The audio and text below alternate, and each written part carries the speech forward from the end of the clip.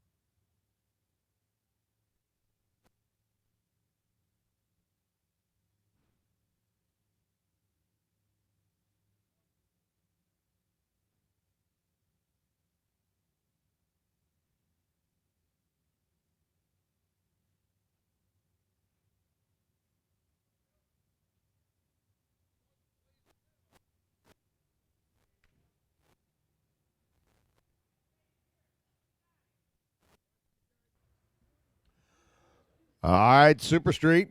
Be like your final call. Needs you to the lanes, please. Super Street needs you to the lanes. One of these years, I'd like to talk to the engineers that design towers. So that instead of having a brace for the countertop underneath that you whack your knee on 17 times in one day, it just kind of molds back in. I know. Life's tough, right? But dang, it hurts. Oh, the old knee's got a few crunch marks on it this weekend.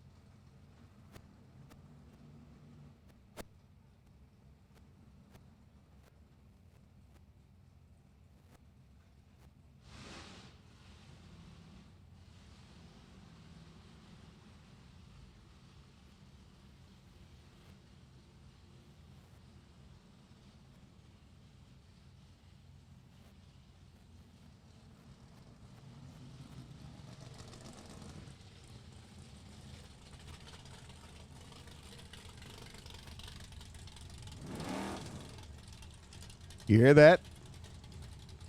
Do you hear that? I do. What's that off in the distance? It's the sound of big blocks. Well, one's a Plymouth, one's a Chevrolet, but it's the sound of big blocks. Super Street going to fire us off this morning. Final time run for our 1090 cars. There's Zipskinski and Bruce Johnson. BJ, the iron worker out of Superior, Wisconsin. Making a toe down. Have a little fun with us this weekend here at Route 66 Raceway. First pair, Super Street, on the line. Day number 2 underway. Got a lot of activity going on today, kids. So get them ready. 1090's up on the scoreboards. Final opportunity for everybody to get a lap down the racetrack. Get them tuned in, dialed in, straightened out, tuned up. BJ a little bit better out of the gate than Larry. 1078 at 134. How about Larry Zipskinski? Right on the money, Sonny. 10.902. 122 miles an hour. BJ needs to slow it down a bit. 1078.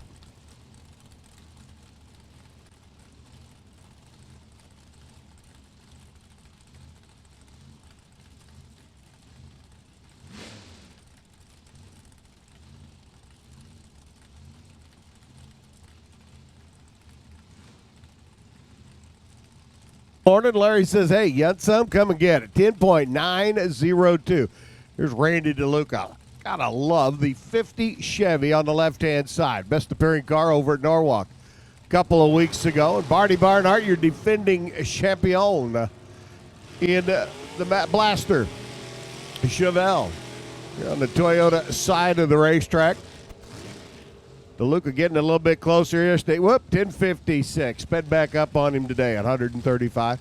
They'll get it figured out. Barnhart, 1086. 150 miles an hour down at the other end of the racetrack. And here comes Chris Mahoney and Nick Hooten. Nick up at that nice little 67 Chevelle. Nick putting down some good laps yesterday. Right on that 10.900 number. Mahoney's 85 Chevy S10 over on the left-hand side of the racetrack. Gonna rock and roll and rumble bumble and hopefully not stumble. Getting down the quarter mile there on the O'Reilly side.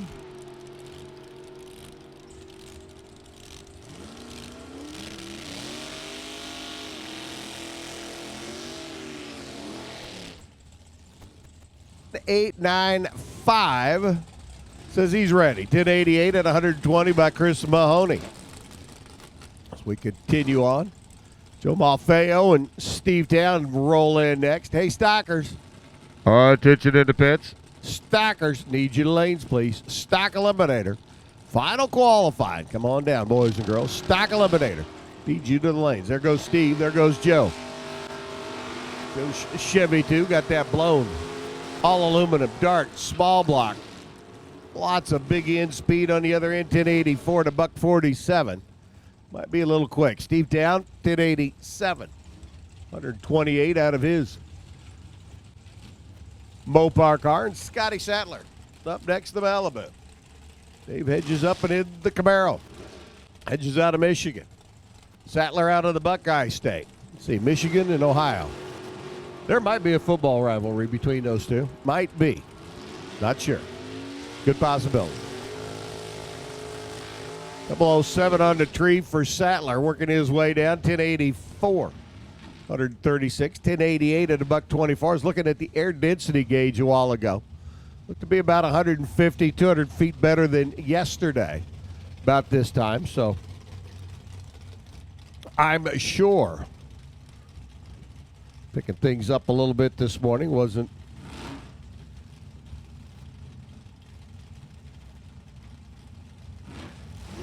not going to surprise a whole lot of people to find it just a little bit better this morning. Jeremy Mason, Brian Horton working their way down the racetrack. Brian left side. So there's Buckeye runner. Malibu goes 1084 to 141. 1088 Jeremy. Got her getting her dialed in, tuned in, and pretty much ready to go at 147 per. Jason Satterley and Chase Batt. Chase left, Jason right. Got the Firebird out of Kentucky. I think those boys play basketball. Yes, sir, they do. Hey, Unc, I heard earlier that you had some problems with this piece down here in the desk. I should have warned you about that. We need some extra roll bar padding up here. If anybody has some, please. Watch out for this guy's knees. Oh, I'm telling you, it's Sharp, isn't it? well, it'll wake you up. Yes, sir, it will. Bring tears to your eyes. Chase Pat over on the left, working his way down. The former Summit Pro ET champ.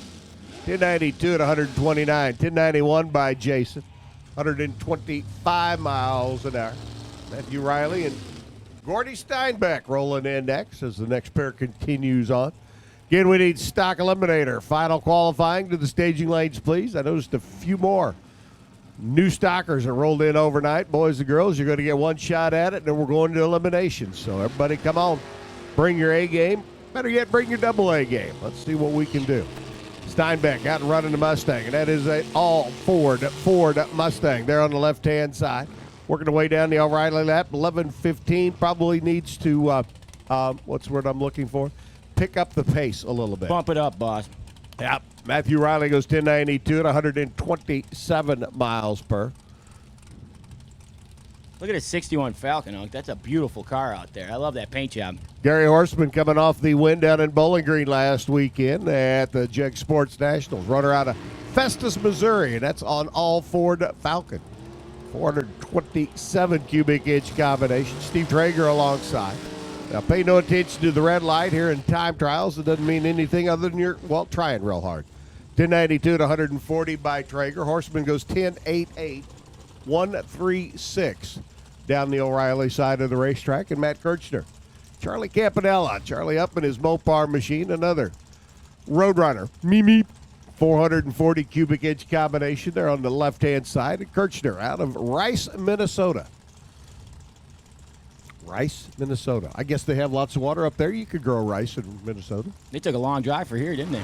Yeah, I got news for you. There's a lot of guys here from Minnesota and Iowa. A couple from South Dakota. So they hightailed it west or east from the west to get here to Route 66 Raceway for the weekend. 1098, 142 by Kirchner. 1091 for Chuck Campanella in the Mopar car at 130 miles an hour. Mark Erickson and Mark Werner. Greg, I will bet you $100 that Mark gets there first. I don't know. You must know this guy, so I'm not going to take that bet, Unc. Oh, come on. See what happens. Well, you got Mark in the left lane. You got Mark in the right lane. That's this guy. Man, I can't get anybody to fall for these sucker bets anymore. My reputation must be preceding me. Oh, shh. Werner off and running. Look at Erickson. 004 lights a pair. 1087, 148 by Erickson. 1092 by Werner. Man, marks are matching it, aren't they? 133 miles an hour. Rudy Matthews up, Mr. Super Street. Runner out of Ohio City, the 572 cubic inch. That is a large block Chevrolet. Joe Peterson coming off the shootout win last night in our Mosier Engineering, drawing races for Christ. Super shootout, showdown. Joe picked up a little bonus money, a little traveling gas to get him back home to Elkhorn, Nebraska. The Cornhusker State runner, bringing his little Chevy S10 over for a little competition this weekend. Joe working his way down. Two very good drivers, two very good cars, two very competitive people out there. Look at Joe. He's keep picking up right where he left off last night. 10.904 and 150. 1087 by Rudy at 147 miles an hour. Rich Sperry up now. His Malibu on the right-hand side out of Markle in Indiana. I have no idea where Markle, Indiana is. Never been there either. No, I've not even heard of it, sir. Never. Okay.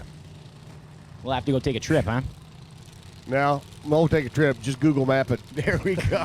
That's why they make flyover states, right? Hey. I take offense to that.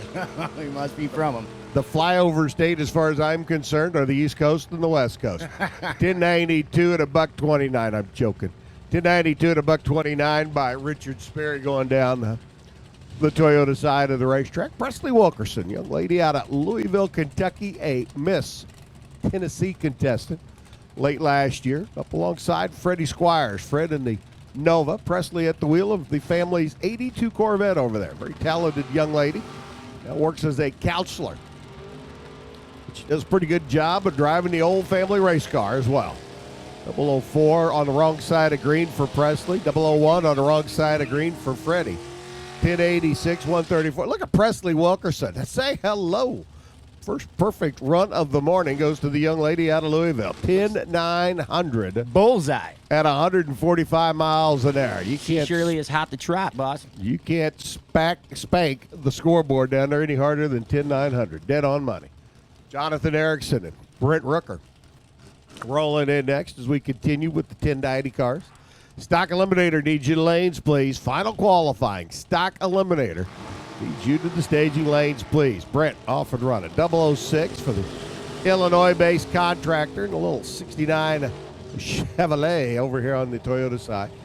Erickson a little red. 10901 by Jonathan Erickson. 126. 1092 by Brent. Looks like they're beginning to get the numbers reeled in. And working their way down. Nick Vogelsang and Tom Head. Tom up on the left-hand side. Another one of the Roadrunner cars. And another 440 combination. This time up alongside Vogelsang's Looney Tunes. 67 Chevrolet. I guess the Roadrunner alongside the Looney Tunes car would be most apropos.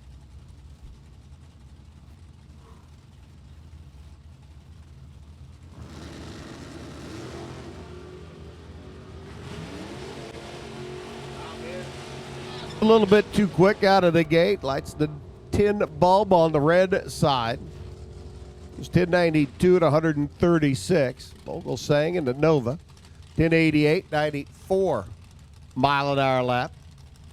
Chelsea Simpson and Rob Kropfeld roll in next year. Division champion.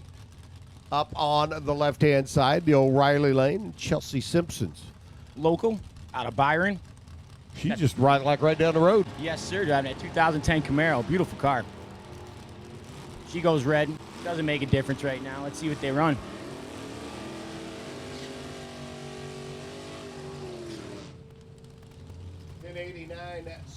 Kropfeld shows why he's the reigning division champ, just off by 3 thousandths of a second. Chelsea's got to pick up the pace a little bit. 1097, 127 for the nurse out of Byron. They have a pretty good old drag strip over in Byron, too. Yes, sir. Yes, sir. Yeah. Been there many times. Kelly Sperry and Jose Pina. Jose showed up yesterday morning, made his lap down the racetrack, and, well, he was one of the quick cars. Didn't end up being low ET, but he was one of the quick cars. When you have a 1090 category or a 990 category or an 890 category, to have the announcer talk about your low ET, well, that's not exactly a good thing. Sperry out of Fort Wayne, Indiana. Kelly, a payroll specialist. Wonder if she's got any money left over.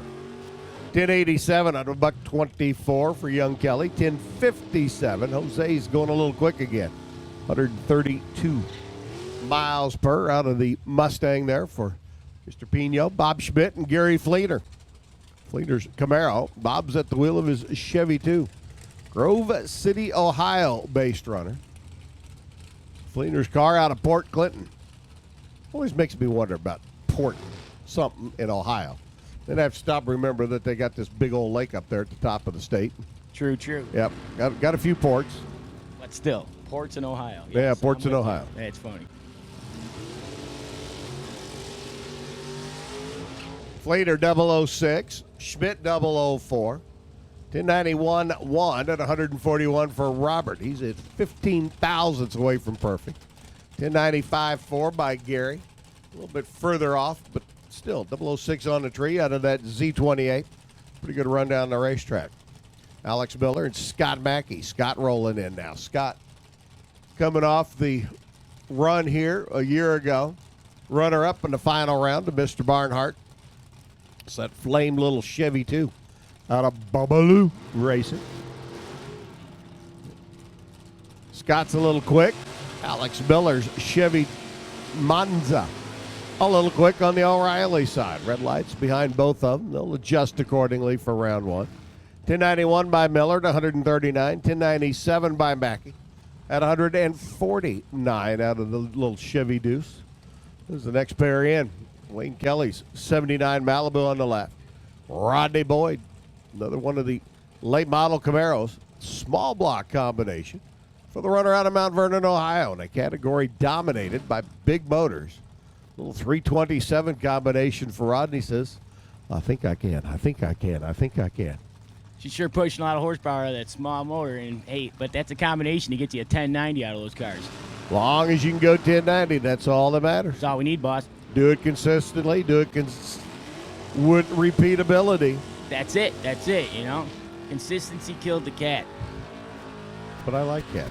1094 at 130 miles an hour out of Rodney. 1089 at $145 for Wayne Kelly. Greg, you have to watch my mind. It has a tendency to wander off sometimes. It's all good, Unc. It's all good. I am a dog guy, though, just so you know. Well, I got one of them, too. Yeah, good, Well, in good. fact, we got 3 of them. Excellent. Greg Meyer and Doug Wood next pair in. Greg coming off a couple of final round appearances last year, a couple of wins on the division trail. And the runner in that 62 Plymouth Fury over there.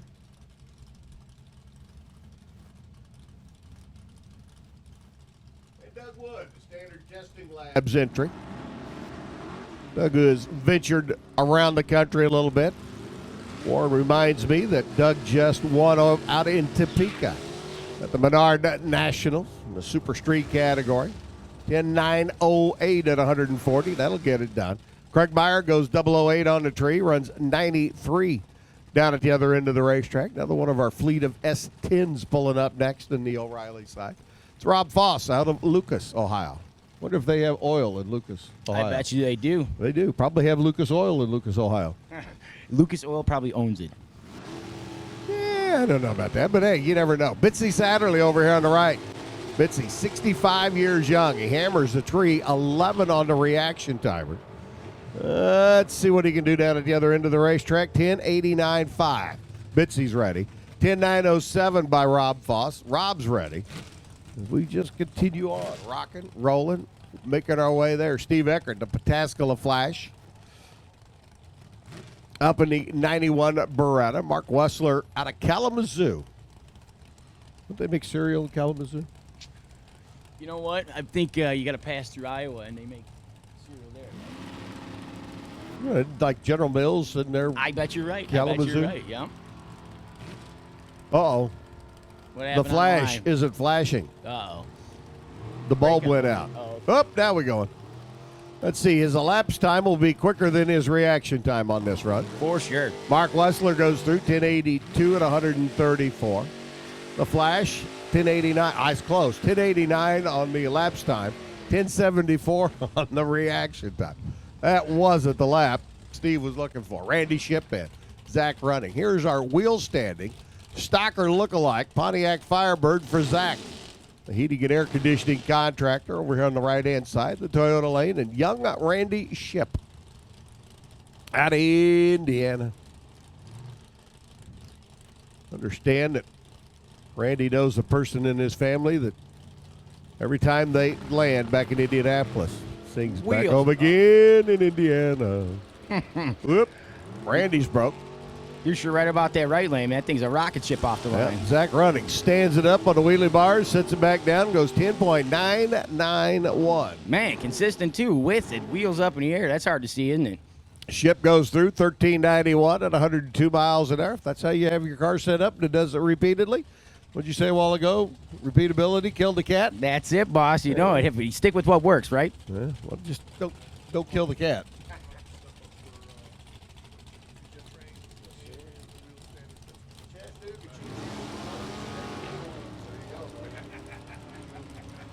You too, sir. Yes. That's it. Thank you.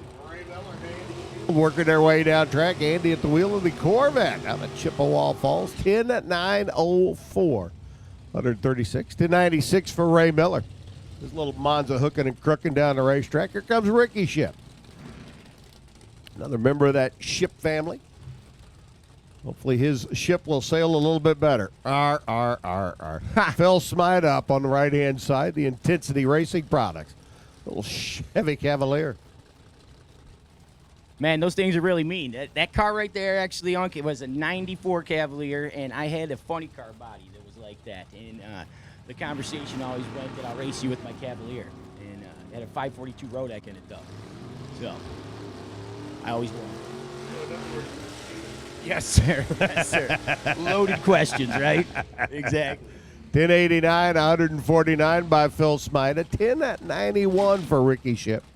145 miles per down at the other end of the racetrack. Denny Napier, Ronnie Foss, Denny, one of our contestants last night, made it down to the late rounds in our Super Street shootout.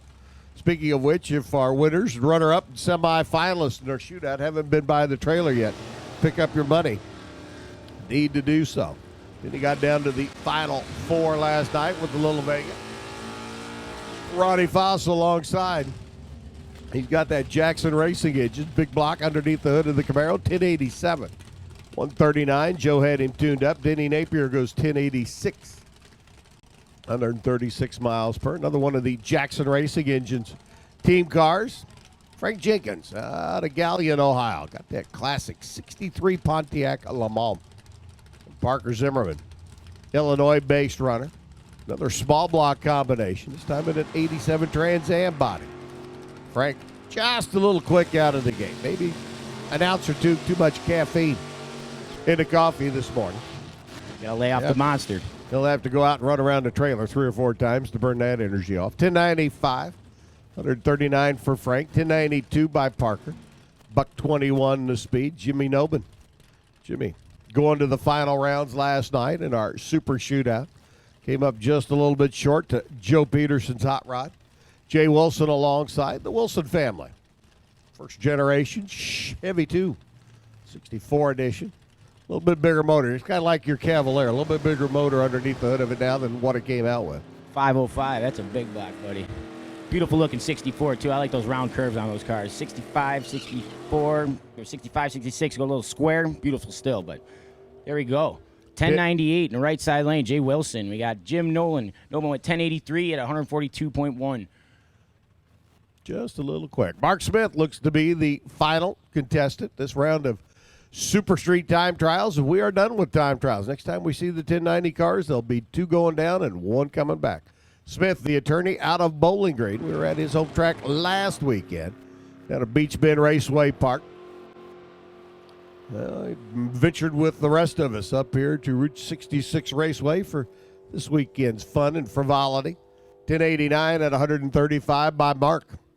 Out of the Mustang.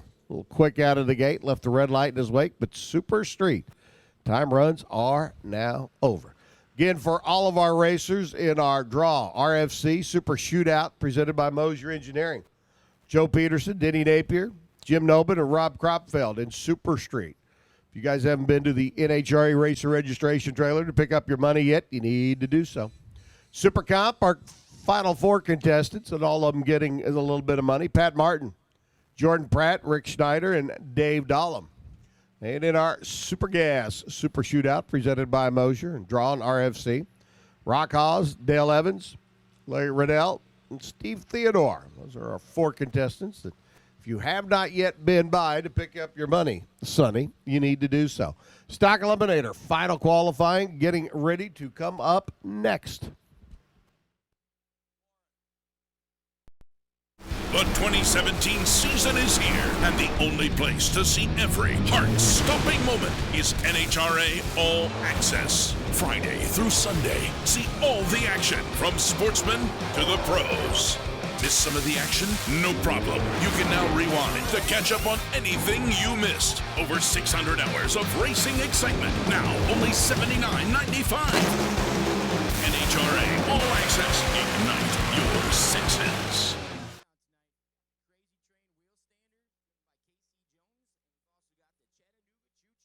Jet car driven by Ray Kelly out of Texas. This thing goes up to 12,500 RPM. Looks like it's a J60 Pratt & Whitney. I used to drive one of these. Actually, it's a J34. Pardon me. Mine was just a little bit bigger. Story of my life, sorry. But yeah, hey, we're going to come see these cars out here. They're going to put down some big numbers, a big show, and can't wait to see them.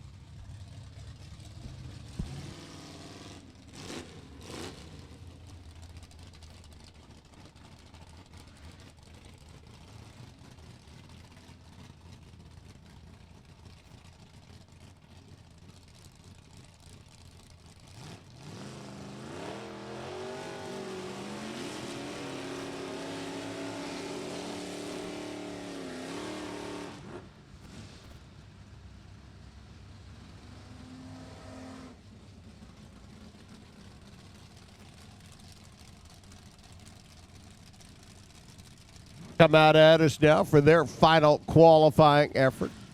Sitting pretty much right at a 90-car stocker field. Number 1 qualifier, Jay Randall, right at a second under the index in his machine.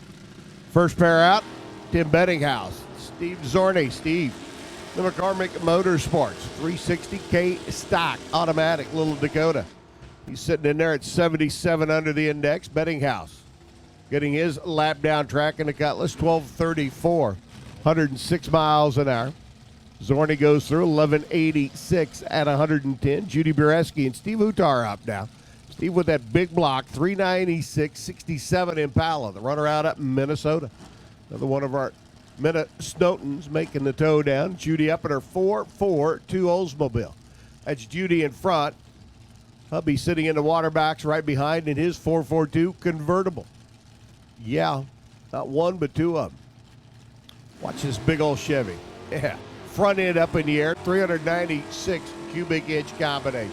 Man, that car moves. Steve right now sitting at 84 under the index. Judy at 63 under. Judy goes through 11:27. No improvement for her at 117. 11:29. Steve actually picks up a Honda on that run. So that'll shuffle him around probably a notch or two. Brad Bishop's in stock automatic, little 302 Mustang now. And Daryl Bureski. Daryl just saw his bride go down the racetrack, fall off the pace by about 0.06 of a second. Let's see what Daryl can do with his convertible. Again, the 455 Oldsmobile resides in F stock automatic. Daryl currently in at 58 under the index with his machine. Bradley over here on the right-hand side. Lives right here in Joliet. I mean, the man gets to sleep in his own bed at night. How great is that? 11:28 at 115 miles an hour. Brad goes through 12:71 at 103.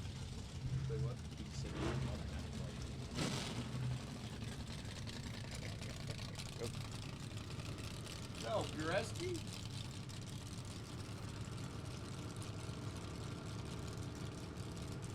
Oh, well.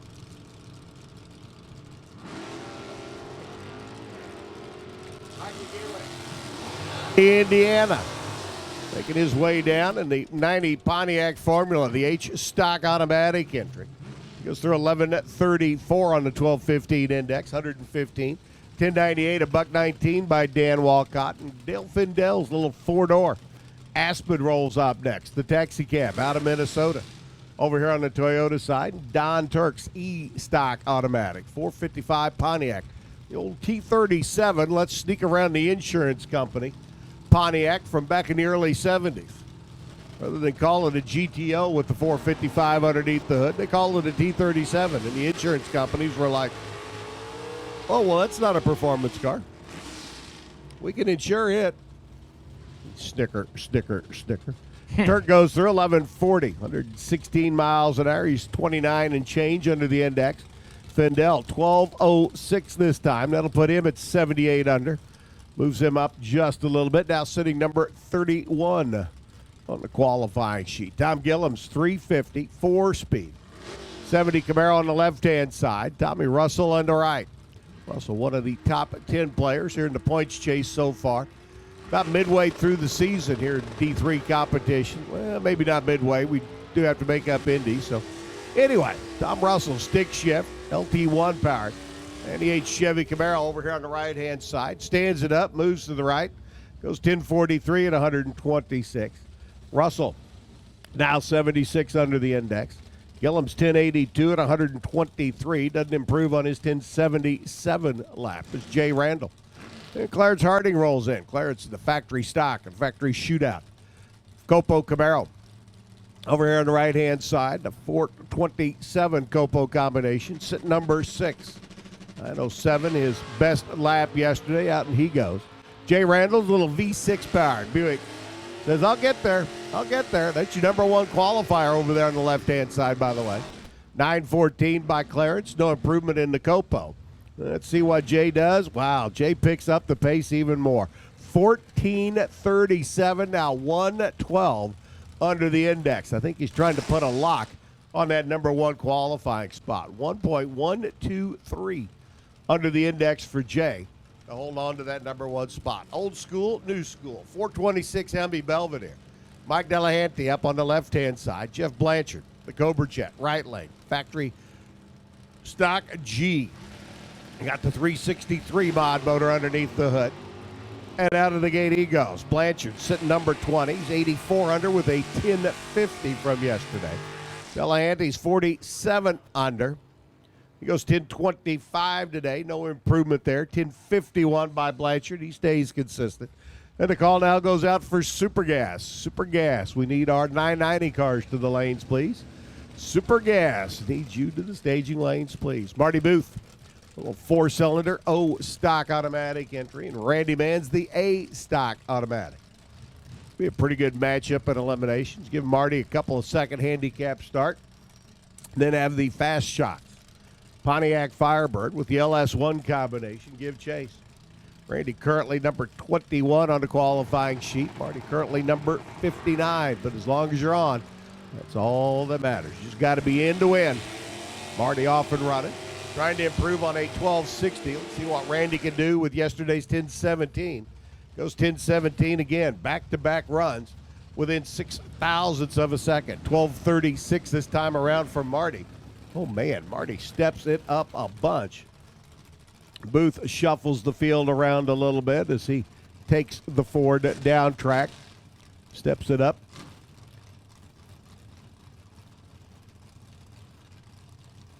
And improves his lot on the qualifying screen. Trying to find him here real quick, but he disappeared on me. Oh, well. Rita Spling Air. Rita on the line right now.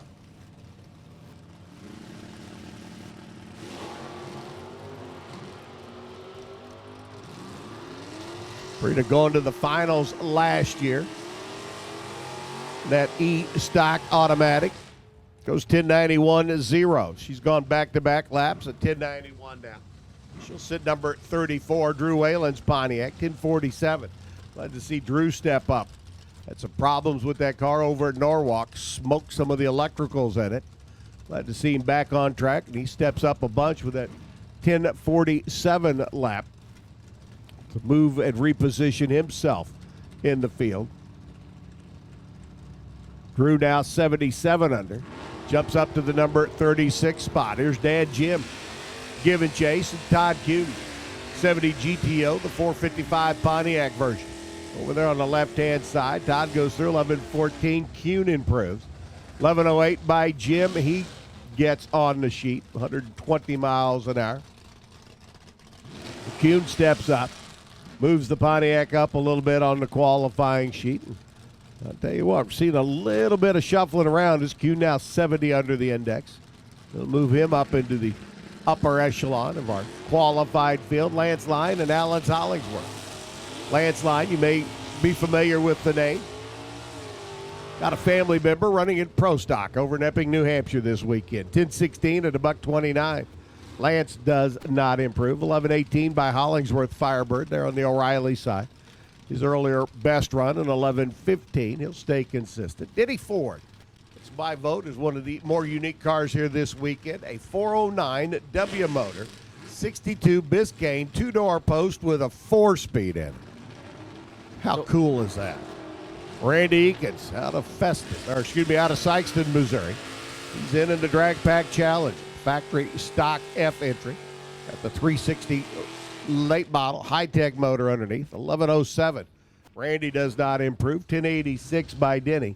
He continues to get that car down track. Denny out of 84, Pennsylvania. Which makes me wonder, whatever happened to 82 and 83? I guess they were already taken. Billy Dyer's M stick car, little Mustang 302 for the runner out of Port Byron. And Bobby Bishop's in stock automatic, little 289, 67 Mustang. Bobby looking to dance here this weekend. Bill Dyer's Mustang likewise. Billy already down track at a 12:17 pace. Goes 12:35 today, no help. 12:78 by Bobby Bishop. That'll land him just a couple of ticks under the index, down towards the bottom of the qualifying sheet. Is Hannah Line. Getting that Line family racing team out of Minnesota.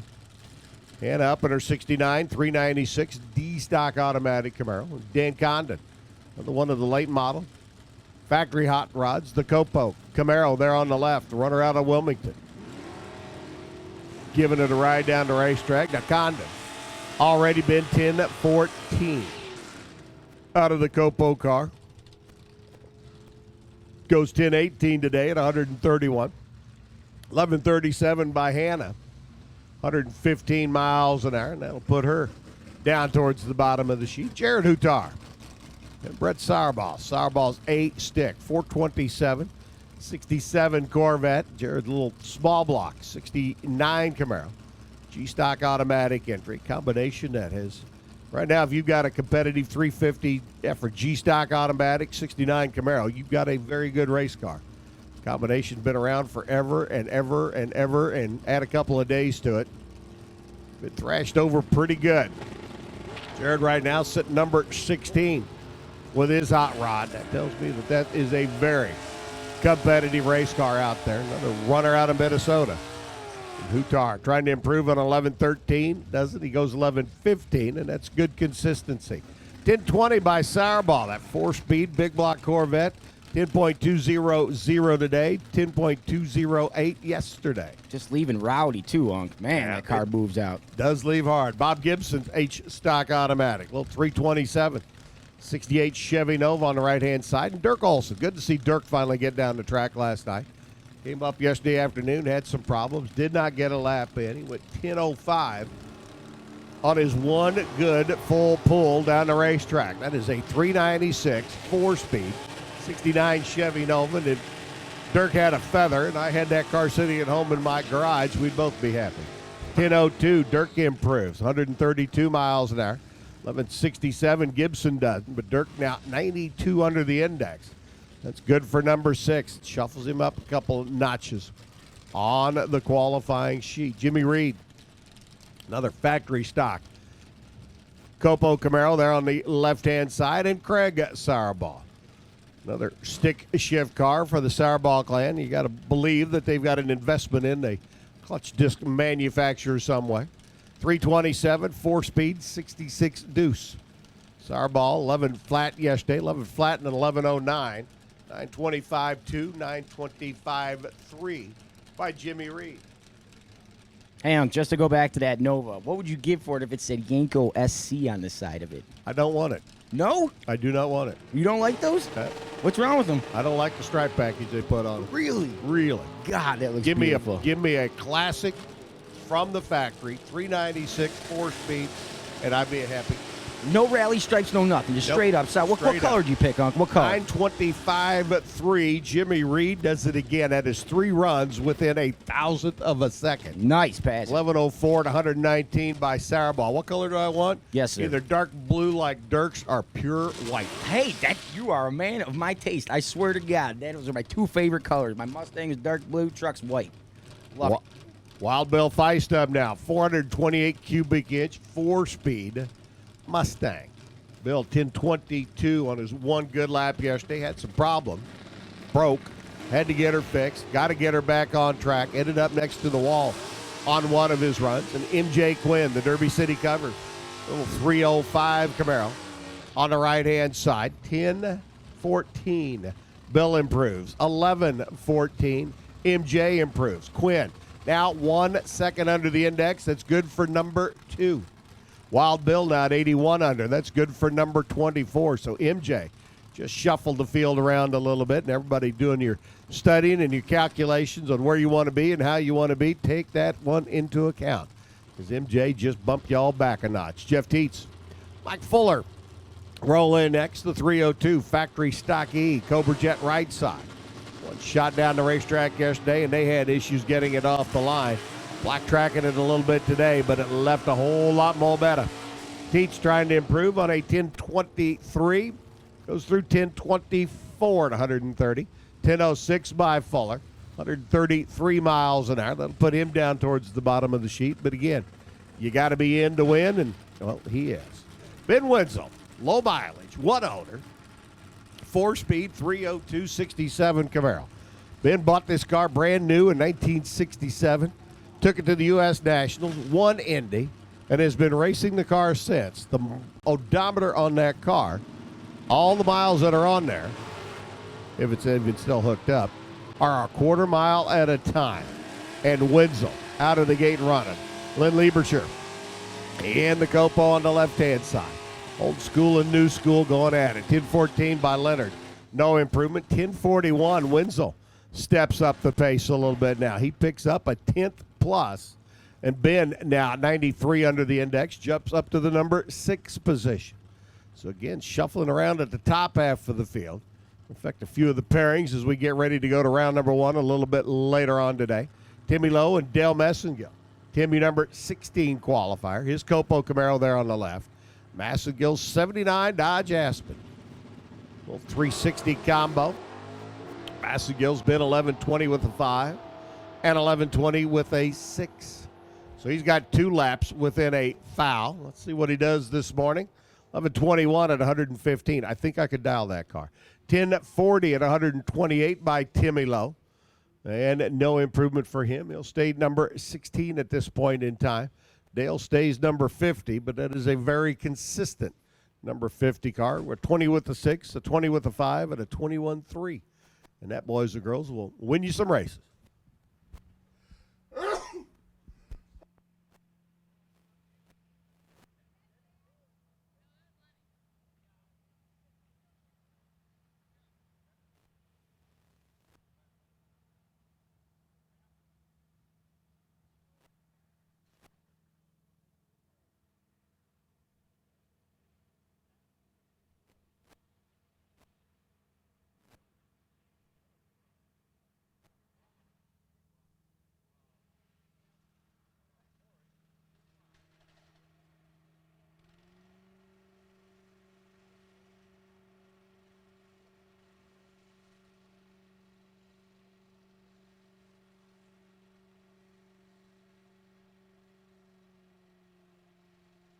Yes, if you're not in the lanes yet for your final time run, you need to be, because we've called you. Super Gas. To the staging lanes, please. Come on down, boys. Girls, your final time run. Super Gas needs you to the lanes. Working our way through our 90-car field here in stock for your final qualifier. First round will be coming up in a little bit. Right now, Bruce Mayrose and Steve Schersless. Steve coming out of T, South Dakota.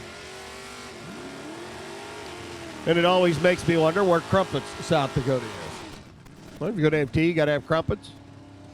It's a British thing. Anyway, 400 cubic inch Plymouth, the Satellite, 73 edition, right-hand side of the racetrack. And Bruce Mayrose, young man out of Indianapolis, Indiana now. Remember Bruce when he was just a youngster. Got the race car now going now, though. The 73 Buick Apollo, a little 350 combination. K-Stock automatic entry. That's a pretty good run, a little Buick. Right now he's sitting number 48 in a 90-car field. Tells me the car's making a little bit of power. He's able to get it down the racetrack. So Mayrose picking it up, putting it down. Schersless Satellite, the Mopar getting there first, 11:28, 116, 12:15 by Bruce. 110 miles an hour, a little off the pace this time. Terry Fritz and Terry Nagel. Nagel right now quietly leading the points chase here in the division. Stock eliminator field, a little F-stock automatic. Here's that 350. First generation Camaro combination I was talking about a while ago. Got a competitive car going rounds. Probably one of the most used classes in stock eliminator. Terry's got problems, the Mustang. Okay, I'm going to go. 11:07 by Nagel. Nagel picks up 0.06 of a second. 15:26 by Terry. Fritz, that is. Terry Nagel steps it up now, 78 under the index. That's good for number 37. Picks up about 7 spots on the qualifying sheet. Scott Liebercher up in his brand new Copo Camaro. Got the 427 combination underneath the hood. Ronnie Trotman's little 71 Nova there on the left-hand side. 350 mouse motor. G-Stock automatics. Let's see, 71 Nova, 350. It'd be a turbo in there for the runner out of Pennsylvania. Ronnie right now sitting number 60 in the show. Lieberscher's Copo Camaro, number 54. But that's a brand new car. We're still going through the get-to-know-you phase with that machine. 929, Scott picks it up. 1149, Lieberscher picks it up now to 70 under the index. That'll jump him up to number 46 in the field. And now the middle of the qualifying sheet getting picked on a little bit. Joe Martins, A-stick, 396, 4-speed, 69 Camaro. Always a tough runner out of North Olmsted. And Richard Rink, factory stock D, another Copo car. The Turnkey Automotive entry coming down from Michigan. Richard, one of the Copo engineers. Wait till you see him come back with his super stock car. That is a sweet piece. More about that when we get to super stock. 981.9, 981.9, 981.8, and 983 by Rink and the Copo. 1015 by Joe Martins. Martins steps it up. That's a big move for him. Martins throws a 10th and a half at the field. Moves to 79 under the index and up to the number 30 spot on the qualifying sheet. Billy Skillman, factory stock A, the Skillman Auto Group. New school Mustang, the old school. Big block Camaro, an A-stock automatic car. Ryan Hutar, and yet another member of the clan. Out of Cromwell, Minnesota. 883, 152, no help for Bill. 1020 at 129. Ryan picks up 300ths of a second. So he'll bump himself up a little bit out of that number 40 spot. Shuffles the field around there in the middle. Bobby Yorkie, another A-stock automatic, another 396, 69 Camaro. We have a fleet up here this weekend in case you hadn't noticed. And Bob Gears, little L-stock automatic, 350 Buick, the Grand Sport Edition for the runner out of Wisconsin. Bob at one point in time was leading this field with 1172. He's fallen off the pace a little bit. Goes 1187 now, 110 miles an hour, 1020 by Bobby Yorkie. Yorkie picks up 100th of a second.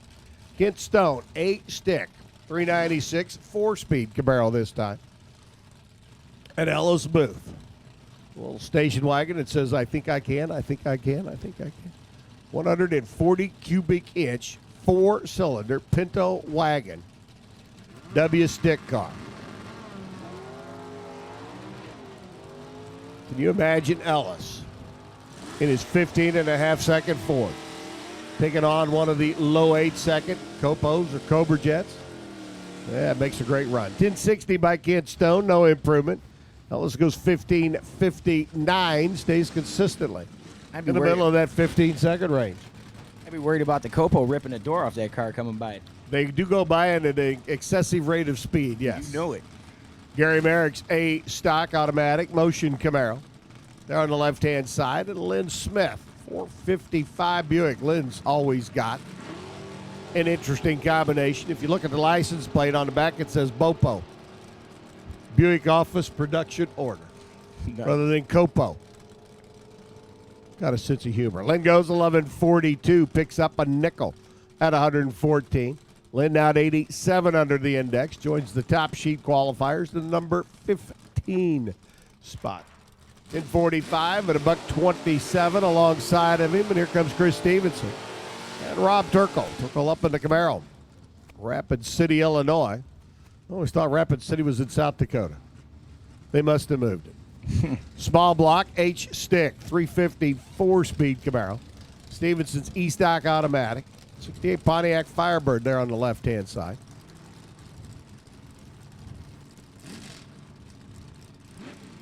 Ooh, a couple of classic Mopars in the water box. Whichever one you don't want, I'll take. I hear you, Uncle. But I have my favorite. Do you? I want that. I want the CUDA. You got it. I want the Dart. Excellent. That's a nice paint job on that Dart. That's a nice Dart. For sure. Clean. That is clean. Turkle off and running. Stevenson off and running. Both of them pretty good lights. When you a round or two, might have to tighten it up in the later rounds. 1089, 119 by Chris. No help. 1136 Turkle steps it up a little bit. He picks up 600s. He'll shuffle around the middle of the field. Corey Hopkins in, 383. That's a 69 Dodge Dart GTS. Another Minnesota-based runner. Al Wick out of Oconomowoc, Wisconsin. 340 Barracuda on the right-hand side. F-stock automatic for the CUDA. G-stock automatic for the Dart. The Dart sits number 13. Al's currently number 45 on our qualified field. See that Dart? You knew nice, it. Nice car. It He's is, the man. starting line, carries the front end out about 50 feet. Beautiful. Sets it back down and goes through 11-12. Straight down Broadway. Besides that, it's consistent. 11-13, 11-12, and 11-12. 11-09 by Al Wick. Proves 100th of a second. That'll move him from 45 to 44. On the qualifying sheet, Steve Blondell and Eric Capolito. Eric up in another one of our four-door. Hot rods here this weekend. The LT1 powered Chevy Caprice on the right-hand side. I mean, if you're going to go drag racing, why not, leather seat, power seat, windows, locks, tilt, cruise. Probably got the, baby seat, the back seat, too. I don't think the baby seat's in there. That'd be extra weight. He doesn't need it. Oh, look at it leave. Yeah, it leaves. Steve Blondell's H-stock automatic machine. The 87 Camaro on the left-hand side for the plumber. Z Motors through 1127, 117 by Steve. 1178. Capolito, no improvement for the Caprice. But he's in the show in the middle of the field, and hey, I'll take it. Aaron Allison, B-Stick, 4-speed, LT1, 98 Pontiac Firehawk, and Joey Ship, G-stock automatic, young gun out of Indy. Making a short toe up from the Circle City, got the 350 Chevy Nova over here on the right-hand side. Another runner out of the Race Gilman Auto Group here in the right lane.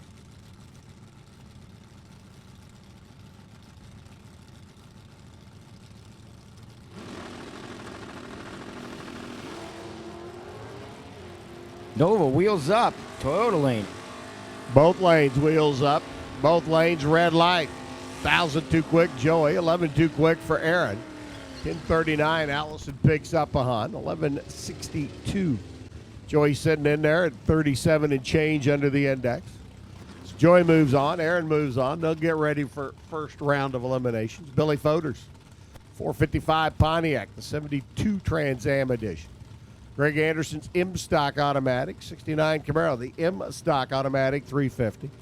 Kind of the low horsepower version of that combination back in 69 for the runner out of Iowa. Greg and Pam campaigning the car. Greg gets the fun part. He gets to drive.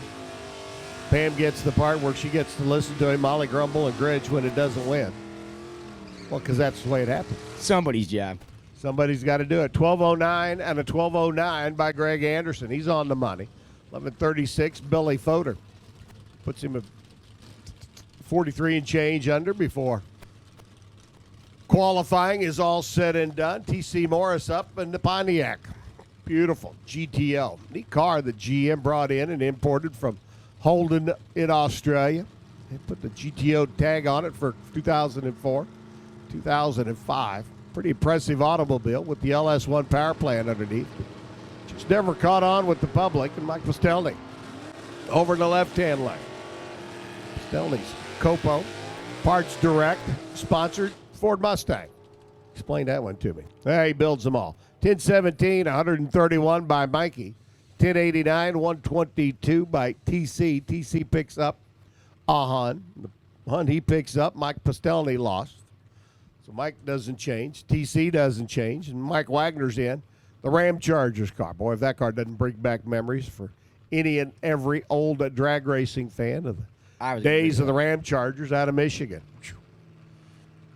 He's alongside Donnie Beeler. Beeler's Corvette, Kentucky-based runner, stick shift, 350, little dance off the line, number 5 qualifier. Been 11:05. He finds that 10-second zone. He's going to shuffle things around a little bit. Another 11:05 this time. That's good consistency. 972 by the Ram Charger car with Mike Wagner at the wheel, and that will leave him sitting in the number 7 spot. Well, starting line prep before we wrap everything up. Super Gas, you should be in the lanes. Super Gas, our 990 cars need you to the lanes, please.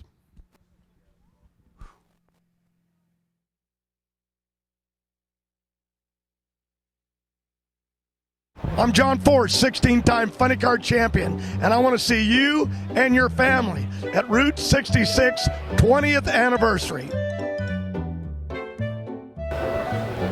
That was perfect just because of one word.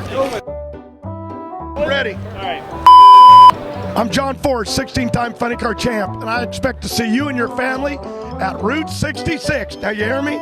Route 66, or is it Route? But I don't care. At the 20th annual Route 66 Nationals. Now do it one more time.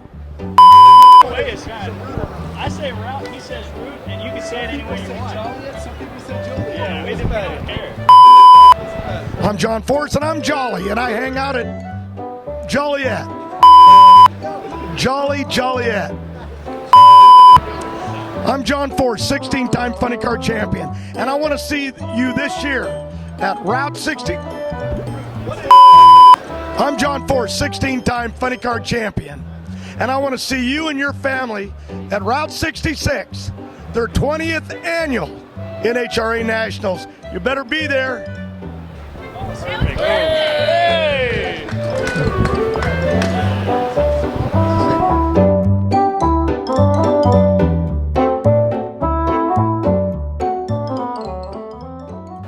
How'd I do? Did I get it right?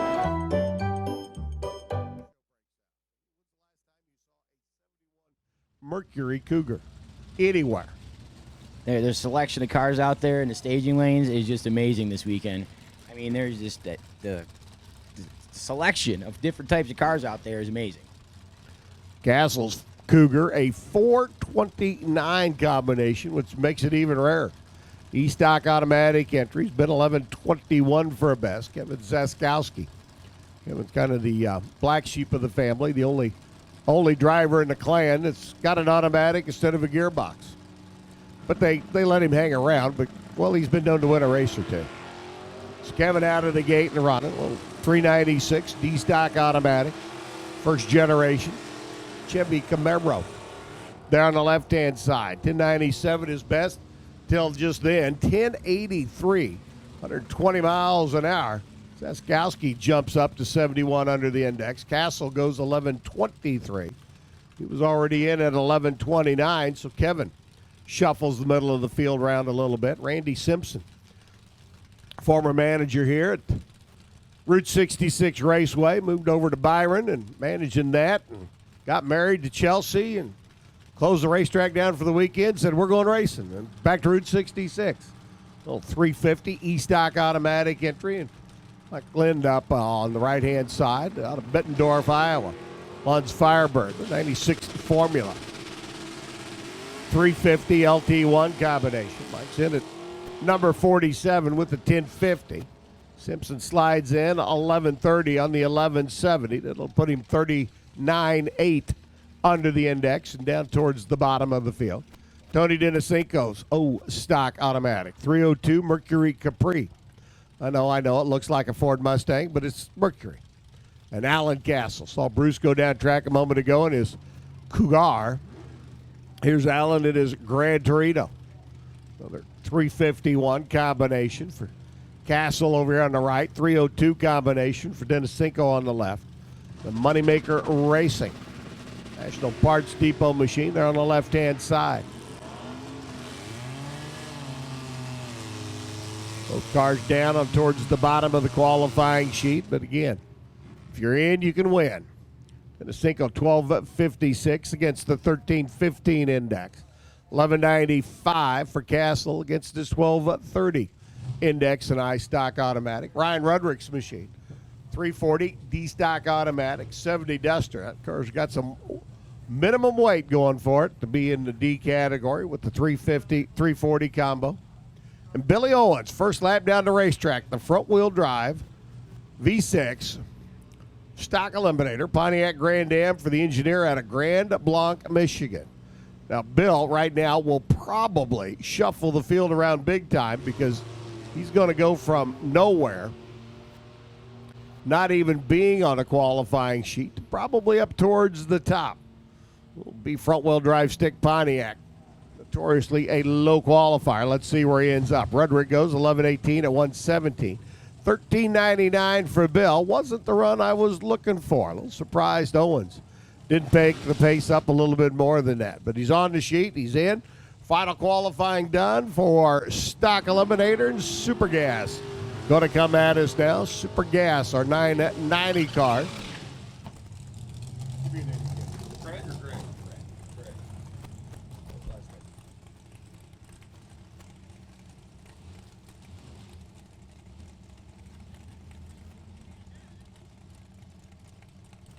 Super Comp needs you to the lanes now, please. Super Comp to the lanes. And as we roll over to the 990 cars, Kenny Sanders and Tom Stromwall rolls in.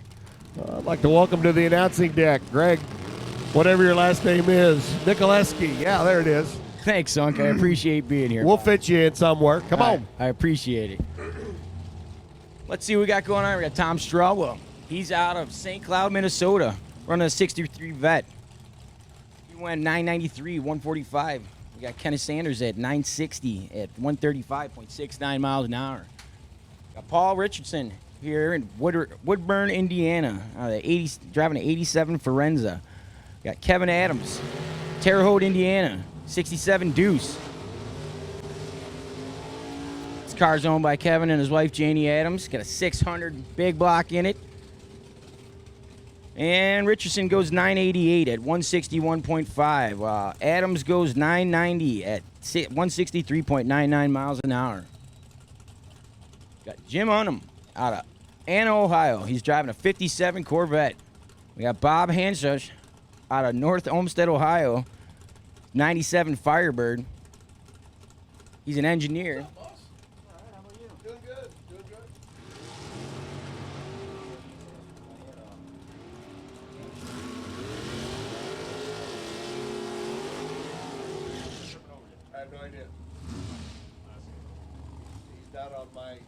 Toyota lane goes 991 at 147.6, and O'Reilly Auto Part lanes go 962 at 154.07 miles an hour.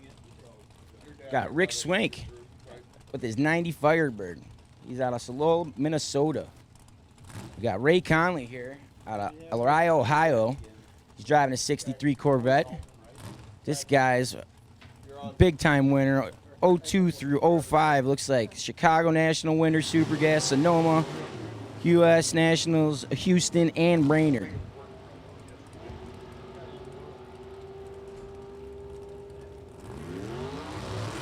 Swank goes 987 at 150.2 miles an hour. Ray Conley goes 990 at 167.03 miles an hour. Got Jerry Burkett. He's out of Antioch, local guy. He's driving his 2013 Camaro. Steve Morton. He's driving a 32 Ford. Look at this piece. This is nice. Got a 434 Chevy in a big block. Sponsored by Morton Racing Enterprises, LLC. It's out of Trafalgar, Indiana.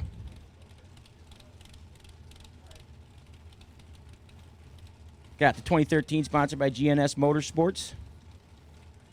Waiting for these guys at stage.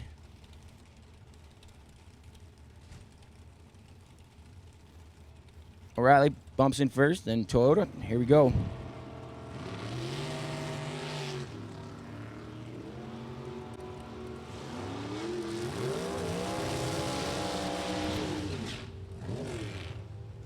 Burkett goes 969 at 154.4.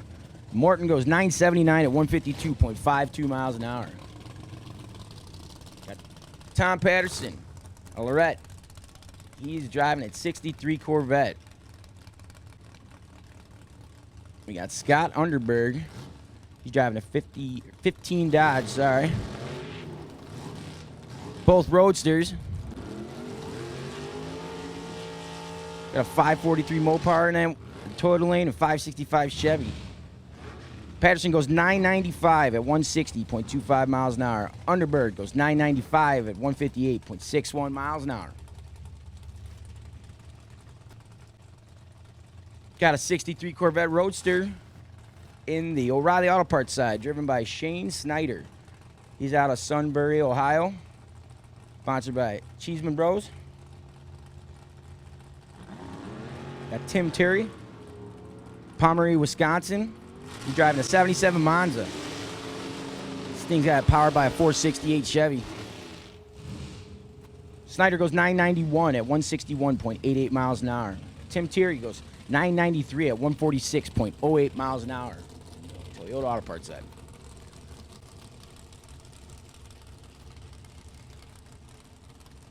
Got a 80 Starfire here from Fort Wayne, Indiana, driven by Dave Bisher. He's a 2003 Super Shootout winner. And Dan Chills, and out of Van Wert, Ohio, driving his 33 Ford Roadster.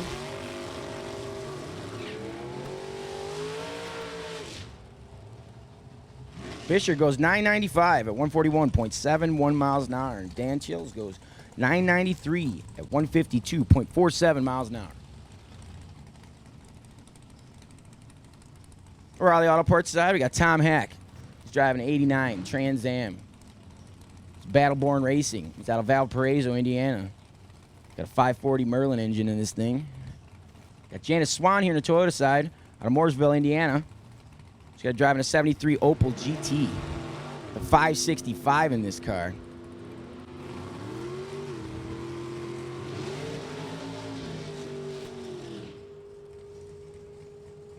Janice Swan goes 982 at 163.39 miles an hour. Tom Hack goes 10 flat, 158.50 miles an hour.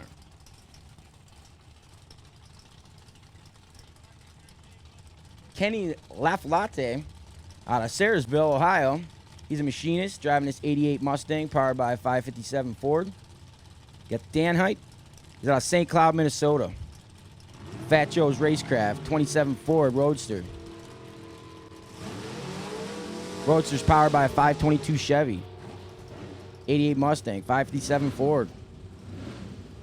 And Lafayette goes 998.9 at 152.66 miles an hour. Dan Height goes 986.2 at 148.85. Dan Audi. He's in the O'Reilly Auto Parts side out of Richland, Michigan. 65 and retired. Sponsored by Dick Outing Trailer Sales. Driving his 34 Willys, powered by a 555 Chevy. Steve Hoyt of Fort Wayne, Indiana. Driving a 63 Corvette Roadster with the 558 Chevy power plant in the Toyota side. Gutting goes 989 with a 6 at 153.77 miles an hour. Steve Hoyt goes 988 with a 4 at 173.41 miles an hour. Got Hank Stewart here in the O'Reilly Auto Parts side. He's out of Winnacone, Wisconsin.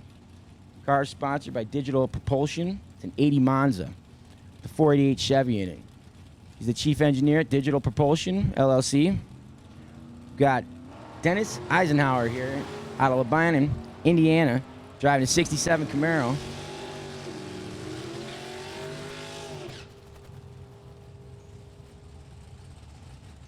Stewart goes 988 with a 5 at 135.55 miles an hour. Eisenhower goes 987 with the 4 at 166.91 miles an hour. Got Mike Kramer here. I don't know, in the O'Reilly Auto Parts side of Otsego, Michigan. He's driving a 94 Chevy S10, powered by a 496 Chevy. We got Rob Goodrich here. He's in the Toyota side out of Greenwood, Indiana. Driving a 93 Ford Mustang, powered by a 434 Chevy power plant. And Kramer goes 984 with a 1 at 138.67 miles an hour. Rob Goodrich goes 990 flat with or 9 at 140.31 miles an hour. Good run for Goodrich. O'Reilly Auto Parts side, Jeff Kinney. He's out of Minnetonka, Minnesota. Driving an 85 KLA. Powered by a 555 Chevy. Toyota side's Jerry Sport. He's on a Van Wert, Ohio. Sponsored by Sport Contracting. He's driving an 82 Mustang, powered by a 514 Ford.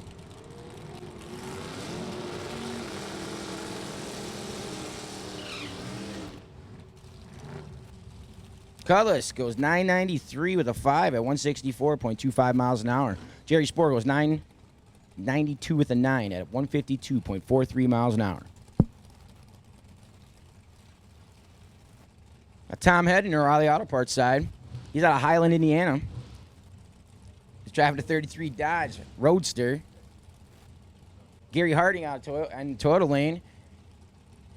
He's driving a 68 Camaro. Camaro's powered by a 555 power plant. In other words, you're saying it's got a large motor underneath the hood. But how about Gary? 9,900. See what happens? I sit down, he throws a perfect lap at you. Perfect. 9,900, 155. Tom Head goes 994, 144. We need Tony Elrod to report to gate 14, if you would, please. Tony Elrod, gate 14, if you would, please.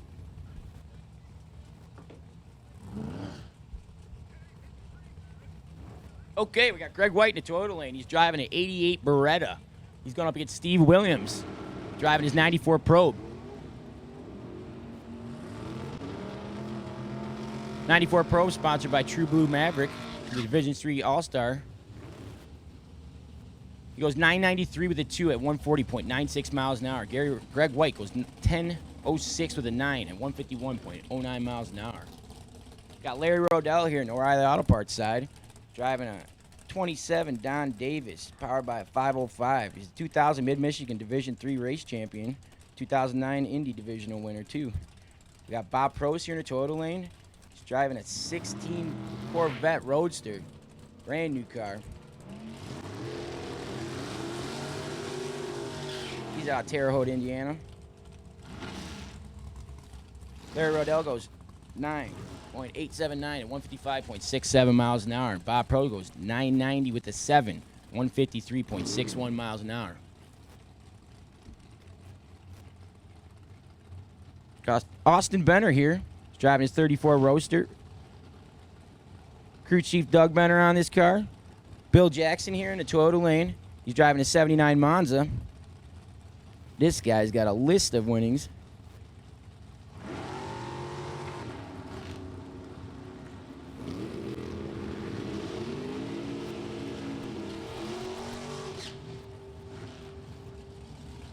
Austin Benner goes 991 with a 4 at 154.79 miles an hour. Bill Jackson with the 008 light at 991 with a 5, 149.85 miles an hour.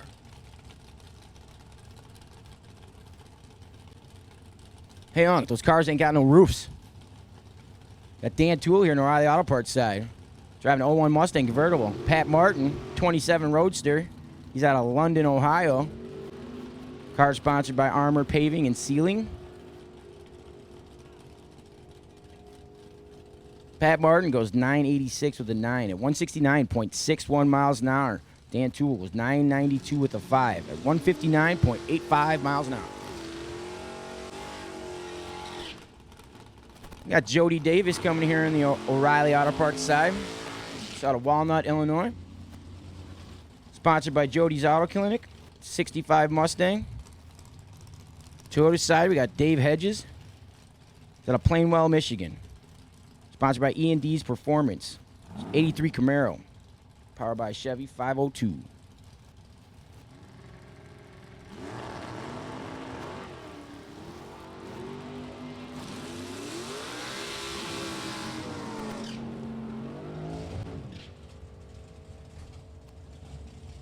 Davis goes 991 with a 5 at 151.58 miles an hour. Hedges, 993 with a 4 at 136.1 miles an hour. Nice picture. Tom Diamond out of Dublin, Ohio. He's driving his 27 Ford T bucket.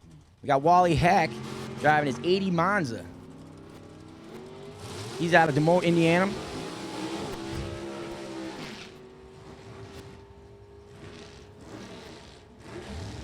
Tom Diamond goes 993 with a 2 at 160.67 miles an hour. Wally Hack, 1011, 143.43 miles an hour.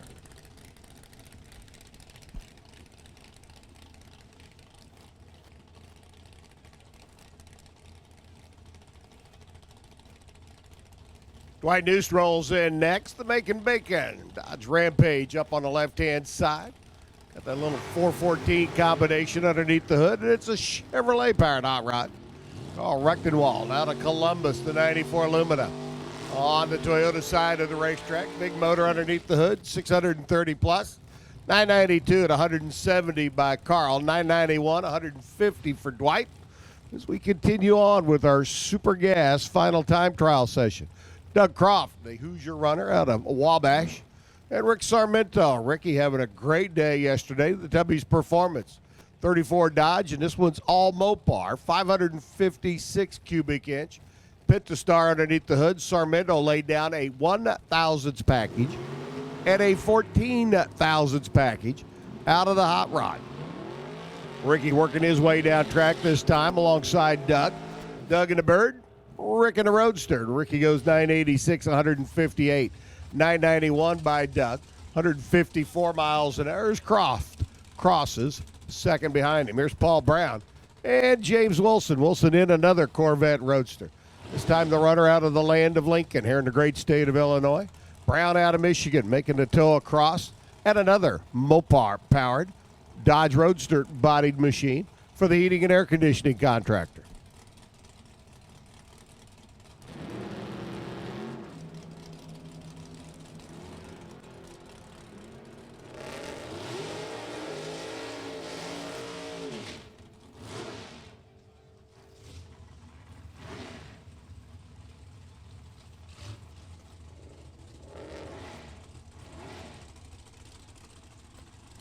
$154 miles an hour for Wilson, 987, 161 for Paul Brown. Brown and Wilson. Sounds like a law firm downtown Joliet, doesn't it? Bob Mandel and George Tisdale up now. George wheeling that 2013 Ford convertible in super gas for real? And there's license plates on the back? Say it ain't so, Molly. Whoa. Bob Mandel off and running, the chassis builder, the 55 Bel Air out of Tennessee. The Mustang's just a bit out of place. 1220, 96 miles an hour for Georgie. 1008, 173 for Mandel. And that shoebox Chevrolet, Larry Burnshausen up, Little Vega. Last time you saw a Vega wagon. Let's see, we've had a Vega wagon. We've had a 71 Cougar. We've had a Dodge Rampage. I'm telling you, the car show just keeps on coming. Burnshausen's right. Out of Manito, little 407 mouse-motored combination. And Billy Ford up. The Trans Am. 500 cubic inch Chevrolet. Let's see, Billy Ford with a Pontiac and a Chevrolet. I'll take misnamed for 1,000, please, Alex.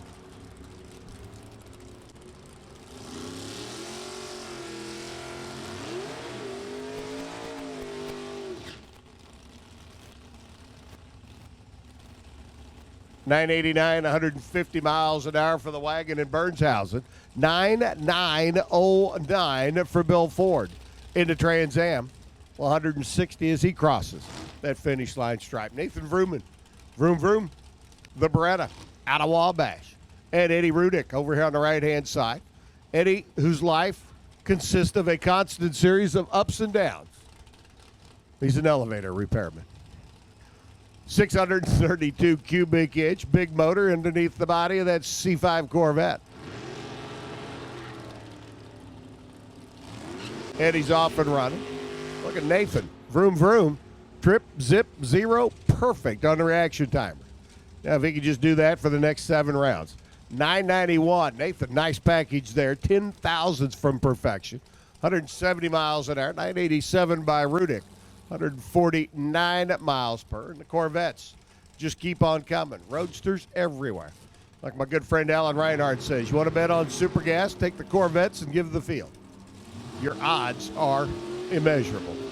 Chad Covert's Corvette, O'Reilly side. David Nelson's Corvette, Toyota lane. And 901 by David on the money. And missing by 1,000 at the other end of the stripe. 159. 1001 by Chad. $157 for speed for the runner out of Saukville, Wisconsin. Steve Eckert, the Pataskala Flash, coming out of the Buckeye State. Rock Oz, the Corvette. Rock going to the final round in our Super Gas shootout last night. Coming up just a little bit short in that final. Running just a little bit quick in that final to Larry Riddell. Roadster with the Hughes Performance. Trick titanium C5 Corvette body machine. Rockets through this time. 987.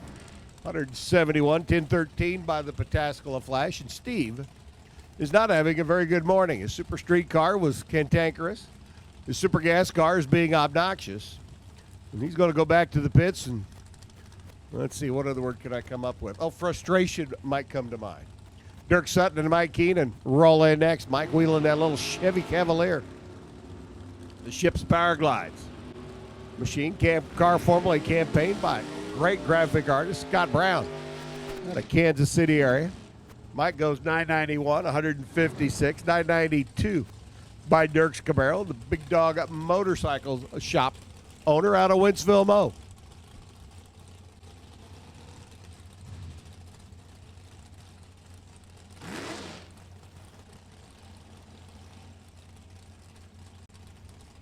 Chris Bishop and Tommy Carlson.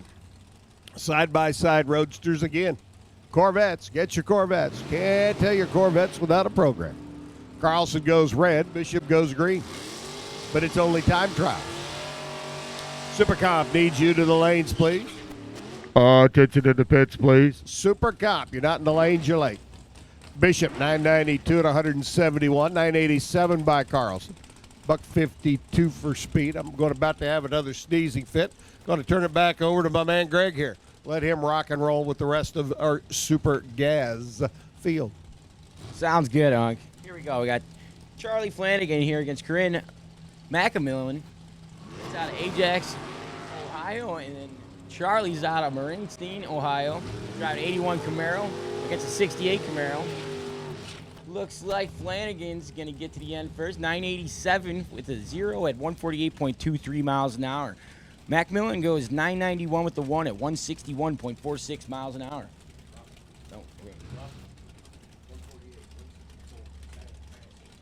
Got Mia DeTesco out of O'Reilly Auto Parts side. She's out of Murraysville, Pennsylvania. This car's Protection Plus 04 Cavalier. We got Alan Koner. He's out of Tremont, Illinois. Sponsored by Koner Electric.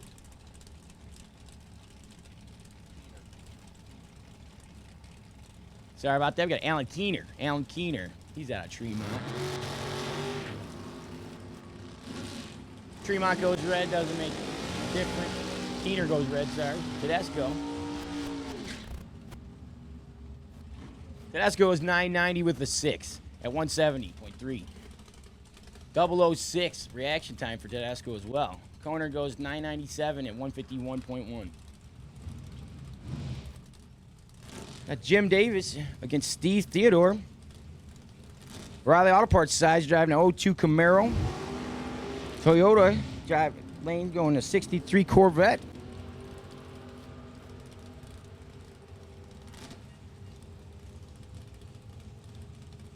And Davis goes 996 with a 6 at 159.16 miles an hour. Theodore goes 995 at 162.8. Mike Lagos driving his 92 Camaro, sponsored by Lagos Farms. That's out of Cass City, Michigan. We got John Sickish. He's out of Belmont, Ohio, driving that 63 Corvette, 632 Chevy powered, sponsored by John Sickish Racing.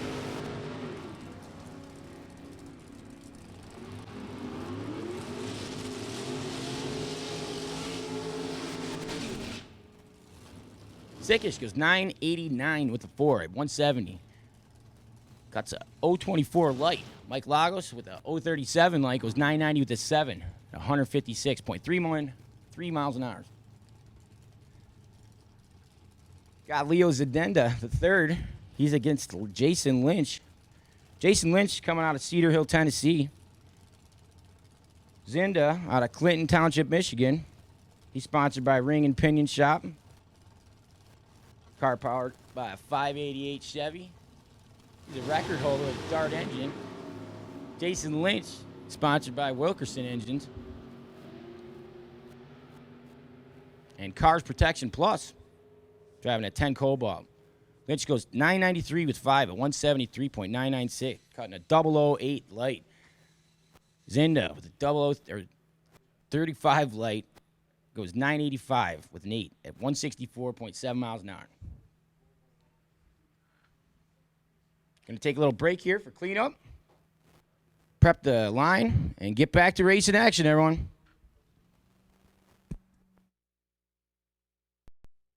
The 2017 season is here, and the only place to see every heart-stopping moment is NHRA All Access. Friday through Sunday, see all the action from sportsmen to the pros.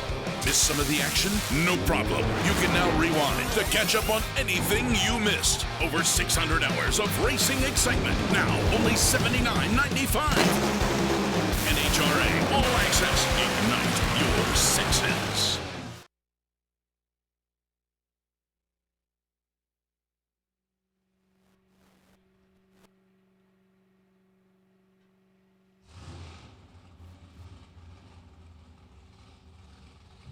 Well, that's the sound I like to hear. That means racing action's back in effect.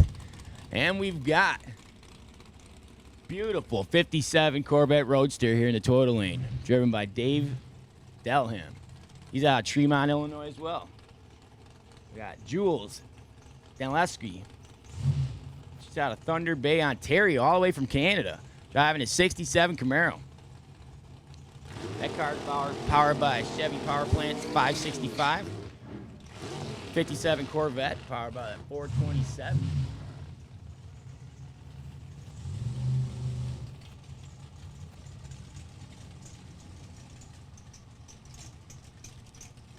Looks like crew chief on that 57 Corvette is Judy, Dave's wife, taking care of him, getting down the track every day.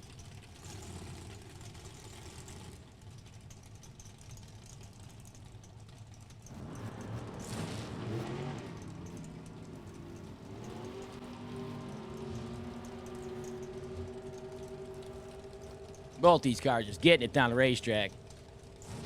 Delham goes 990 with a 5. Jules goes 989 with the 6 at 157.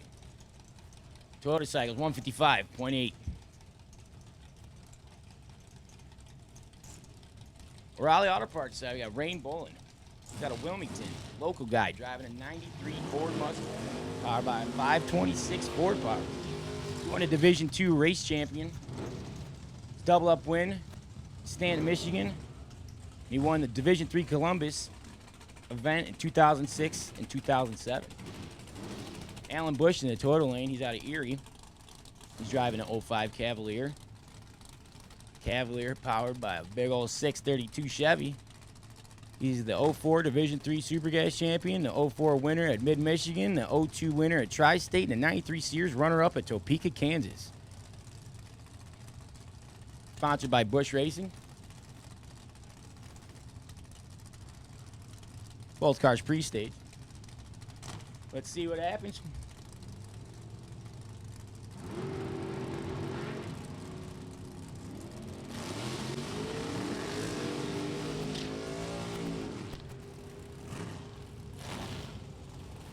Bolin cuts a 003 light, runs 986 with an 8 at 140.9 miles an hour.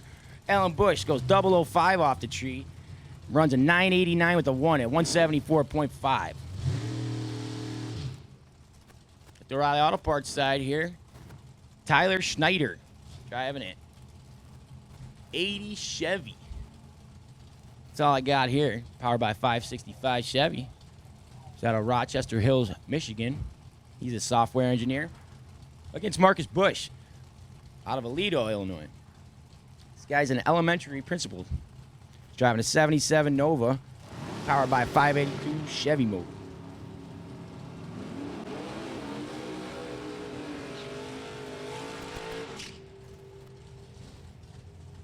Both drivers cut identical lights. Schneider goes 986 with a 2 at 153.7. Bush goes 994 with 3 at 156.5 miles an hour.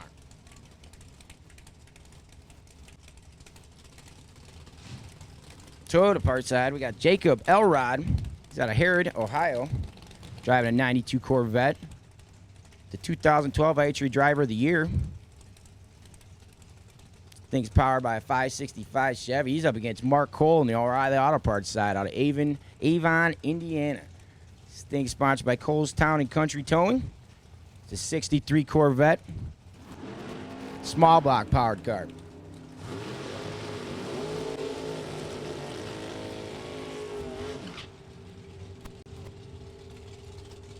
Mark Cole goes 003 off the line. Runs 995 with the 4 at 145.6 miles an hour.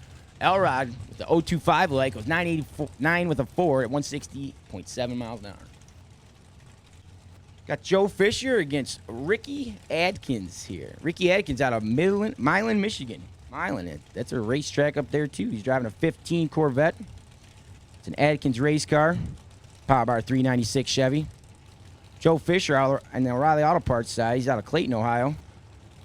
He's driving a 63 Corvette Roadster. Sponsored by Easy Joe's Auto LLC.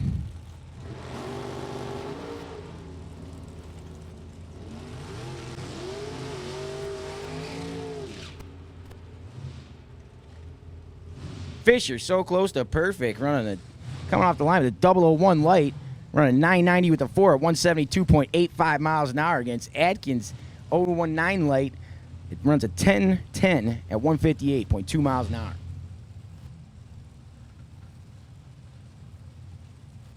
We got Carl Root here, driving a 63 Deuce. He's out of Washington, Illinois.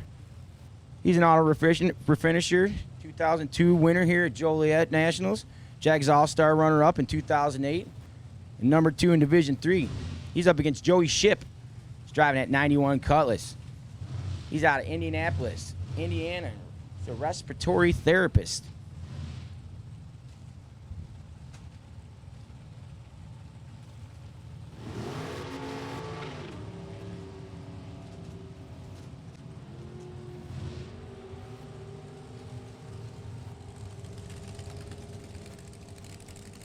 Root goes 990 with a 7 at 160.9 miles an hour.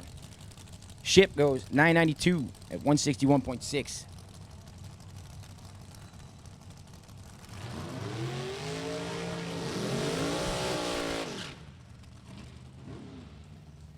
Roll into the 890 cars, the Super Comp category. Quickest of our index hitters. Mark Meyer on the right-hand side. The Land of Lincoln runner got the Big Block Chevrolet pumping on alcohol over here on the right-hand side. Out of Prophetstown. Standard up on the left-hand side, the undercover chassis hot rod. We're going to throw the 890s up on the scoreboard, let drivers take aim. See how well they do on hitting the bullseye. Again, final time run session for our Super Comp field. Super Gas has got all their runs in. Super Comp getting their shot at the racetrack now. Meyer goes through 893, 175 miles an hour, and 889 lap, $172. Standard there on the left-hand side is Dave Crawford and Charlie Graves. Be our next pair up. The category, of course, dominated by the Big Block Chevrolet powered range and dragsters. Then you got the occasional door car, like Charlie's ride, the 86 Thunderbird out of Joliet, hometown runner. This one's all Ford. 552 cubic inch blue oval. Underneath the hood for the gentleman that spends his day perched high above Northern Illinois. He is a crane operator. Somebody's got to do it. Crawford over there on the O'Reilly side. I'm retired. I'm done. I've worked enough. I'm going racing. Like Chevrolet, the undercover car. Former Mile High Nationals champ out in Denver. Crawford Motors on through 893 at 183. At 889. 154 for Graves in the T-Bird. The door car moves on. We will have a few door cars in the category here this weekend. There will not be a plethora of them. There will be just a few. Dutch Stampers dragster up now. It's got that old shovel nose look to it with the small front tires, a.k.a. made famous by a gentleman named Don Garlitz and Danny Seaman. Another Buckeye runner out of Bellevue, Ohio. Another Ford-powered machine, this time the 429 combination. For the Mike Boz chassis craft car, there on the O'Reilly side of the racetrack. 890's up on the boards, and here we go.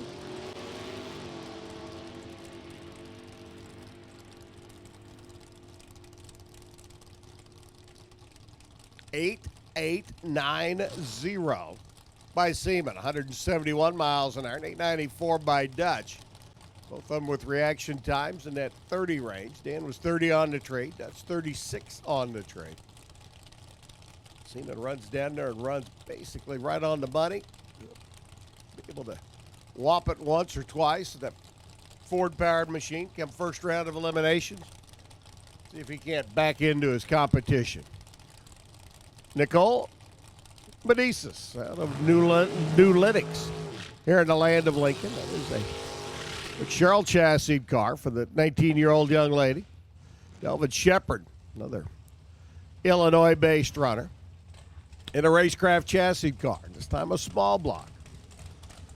We talked about the field being dominated by big block Chevrolets, and got door cars, got small blocks, got a bunch of Fords. Well, we'll get into the normal flow here in just a minute, I'm sure. Truck driver during the week, Delvin. Race car driver on the weekend. Little mouse motored 406. Bow tie. Doesn't matter how you do it, as long as you can run the number, 890. Down on the other end. Here we go. Nice light Nicole. Young lady hammers the tree, goes 004. Nice Paul Bunyan imitation, chopping down that tree, goes 894 to 170. 898, 149 for Delvin. Working his way down the racetrack there on the Toyota side as Jeremy Mason rolls in. Mason out of Kentucky, number 7 in the national chase a year ago. One of the top guns in the country in the Super Comp category. Pulls in alongside Eric Wilkerson, a metaller just out of Indiana. Calls the car Jaws, another racecraft chassis machine. And a pair, this time, of big block Chevrolets. Told you we'd start falling into the norm here shortly.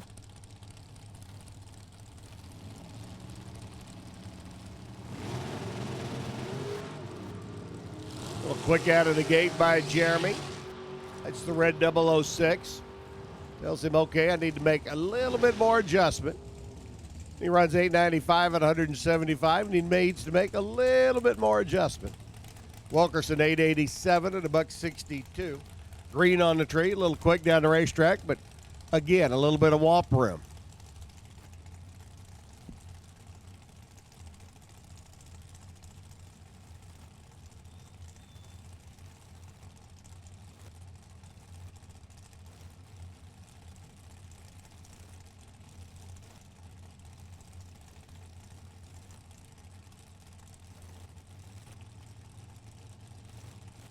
Ed Shaughnessy up on the left-hand side, another one of our Minnesotan runners.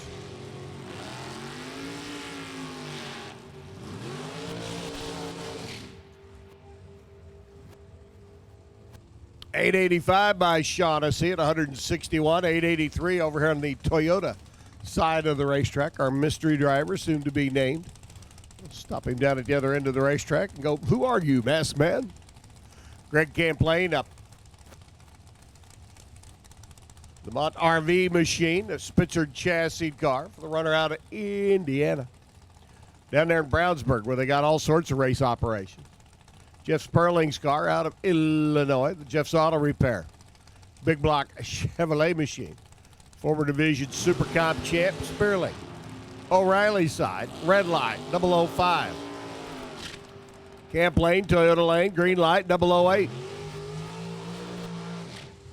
891, 179 by Greg. That would be good for the win if this were competition. 880 by Jeffrey. Can you say just a skosh too fast? I knew you could. Here is the man behind Racecraft Chassis, Danny Nelson.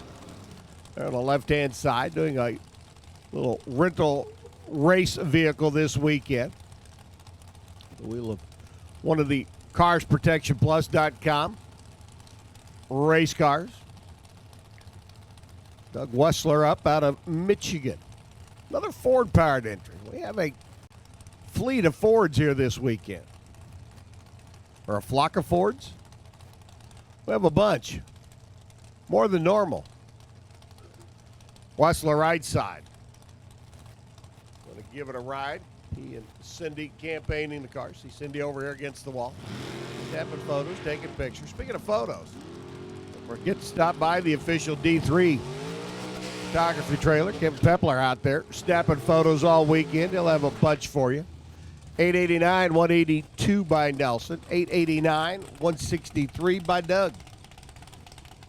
As Whistler's Horton chassis machine rotates down the racetrack with that blue oval motivation. Jordan Pratt.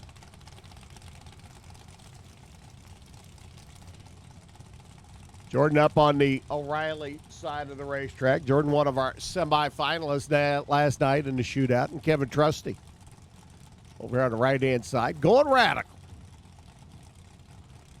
At least that's what he calls it. Big motored Chevrolet for the runner out of Ohio.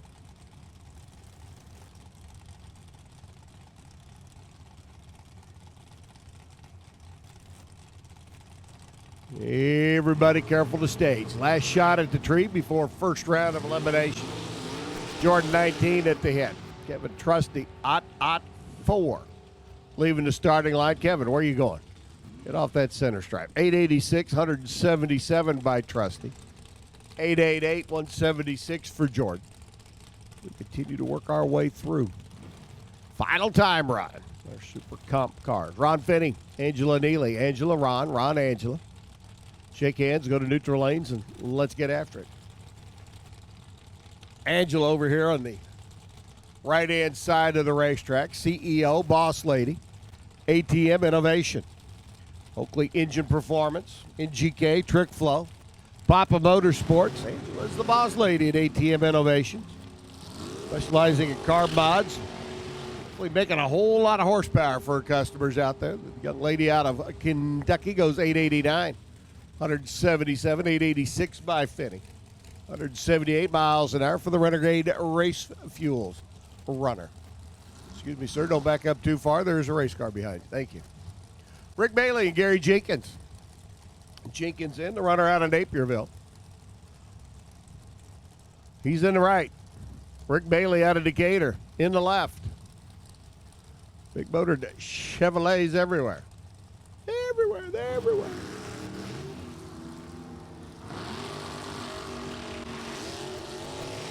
Nine on the tree for Bailey. Jenkins 14 at the hit. 889.5. Bailey. This is a perfect lap by 14 thou. That's pretty good. 896. Jenkins going to have to step up the pace a little bit. 172 miles an hour. Bill Rudy left side. Brian Milam. Truck driver by the weekend, by the week job. Race car driver on the weekend. This rig, I would think, would be a little bit lighter and a little bit more maneuverable than a big old truck. Just saying. Brian rolls in, lights both beams. They wait for him to back out. It is courtesy staging, always in effect. Light your top bulb. All right, waiting for Bill Rudy to light his. Okay, boys, now you can roll forward. Rudy's in. Brian's in. Now we're good. Now we're going.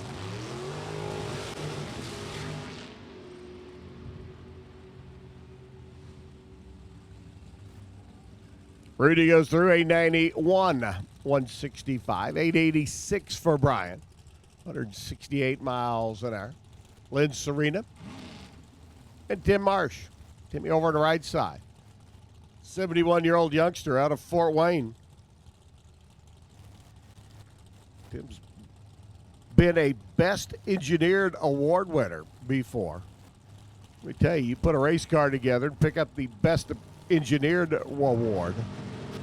Got yourself a pretty nice little race car. Serena there on the left-hand side, out of Petersburg. Gebhardt chassis machine. Kathy and Lynn campaigning. Lynn gets the fun part. He gets to drive. How about Lynn? 8.908. $169 for speed. Dead on with an 8. 895 by Marsh. 177 miles per. Brian Casson. Jerry Haas. Jerry left. Brian right. Prior Lake, Minnesota. Certainly invite you, if you've never had the opportunity, to make a trip over to the land of 10,000 lakes to do so. Great fishing. Don't believe me? Just ask Travis Soroki. He goes out and they'll take you out on the boat, catch you a few walleye. They got teeth. They bite. Brian Gasson over here on the right-hand side, the electrician out of Evansville. Trying to get wired to the tree. Must have been short-circuited on that one. He was dead late. 886, 167 by Casson, 891 by Jerry. 139 miles per. Greg Jerkaris, Devin Eisenhower. Devin right, Greg left. Another electrician. See if Greg gets wired in or if he gets short-circuited, leaving the starting line. Jerkaris picking up the win at St. Louis on the Lucas Oil Drag Racing Series Tour not that long ago. Steve Schmidt, 584 cubic inch big block over there in the left-hand lane. Eisenhower out of Indiana.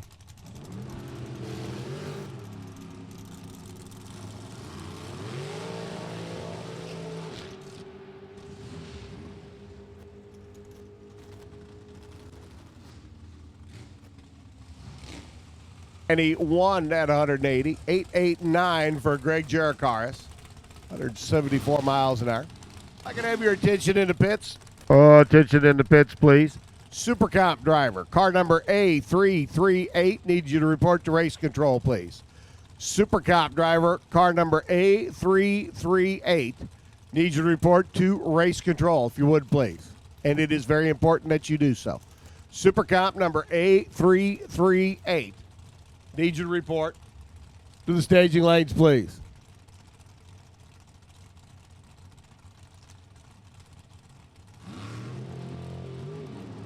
Please, Warren says that A338 is Tom Jameson. Tom Jameson needs to see you in the tower. Joey Fusting. Joey, where are you going, son? Leaving before the tree is activated will not get you in a lapse time down the racetrack. And thanks for playing. 894, 157. Jerkaris there on the left-hand side, the O'Reilly lane here at Route 66 Raceway. But for Joey, that is an Otfer lap down the racetrack. Deacon Kalish and Dennis Foster. Next pair in. Foster right, Kalish left. Wakanda, Illinois. Talking to Jason yesterday as he was sitting in with us, talking about the interesting profession some of our drivers and competitors have. Deacon is a golf pro. Deacon, you and I need to sit down and have a really long talk. 885 at 165, 8907. Foster gives him a good run down the racetrack, running dead on with the 7. 178 miles an hour. See, we've had a crane operator. We've had a golf pro. What about a golf farmer you mentioned yesterday? I heard that. Golf farmer? Golf farmer. Farms golf balls. Works for me. Phil Smida. Big block, American chassis race car there on the left-hand side. Bruce Broker. Bruce does not want to be broke in his race car. Another one of the rare door cars here in Super Comp Dragsterdom. Dragster land. Yeah, well, you get the idea. Big motor, 572 Chevrolet underneath the hood of that Camaro. The Ohio-based runner, hoofing it down the racetrack. Here comes the dragster. Smite 892 at 183, 8902. Wow. That'd been a race. Bruce would have won. Door car would have taken out the dragster. And that, to a great degree, is a bit of an unusuality. By the way, that is a drag racing professional announcer's term. You can use it at home only with written permission. How many alters do you see in Super Comp often there, Unc? How many what? Altered. Altered. You mean door cars? Well, no, that was an alter. Coupe, you know? I mean, that's a... No, that was a Camaro. That was a door car. I got it. Kimber Fusting. Don Higgins rolls in now. Don at the wheel, the crew chief pro software entry, as we call Super Stock to the lanes, please. Super Stock. Leads you to the staging lanes. Your turn, boys and girls. Final qualifying. Stockers, get them ready. Round 1 of eliminations is going to be coming right behind. Super Stock final qualifying. Stockers, get them ready. Get the weather station out, get your calculator out, get your scratching cap on, and get ready. 891, 177 by Don Higgins. 897 by young Miss Kimbra. your reigning division champ at the wheel of her McIlvain chassis car. 897, 175. Here's Zach Papp. Zach had some issues yesterday. Getting the car down the racetrack. Let's see what he can do against Rose, the P&R Express entry. Coming up from the Hoosier state of Indiana. Who's your buddy? Who's your pal? Rose right, Zach left. Green lights appeared. We're off and running. And Mr. Papp out of Charleston. Works in the collision industry during the week. Goes 888, 175, 896 by Rose. 172 Scooby-Doo miles an hour.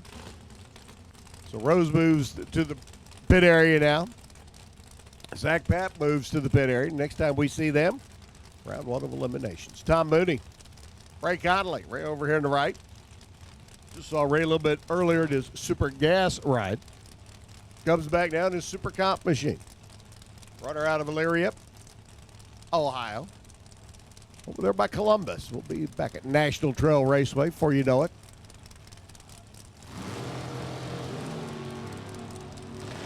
Tom Mooney out of Lake Villa. Another one of the door cars.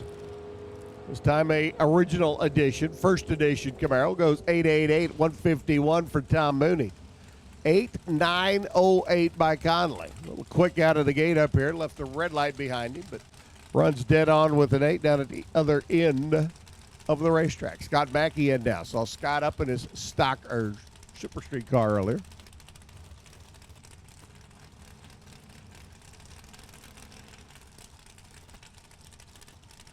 Yep, Super Street, Red Nova.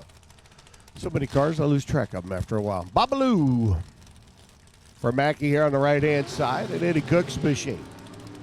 Fast Eddie wheeling and dealing. Fast Eddie during the week is a refuse collector. Means all that stuff you sit out at the end of the driveway once a week, his crew comes around and picks up. 925, 159 for Eddie, 886 at 173.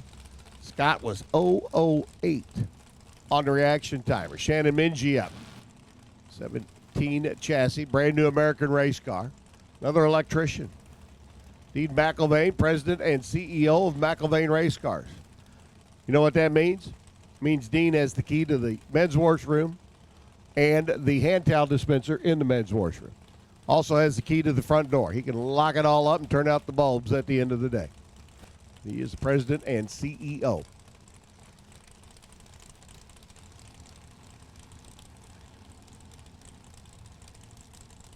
Dean rolls in. Shannon rolls in. Green lights appear. What's that guy's name over on the Roundy Round circuit? I don't remember his name, but he just says boogity, boogity, boogity. Here we go. 893.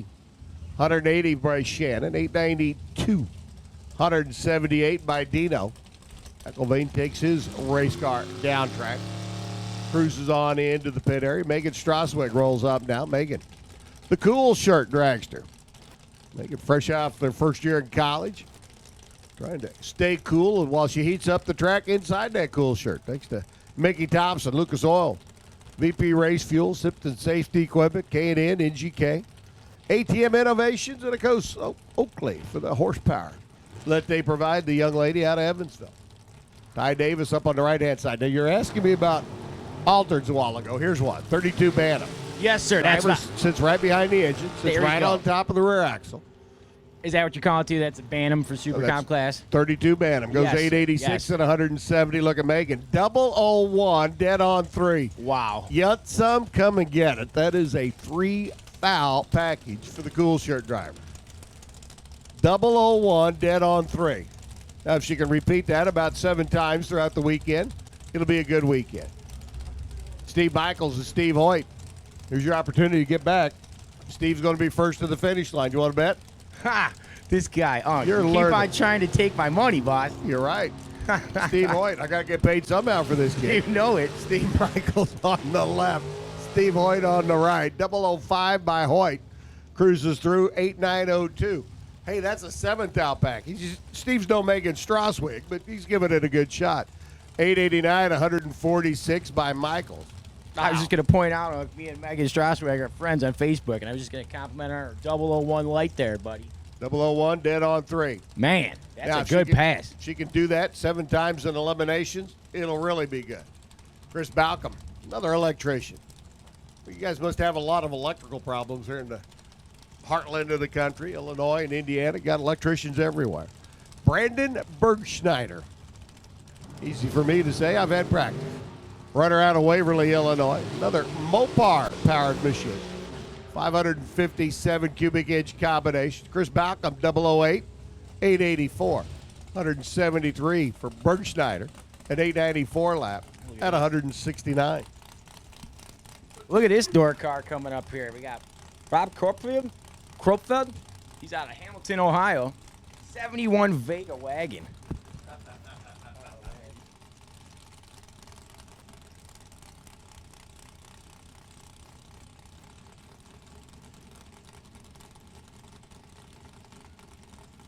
Kropfeld, who does drive a Vega, but he drives it in another category. This is the dragster for the runner out of Ohio. Greg sitting here getting all excited about the Nova wagon sitting in the water box. Russ Brown right side. Runner out of Burlington. Over there in that corn-fed state of Iowa. Got lots of good corn over there. 886 at 152. 891 by Kropfeld. 177 miles an hour. Kropfeld with an 18,000s package. No Megan Strasweg, but a nice package. Bob Eaker and Pat Martin rolling in next. Patrick, winner, chicken dinner. The Mosier Engineering shootout last night. Runner out of Ohio. And Eaker up on the left-hand side. Another one of the Hoosier State runners in the 67 Nova wagon. Now, this is a 67 Nova two-door wagon that General Motors never made. Robert did it. Converted the 4-door to 2-door, put a big, long window on the side so he can look over his shoulder. Look at the dragster closing. Top end, 891 at 164 by Martin. He made his own Nomad Nova, didn't he? 887 by Bob Eaker, 157 miles per. Charles Jamison, Super Comp car number A338. Charlie Jamison. Need to report to race control, please. Charles Jamison, A338, need to report to race control. So Pat goes through 891, 887 by Eaker. Here comes young Tyler Bohannon. He's a car salesman, place you may have heard of. Bo Butler Auto Sales. Tyler with the Racecraft chassis car there on the left-hand side. And Allison Prose out of Terre Haute. Allison a little quick out of the gate. Allison's birthday's tomorrow. Boy, she'd like nothing more for a birthday present, a big old wallet. 887 at 172 by Allison. 8907 Tyler. 13 on the tree, dead on 7, a 20 thou package. Tyler, certainly not a Megan Strasweg run, but she'll give you accolades for putting down a 20 thou package, I'm sure. Jeff Beckman, Bob Prose. I'm sorry, I had to throw that in there. Prose out of Terre Haute, or Haute, depending upon how you pronounce it. Jeff Beckman. Jeffrey, another runner coming over from Minnesota. There's Don Davis, built dragster there on the left-hand side. Prose out of Indiana. Let's see, we got a runner out of Minnesota and a runner out of Indiana meeting up in the great state of Illinois to do a little drag race. Sounds like neutral ground to me. 001 light by Robert. He runs dead on 2. Now, see, there's a Megan Strasweg run. All right, 3,000s package. He knows what he's doing. Tyler, you need to go talk to Bob. 893 at 168 by Jeffrey. Gives it a good run down the racetrack. But for Bob, nice lap. 3,000s package. That's 2 of them here in this final time trial session. Bill Jackson up. Jackson Scratcher. Longtime campaigner. Engine builder. Mansfield, Ohio-based runner and the father of Nitro Joe. Our official statistician of all things important in NHRA Sportsman Stats. Krista Schneider coming out of Rochester Hill. Let's see, Krista goes 002. If she wants to join that 3 thou package club, she's got to run dead on 1. Can she? Can she? Nope. 894. 176. 883 by Jackson. 169 miles an hour. That'll take Nitro Joe back to the drawing board. Get out the calculator and reconfigure. Jason Hardig and Tony Elrod. Young Anthony up on the right-hand side for Sunoco and a Brucey transmission. Youngster out of Fitton, Michigan, driving the American Race Cars chassis machine. Jason over there on the left-hand side, the O'Reilly lane for Hardig Motorsports. Carl and Jason Atall over from Lancaster, Ohio.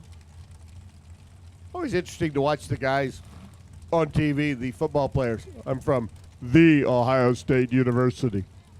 Do they make them say that? It's kind of like, really? The Ohio State, right? What? You're from Ohio State. I mean, dude, come on. Completely understand. Yeah. I think the schools make them say that or something. Yeah. I don't know. It boggles my mind too, Unc. Yep. Just part of the deal. Proud of the school, and I understand that. Elrod out of the gate, 14 on the tree, goes 886 at 177, 889 by Jason. Buck 72 for speed. Super Comp about to wind down. Super Stock, final qualifying. Super Stock, you should be in the lanes. Jeff Cheney. Have not seen Jeff Cheney at the wheel of a race car for quite a while. Good to see him back in. Wheeling and dealing, the undercover chassis ride. The entrepreneur out of Cambridge, Minnesota, up on the left-hand lane. Rick Schneider over here on the right. Schneider, our runner-up last night in the Mosier. Drawing RFC Super Shootout.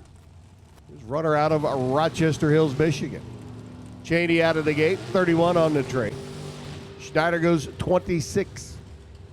Leaving the starting line, reaction time. Cheney with an 891.1 and a buck 65, 892 by Rick Schneider at 178 miles an hour. Jimmy Glosson, Scotty Cook, Scotty Wright, Jimmy left. Gentlemen, shake hands, go to neutral lanes, and come out qualify. Cook out of Festus Mo, another racecraft chassis machine.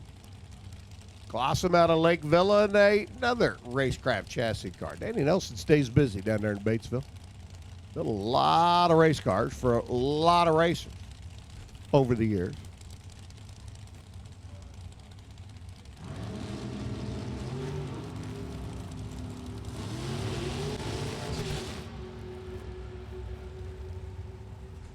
Scotty on the right, 899 at a buck 72. Jim Glossum on the left goes 888 and 71. Trip eights. Might be a good hand over at the Hollywood Casino, but a little too quick here on the racetrack. Here at Route 66 Raceway. Pat Lamont up on the left-hand side. Brian Cook, another runner coming out of the great state of Missouri. That depends on how you look at it. What month of the year it is. It could be Missouri, or it could be Missouri. And I can say that because I'm from there. Cook on the right, 005.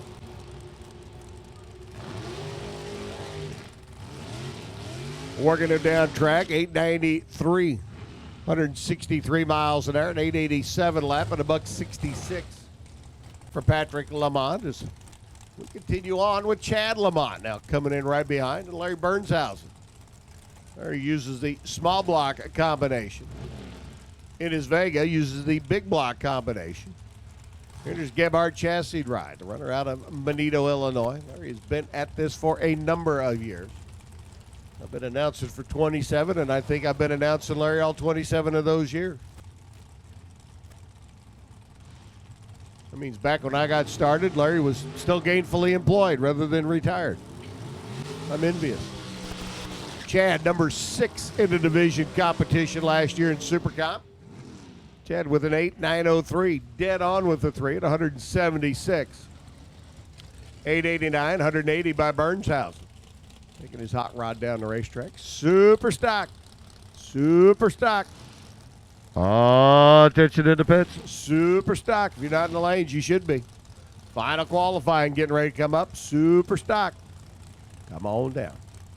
Rock Haas. So I'm just up just a little bit ago in his C5 Corvette and Super Gas. Back now in the Hughes Performance. Stealth Engineering. American Race Car Chassis Machine. Brian Horton alongside. Brian who spends his race weekends. Not only racing his car, but up and gone out in the top dragster category as well.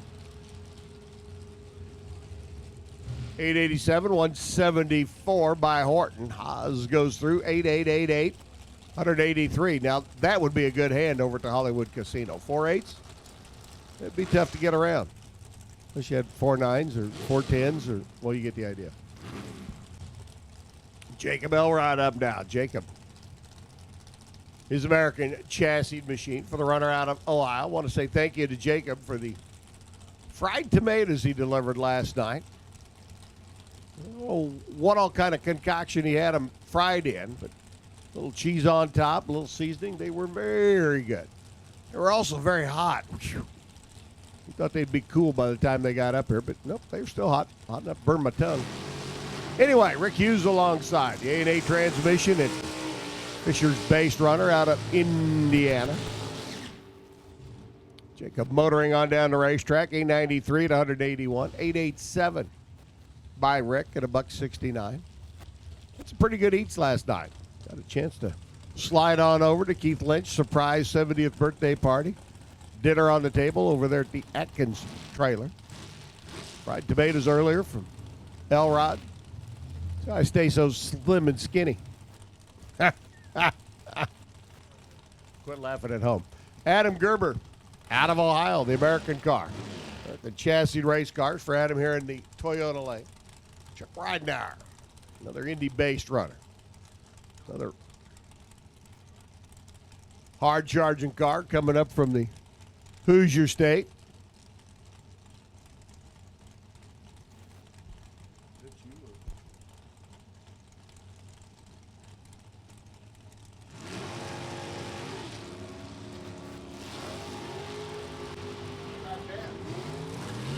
How about that? There's 006 lights off the line. Gerber, Identical. 892, 178. Ridenauer goes 894. 170 for speed. Chris Bishop and Gary Fleener rolling in next. You want to jump in and take Super Comp to the end there, Greg? Yes, sir. Yes, sir. We got Chris Bishop. He's out of Grand Rapids, Minnesota, against Gary Fleener. He's out of Fort Clinton, Ohio. It's like a dirt chassis here in the O'Reilly Auto Parts side up against the 2016 Diamond chassis. Bishop, sponsored by Line Performance Engines. Brandon Hansen. It's like the crew chief power in this 588.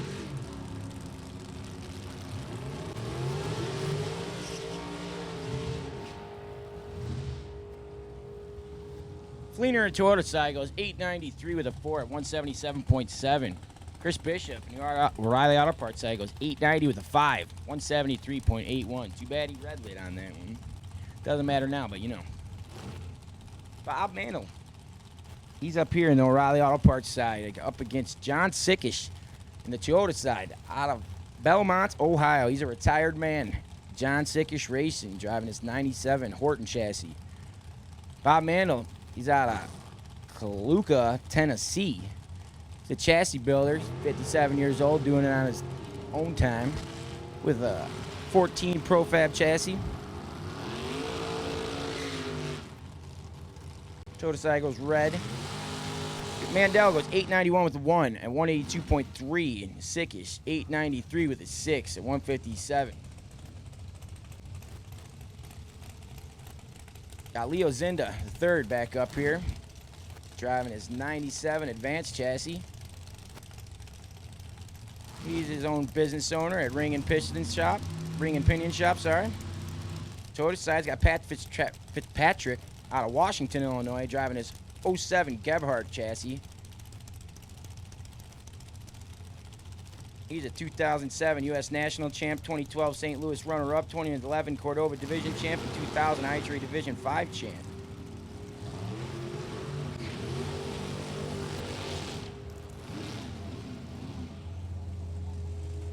Fitzpatrick goes 894 at 170.56 miles an hour. Zinda goes 894 with the 2 at 179.6. Here we go. We got Troy Stone up here. He's driving a 14 Spitzer, sponsored by Vintage Trailers Ltd. Super Comp runner-up U.S. Nationals. Top dragster winner Norwalk. Top dragster runner-up, Norwalk, 14. Runner-up at 12, Indy Divisional Super Comp. Top dragster runner-up at Norwalk, 2010. He puts a red light up today. Dellum puts a 005 up. He's out of Tremont. He's driving a 2008 American chassis. He goes 890 with a 1 and a 005 light with 178.7 miles an hour. Stone goes 892 with a 6 at 176. Got Craig Schultz here on the O'Reilly Auto Parts side. He's out of Winona, Minnesota. He's a shop manager. Going up here, it's Patty Fisher. She's out of Clayton, Ohio. She's an office manager. She's driving a 2016 Diamond chassis.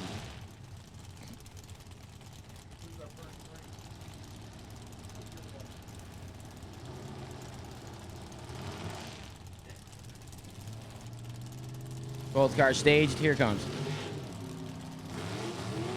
We got a 00, triple O, sorry, light out of the O'Reilly Auto Parts side. He runs with an 891 with an 8.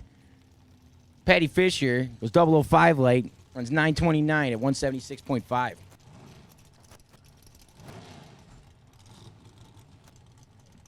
Last set coming up here, Zach Fisher. On Toyota side, he's driving a 15 Chromeworks chassis. He's a student, 17 years old, out of Clayton, Ohio. Todd Chiava, out of Elkhart, Indiana, driving an 09 American chassis, sponsored by Vintage Trailers. Both cars pre-staged. Oh, let's start this over.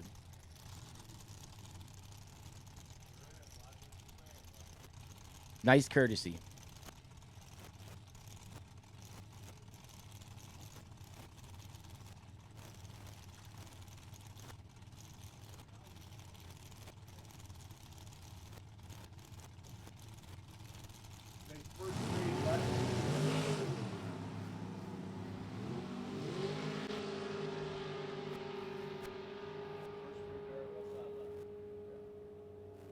O'Reilly Auto Parts side goes 893 at 167.8 miles an hour. Zach Fisher, he cuts through the lights at 879 at 180.7 miles an hour. Thanks, Greg. Final qualifying before we get into elimination. Superstock getting ready to come around the corner, and call goes out for Stock Eliminator, round number 1. I need our first 3 designated pair. And the left side of the ladder, please. First 3 designated pair. Stock Eliminator, round number 1. First 3 designated pair on the left side of the ladder. First 3 pair. 362, factory stock D, Rinky. 329, V-Stock automatic tool. Oh, that's going to be fun. V-Stock automatic, heads up, Drew Whalen and Living Good. 3186 and 3062. And our other first 3 pair, factory stock A, Nagel, factory stock AA, Fritz. Need our first 3 pair. And left side of the ladder, Stock Eliminator. Needs you at the back of the lanes for pairings, please. First 3 pair, left side of the ladder, Stock Eliminator. Needs you to lanes, please. I think this is the second race in a row Drew Whalen has been up as the first 3 designated pair and has had a heads up. Man. The 2017 season is here, and the only place to see every heart-stopping moment is NHRA All Access. Friday through Sunday, see all the action from sportsmen to the pros. Miss some of the action?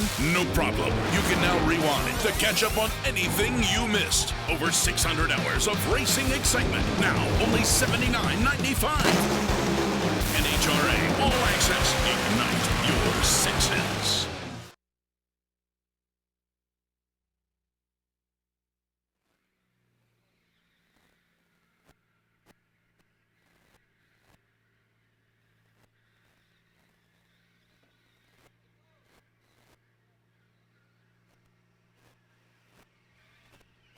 Well, starting line prep, get everything ready to go. Super Comp Cars just laid down a good batch of rubber on the starting line for our Super Stock cars to come up on now. Super Stock will get their final qualifying session in. And you know what? for Super Street, Super Gas, Super Comp, Stock, and Super Stock. Once we get Super Stock completed, we will be into eliminations in those 5 categories. Stock round 1's coming up. Super Gas round 1's coming up. Super Comp round 1's coming up. Super Street round number 1's coming up. Super Gas even going to come back for round number 2. And we'll get into our Pro Stock snowmobiles. Final qualifying for our RacingRVs.com top dragster. Final qualifying for Comp Eliminator. Final qualifying for our RacingRVs.com top sportsman. Pro Stock snowmobile be in for their final qualifier. We'll get our finals run from our Pro Stock snowmobile competition over Norwalk. We'll get our Comp Eliminator field set. And again, want to give a tip of the cap to everybody. It makes the Comp Eliminator bonus fund possible. Buildings the Car Wash, Don's Machine Shop, C-Tech Aluminum Cabinets, Cold Racing, Bell Housings, Camp Lane Machine, Bullet Racing Cams, Indy Gear, Ray Skillman Auto Group, T&E Auto Haulers, Trend, Diamond Pistons, RCE, Liberty Gears. Hopefully I didn't leave anybody out. I think we got everybody in there. But the tip of the cap to everybody makes the Comp Eliminator bonus fund possible. Of course, Ray Skillman Auto Group and Indy Gear for the Comp Shootout bonus money down at the final race of the year down in Bowling Green. But right now it's all about Super Stock. Final qualifying, Bruce Gibson's 360. Dart Sport, Bruce with 1 shot at the racetrack.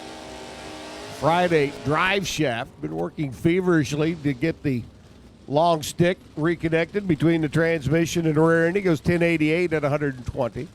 927 by Scott Lieberscher's Copo Camaro. They're on the left-hand side. As we continue on, final qualifying. This will set our Super Stock field. Rich Rinke, Mark Nowicki. Rich he was up earlier in his stocker. The Copo Camaro engineer has a Copo 427 combination underneath the hood of this vintage 65 Chevelle. Fits into the factory GTD category. Got the record with the car a couple of weeks ago. Qualified here with a 982 number. Mark Nowicki's, the M&M Express. Dodge Avenger over here on the right-hand side. Another factory GT car.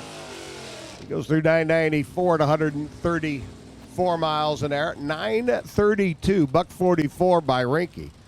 932 only picks Rinke up by about 0.5 of a second. Jahan. So Rinke will shuffle the field around a little bit. Picking up a ton out of that Copo-powered Chevelle. 55-car field in Super Stock so far. Don't know if we had any late arrivals overnight. We'll get that figured out. Mike Wagner up, the factory Super Stock D Challenger. An engineer out of Lapeer, Michigan. He goes through 909 at 146. No improvement. Dan's Ross, that beautiful Gold Coast Hemi. Total engine. GTA automatic. Hemi-powered CUDA. 902 at 146 by Daniel that run. Keith Lynch up, the birthday boy. Celebrating birthday number 70 with us here this weekend. Got the Lynch Mob Racing, RacingRVs.com Challenger over on the left-hand side. And Eric Reed wheeling and dealing his big block 71 Camaro edition over here on the right. GTK automatic entry. Lynch is in the show. 970 his best run. Car's going to slow down considerably from that on this lap as Eric Reed hustling down the racetrack. Eric goes 1052. 126, his first good lap down the racetrack. Reed jumps in at 37 under the index. That'll shuffle the bottom of the field around a little bit. Keith's going to stay number 19 on the qualifying sheet. Jeff Turk rolls in now, your number 1 qualifier, the runner out of Yorkville. Got the Challenger there on the left-hand side, factory Super Stock C. 127 under the index. All the boys with factory Super Stock C, 345 Challenger. We'll be sending get well cards to Jeffrey. Turning it loose here this weekend. He goes 866 and 160, 871 by Skellman. Another factory super stock C category card, but this time the Mustang for Ray Skillman Auto Group. Bill Zaskowski, GTN. We told you earlier, the Zaskowski clan. Basically everybody in the family rose the 4-speed, except for the youngster. 3283 4-speed GTN 66 Chevy Nova. Bill Skillman, part of that Ray Skillman Auto Group. Wheeling his Mustang, another factory super stock C. We got a bunch of C cars here this week. Skillman sitting number 4 on the qualifying sheet. 870 his lap. Zaskowski's going to get one shot at qualifying. Put it on the sheet. He'll shuffle things around a little bit. 1026 by Bill. 127. He goes up to number 21, so everybody in the middle of the field back takes a step back. 875, 152 by Skillman. He'll stay number 4. Zaskowski jumps in with that number 21 spot. Mike Teufel, runner out of Browns Summit, North Carolina. Had the chance to meet Mike and his bride last night. Talked about him for years, never met face to face. Very nice, gracious couple. Small block Chevrolet combination, C modified card, that beautiful Pontiac. And Michael Manns, an Ace Super Pontiac over on the right-hand side for fast shots, K&N, and Mickey Thompson.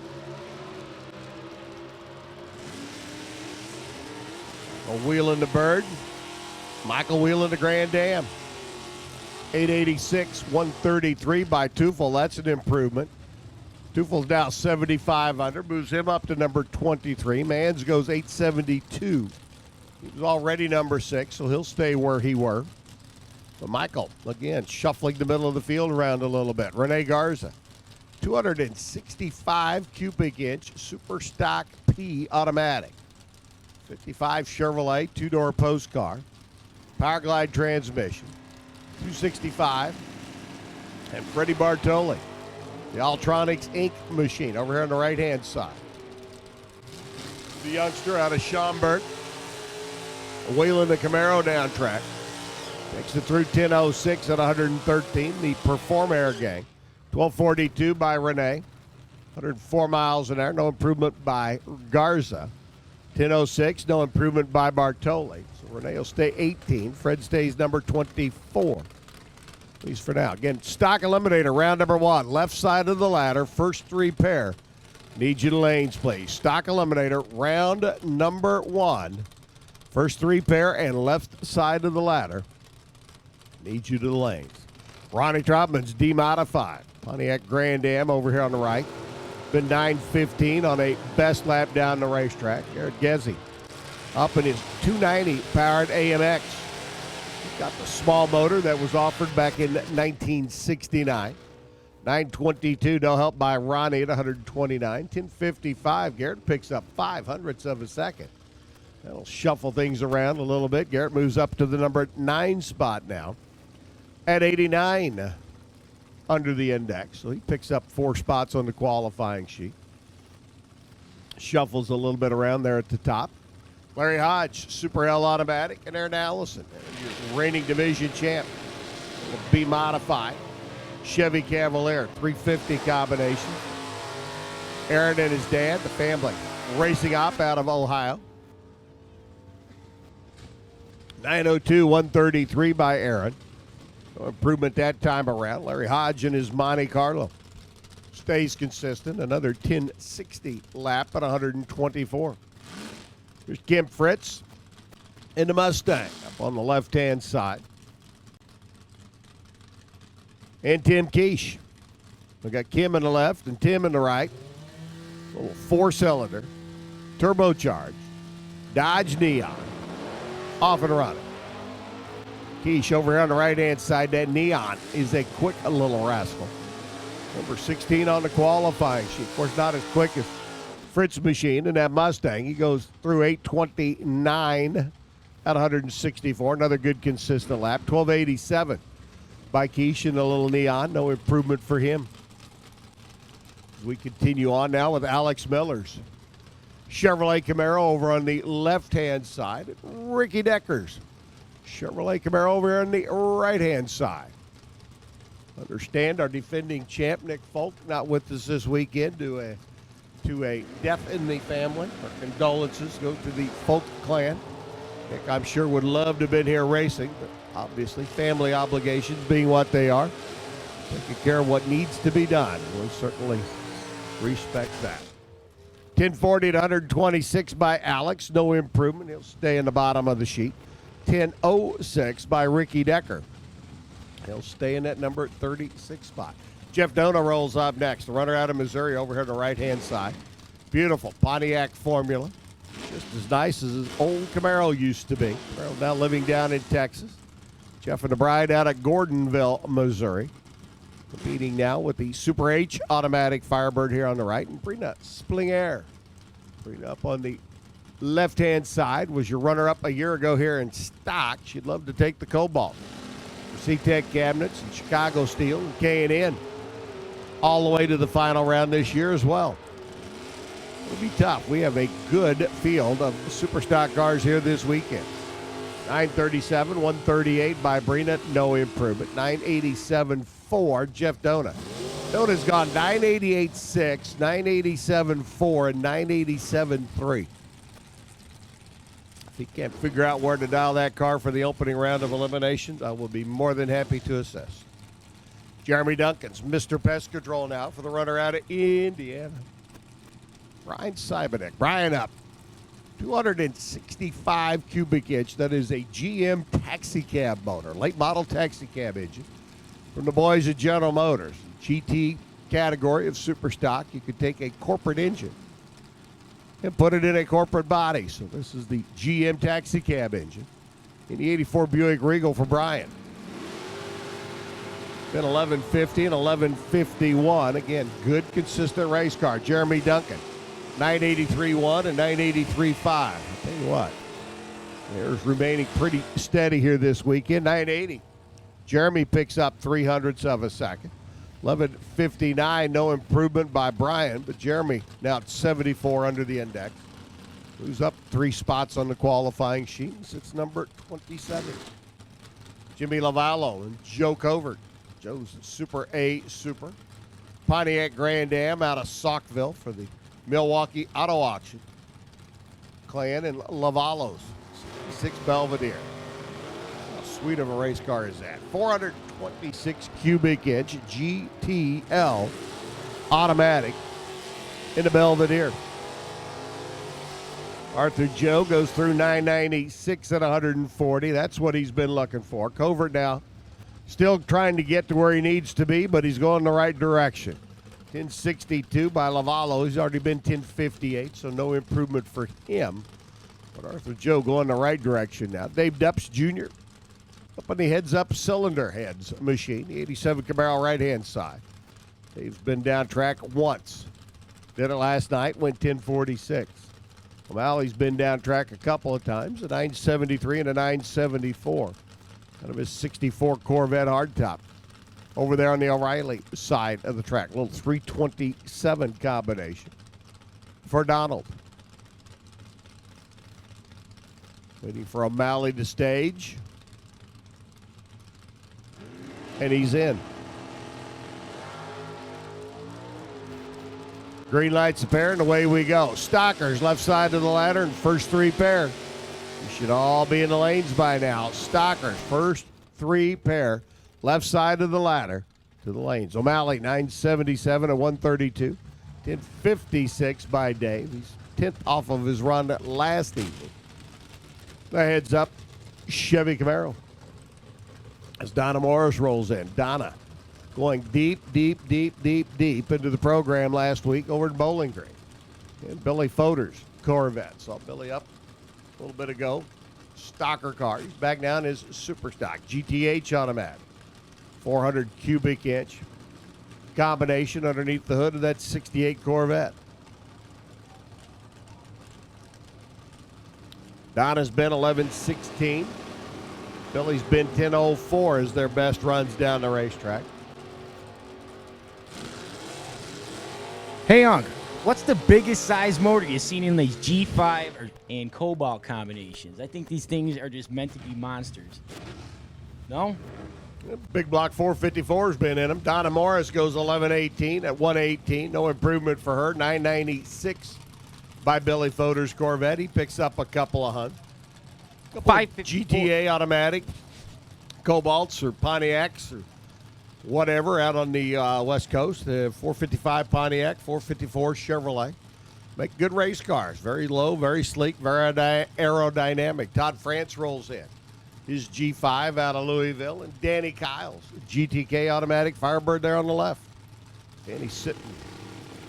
Number 35 in the show. Todd, number 20, stands it up on the wheelie bars. Body shop owner and operator coming up from Louisville. France goes through 992 to $114 for Indiana Johns. The Johns Racing Team, 1050. Dan Kyle's car slows up 0.3 of a second. That's not a forebearing of things to come for Dan. Do not want to go 0.3 slow in your final qualifying run. Zach Running and Brian Stufflebeam. Brian up in his J automatic. Pontiac Firebird on the right-hand side. Super J car for the driver who finished 6th in the division last year. Zachary up in the Oldsmobile, the heating and air conditioning technician. There on the left-hand side. Tree comes down. He goes green. We are tricky trotting now towards the other end of the racetrack. 403 cubic inch Oldsmobile underneath the hood of the Cutlass. Goes through 1066 at 120. No help for Zach. 1024. Stufflebeam picks up a couple. He was 29. And that 200ths of a second improvement picks him up 5 spots. Now number 24. Get 56 car field in super stock, Angelo DeCarlos. 63 Corvette, gorgeous automobile out of Schaumburg. And Irvin Johns, a Suburban Heavy Haulers towing company owner out of Memphis, which is, by the way, is in Indiana, not Tennessee. 925, Irvin gets his car down the racetrack. That'll put Irvin in at 84 under the index. Puts him in number 14, and everybody else just got shuffled a little bit. Angelo goes through 989, no improvement on his 985. So Irvin Johns gets one shot at qualifying, jumps right into the number 14 spot, shuffles everybody around a little bit. Grant Zimmerman's Camaro Andal alongside Fred Allen. Super stock, step side, S10 pickup. Little 331 combination. Fred Allen now retired. Living down in Florida, Mary Esther, Florida to be exact. Runs through 950 at 110. That doesn't help. 997, the best run by Zimmerman. He goes 1002 this time at 133, and that doesn't help. So we go 0 for 2 on improvement on that pair. As Greg Meyer and Matt Lund rolls in. Matthew, Michael, and the Lund gang out of Bettendorf. Matthew didn't make it to the finals last year, but Michael did. Matt rubbed down his GTH automatic. Firebird on the right-hand side. Meyer in the left, and his Bird, the GTK automatic. A little bit smaller combination, a little bit older body style. 400 cubic inch Pontiac left side. For Meyer, goes through 1018. 115, no help there. 981 by Matt Lund. 135, and Andy Cronenbitters. PK Race Cars, another one of the Chevy Cobalts that Greg's enamored with. They do make neat cars. Interesting to see them all transfer from or transform, I guess I should say, from a front-wheel drive economy car to a rear-wheel drive race car. Wheel stand in action, too, on those things, you know? Yep. Wheels up little every wheel time. standing action. They'll definitely get your attention.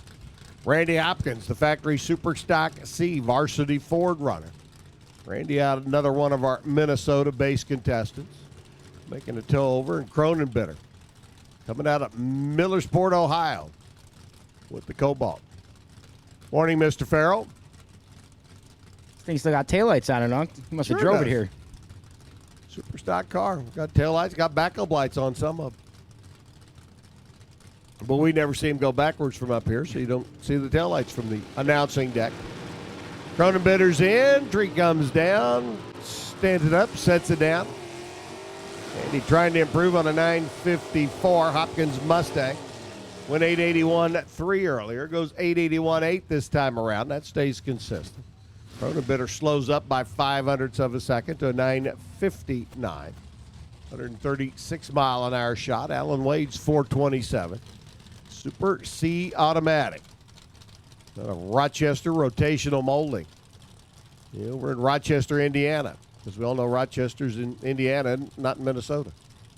Mike Lund up now. Here's last year's runner-up. Stands the front end of the Camaro. Up towards that sky overhead. The Birdman out of Bettendorf. An accountant by profession. Well, he's actually got it listed as bean counter, but we all know what bean counters are. 1032 at 106 by Lund. 926. 142 by Alan Wade. Talking about those jobs, he might be actually a bean counter, though, Unc. You never know. Trust me. Jack Good, Super K automatic, Firebird on the right-hand side. A boiler maker by profession. There's a job description you don't see very often anymore. And Dennis Lund, third of the clan, out of Bettendorf, the Quad Cities runner.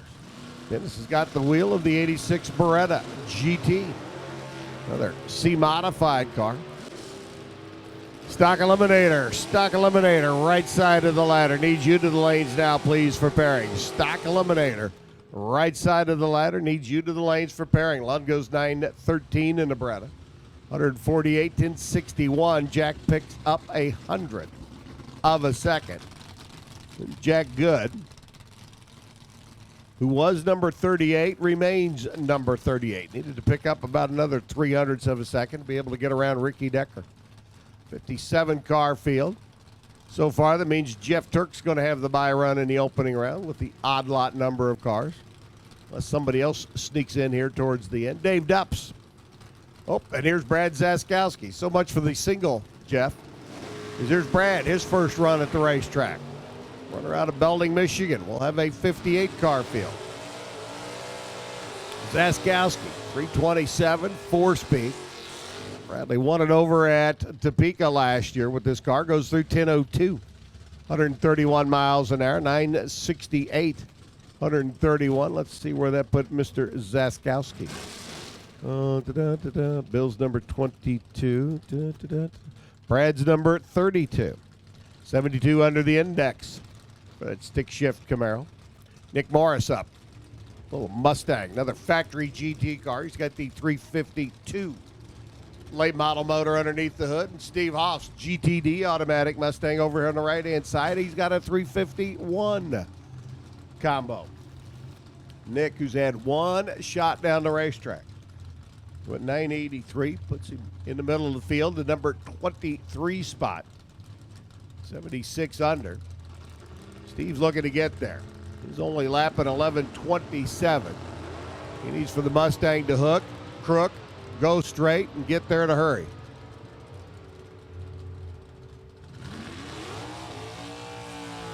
Morris goes through 984 to buck 16, 1097. 119 miles an hour for Steve Hoff, and, well, that was not the run he was looking for. Tyler Bohannon rolls in now, the GTK automatic entry. Gentleman who won Super Stock a year ago over in Norwalk, Ohio, but he did it in Dad's Corvette rather than the old trusty Chevrolet Camaro. A little bit of smoke down there on the top end of the racetrack out of Hoff's Mustang. Looks like we'll be on hold for a moment. Check the top end.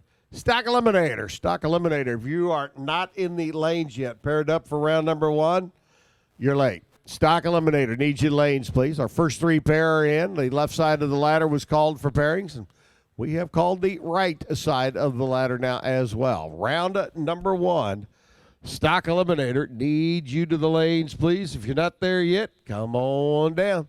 Don't be shy. Don't be bashful. Come on.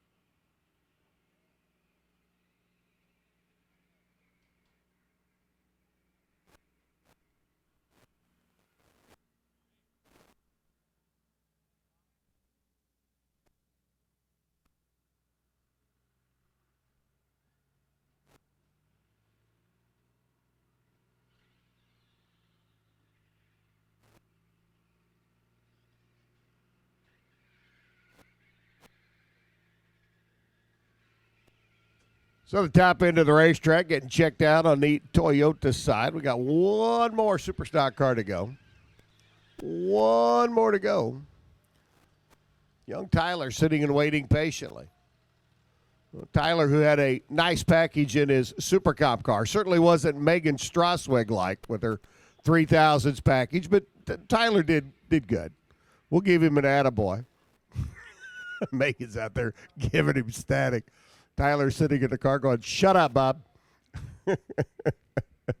Two of our young gunners, though, in NHRA and Lucas Oil Drag Racing. So good to see the youth movement here in the sport, the young kids coming up and making their mark in the drag racing world. Megan, first-year college student. Tyler just right there with her on the age group, just 19s and 20s and 21 age group, and love to see the kids going at it. In fact, speaking of the kids, I'm going to head off to Tulsa, Oklahoma here in the next week or so to go down and do the Junior Dragster Western Conference Final. Well, that sounds like fun, huh? So we'll get to go down and be with about 400 of the great junior dragster racers from the western part of the country. That's always an interesting weekend. Meeting all the new up-and-comers. Meet all the new up-and-comers. And you stop and think about the racers that we have, both in the Lucas Oil Drag Racing Series and on the professional tour that got their start in the junior dragster ranks. I mean, there's some pretty stout names out there that are, well, some of them still involved in the junior dragster ranks with their kids now, bringing them up through the sport. But anyway, 'tis what it is. Checking out the top end of the racetrack. Final super stock car to go. Stock Eliminator, round number 1. Need you to lanes preparing. If you're not there yet, come on down. Stockers, round 1 of eliminations. About to get really serious.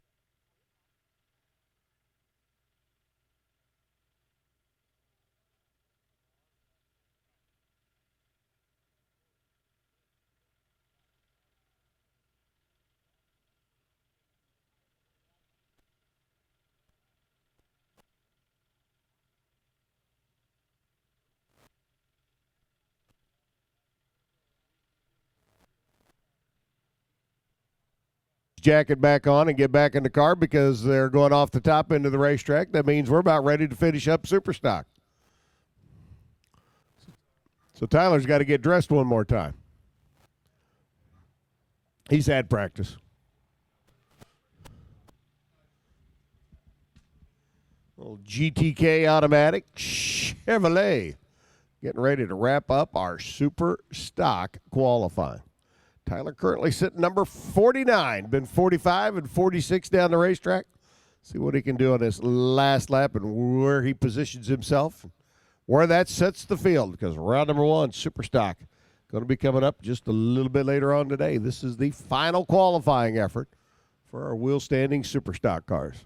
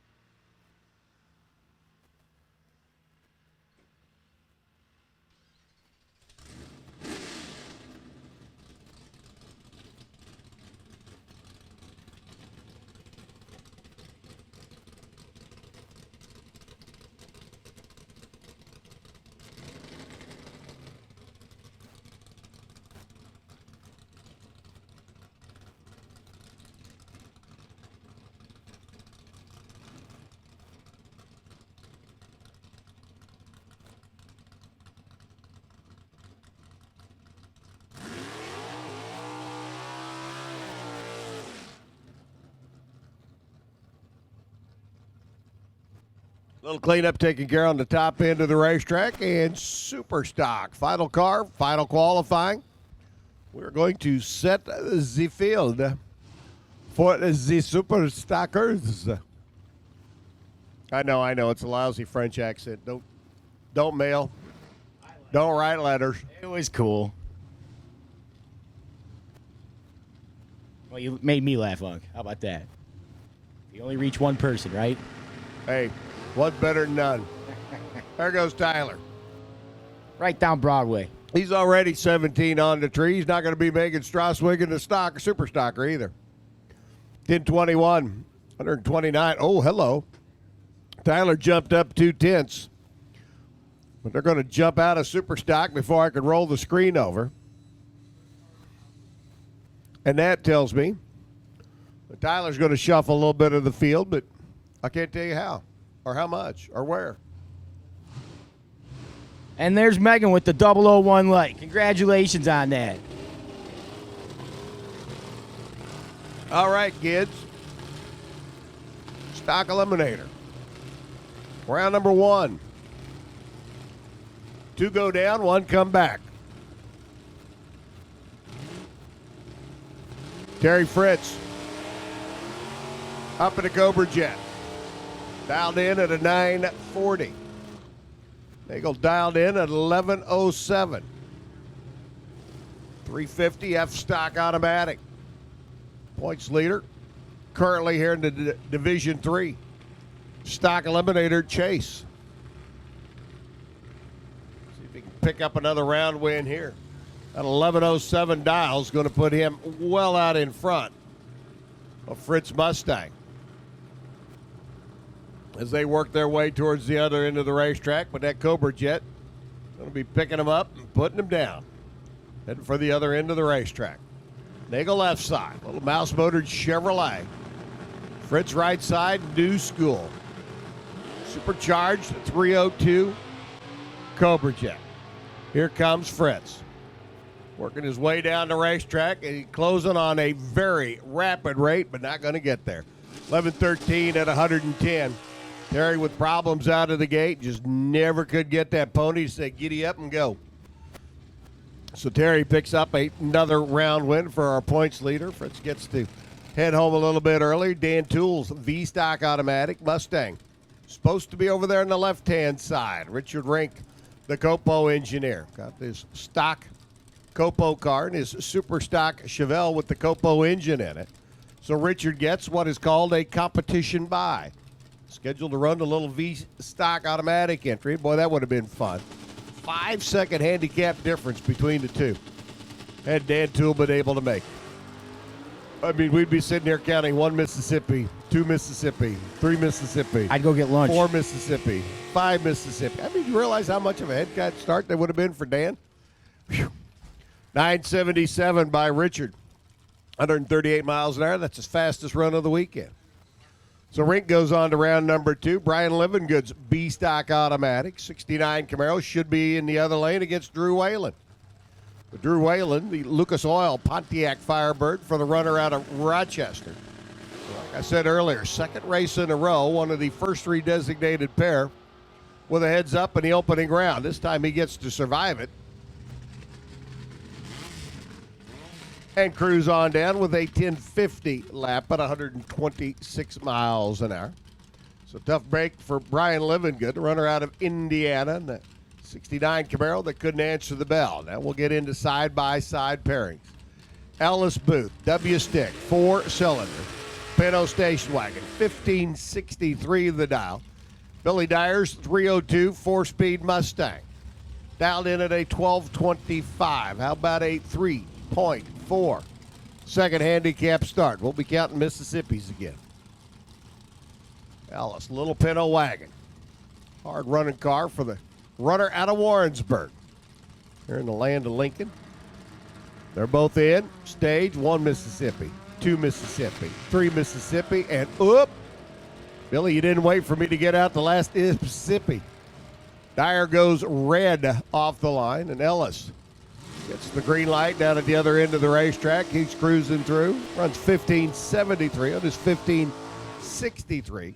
There goes 12-17 at 107, and inside that car you could hear words like golly gee son of a gun, shucky dern, and probably a few others.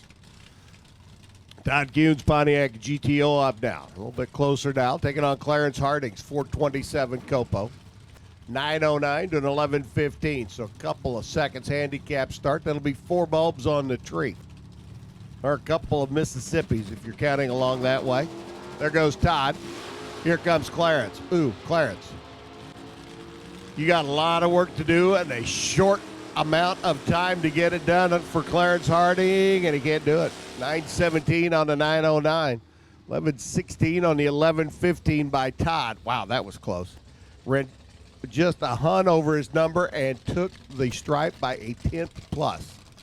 But Todd gets to come back and play. Clarence's day is done. The Copo goes back in the box, and here comes Steve Zorni's 360 Dodge Dakota. Brad Bishop, little 302 Mustang. In stock automatic Mustang. Going to be out in front in the truck.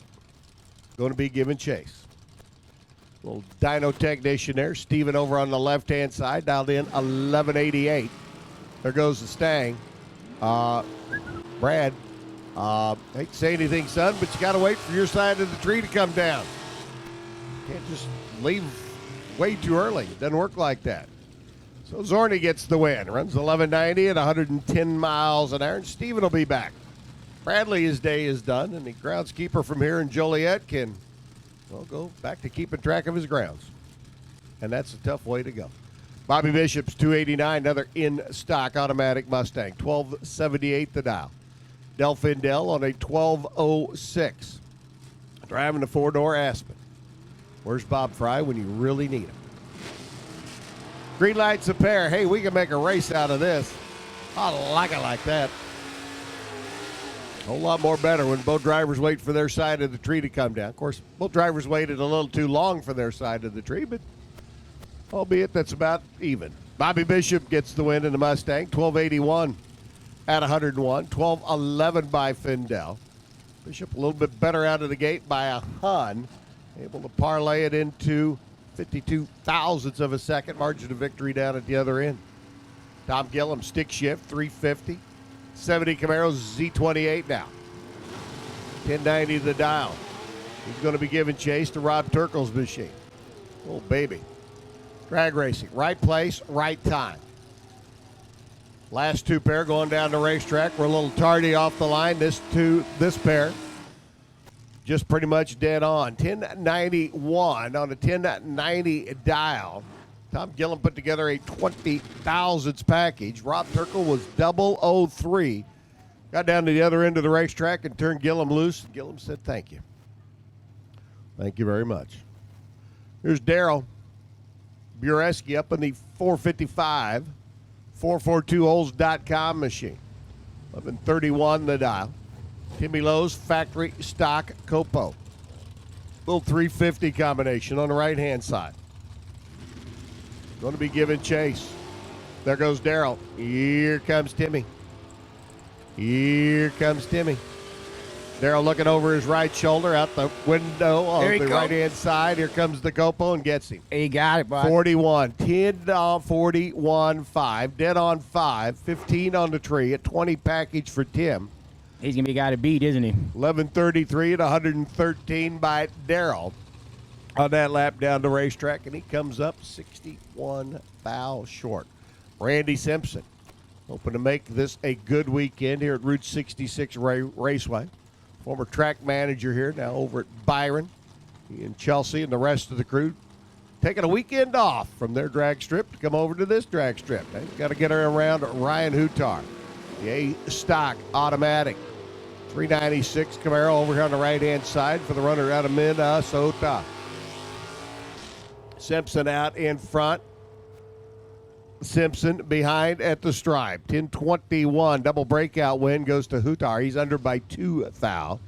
27-1 on a 31 by Simpson. He's under by, wait a minute, let me do some more. And that doesn't speak well. I love that. Dan Condon, factory stock E, Copo. Randy Eakins, factory stock F, Drag Pack Challenger, 1070 to 1019 the dial. The factory hot rods, wheeling and dealing their way down the racetrack. Condon, a little bit better at the start. Condon, a little bit better at the stripe. 1031 at $1.16. Takes out Eakins, 1091 on the 1070 dial. Neither driver even close to their dial in down at the other end of the racetrack. But the Copo gets the win as Brett Sarabaw's stick shift 427 67 Corvette. Old school muscle car taking on the new school Copo Camaro. Jeffrey Teets over here on the right-hand side. Run around at Spring Grove. 1024 to a 1020 dial. Pretty good matchup of cars. 400 difference as they in the dial. Jeffrey off and running, and Sarbaugh 1,000th of a second too quick, lights the red bulb. Man, I thought we were going to have a race out of it. 27 on a 24 by Jeffrey, 31 on a 20, but Sarbaugh steps off down at the other end of the racetrack. 001 red by Sarbaugh. And Jeffrey at the wheel, the Copo Camaro gets to come back and play one more time.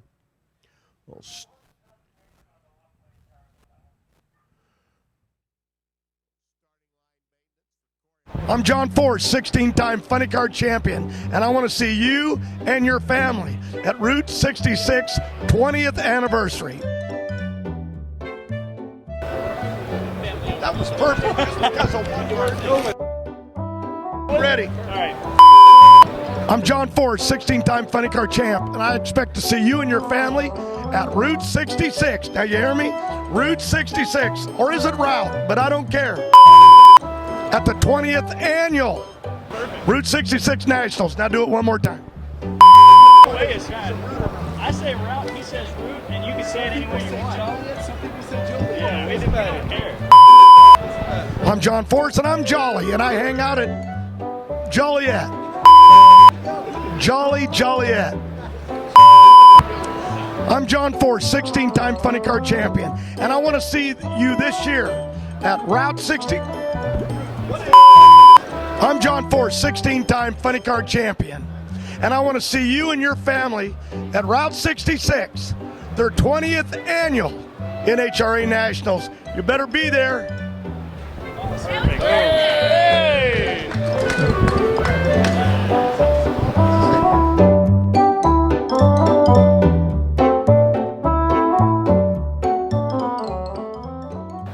How'd I do? Did I get it right?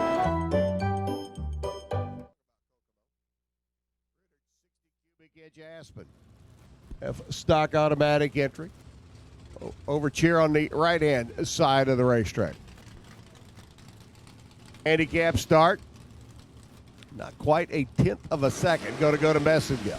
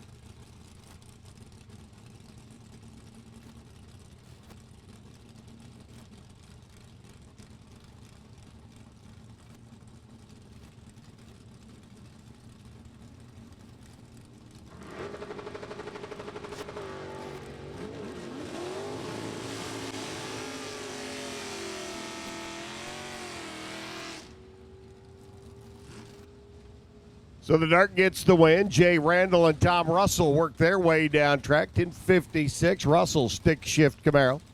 Motors on through. 14:58 at 91 miles an hour. They tell me that my witty parlance wasn't going anywhere because the battery was dead in the microphone. I hate it when that happens. Y'all miss out on so much. Warren's sitting over here next to me going, oh, man, it's getting deep. I think he's propping his feet up. Kent Stone's a stick, 396 Camaro on the right-hand side. Take taking on Steve Blondell, the H stock automatic entry. Blondell's Camaro is going to get a bit of a handicap start, about 7/10 of a second. About a bulb on the tree. If you are watching the starting line and paying attention, you could tell which driver left on time and which driver was doing a test study for MyPillow. Blondell gets the win, 11:30 at 117. Stone runs down track, 10:52 on his 10:55. 127 miles an hour, but Kent Stone was dead late leaving the starting line. Donnie Beeler's stick shift, 350 Corvette.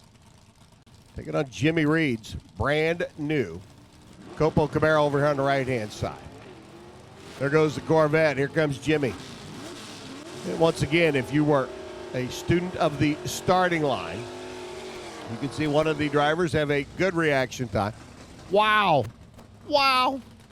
Donnie Beeler was better out of the gate by 3.5 tenths. Goes down to the other end of the racetrack, breaks out by 4 thousandths of a second. James Reed dead late out of the gate and gets the W. 9:28 on a 9:25. They say it takes a lucky round to win a race. That doesn't count as a lucky round for James Reed. I don't know what will. Tim Bettinghouse, Joe Martins. Joe goes red. Big block, stick shift, Camaro out of the gate, lights the big red bulb behind him in Bettinghouse. Little Oldsmobile cruises on through, 12:47. 106 miles an hour. Joe Martin's inside the car, uttering words like son of a gun, gosh darn, golly gee, and probably a jumping Jehoshaphat. But Joe's day comes to a screeching halt with the red light start here on this end of the racetrack. Oh, how about this? We wait for Joe to clear the top end. I'll tell you about the next pair on the line. Denny Ford's 409 W-motored stick shift 62 Biscayne taking on Wild Bill Feist, Minnesota-based 428 4-speed Mustang. I don't know that stock can get any cooler than what's on the line right now. I mean, old school muscle cars, a pair. Vintage muscle car on the right side. Denny Ford out of the gate and running. Here comes Wild Bill. Romping, stomping, grabbing the gears. 428 cubic inches of Ford trying to pull up alongside that Biscayne. Gets it done. 10:31, $125. Denny was a little late out of the gate. Runs the 11:01 at 120. That opened up the door for Wild Bill to motor right on through. Alan Hollingsworth, G-Stock Automatic, and Gary Merrick up in the A-Stock Automatic. The Baldwin Motion 402 combination over here on the right-hand side. Merrick dialed in at a 10:45 as we get the number corrected up on the Toyota scoreboard. Hollingsworth dialed in at an 11:20. Attention in the pits. Attention in the pits, please. Super Gas, round number 1, needs you to lanes. Super Gas, round number 1, needs you to the staging lanes, please. Super Gassers, come on down. Hollingsworth lights the red bulb. Merrick's Baldwin Motion. Chevrolet Camaro cruises through 11:58 at 104, saving the stress and the wear and the tear. He'll be back for round number 2. Hollingsworth now has lane choice on the highways and the byways. Back to Marshall.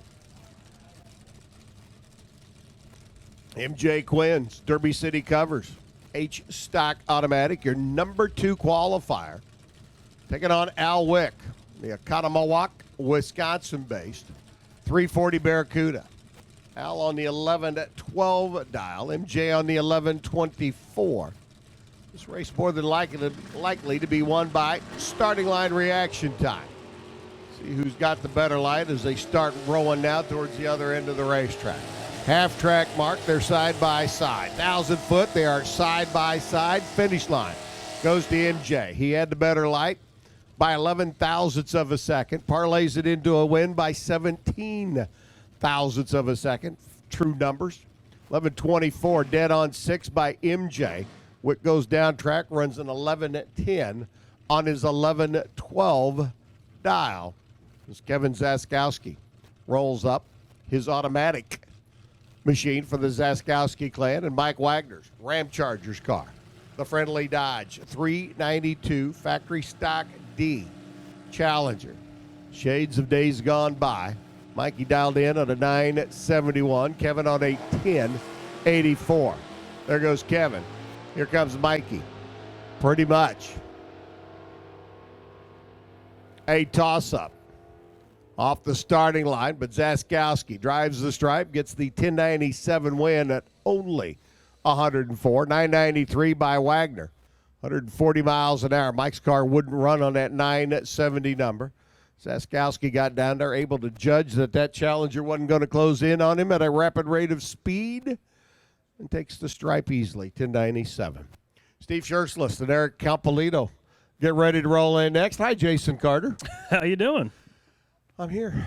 It is Saturday. Beautiful day. Great weather we're having once again. A little cloud cover today, though, so put the sunscreen on. Here the sun likes to seep through the overcast days a little bit more. Yeah, you'll catch the burn and a little bit of sun. So if you got some sunscreen, be sure and put it on out there. Keep yourself safe.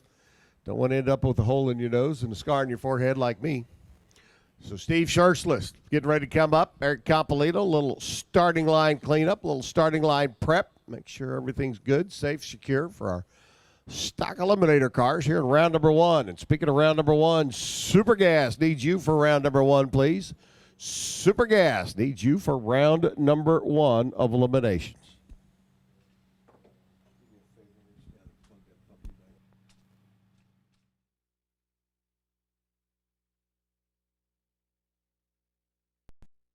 The 2017 season is here, and the only place to see every heart-stopping moment is NHRA All Access. Friday through Sunday, see all the action from sportsmen to the pros. Miss some of the action? No problem. You can now rewind to catch up on anything you missed. Over 600 hours of racing excitement. Now only $79.95. NHRA All Access. Ignite your senses.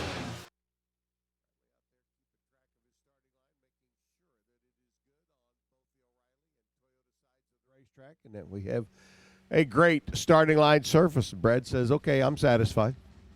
Fires up Campolito's 96 Chevrolet Caprice, and Steve Scherslist all the way from T, South Dakota. Well, if you want to know where T, South Dakota is, the best thing I can tell you is to get out Google Maps. And then you can do a Google search on Google Maps, and it'll tell you where T, South Dakota is. Right next door to Crumpets. Jason sitting up there didn't get that. Right over my head. Shoot. Tea and Crumpets, it's a British thing. Ah, there you go. Okay. We'll get you caught up here shortly. Eric Campolito, 1188 the dial for the Caprice. Scherslist in out at 1130, so one bulb difference as they leave the starting line. T, South Dakota, right off I-29, just south of Sioux Falls. See, you learn something new every day. Campolito out of the gate running. Here comes Steve. Here comes Steve. Steve does not want to have lane choice back on I-80. Not yet. He doesn't. 11:30 at 114, dead on 5 by Scherslist. He forced Campolito out at the other end. Eric takes the stripe, breaks out by 9 thousandths of a second, and Scherslist gets to stick around for at least one more round. Campolito's day is done. Young man can head back home to Salem, Ohio if he wants, or he can stick around and spectate. Here comes Steve Hutar's 396 Impala. Dan Walcott's 383 Sport Fury. I mean, if you're in Professor Peabody's Wayback Machine, this could be a drag race from back in 1967. Couple of classic cars. Steve goes red. 13 thousandths too quick out of the gate. Dan Walcott gets the win, 11:05 at 118 miles per. So Dan gets to come back. Steve's big block Impala is done. Dirk Olson, a stick. The big block 396 combination. Should be taking on Scott Lieberscher, but Dirk's car would not light. Dirk has had one of those weekends that you just say all sorts of words about, and none of them are repeatable nor printable. He got one good run down the racetrack to get himself qualified in the field. And other than that Big Block Nova just struggled. 9:33, Lieberscher moves on to round number 2, and Dirk Olson, runner out of La Crosse, Wisconsin. I love the SS 396 4-speed Nova. Dirk right now says, you may love it. I'm not real fond of it. Hannah Line, part of the Line family out of Minnesota. Hannah wheeling the dealer dirt 396. D-stock automatic entry, taking on Marty Booth. 1240 the dial for the little 4-cylinder O-stock automatic. 1140 the dial for Hannah. There goes Marty.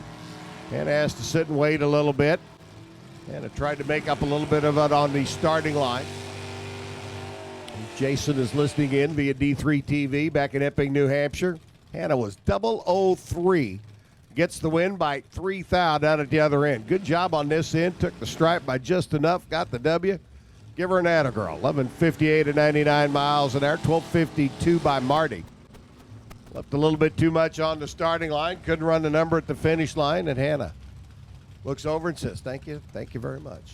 Here comes Jimmy Whalen's C-Stock automatic. GM Performance. Chevrolet Camaro. And the young lady on the left-hand side who was runner-up here last year. Young Miss Brina Splinger out of Cronin-Wetter, Wisconsin. For C-Tech cabinets, Chicago Steel, K&N filters. She's dialed in, 1096. Whalen on the 1112. Both of them out of the gate, front end up, front end down. New school Camaro, an old school Camaro working towards the other end of the racetrack. Brina trying to close in, top end, gets him. 95.9 on a 96. Brina under by a thou. 11:04 on the 11:12 by Whalen. Down at the other end of the racetrack, and that Camaro, too much stripe. Brina gets the round 1 win. She'll be back for round number 2. Alan Castles, 351, Gran Torino now taking on T.C. Morris. Morris wheeling La Pancho, 2004 Pontiac GTO. LS powered machine. Neat car. Built by GM of Australia, their Holden division. Never really caught on in the States, which was a shame. Alan Castle's 351 old Gran Torino. Ouch. Castle gets snapped at the finish line. 1180 on his 1179. TC runs 97. On his 94, 16 thousandths of a second. The margin of victory going to T.C. Morris in the GTO. Jeff Blanchard. Bobby Gibson. There goes Bobby. H-Stock automatic, 327 Chevy 2. Blanchard, Cobra Jet, coming. You can hear the clippity-clop of the hooves of the pony car. Coming. Not going to get there. 7 thousandths the margin of victory for Bob Gibson. 69 on a 68, good for the W. 1056 on the 1053. Blanchard's Cobra Jet, just good not. Track him down. Bob Gibson by 7 thousandths of a second gets to come back for round number 2. Mike Delahanty's 426, 64 Plymouth Belvedere over on the left-hand side. Double A stock automatic entry, dialed in 1025. Aaron Allison up on the right-hand side on the 1040 dial. B-stick car. Pontiac Firehawk. LT1 powered machine. Allison sidesteps the clutch 24 thousandths of a second too early. Mike says, hey, I'll take a round 1 win. Puts me into round number 2. 1026 on the 1025 at 129 miles an hour. 1044 by Allison. $124 for speed. Anatol Denisenko. Tony, as he's known, pulls in the Moneymaker Racing. Should be taking on Chris Stevenson's Pontiac Firebird. But Stevenson's Bird, a no-show. So it'll be a competition by run. Cinco's 86 Mercury Capri, a little 302 combination over there for Tony. He says, round number 2 looks good. I'll cruise on in. Thank you very much. Tough break for Stevenson and the gang out of Indiana.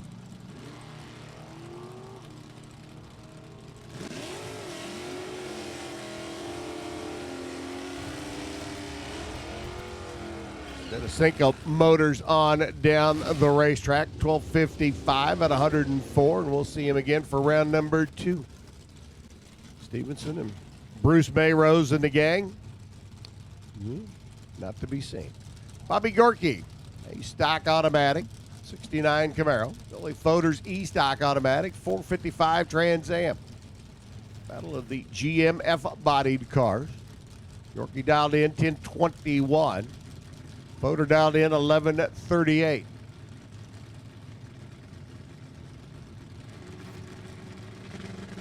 The Pontiac out of the gate and running, and Bobby could not wait. Yorkie lights the red light back here on this end of the racetrack, and Billy Fodor to take the Pontiac to round number 2, 1128 on the 1138. He might have been holding a little bit. 116 by Billy, 1024 by Bobby. Big block Camaro, good run down the racetrack. Just a little bit too quick off the starting line. Don Turk's E-stock automatic machine taking on the factory stock E-car, Mike Postelny. Postelny over here on the right-hand side, 1025, so a 1.2. Second handicap start, going to go to that Pontiac T37 there on the left-hand side of the racetrack. There goes Don. Here comes Mike. Good race shaping up. Working their way down to the finish line. Scoreboard's going to light up for Turk. 11:47 at $1.14. Postelny goes 10:21 on a 10:25 dial. And the Mustang, unfortunately, has reached its demise here this weekend. We'll go back to building race cars up in Michigan until the next time we see him. Joey Ships, G-stock automatic. Ray Skillman Auto Group, little 350. Chevy Nova right side. And Mike McGinley. Pontiac Formula there on the left. Handicap start going to go to Joey. Joey's out. Here comes Mikey. Randy and Bo and the rest of the gang listening in back in Epping, New Hampshire via D3 TV. Randy was 0-0-7, and he's good for the win with an 11:78. 98 miles an hour. McGinley goes 11:51 at 114. So Joey gets to come back and play one more time. Bike's day is done. Lynn Smith's Buick rolls up next alongside Judy Buraski, former record holder. I'm out of Dixon, Illinois, the 455 Oldsmobile. She's got the hardtop. Daryl's got the convertible. Here on the right-hand side, 1128 the dial. Lynn's iStock automatic, 455 Buick Century there on the left, 1145. Couple of tenths difference. Judy trying to track down the Buick. BOP division of General Motors, Buick, Olds, and Pontiac represented here. Lynn gets the win, 1147 on the 1145, 1120 by Judy. On the 1128, Judy was a little tardy out of the gate, tried to make it up on that end, and when you're tardy on this end and too quick on that end, it normally doesn't work out so well. Ronnie Troutman up in his G-stock automatic, 350 Nova, and Lance Line gets the win automatically because Ronnie goes red by 0.06 of a second. So let's see, Hannah got the win, Lance gets the win. That'll make Jason happy back in Epping. 1020, 128 miles an hour, 1153 by Ronnie after the 006 red light. As we continue on, round number 1, stock eliminator, a large field of stockers here this weekend, right at 90 cars. Paired up to go down the racetrack. Ryan Rudrick's D-stock automatic, 70 Duster left side. Craig Sauerball's F-stick, 327 Chevy Nova. Over here on the right-hand side of the racetrack. 11:04 the dial for Sauerball. 11:19 the dial for the Mopar car. So a tenth and a half difference. out of the gate they'll go. Let's see who has the better light and if they can parlay it into the wind light. Well, Sauerball had the better light. It wasn't pretty. But Ryan Rudrick's 19,000 red light made anything Greg Sauerball do look real good. 11:04, dead on one by Sauerball. Boy, if he can just trim up that reaction time, he'll be in good shape. 120 miles an hour, dead on one by Craig. 11:21, $1.17 by Rudrick after that 19,000 red light. Bob Gear and Greg Anderson roll in next. Anderson here on the right-hand side. The Toyota lane. 350, 69 Camaro. Off and running. Bob Gear giving chase. The Buick Grand Sport. 350 combination. Your number 3 qualifier. Coming. Going to run out of room. Nope, got him. 1180. 109 miles an hour. 1233 Anderson. Either Anderson felt he was breaking out or something happened to the car because he was well off the pace, about 3/10 off what he'd run earlier. Gear able to come from behind with a dastardly bad starting line reaction time. Greg Anderson's going to look at that and go, oh my. Shoulda, woulda, and coulda. 3 triplets of drag racing. How about this? 4-second handicap start. This will be fun. Front-wheel drive, Pontiac Grand Am, Bill Owen. Oh, V6 powered Pontiac. Got the slicks on the wrong end. Well, at least on the front on this car. Mike Fuller's factory stock E. The expensive emotions, Cobra Jet. Coming down from Michigan. 10:05 the dial for Mike, 14:01 for Bill. Bill's green. Mike waits, and now he's off and running. Y'all thought I was going to count 1 Mississippi, 2 Mississippi, didn't you? Owen out in front. Cobra Jet closing hard, gets him. 10:15 on the 10:05. 14:09 by Bill on the 14:01 dial. 8 thousandths of a second. Fuller goes by at the other end of the racetrack to get the win. Mike Lund's Pontiac Formula up next, left-hand side. Another B-stock automatic entry, taking on Ben Wenzel. Probably one of the most famous and classic cars here in NHRA stock eliminator racing. Low mileage, 1 owner. Bought the car new in '67, still has it, still racing. Raced it in '67 to the point that he won the U.S. National. The big go. Wenzel. Down track gets the W. 50 on a 47 at 125. 1060 by Mike Lund on his 1055 dial. He comes up 21,000 short down at the other end of the racetrack. New school and old school Camaros. The Copo Hot Rod, 396, Leonard Lieberscher. Up on the left-hand side for the runner out of Wilmington. Jared Hutar out of Minnesota. Got the old school, 350 G-stock automatic entry. There goes Jared. Second night to Leonard. The Copo car goes red. Hutar gets to come back and play one more time. Runs an 1183. 115 miles an hour. Said, hey, my one light's on. Why should I stress my stuff? Bill Skillman should be taking on Bruce Mayrose. Mayrose, Buick Apollo. We saw Bruce come up in that last qualifying session earlier today and have problems. The car slowed up a bunch. Skillman's going to get the competition bye with the Ray Skillman Auto Group, Cobra Jet Mustang. Factory stock A car. 8-second runner. 887 to dial up on the board. Could you see him taking on that 15.5-second Ford Pinto wagon? I mean, seriously. He'd be sitting here counting a whole bunch of Mississippis. Skillman working his way down to the other end of the racetrack. Easy ride into round number 2 with an 889. 151 miles an hour. Tough break for Bruce Mayrose and the gang out of Indiana. Bruce Castle should be taking on Randy Mann's Pontiac Firebird, but Mann's a stock automatic machine. Not able to answer the bell here in the opening round, and that's a tough break for Dad and his hot rod. But Bruce says, hey, I'll take it. Runner out of Napierville. 429 combination 71 Mercury Cougar. I mean, that is a rare bird out there working its way down the racetrack. Or I guess I should say a rare cat. Yeah, rare cat. A rare cat, yeah. Definitely one of my favorites in the pits out here. 71 Cougar cruises through 11:19 at 116. And that, boys and girls, I do believe, going to put an end to round number 1 of Stock Eliminator. We've taken our 90-car field, whittled it down to 45 remaining cars.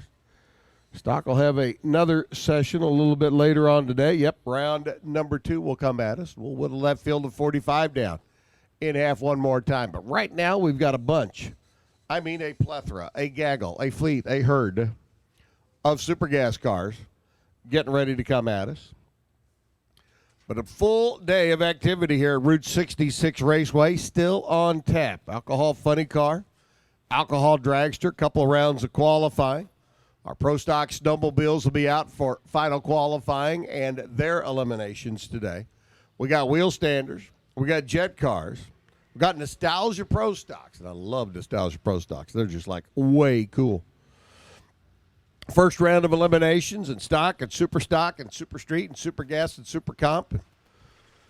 Top dragster, comp eliminator, top sportsman. We got final qualifying and first round of eliminations for them as well. A full day of activities. The Four Seasons, heating and air conditioning, burned down at sundown.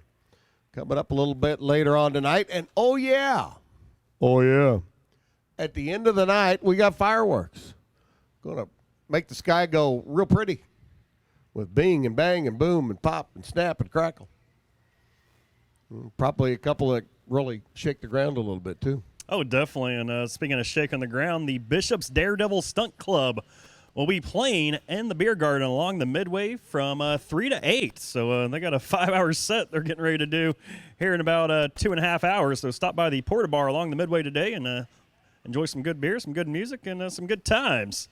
So we're bringing that in. And also for you folks that have kids, make sure you visit the Fan Pit Stop and have your parents sign you up to become an official Route 66 Raceway Kids Club member. Receive your official Kids VIP access credential and gain access to up-close areas around the drag strip.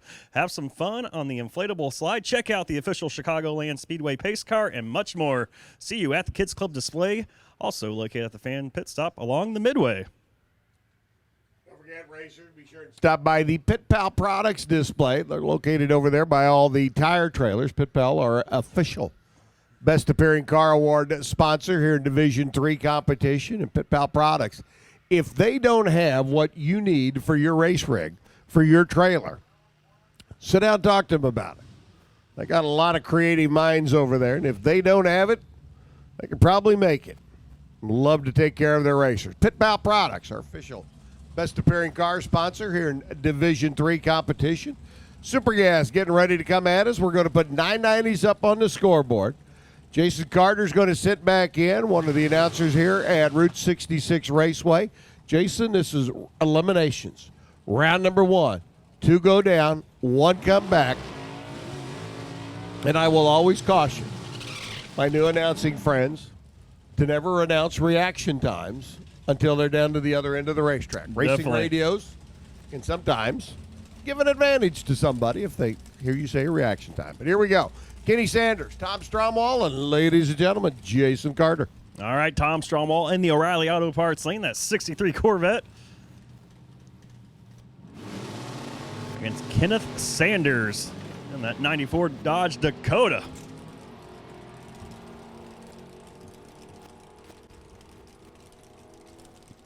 As they run through the trap, it's going to be Tom Stromwall taking the dub. Ran a 990 with a 3 for the 990, 145 miles per hour. Kenneth Sanders breaks red. So Stromwall will continue on. Sanders pack it up. Dave Bashir now lines up in the Riley Auto Parts lane. The Starfleet Trucking 1980 Starfire. It's got a Chevy power plant underneath that machine. Out of Fort Wayne, Indiana, Tom Patterson in the Toyota lane. And 63 Corvette.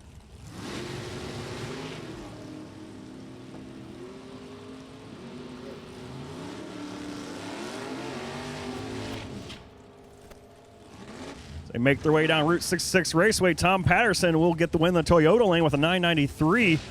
149 miles per hour, Dave Bashir. He breaks out with a 986 at 140. Attention in the pits. Attention in the pits, please. Super Comp, round number 1. Need you to the lanes. Super Comp, round number 1. Need you to the lanes, please. Super Comp, round 1. Jim Ooman. Hank Stewart rolls on, and here's Jason one more time. Yeah, we got packages at Race Control. I do want to mention Keith Lynch and Jason O'Terry. Yeah, packages at Race Control. It's Hank Stewart in your Rally Auto Parts lane against Jen Unum in the Toyota lane. Already ripping down the racetrack. And it will be Hank Stewart with a 992, 134 miles per hour getting the win. Jim Unum, 1015, 154. This year's there on the start from Unum.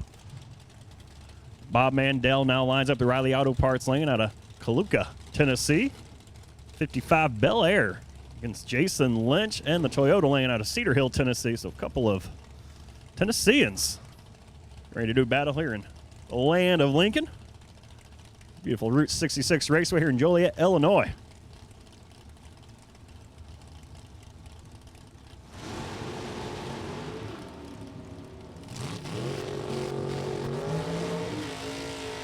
Both drivers playing some throttle games down the line. And it will be Bob Mandel winning the battle there with a 991, 172 miles per hour. Jason Lynch, 1/1000th of a second to the 990. Had a 989 with a 165 miles per hour. So Mandel wins the throttle games. And he will advance as Doug Croft now lines up the Riley Auto Parts lane. And the Croft Construction 68 Firebird. It's Kevin Adams out of Terre Haute, Indiana. And the Adams Racing 67 Chevy Deuce. The Deuce is loose.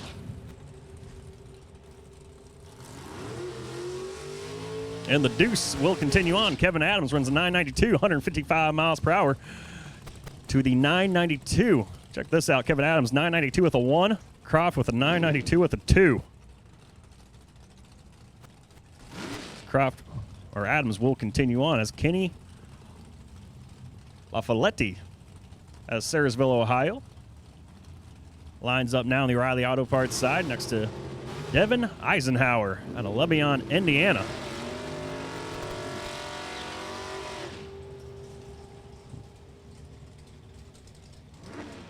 And Devin Eisenhower will advance on with a 996, 153 miles per hour to Kenny's 998, 152.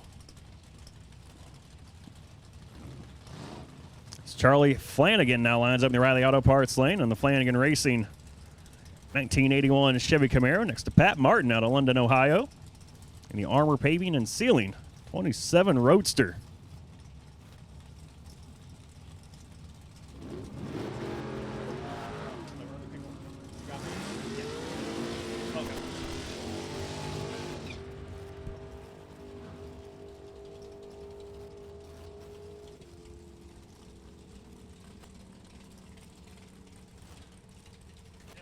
Charlie Flanagan gets the win, 991, taking out Pat Martin's dead on one by 5/10,000ths of a second. Charlie had the better light by 12 thou. Down at the other end, you put all the little numbers, the big numbers, and small numbers together, and 5/10,000ths the difference between the two. Here's Rob Goodrich and Steve Hoyt working their way down the racetrack now. Hoyt out of Indiana. Taking that Corvette on down the racetrack and lights it up for the W. 991 on the index, 987. Goodrich, too much stripe. Down at the other end, and Steve Hoyt gets to come back and play for round number 2. Sorry, I had to jump in there, Jason. Oh, you're good. You were a little busy. Wanted to make sure that everybody knew that about that last couple of pair. Got the bosses up here hollering at me. Big day for us here at Route 66 Raceway. The burn down at sundown as Austin Bender now lines up in the Riley Auto Parts lane. Out of Michigan with Shane Snyder out of Sunbury, Ohio. Cheeseman Bros is what he owns, that 63 Corvette. And Austin Brenner will advance on with a 991, 153 miles per hour. Snyder, 993, but he did break out by 4/1000ths of a second there at the line as Leo Zinda, the third, out of Clinton Township, Michigan, lines up now in the O'Reilly Auto Parts lane, the 1990 Cavalier. That's the Corrine McMillan. The McMillan and Wife Racing 68 Camaro out of Ajax, Ontario.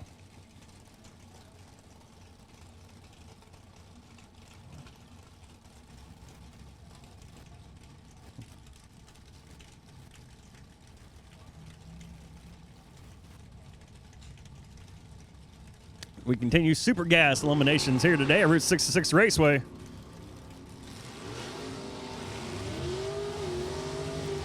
Maureen McMillan stumbles out of the gate, but that won't matter. She crosses the stripe at 991.5 with 161 miles per hour. Leo Zinda goes red at the tree. 992, 164 for her. So McMillan will move on as Carl Root now lines up the O'Reilly Auto Parts lane next to Bob Hanshub.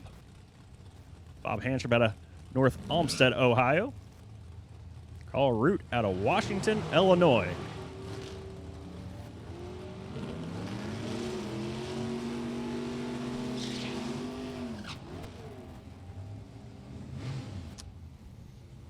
And Bob Hunshin will advance on with a 995, 144 miles per hour. Carl Root having some issues getting down this drag strip today at 1140, 86 miles per hour.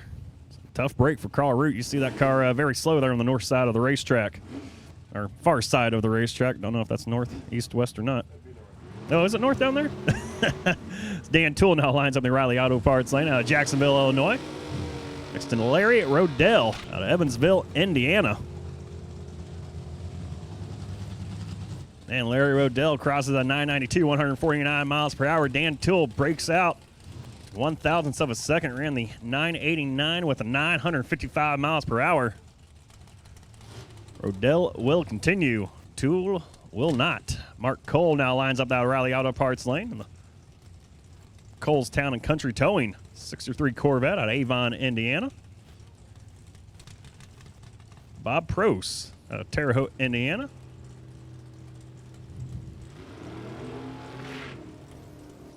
And his Corvette.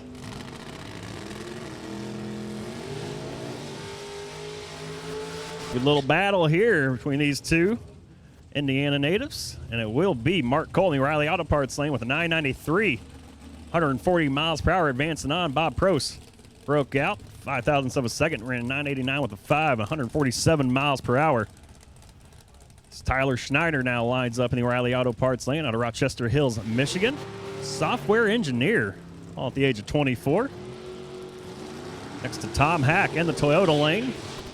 Battleborn Racing 89 Trans Am. Already crossing the stripe, it will be Tyler Schneider advancing on with a 991, 152 miles per hour. Tom Hack breaks out, runs a 989 with a 155 miles per hour. So Schneider will move on. And Hack will go to the back, I guess you can say. It's Alan Cornair lines up out of Tremont, Illinois. 68 Camaro underneath that car next to Bill Jackson. That's Alan Keener. So he added the pronunciations for us here on our screen. I appreciate it when they do that. Bill Jackson lines up in the Toyota lane out of Mansfield, Ohio. And the Jackson Scratcher. 79 Monza. And Keener will advance with a 1003, 151 miles per hour. Bill Jackson ran the better time, but at the tree, got the red light. So Keener will advance on as Steve Eckerd now lines up in the O'Reilly Auto Parts lane. Man, he's been racing for a while here. 82 world champion in that 01 Cavalier. Next to Dave DeLim. On the Toyota side, the DeLim Racing 57 Corvette out of Tremont, Illinois.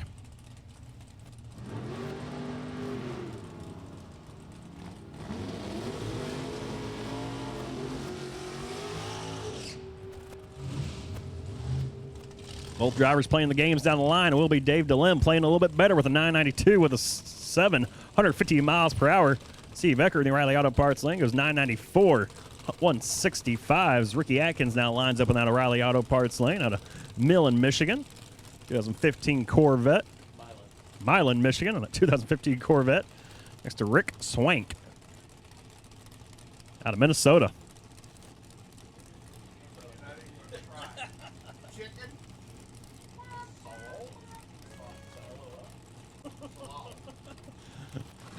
Rick Srank out of Salal, Minnesota, in that 1990 Firebird. Love watching those Firebirds go down the racetrack here, Route 66 Raceway.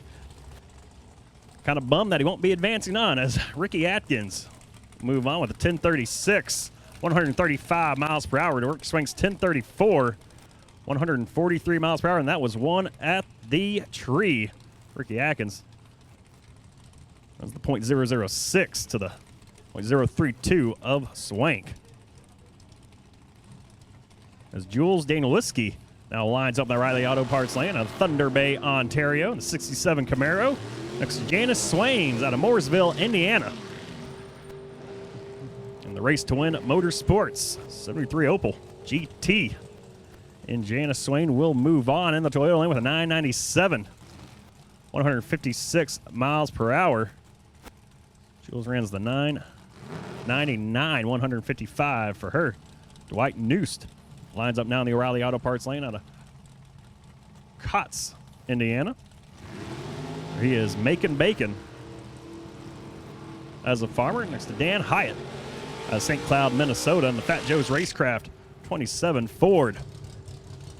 And the 27 Ford will advance of Hyatt, the 994, 147 miles per hour. Tom Head now lines up in the Riley Auto Parts lane out of Highland, Illinois. 33 Dodge out there on the racetrack next to Jacob Elrod. 2012 IHRA Driver of the Year, 92 Corvette. Out of Harrod, Ohio. Sponsored by Sunoco, Motion, and K&N. Is Elrod, the financial advisor in the Toyota lane.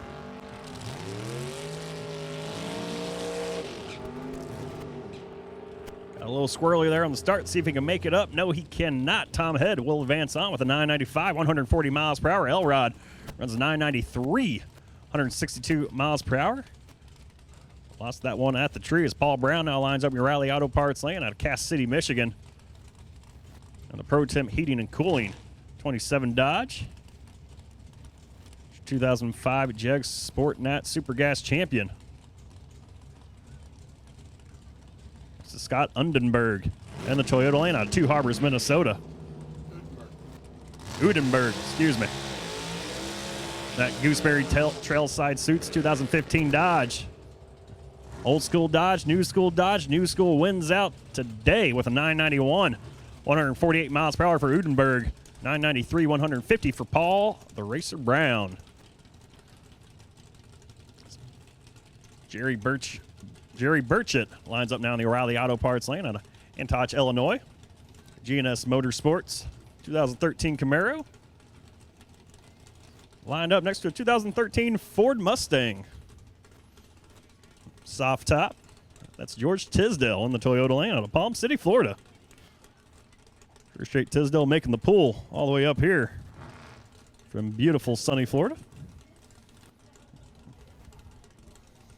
I'll be heading there in a couple weeks, actually. Do a little vacation.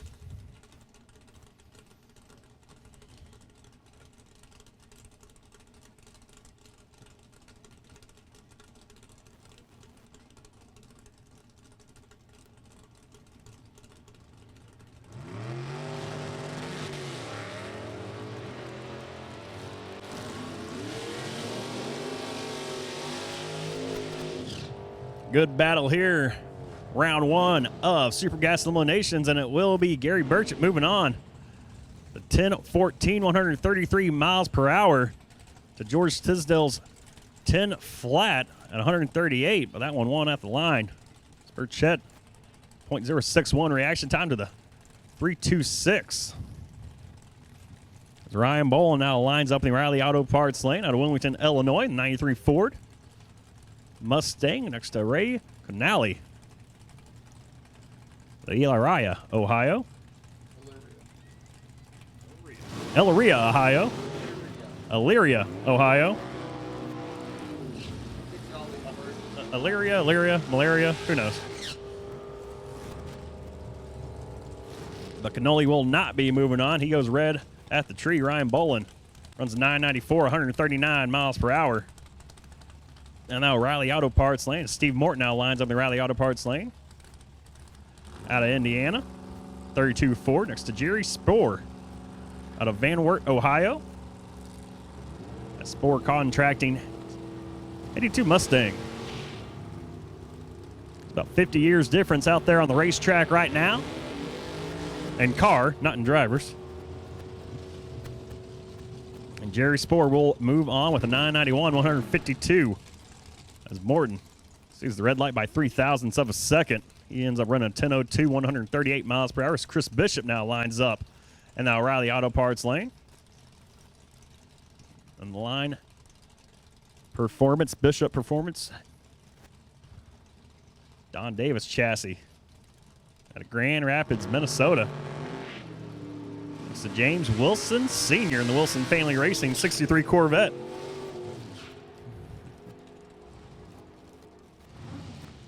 And it will be Chris Bishop advancing on with a 997, 154 miles per hour. Wilson's 995, 153.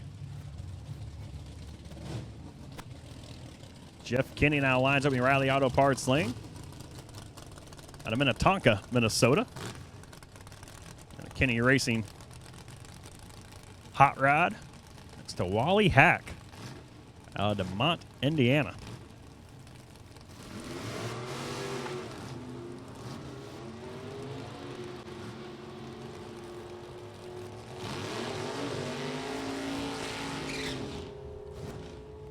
And Jeff Kinney will advance on with a 995, 154 miles per hour to the 995 that Wally Hack ran. That one won at the line. Just 1,000ths of a second better. Jeff Kinney was over Wally Hack. Zach ends up running 143 top speed. Jody Davis now lines up at Awana, Illinois. The Jody's Auto Clinic, 65 Chevrolet next to Tim Thierry out of Palmyra, Wisconsin. Thierry Racing's Enterprise 77 Monza. And it will be Jody Davis advancing on, runs the 995, 147 miles per hour. Tim Thierry breaks out, runs 988, 140. For him in that Toyota lane is Steve Theodore. Now lines up your Riley Auto Parts lane. And the McGoughlin Oil Company Fast Lube 63 Corvette next to John Sickish out of Belmont, Ohio. He too is driving a 63 Corvette. Both drivers have Chevy power plants underneath them. Good race down Route 66 Raceway here, and we'll go to Steve Theodore with a 992, 156 miles per hour to Seekish's 997 and the Toyota lane. So Theodore will advance on. Seekish sticking a cold beer probably, so he has plenty of time to drink them. Dirk Sutton now lines up in the Riley Auto Parts lane out of Wentzville, Missouri. Gateway Big Dog Motorcycles, it's 92 Camaro, Mike Keenan, and the Toyota lane out of Coatesville, Indiana. And it will be Dirk Sutton advancing on with a 999, 145 miles per hour to Mike Keenan's 995. That one won at the line, 9,000ths of a second. Dirk Sutton almost got that perfect reaction time. Steve Williams now lines up the Riley Auto Parts lane at 95 Ford Probe out of Noblesville, Indiana, with Greg White in the Toyota lane. The Herzogs Beretta, Greg White.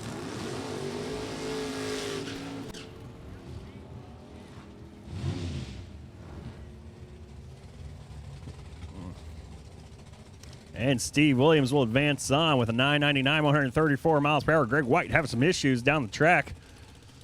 Off the start there, 11:35. He ends up running. As Chad Covert now lines up out of Saukville, Wisconsin, 63 Corvette. It's David Nelson of Palmyra, Missouri. Give it to the driver out of Missouri. David Nelson advances on with a 994, 157 miles per hour. For him and that hot rod to Covert's 992, 155.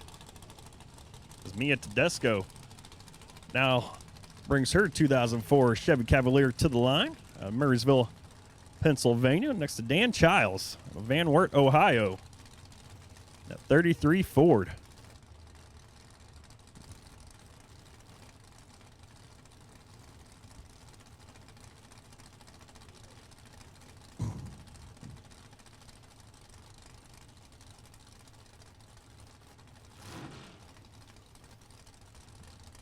You got a bit of a staging battle going on here between these two drivers. And this elimination round.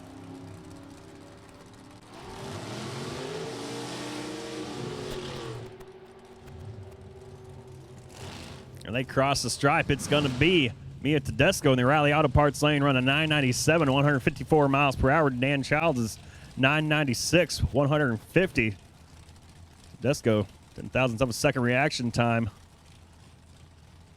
One up there at the tree is Larry Burns Hulson. Lines up in the O'Reilly Auto Parts lane out of Manito, Illinois. The Auto Plus stores. 77 Vega wagon. Next to Marcus Bush out of Aledo, Illinois. 77 Nova elementary principal.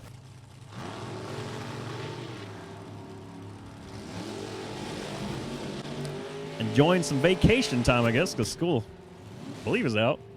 Most of America. Marcus Bush will advance on for the 991, 151 miles per hour in the Toyota lane.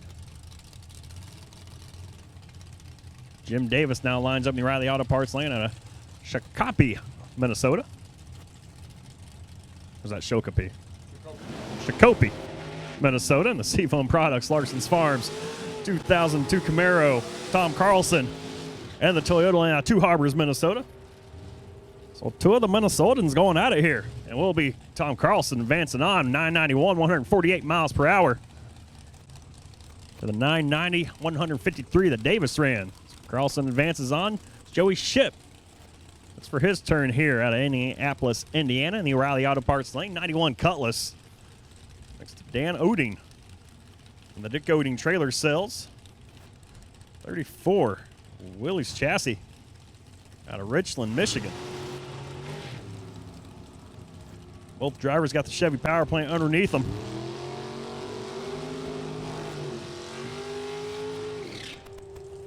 Who will advance? It will be Joey Ship in your O'Reilly Auto Parts lane. Run the 1001, 145 miles per hour. For him, Dan Oding is 996, 154. It's Rick Sarmento now lines up in the O'Reilly Auto Parts lane out of Wildwood, Illinois.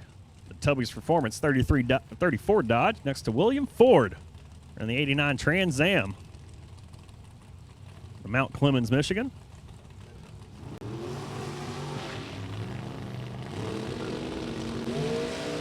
William Ford not staying true to his lane, has a Chevy power plant underneath that Trans Am. Sarmento, very fast yesterday and continues that speed today. 993 with the 152 miles per hour. He will advance on. William Ford runs a 995 with the 459 miles per hour. He will look for himself a beverage. Paul Richardson now lines up in the O'Reilly Auto Parts lane of Woodburn, Indiana. P&R Express 87 Forenza next to Tom Diamond out of Dublin, Ohio. 27 Ford T.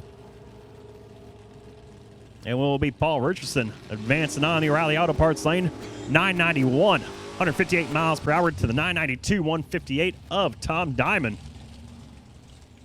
Paul Richardson's 0.003 of a second from getting the perfect reaction time in the O'Reilly Auto Parts lane. That's why he is advancing on as Edward Rudek.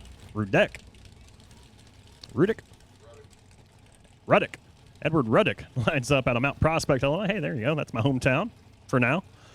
And the Ups and Downs Chassis Service, 03 Corvette, Dave Hedges out of Plainwell, Michigan. And the Toyota lane. Keep her straight there, Dave Hedges. Got a little squirrely there off the start. And that E&D's Performance, 83 Camaro. Hedges, he gets it straight, and he takes it down the line the quickest. 994, 125 miles per hour, will advance as Ruddick runs the 998, 148 miles per hour.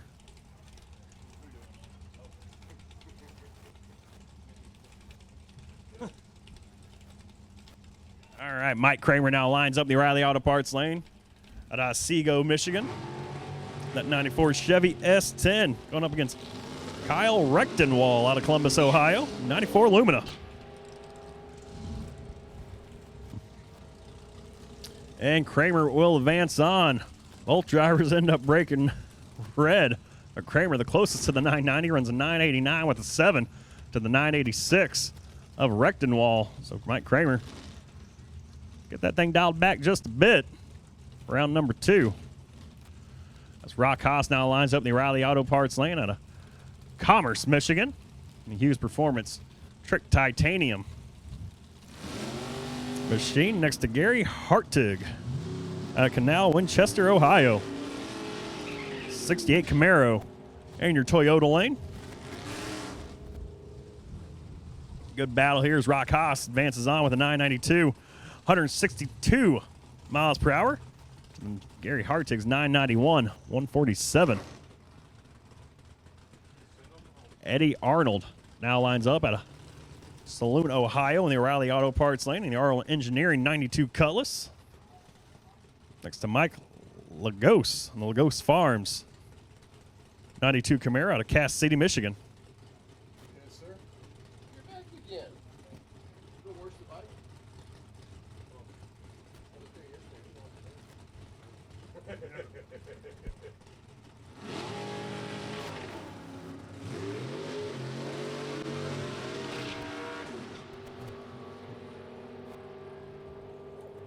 Good battle here between Arnold and Lagos. It will be Arnold taking the win with a 991, 164 miles per hour. Mike Lagos will be eliminated with a 993, 154 miles per hour as Joe Fisher now lines up in the O'Reilly Auto Parts lane out of Clayton, Ohio. The RacingRVs.com 63 Corvette with Steve Zagnesi out of Springfield, Illinois. And the Zagnesi Racing 37 Ford in your Toyota lane. And it will be Fisher advancing on with a 996, 159 miles per hour. Looks like there were some issues at the end of that run. Where's Nessie in the Toyota lane? Across the stripe at a 10 flat, 139 miles per hour is Nathan Vrooman. Now lines up in your O'Reilly Auto Parts lane out of Wabash, Indiana, on the Vrooman Farms. 1991 Beretta. Next to Alan Bush out of Erie, Illinois. Bush Racing Cavalier.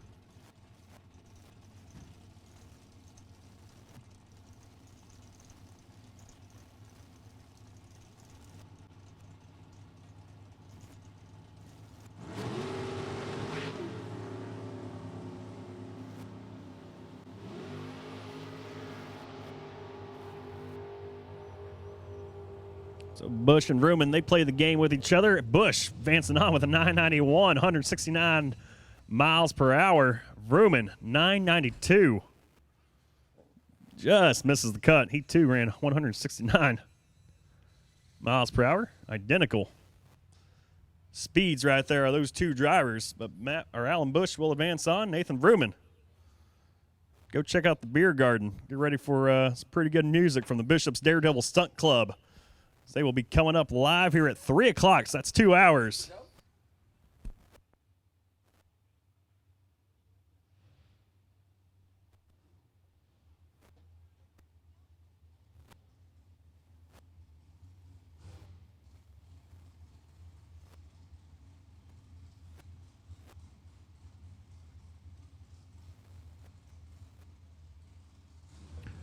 Well, Jason Carter dances us through round number 1 of Super Gas.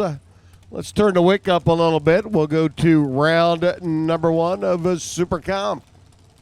And for round number 1 of Super Comp, I'm going to turn the microphone over to the director, the boss man, the chief cook and bottle washer of the NHRA Announcers Guild, Mr. Dennis Weiniger. Clear the throat. You ready? Okay, get your water jug. Jordan Pratt rolls in. Rick Schneider rolls in. Both of them going into the Mosier shootout last night. And now here they are paired up against each other. Round number 1 of Super Comp. Buttons over here. Okay? Got to get you set up here, buddy. All right. DWN. Round number 1, Super Comp, Jordan, Rick, and Dennis. Well, thanks, Bob. Here's round number 1. Jordan, Rick, left and right on the track surface. 890. We go 1 second quicker than we did in Super Gas. Otherwise, everything's the same. Well, the cars are different. They're longer. 96.5% of these will be big block Chevrolet rear engine dragsters. Trust me on that. Underway. Jordan and Rick. This one's going to be decided in the final 1 inch of the track surface down there at the quarter-mile mark. Left side is your winner. That's Jordan Pratt. Runs 891, 167 to an 889, 177 for Rick. Rick got there first by 17 thousandths of a second and broke out. Here's Kimber Fusting coming up down the right lane. That is the Toyota side of the track from Waukegan, Illinois. Her occupation when she's not doing this, athletic trainer. I should get signed up for that. Oh, wait. Anthony Elrod is a heavy equipment operator. I could do that because I'm heavy and I know what equipment is, and sometime I'm an operator. Out of Fenton, Michigan, Anthony Elrod left, Kimber Fusting right side as they stage them up ever so carefully.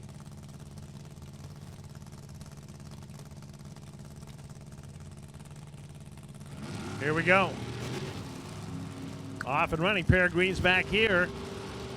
And again, final inch of the track is going to determine the winner in this race. Winner, left side, that would be Anthony Elrod. Runs 8.903, 172.50 to an 891, 172 in the right lane for Kimbra.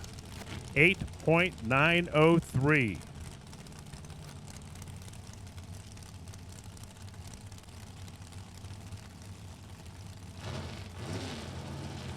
There's the next pair, Mark Meyer out of Fulton, Illinois. He's over here in the right lane, Toyota side of the track. Brian Horton opposite him from Walbridge, Ohio. Hey, top dragster crew chief, his occupation, in addition to driving the Super Comp car. And a red light for Mark Meyer in the right lane by 001. So Mark and Donna Joe head back to Fulton, Illinois with a time ticket that says red light. Winning time for Brian Horton, left side, 888 to 173 to an 888, 174 for Mark.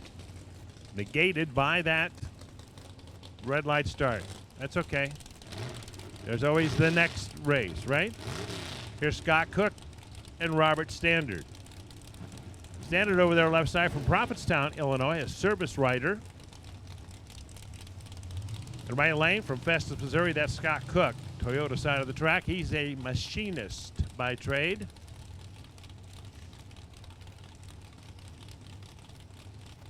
In the beams, ready to go now. There's your pair of greens we were looking for. Scott Cook, Robert Standard. Headed down track. At that finish line, right side, Scott Cook, a winner. 895, 168 miles per hour to an 891, 169 for Standard over there in the O'Reilly Auto Parts lane. And a door card, Charles Graves out of Joliet. Crane operator when he's not doing this. 86 Thunderbird, his ride, and of course it is Ford powered. Doesn't have to be, but it is. Zach Paff beside him out of Charleston, Illinois. Body shop operator down there as they head down track. Big lead right now for Charles Graves. He's either going to run really, really fast and quick or lose the race, which that was the outcome there. Zach runs 8.902 at 166 to an 8.919, 154 for Graves. And that'll bring up the next pair featuring Gary Fleenor right side and Dave Crawford in the left lane. Dave and Sue Crawford from Cedar Rapids, Iowa. Dave retired from working on the railroad all the live long day. Gary Fleenor from Port Clinton, Ohio, where he is a transmission builder. Again, rear engine dragsters. Again, big block Chevrolets. And again, Dave Crawford was a national event winner 6 years ago out in Denver. Cool. He's a winner here, 8.901 for Dave Crawford. Good run. 179 to an 889, 175 in the right lane for Gary. Gary was there first by 0.010 of a second and broke out. Here's Brian Cook, right side. Jeff Sperling in the left lane. Jeff from Streeter, Illinois. Left side of the track, Brian Cook from Arnold, Missouri. Over here in the right lane, the Toyota lane here at Route 66. In the beams, ready to go. Pair of greens here. Jeff and Brian, pretty much side by side right there. And the win light comes on in the right lane for Brian Cook. 895, 157 to an 899, 146 margin of victory in that race. 0.06 of a second. Brian had a better light, 5 to a 27. And that helped in that victory. Here's Ty Davis coming up down in the right lane. Little altered Bantam from Morrisville, Indiana, down there south of Indianapolis. He's an aircraft inspector. Oh, that'd be cool.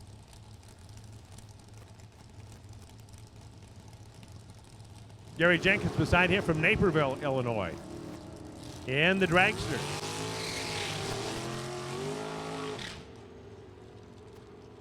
At the finish line, win light comes on left side, 8.908. 171 for Gary. For Ty Davis, 893, 167.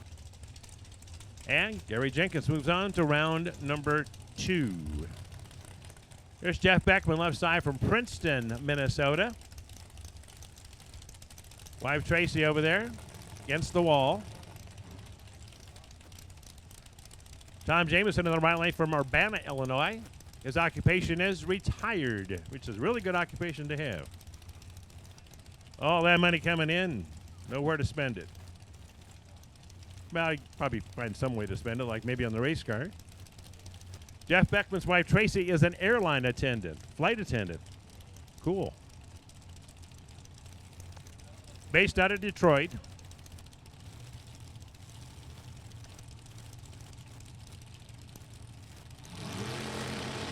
And away they go. Tom and Jeff.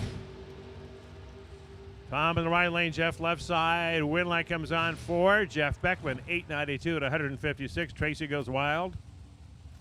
Well, as wild as a flight attendant can get. Tom Jameson, 898, 154. So Jeff Beckman, 6,000 spinner back here on the Christmas tree. Got the win, running 892 at 156. Way to go, Tracy. There's Jeff Cheney, right side from Cambridge, Minnesota. His occupation is entrepreneur. Troy Stone, left side from Elkhart, Indiana. Part of that Vintage Trailers Limited team. Win light, left side, that'll be Troy Stone. 893 at 162 miles per hour to an 893 at 151. Troy Stone advances. Jeff Cheney does not. Bit of mopping action there in the right lane, right in the center of the groove. Center of the groove, yeah. Should be no problem. And they'll get it cleaned up anyway. Hey, I want to welcome all the folks listening in on D3 TV Live. Warren Evans over there. Oh, he's moving buttons all around over there, quiggling, moving those slider thingamajigs. That would be technical talk.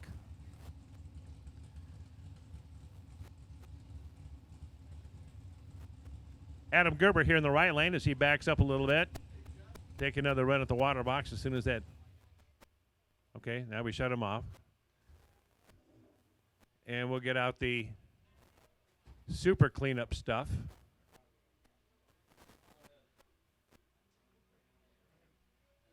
Well, outside all morning, it's kind of nice to get in the cool air here of the tower. Floor number 1, room A10.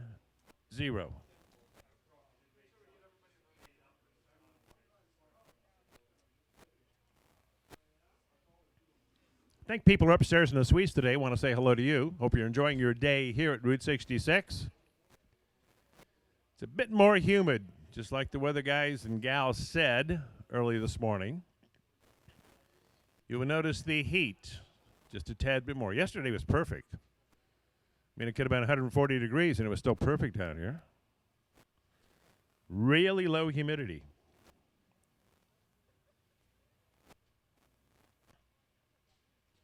Yeah, okay, we're bringing out the torch gun.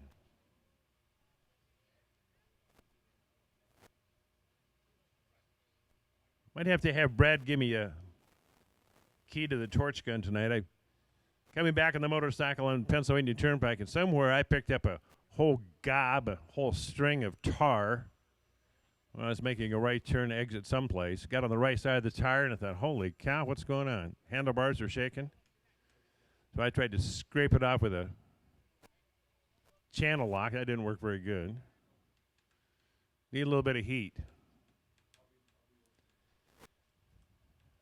Know if I could trust Brad to apply the heat judiciously or not. You need more heat? No, don't blow the tire up. Anyway, I hope you've had a chance to go back and get something to eat, because right now it's 1 o'clock and some of you have already missed the noon lunch. Lots of specialty things back there, like Papa John's Pizza. Oh, we got pizza up here. So come on up, folks.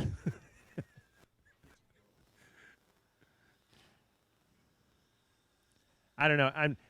This is a unpaid promotional plug. My favorite food back there would be from Chucky's over there in DeWitt, Iowa. Saw them here last year at the Lucas race, also at the national event. Saw them in Topeka. And they have, by far, I think, the world's best tenderloin sandwich. Oh, is it good? Holy cow.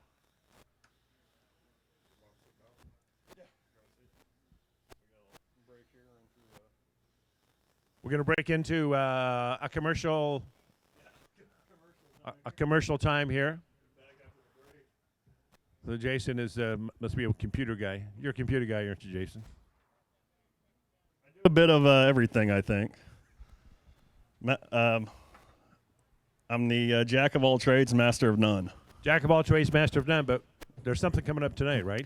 Yeah, there's a lot of stuff coming up tonight. Of course, the burn down at sundown is tonight, and we want you to be sure to stop by and see our friends at the Fan Spit Pit Stop, located outside the Midway. Sign up for some awesome goodies. You can win a family 4-pack to Championship Sunday at the 20th Annual Route 66 NHRA Nationals coming up July 9th, and 4 tickets to Chicagoland Speedway's Tales of the Turtles 400 on Sunday, September 17th. That, of course, is the first race of the Monster Energy NASCAR Cup Series playoffs. Enter to win, get some swag. So make sure you stop by the Blue Fan Pit Stop tent along the Midway. And don't forget what we got coming up here tonight, 3 to 8, live entertainment by the band, the Bishop's Daredevil Stunt Club. That is going to be located in the Beer Garden. So for 5 hours, they are going to be playing for you. 5 o'clock, we will get opening ceremonies ready here on the racetrack. It's 5:15. The first show, the burn down at sundown, will get going out. We got some flamethrowers. They're going to be out there on the racetrack for you. Then part 2 coming at 8 o'clock, fireworks show once everything's done. Of course, these times are subject to change, like many things in racing. Now, burn down at sundown, is that spectator participation also? Are they participating in the burn down? Not today. Not today. We had a little bit a couple weeks ago at the import face-off, and left a whole mess over here for the cleanup crew. Oh, well, we got it. They don't want to do that anymore. Okay, it looks like we're ready to go here. Adam Gerber, right side, Dan Seaman in the left lane. Dan's from Bellevue, Ohio.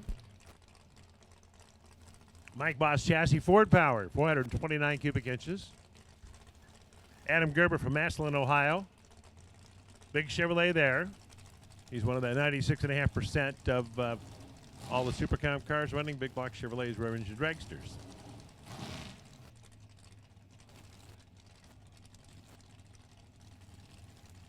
Now, you might think that I'm just making up that 96.5%. Yeah, you're probably right. But there's a bunch, really. If you can't beat them, join them, That's right. I think there's only one small block, and that's Russ Brown's Supercomp car from Burlington, Iowa. So Adam, right side, Dan, left side. Here they go. If I were a betting man, I would put my money on that guy right there. With the win light, Adam Gerber, 897, 161 to an 889, 170 for Dan. And Dan was way late. Adam was okay. Maybe not anything to write home about, but still okay. Got him a win. He'll be back for round number 2. That's important also. Waiting in the water box out there is Deacon Kalish from Wakanda, Illinois. And Ed Wilcox. Oh, that sounded like a car start to me. Ed Wilcox from Detroit, Michigan. Sponsored by the world-famous Fatso's Bakery. Coming up now toward the water box. Deacon Kalish over there. Hey, he's a golf pro from Wakanda, Illinois. Sort of a golf pro, too. Not really. And across that line for Ed Wilcox doing the burnout. He'll back up, get staged up. That is a big block Chevrolet Camaro. Beside him, a Bantam altered with an AMC V8. How about that? The only one here in existence, probably. Didn't see anybody else with having one saying, hey, I got AMC power. 3 stage lights on. They've rolled forward to break that beam there. Rolling forward a little bit more. And the stage lights are on. Here we go. Deacon and Ed. At that finish line, how about that? Ed Wilcox, your winner, 896 at 143, 889, 155 for Deacon. Deacon had a better light, 002 to an 058 for Ed Wilcox, and Ed Wilcox gets the win. I tell you, that guy's going to be jumping around like his feet were on fire. But that's a different story. You can ask him about it, though.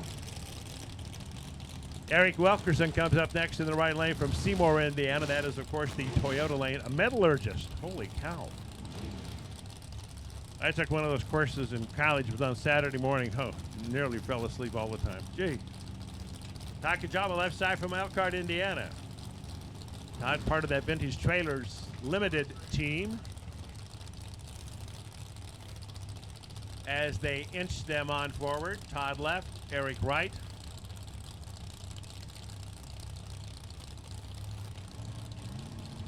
Eric's ready, Todd's ready.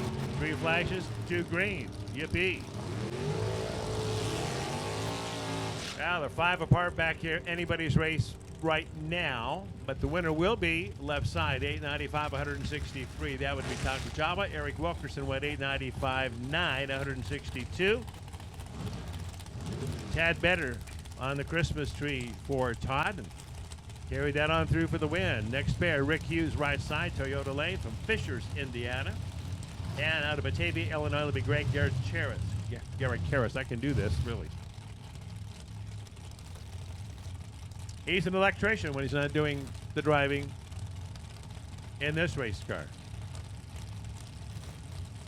Greg and Rick. Rick last the stage. Here we go. Wow, remember the Ed Wilcox win? Let's see if lightning strikes twice. It does not. 892, 173 left side. Greg is your winner. Greg had a 009. Rick had an 045.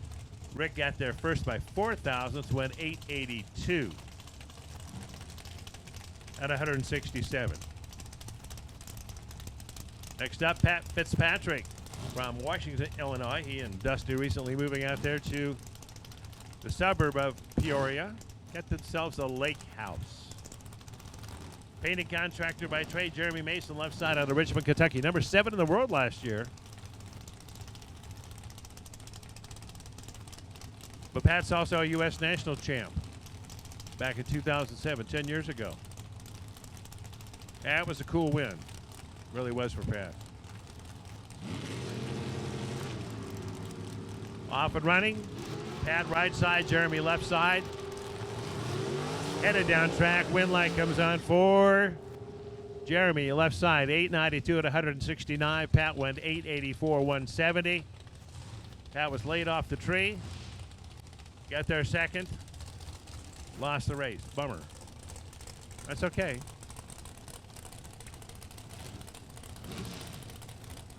Jeremy Mason moves to round number 2. Next pair, Krista Schneider in the right lane for Rochester Hills, Michigan. She'll take on Joey Fusting from Grays Lake, Illinois. Over there in the O'Reilly lane.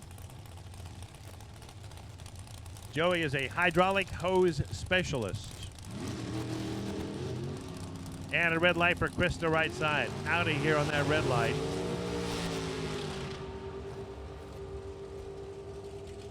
And for Joey, 894, 178 miles per hour to an 892, 175 in the right lane for Krista.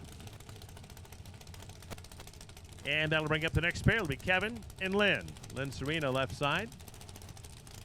O'Reilly lane. Kathy and Lynn from Petersburg, Illinois.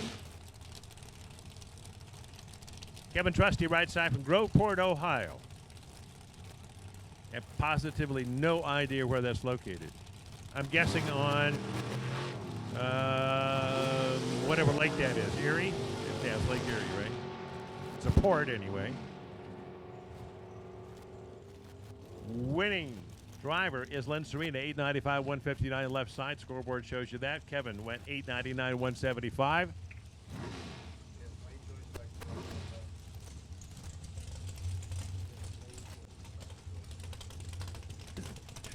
And Bob says his lane choice back to Groveport.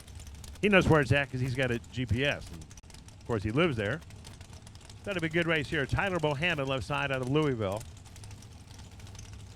Toyota side is Dave Dahlem from down there in Tremont, Illinois. Dave's done this a long time. Former Caterpillar employee. Dave and Judy. Winner?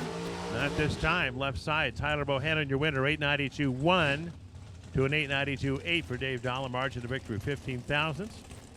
Tyler's speed 161. Dave's speed 173. Better light by Tyler. That'll help you most of the time. Phil Smida, next pair.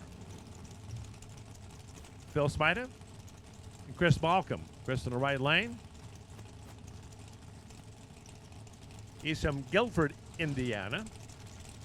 Canfield, Ohio is Phil Smida. He's an electronic security technician.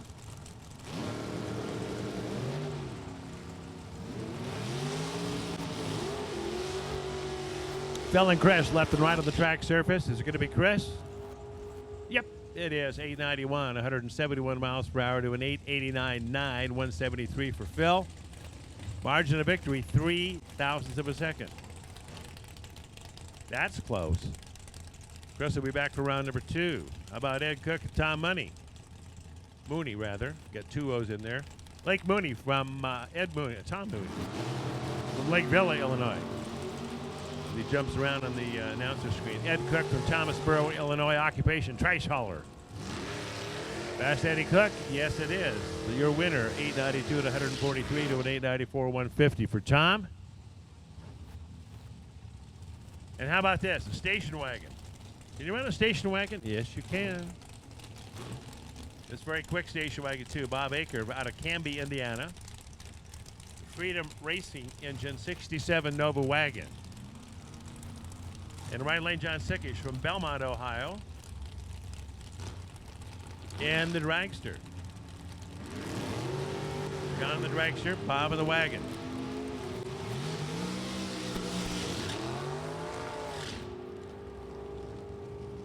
And the wind light comes on, right side for the dragster of John Sickish, 898, speed of 152 miles per hour. 895, 156 for Bob in the station wagon. Love that car, though. However, me loving a car does not necessarily put him into round number 2. Actually, it would have no effect at all, right? Rock Haas and Steve Michaels, next pair. Steve's over there in the left lane from Oak Grove, Minnesota. A Yancer chassis. Rock Haas in the right lane from Commerce, Michigan. An American chassis, dragster.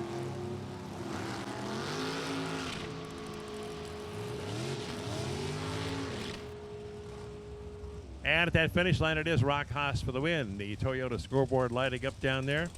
893 at 155 to an 898, 142 for Steve Michaels. And our next pair, Larry and Jerry. Larry Burnshausen, right side. He's from the land of Lincoln. Down there in the greater Peoria area. One of those Gephardt chassis. Jerry Haas from Prior Lake, Minnesota. Jerry does not use that throttle stop gizmo. It runs a ride out and gets the win. 895.1 to an 895.1. How about that? 129 miles per hour to 177. Jerry Haas was perfect. 0.000 reaction time. Larry was an 026, which is okay. Jerry Haas just ran off and left him without a throttle stop. This throttle stop is a screw on the linkage, really. Scott Mackey, right side. He's from Milford, Michigan. Angela Neely, left side from down there in Kentucky. Steve Mackey with a red light start by 0.02 of a second.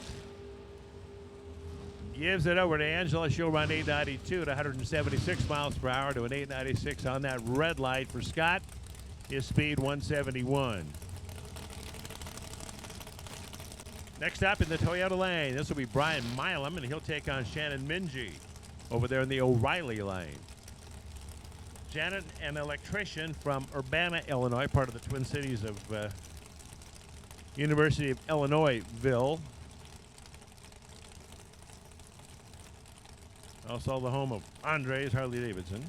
Not to give them a plug, but they did let me in the store dripping wet a couple of days ago. Side by side right there at the win light, left side, Shannon Minji, your winner, 8.908, 166 miles per hour to an 893, 157 for Brian. Shannon Minji will be back. We'll take a look next at Steve Hoyt and Chad Lamont. Chad Lamont, a financial advisor. Runner-up last year. That was Chad Lamont from Fox Lake, Illinois. Oh, moved out of Lake Villa, huh? Well, when you're a financial advisor, you're making all that money, you might as well go next step up the social stratum. Steve Hoyt from Fort Wayne, Indiana. Steve and Jan, they've been doing this a long time. And winner, left side, Chad Lamont. 172 miles per hour on that 8.909 pass. 891 for Steve at 182 in the right lane. A runner-up in that race. In case you're wondering, on the screen here, Dover 200's underway. It's a concrete track out there that's 3 of a mile or something. Pat Lamont, Lake Villa, Illinois. That's Chad's dad. Yeah. Pat Martin in the right lane from London, Ohio. So Pat and Pat.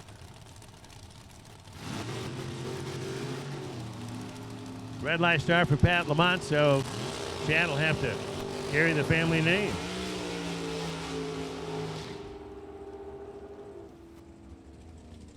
Winning time for Pat Martin, 891, 183 to an 8.907 for the red lighting Pat Lamont. His speed 165. If you're keeping track at home of scores, and if you're watching D3 TV, you don't have to.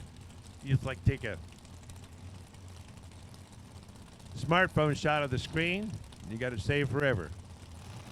And pretty soon you get the message that said, "Hey, you're out of room over here. What are you doing?" Bruce Broker in the right lane from Brunswick, Ohio. Got that 81 Camaro. Looks like Lyle Schreiner's old car. Dean McElvain left side of the track with New Carlisle, Ohio. President and CEO of McElvain Race Cars.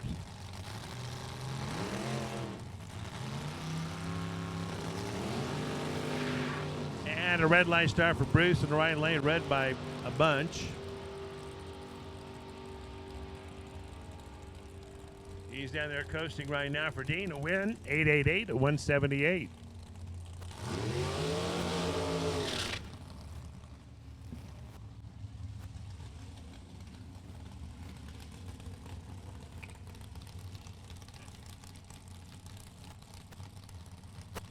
Backing up right now, the O'Reilly Lane, Megan Straswig from down there in Evansville, Indiana. She's a college student. Apparently no classes on Saturday afternoon. Does anybody have classes in college on a Saturday afternoon? Probably not. Doug Wessler, right side, from up there in Michigan. Can't remember. Badger or Wolverine State? What do you think, Jason? Remember? Wolverine State, that's right, because they are called the Wolverine football team or something. Or Spartans. Or Spartans. You can also get some Oh, Sparty yeah, in there. They do have two, don't they? But you can only pick one if you're from the state. Now Doug Wessler goes red back here in the starting line, kind of red by a bunch. Megan Straswig's going to be your winner. She'll go 892 at 169. Doug Wessler, 893 at 161. So one of the four dragsters is gone. Be putting that in the box, maybe. Here's that lone small block Chevrolet, Russ Brown in the right lane from Burlington, Iowa. Bill Rudy beside him from Lima, Ohio. He's a dock worker. I was in Lima the other day, and that's like not quite in the center of the state, but maybe it's not like boat dock. Could be.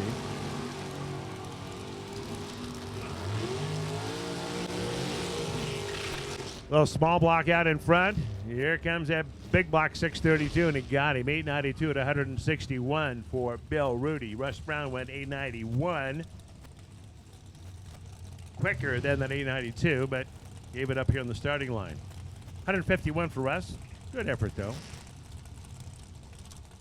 Nice guy, always smiling. And here's Delvin Shepard coming up the right lane out of Kelowna, Illinois, where he is a truck driver. Beside him, Rob Kropfeld in the O'Reilly lane from Hamilton, Ohio, in the auto tech business.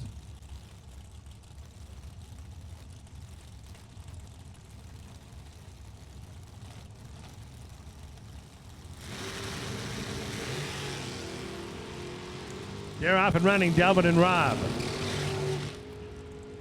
The truck driver, the automotive technician, Winlight. Left side, the automotive technician. 8.948, 161 for Rob. For Delvin, an 897, 148. Rob will be back for run number 2. Here's Jim Glosson up next, O'Reilly side. That'd be left lane from Lakeville, Illinois.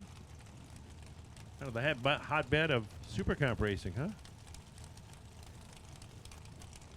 The Lamont and Glosson, and then Chad moved out of town, so there was one less. Ryan Kaysen in the right lane from Evansville, Indiana. Big old Chevrolet, Remington Dragster. Lots of torque, lots of horsepower, but only one win light. And it's in the right lane. That's for Brian right there with an 896, 153. 896 left side, 166 for Jim. And Ryan Kaysen will return for round number 2.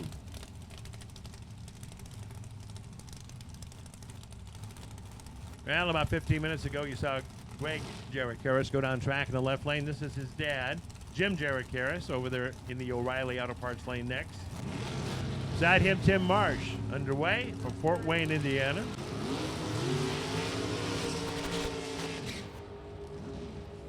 Win light right side? No, win light left side. Check it out. Jim Jarrett-Harris, your winner, 893, 172. 9 flat, 153. And if we were racing on paper, Jim Jarrett-Harris would have been gone by half track. Super Street needs you to the lanes now, please. Round number 1. If you're not there yet, we need you. Come on down. Super Street needs you to the staging lanes, please. Round number 1, Super Street, come on down. Thank you, Dennis. You're welcome, Bob. Here's Ron Fenny over there, left lane. O'Reilly Auto Parts side of the track. Bob Mandel in the right lane. He's down there in Tennessee. Toloka, Tennessee. Or something like that. We're not going to try that one again. And the Tennessee runner wins. Bob Mandel, 895, 177. We need to find out if that's Barbara's boy or something, or cousin. Ron Fenny goes 896 to 170.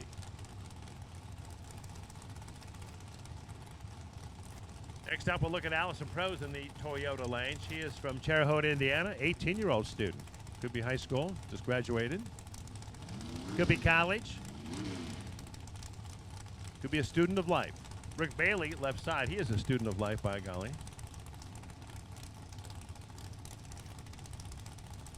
Also lets his grandson Hayden drive the car occasionally. Rick Bailey left. Allison Prose right. Allison inches on in. There we go.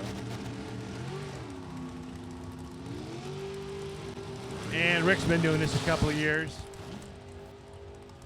Probably before Allison was born, Rick was racing. He is your winner, left side, Rick Bailey, 891, 166 to an 893, 171. And Rick Bailey comes back for round number 2.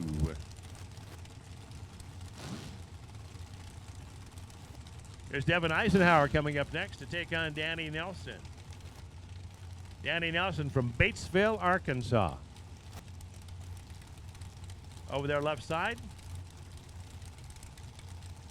Devin Eisenhower from Lebanon, Indiana, student.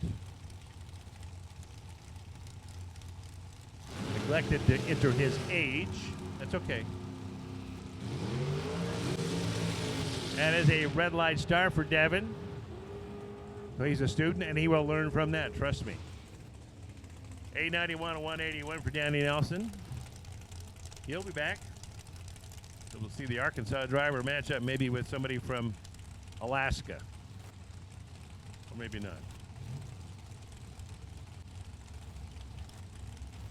A couple of very consistent Division III runners up next. Dennis Foster over here in the right lane from Morton Grove, Illinois. And his opponent, Mr. Crew Chief Pro Software, that would be Don Higgins from Mapleton. On the opposite side of Peoria from Washington. Still one of those gated communities, by golly. They've got him in Peoria.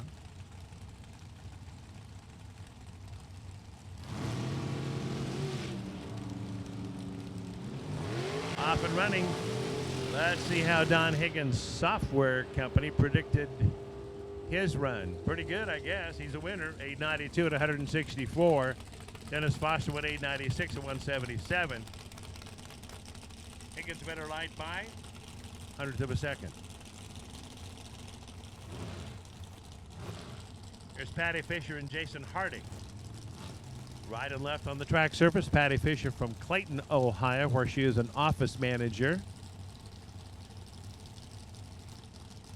Got to have those office managers, otherwise stuff just gets lost, thrown on the floor. Nobody gets paid.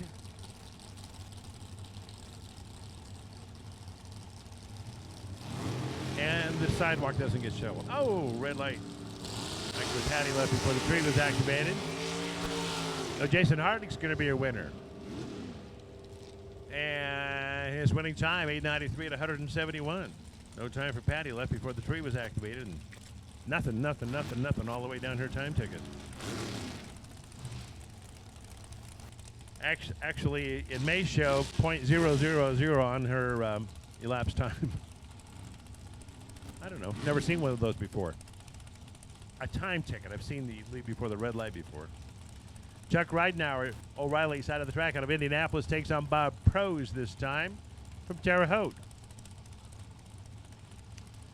The home of Nick Agresta, who's probably listening in at home right now or watching on his computer or his laptop or something else. Or maybe not. Watching D3 TV. Maybe not. Red light start for Chuck. Bob's going to be your winner. 8888. 8888. It is. 4 8. 174 miles per hour to an 895 for Chuck. 168 on the red light start by 32 thousandths of a second. Ed Shaughnessy. Jacob Elrod. Next pair. Jacob from Herod, Ohio. He's a financial advisor. Whoa, cool. Just like Chad Lamont. I think you need to get into indexed annuities. You can ask Chad about that. Just make you a ton of money. Well, hopefully. At least that's what my guy told me. Ed Shaughnessy's out of Coleraine, Minnesota. Has one of those ever popular Darren Erickson chassis and a line performance engine. Whoa. Cool. Winner in the right lane, that's Jacob. 898, 164 miles per hour for Ed, 893 at 158. So Jacob will come back. And we'll check out this pair. Dutch Stamper from North Vernon, Indiana, retired mechanic. Bill Jackson in the right lane from Mansfield, Ohio. He's an engine builder. So the guy in the left lane is 74, and he's not the oldest of this pair. Bill Jackson's going to be 77 in a couple of days. Holy cow.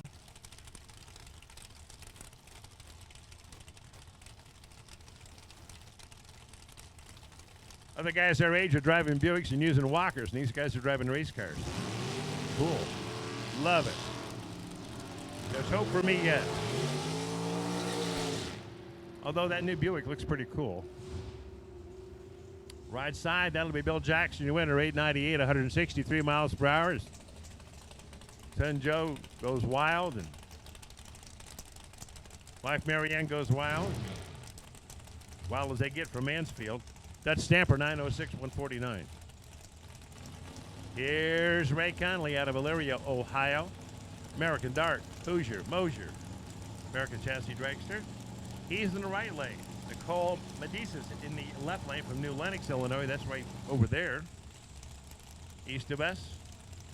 19-year-old student.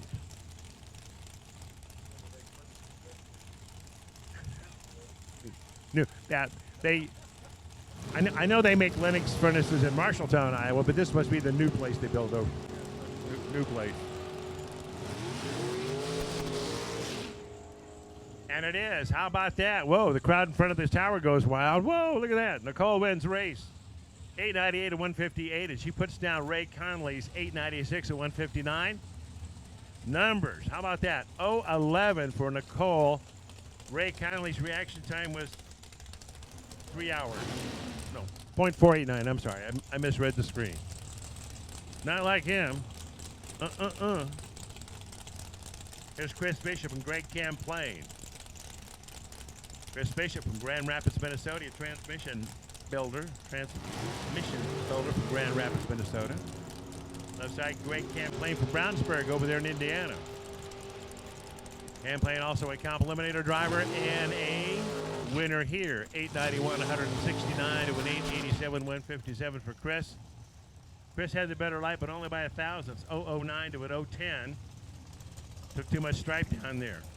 Bunch of stripe. 887. That's too quick. Greg says thank you. Whoosh. Brandon Bergschneider comes up next to take on Rose Richardson. Rose is over here in the right lane with some guys running after her right now. She's from Woodburn, Indiana, one of those store owners, the P&R Express convenience store.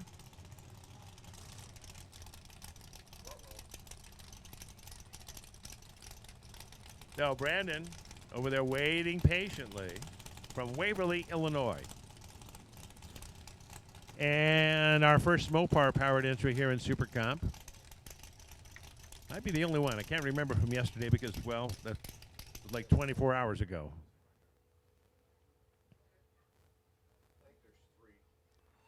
Bob Unkefer, who does keep track of stuff like that, thinks there's 3.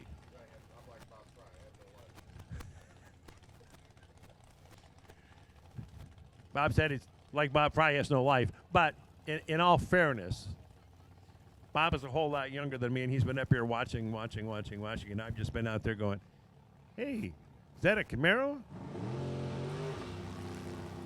Now, anyway, Rose gets pushed back, and Brandon gets a free ride.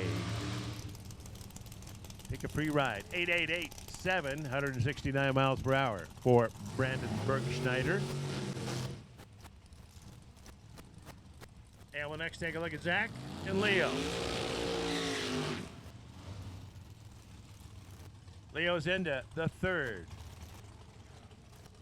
From Clinton Township, Michigan. Oh, the call comes down to get Super Gas guys rounded up. Super Gas round 2. We need you to the lanes, please. Super Street, you probably got them all filled up back there, but Super Gas, we'll find a spot for you, so bring him on down. Super Gas, round 2. Super Gas, round 2. Zach Fisher from Clayton, Ohio, 17 years old, a student.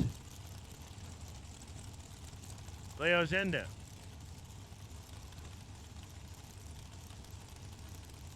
49 years older.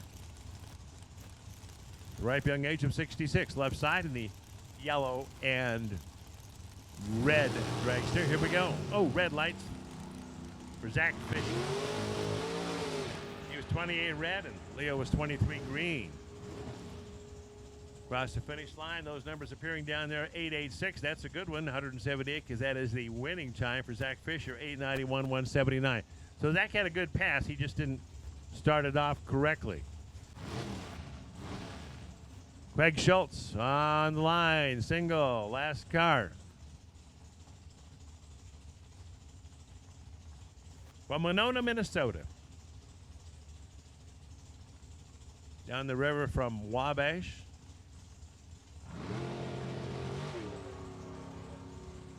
Wabasha, I misspoke. Wabasha.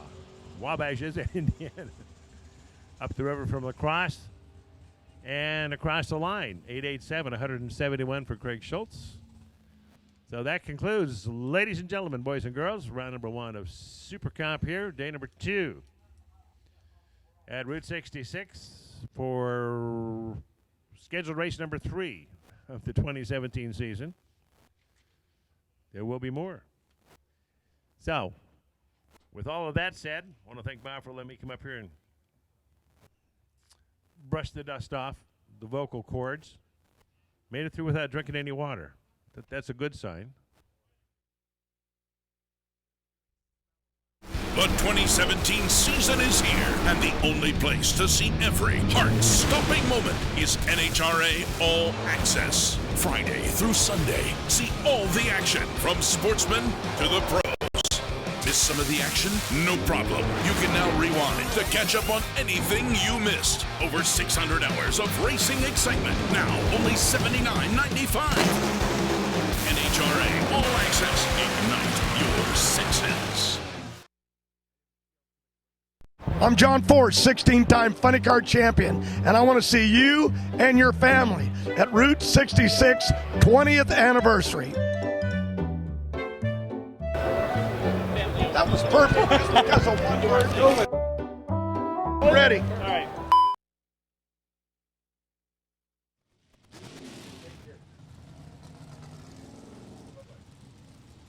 Okay, we're moving into another category called SST. We're bringing in another national event winner right here. Ladies and gentlemen, put your hands together for Bob Unkefer. Yay! Crowd goes wild. Small crowd. All right. 1090's up on the board. Super Street back at it. Super Gas, round number 2. Need you to the lanes, please. Super Gas, round number 2. Sending them down 2 at a time, bringing them back 1 by 1. Nick Hooten, right side. Working that Chevy 2 down the racetrack. Mark Erickson may be in trouble. Hooten was 0-0-4. Runs a 95 at 134 miles an hour. 1089.6. Mark trying to make it up down at the other end of the racetrack. And, well, sometimes that just doesn't work so well. Larry Zipsinski up now. Larry came out this morning, fired things off. First car down the racetrack for the final time run. In Super Street, lay down a 10.900. Well, he doesn't have to do it this time. This is an open practice run for him because Bruce Johnson, driving that big motored Chevelle, lights the red bulb by 1,000th of a second. And Larry goes cruising on through 10.907. Good for the W and moving on one more round. Randy Shipp and Jonathan Erickson. Randy wheeling and dealing his 68 Camaro for the runner out of Whiteland down in the Hoosier State. Jonathan up, the Illinois-based little Chevy Monza there on the left-hand side. The O'Reilly portion of the racetrack here at Route 66 Raceway. A little small block, 383 combo for the Monza, and they are off and running. Green lights a pair. Working our way down the racetrack. Jonathan way out in front. Here comes Randy's top in charge. Not going to get him. Both cars well off the number. Erickson goes cruising through 11-11 at 105. 11:75 and a $1.37 by Randy. Randy's day is done. Jonathan will be back from round number 2. Here's Presley Wilkerson, young lady out of Louisville. Contender in the Miss Kentucky contest late last year. She's taking on the defending champ, Barney Barnhart, over here on the right-hand side. Now for Barney, he's had a pretty good run, but Presley came up in her run this morning, and she laid down a 10-900 run. Out of the gate they go. Big block Corvette for the runner out of Louisville, left side. Big block Chevelle. Barney Barnhart over here on the Toyota side of the racetrack. Barney looking over his shoulder, and it's Presley getting the win. 10.94 to 142, 10.99 by Barney. At 142 miles an hour, Presley just kept the foot down, and at 6 thousandths of a second margin of victory, she knocks out the defending champ. Brian Horton's Malibu up next, alongside Ronnie Foss. Foss in the Camaro, right-hand side of the racetrack. 498 cubic inches, romping, stomping. Chevrolet cruises through 11 flat at 138. Horton a little late out of the gate, runs a better number at 1096, but comes up 29 thousandths of a second short down at the other end of the racetrack. Super Gas, round number 2. Need you lanes, please. Super Gas, round 2 to the lanes. Green lights a pair. We're off and running. Dave Hedges and Frank Jenkins. Jenkins right side, that's 63. Pontiac Le Mans working its way down track, lights up the scoreboard. 1092, 136. Hedges out of Plainwell, Michigan, now has lane choice headed east. The small block Camaro goes 1098, 123 miles an hour, and Frank gets to come back and play. Denny Napier and Matt Riley. And he's looking to get the Eckert Racing Chevy Vega out of Pataskala into the winner's circle this year. Well, he's got an easy one here in the opening round because Matthew Riley just said, well, if you want it here, take it. Riley goes red out of the gate by 15 thousandths of a second. Goes 1099 at 126 after all that, but Denny Napier says thank you. Cruises on through 1091 at 136 miles per. Mark Smith and Scott Sattler coming up next. We continue to work our way through round number 1 of our 1090 cars, our Super Street contestants. Scotty in the Malibu right side.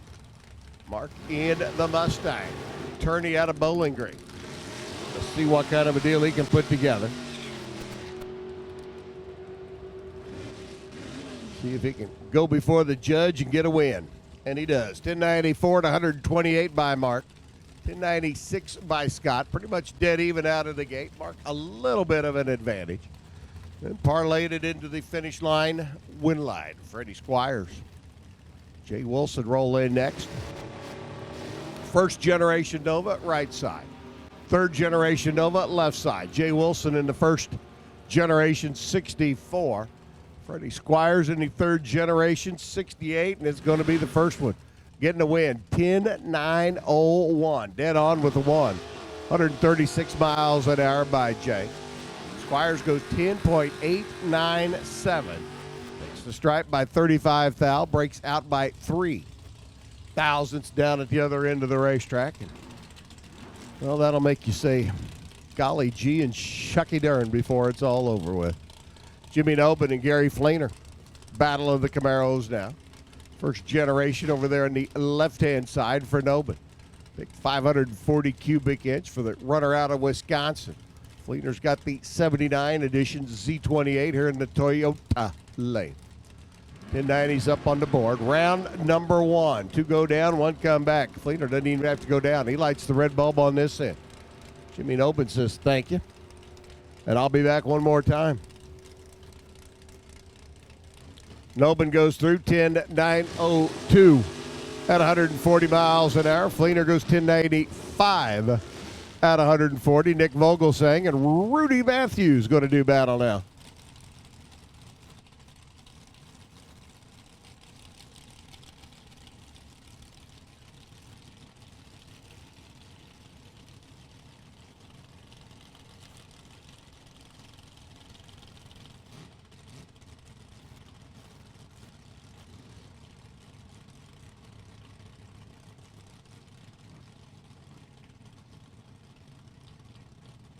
Rudy going to see if he can rumble down the racetrack. Vogelsang, though, over there on the left-hand side. That Looney Tunes Chevy 2. Not exactly a pushover car here in the opening round of eliminations. Two good drivers, two good cars. Vogelsang rolls in. Rudy rolls in. Green lights appear, and away we go. I will tell you this. One of the lights was a whole lot much darker, greener than the other one needed to be. Whew. And Vogelsang gets the win. He was 13 on the tree, runs 10.92 off the throttle. Rudy trying to give chase, goes 10.89.6, but Rudy Matthews, very uncharacteristically, dead late out of the gate. Bob Schmidt's Chevy 2. Taking on Jose Pino. Jose's Mustang here on the right-hand side for the runner out of Zion. Little Mustang has been quick all weekend long. Let's see if he's got the pony reined in to take on Bob Schmidt here in the opening round. Jose's been running down in that 1050 and 1060 range. When we're looking for 1090s, well, you don't want to run 1050 and 1060. Jose giving chase. Schmidt out in front. Schmidt at the stripe gets the win. 1099 at 124. Jose got her slowed up a little bit. Just not enough. 1085 at 125. Still a little quick against that 1090 numbers. Rob Kropfeld, your reigning division champion. Here in Division 3 competition, a runner out of Hamilton, Ohio. Up on the left-hand side, taking on Matt Kirchner's machine. With a third-generation Chevy Nova, this time the lowrider. Big blocking. 69 edition of the Chevy 2. Kropfeld out of the gate. Kirchner giving chase, coming, not going to get him. 1094 beats a 1093. Kropfeld used a 008 reaction time and a 12 thousandths stripe to get the win and move on. Charlie Campanella up now, 440 cubic inches, a Roadrunner. The Plymouth driver out of Camden, Michigan, left side. Steve Traeger, another third-generation Chevy 2. A popular Nova combination for the runner out of Minnesota. 440 Mopar, 560-plus cubic inch Chevrolet. Give it to the Chevrolet. 1094 at 128, 1093. Campanella, a little bit better number down at the end of the racetrack. Traeger had the better reaction time, and the difference, 24 thousandths of a second down at the other end of the racetrack. Yep, some days are like that. Yeah, they are.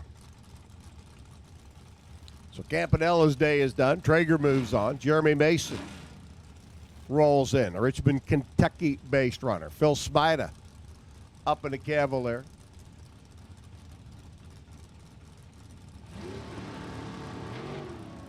Phil, who won this race last year, but in the Super Comp category. We'll see if he can hang on here in Super Street in the opening round. Got a tough draw on Jeremy, though. Jeremy gets the win. 1089.9 beats a 1088.8. Let's see, both drivers under. 89 minus 88. That's 11 thousandths of a second. I could do that in my head. Didn't even have to rely on the calculator. So Jeremy gets the W, 1089.9. Comes back next round for eliminations. Bitsy Satterleys. Camaro up next, the runner out of Lawrenceburg, Kentucky. Wheels up, wheels down. Chase Bat now giving chase. Sunset Motors. Chevy Camaro. First edition car on there on the left-hand side. Gets the win at the stripe. You can hear the womp-womp down there. 1093 by Chase. 125 miles an hour. 1095 by Bitsy. Bitsy was 001. Chase got around him down at the finish line by 3 thousandths of a second. Stevie Town and Randy DeLuca up now. Steve Town at 493 cubic inches of Mopar for the runner out of Michigan. Randy DeLuca's gorgeous 1950 Chevrolet over there on the left-hand side of the racetrack. That is the best appearing car. Norwalk, Ohio, a couple of weeks ago. Randy may be in trouble here, though. Tried to track him down at the other end, laid out of the gate, too quick at the other end. And what's the old expression? Two wrongs don't make a right?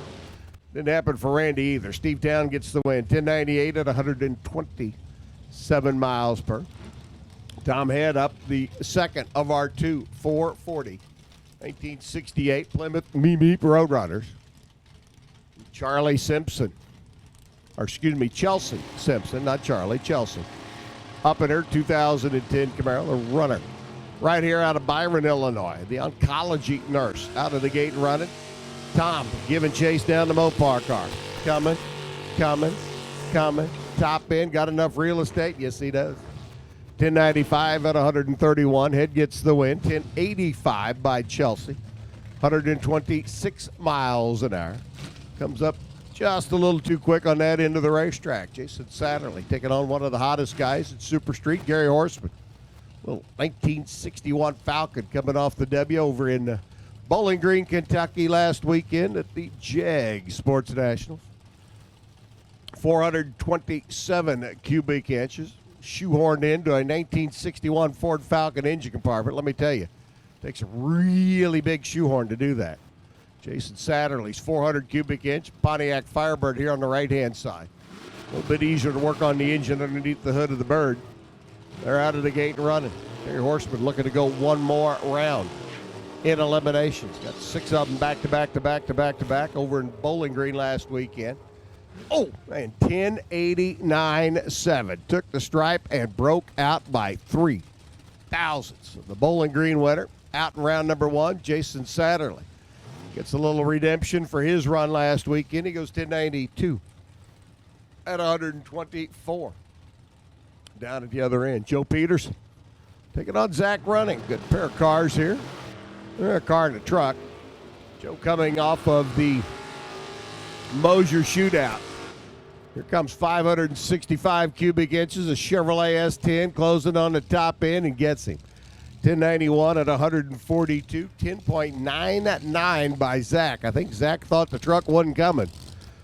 But at 142 miles an hour, Joe Peterson honked the horn as he went by and says, see ya. Moves on to round number 2. Parker Zimmerman and Alex Miller. Now Parker at the wheel of the Trans Am. Alex at the wheel of the Monza.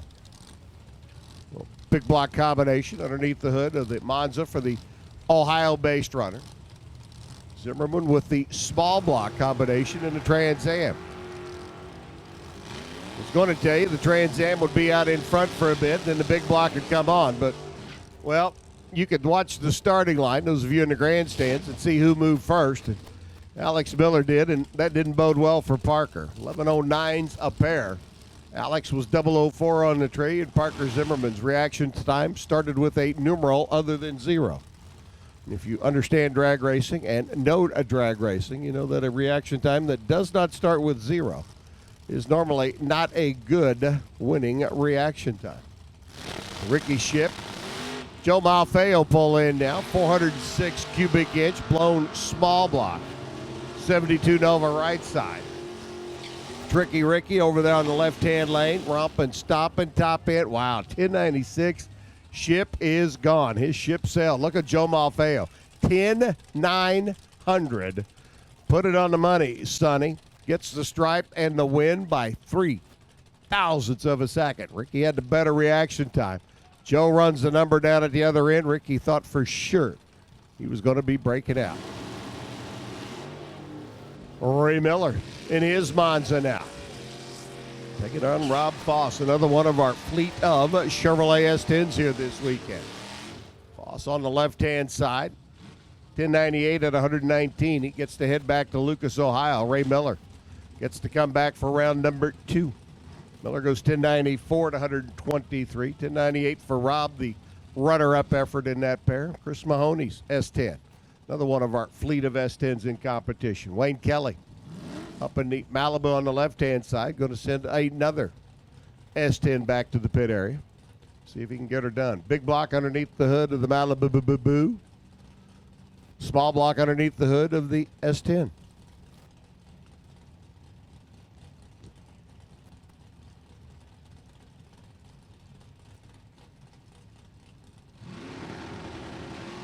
Super Gas, you should be in the lanes for round number 2. Super Gas, you should be in the lanes. Well, a little small block out in front in the S10. The big block punching, coming. Not going to get there. 1096.5 beats a 1096.2. 12 thousandths of a second difference down at the other end of the racetrack, and you put all the numbers together, that was a good, tight drag race from start to finish. Kelly just happens to come up short, and the S10 gets to come back and play. Steve Eckert, the Pataskala Flash, wheeling the Beretta there on the left-hand side, and this has not been a good weekend for Steve just yet. And he's going up alongside Doug Wood. Doug, who picked up the win in Super Street over at Heartland Park, Topeka a couple of weeks ago, the Menards National. See if the Standard Testing Labs Oldsmobile got another lap at it. Two good drivers, two good cars. Both of them been to the final round before. Finish line stripe, going to go to Eckert. 1092 at 129, 1089.8. Doug Wood got down there, took the stripe by 27 thousandths and broke out by 2. So the Pataskala Flash may be turning his luck around when it matters most, and that is during eliminations. Scott Mackey up in the Chevy 2. Scott, one of our final round contestants here a year ago. Came up a little bit short in the finals to Mr. Barnhart's Malibu. Well, we've seen Barney go out. He's got to get around Rodney Boyd if he wants to stay in, and he does. 1092 at 149, good win for Scott Mackey. 1094 for Rodney Boyd. Little 327 Camaro comes up just a skosh short down at the other end of the racetrack. So Mackey going to see if he can stay alive and go to the final round again this year. Andy Fields, Corvette right side. Say goodnight to Andy. 4 thousandths of a second too quick out of the gate. Mark Wessler's little Mustang. The Kalamazoo over there on the left-hand side. Whoa, Mark, dude, got news for you. Throttle stop, adjustment. Need to pay attention to those 3 words for the next round. 1078 at 134. He turned that pony loose down at the other end of the racetrack. And, well, that was just really quick.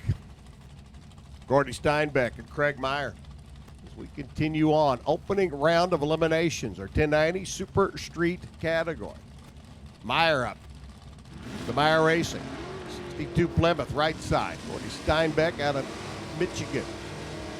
427 combination underneath the hood of that Mustang. Lynn down here going, yeah, he got him. 11 flat, 118 by Craig Meyer. Gordy goes 1120 to 116. Meyer gets the win. Lynn does the happy dance. We move on to the next pair. Richard Sperry's Malibu for the youngster out of Markle, Indiana. Youngster at the age of 71, that is. Because, hey, drag racing keeps you young. Brent Rooker gets the win light, though, because Richard Sperry goes 4 too quick out of the gate. Thousandths of a second, the red light by Richard. And Rooker, 1081 at 128 miles an hour. It's not a 1078 like we saw earlier, but, hey, still a little quick. Sperry's day is done. Rooker gets to come back and play in his Chevrolet. Kelly Sperry up now in the Nova.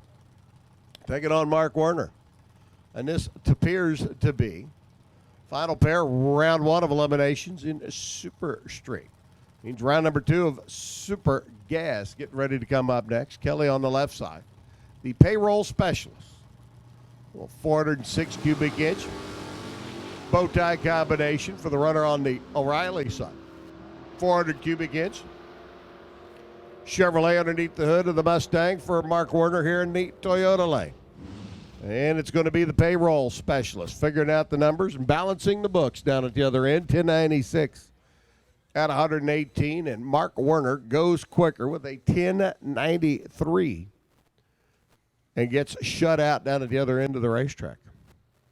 So round number 1 of stock, Super Gas, Super Comp, Super Street now in the books. Round number 2 of Super Gas getting ready to come up. Pro Stock Snowmobile needs you to the lanes, please. Pro Stock Snowmobile. I'm John Force, 16-time funny car champion, and I want to see you and your family at Route 66 20th anniversary. That was perfect just because of one word. Ready. All right. I'm John Force, 16-time funny car champ, and I expect to see you and your family at Route 66. Now, you hear me? Route 66, or is it Route? But I don't care. At the 20th annual Route 66 Nationals. Now do it one more time. Way is fine. I say route, he says route, and you can say it any way you want. Some people say Joliet. Yeah, we don't care. I'm John Force, and I'm Jolly, and I hang out at Joliet. Joliet. I'm John Force, 16-time funny car champion, and I want to see you this year at Route 60. I'm John Force, 16-time funny car champion, and I want to see you and your family at Route 66, their 20th annual NHRA Nationals. You better be there.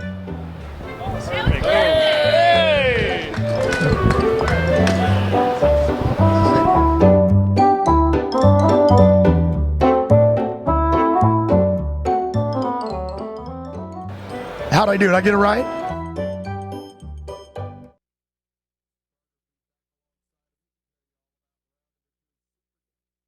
Snowmobiles will be out, and it'll be final qualifying for top dragster, comp eliminator, and top sportsman. Again, tip of the cap to everybody for the comp eliminator bonus fund and the comp eliminator shootout back for 2017. C-Tech aluminum cabinets, Don's Machine Shop, Camplain Machine, Billingsley Car Wash, Brow Bell Housings, Indy Gear, T&E Auto Haulers, Bullet Racing Cams, Trend Components, Diamond Pistons, Cohen Racing, Liberty Gears, Diamond Pistons, and Indy Gear. All of our sponsors for our Comp Eliminator Bonus Fund and the Ray Skillman Auto Group and Indy Gear Shootout. Our top 4 comp cars throughout the year. They'll be running for some bonus bucks down in Bowling Green, Kentucky in August when we get to the final race on the Division III Lucas Oil Drag Racing Series Tour. But here comes round number 2.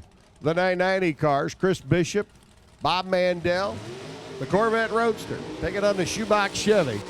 And here's Jason, tell you all about it. And thank you very much, Bob, as Bob Mandel lines up in the O'Reilly Auto Parts lane out of Kaluka, Tennessee. That 55 Bel Air with Chris Bishop.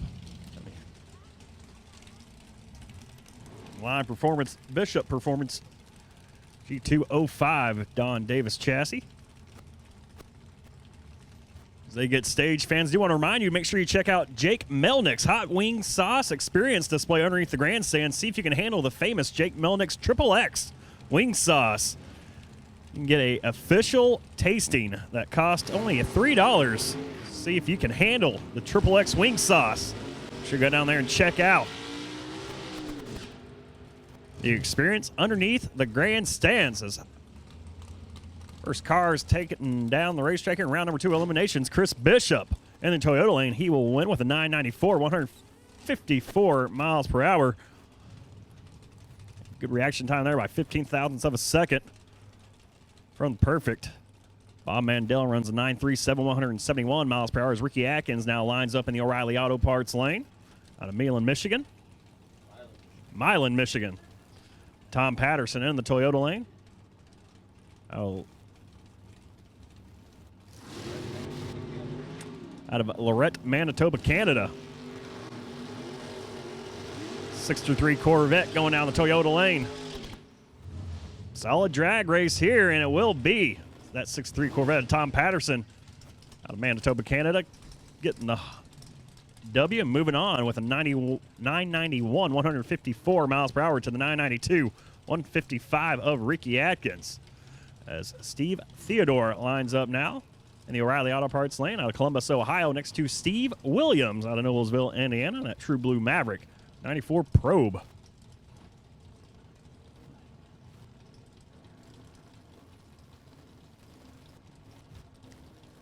Which Steve will advance on in round number 2, Super Gas Eliminations.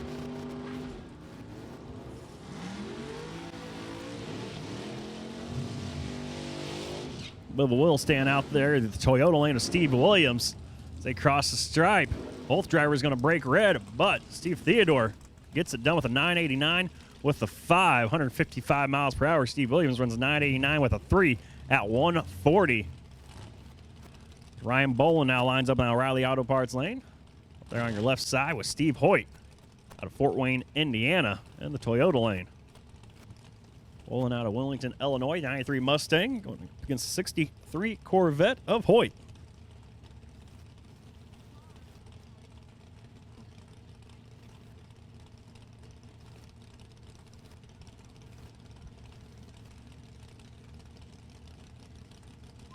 Thank everybody for joining us on D3 TV. Love having the guys out here at Route 66 Raceway, bringing you the action at home. If you couldn't make it out, shame on you, because it is a glorious day we had at the racetrack. Just got done walking the fan midway. Whole lot of stuff going on out there. Definitely feel the buzz and the excitement as Ryan Bolin and Steve Hoyt go down Route 66 Raceway. Both drivers once again break out there. Steve Hoyt, though, with a 988 with a 2, will take the dub. 172 miles per hour to the 984 with a 6 of Bolin in the O'Reilly Auto Parts lane. Hank Stewart now lines up in that O'Reilly Auto Parts lane out of Winnacone, Wisconsin. 1980 Monza to Jerry Burchett out of Antosh, Illinois. GNS Motorsports Camaro.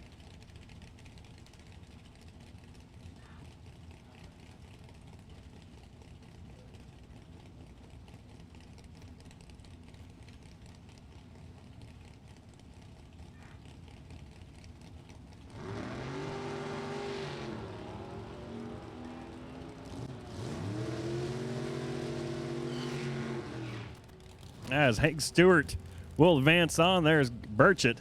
Goes red at the tree, 992. 135 miles per hour for Hank Stewart will get it done to the 1002 of Burchett. Attention in the pits. Attention in the pits, please. Need top dragster to lanes. Top dragster.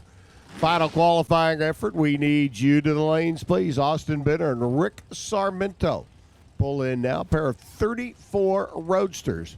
Sarmento over here on the right-hand side. All Mopar all the time. All green, and away we go. Austin Brenner with the Chevy there in the O'Reilly Auto Parts lane. Good drag race. Down the line it will be. Austin Brenner advancing on with a 993, 153 miles per hour. Rick Sarmento breaks red, runs a 988, 156 miles per hour. As Charlie Flanagan now lines up in the O'Reilly Auto Parts lane next to David Nelson out of Palmyra, Missouri. Retired military veteran. Do you want to tip our hat to him? Nelson Upholstery and Custom 2001 Corvette. He'll move on with a 993, 158 miles per hour. Charlie Flanagan. That's a lot of red you're seeing on the screen right there. Not good. Goes red at the tree and also breaks out at the end.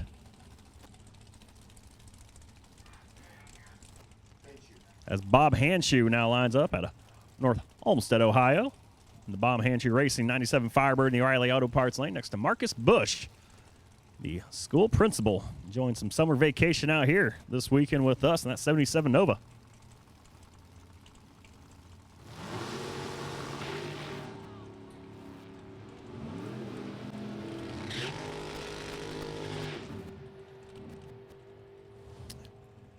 And the opening weekend of vacation was short-lived there for Marcus Bush as he goes red at the tree.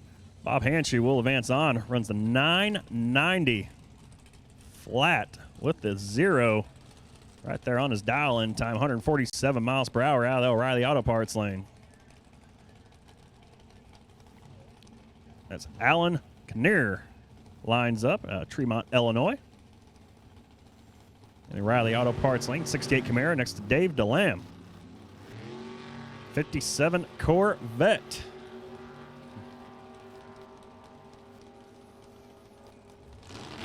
And we'll lead Dave DeLam advancing on. Both drivers once again breaking out.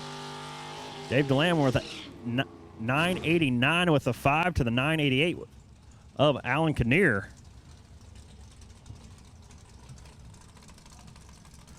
It was the third time we've seen both drivers break out on the run here in this second round of eliminations for Super Gas, as Jody Davis now lines up in the O'Reilly Auto Parts lane. Jody's Auto Clinic 65 Mustang. Next to Ryan McMillan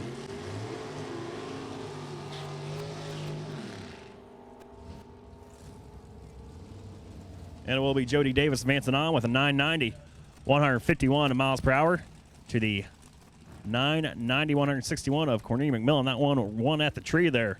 12 thousandths of a second for Jody Davis. 44 thousandths for Cornelia McMillan. Dan Hyatt now lines up in the O'Reilly Auto Parts lane. St. Cloud, Minnesota. Fat Joe's Racecraft. 27 Ford. Next to Eddie Arnold in the Toyota lane out of Saloon, Ohio. Arnold Engineering Cutlass.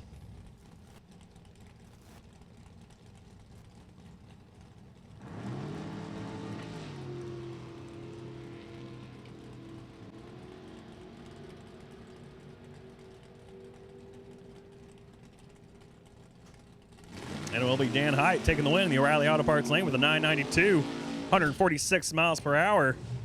The 992, 162 of Eddie Arnold.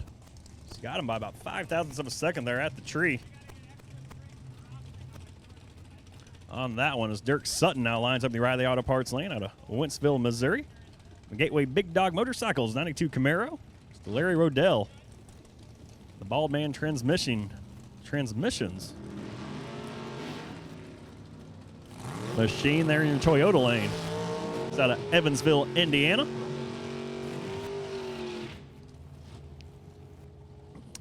Good run there. Both drivers end up breaking red. Dirk Sutton, though, perfect reaction time. Runs a 989 with a 7 to the 986 of Larry Rodell. So Dirk Sutton will advance on. As Mia Tedesco now lines up out of Murraysville, Pennsylvania. Mia was #1 in the world last year. Your defending champ here at Route 66 Raceway. That Cars Protection Plus 2004 Cavalier. Going up against Kevin Adams here in round number 2 of Eliminations out of Terre Haute, Indiana.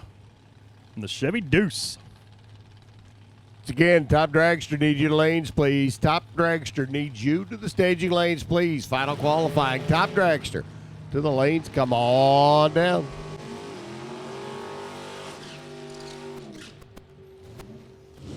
And Mia Tedesco showing exactly why she's #1 there. Ends up breaking out, but Kevin Adams went red at the tree. So if you're going to go red on one, then you prefer it to be the further end, especially if your opponent goes red there at the start line. So 989 with a 170 miles per hour for Mia Tedesco. Kevin Adams ends up running 990. So David Hedges now lines up in the O'Reilly Auto Parts lane out of Plainwell, Michigan. E&D's Performance Camaro. It's Tom Carlson out of Two Harbors, Minnesota. In the Corvette. And Tom Carlson gets it done with a 990 with a 6, 150 miles per hour to the 989.5 of Dave Hedges, 134 miles per hour. It's Jerry Spoor now lines up on O'Reilly Auto Parts lane out of Van Wert, Ohio. The Spoor Contracting 82 Mustang next to Janice Swan out of Mooresville, Indiana.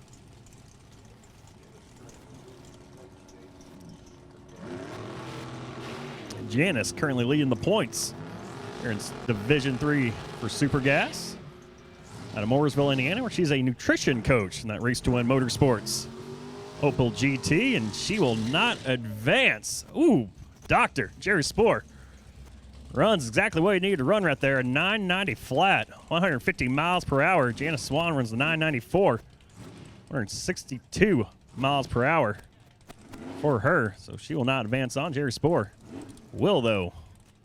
It's Tom Head now lines up in the O'Reilly Auto Parts lane out of Highland, Illinois. 33 Dodge. And why are you laughing over here, Bob?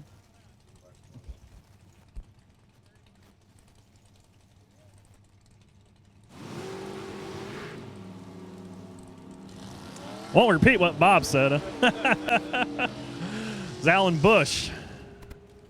Lines up in the Toyota lane. Those drivers already making the trek down the track here. Alan Bush advancing on with a 990, 164 miles per hour for the driver out of Erie, Illinois.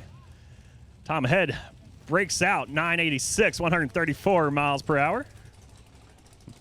Mark Cole lines up in the O'Reilly Auto Parts lane out of Avon, Indiana. Taking on Mike Kramer in round number 2 in that 94 Chevy S10. Otsego, Michigan.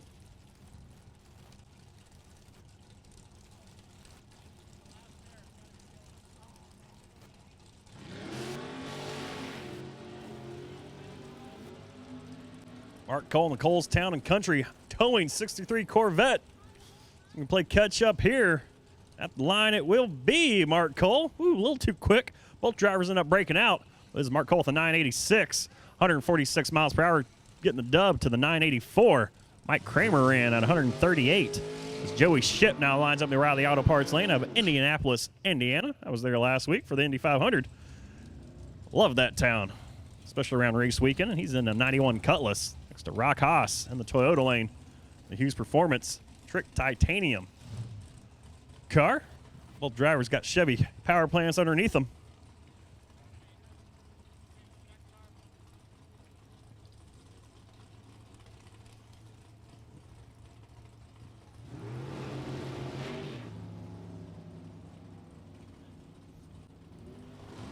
Joey Ship and that 91 Cutlass. Man, I just remember the yesteryear of the Cutlasses being out on the track. That he will advance on with a 990, 157 miles per hour. Rock Haas breaks out at the end, 987, 160 miles per hour for him as Devin Eisenhower lines up now in the O'Reilly Auto Parts lane out of Lebanon, Indiana. 20-year-old student getting ready to do battle with Scott Udenberg out of Two Harbors, Minnesota. That Gooseberry Trailside Suits, 2015 Dodge. And the student will advance on with a 987. Both drivers break out. Eisenhower with a 987, 164 miles per hour to the 986 of Scott Udenberg. Paul Richardson now comes up to the line, the Riley Auto Parts lane, Woodburn, Indiana, with Jeff Kinney, the Minnetonka, Minnesota.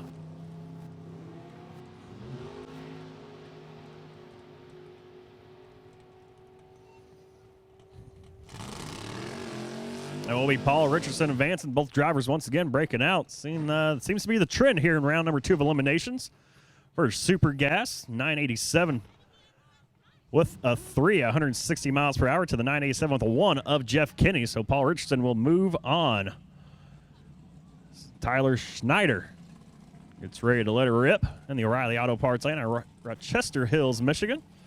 24-year-old software engineer. Yeah, just going to be a competition by. Here's Joe Fisher. Supposed to be taking him on in his RacingRVs.com Corvette. But Joe's car broke. So Tyler Schneider will advance on here. Competition by. He breaks out as well with a 988, 154 miles per hour. And Tom Stormwall now lines up out of St. Cloud, Minnesota. His 63 Corvette.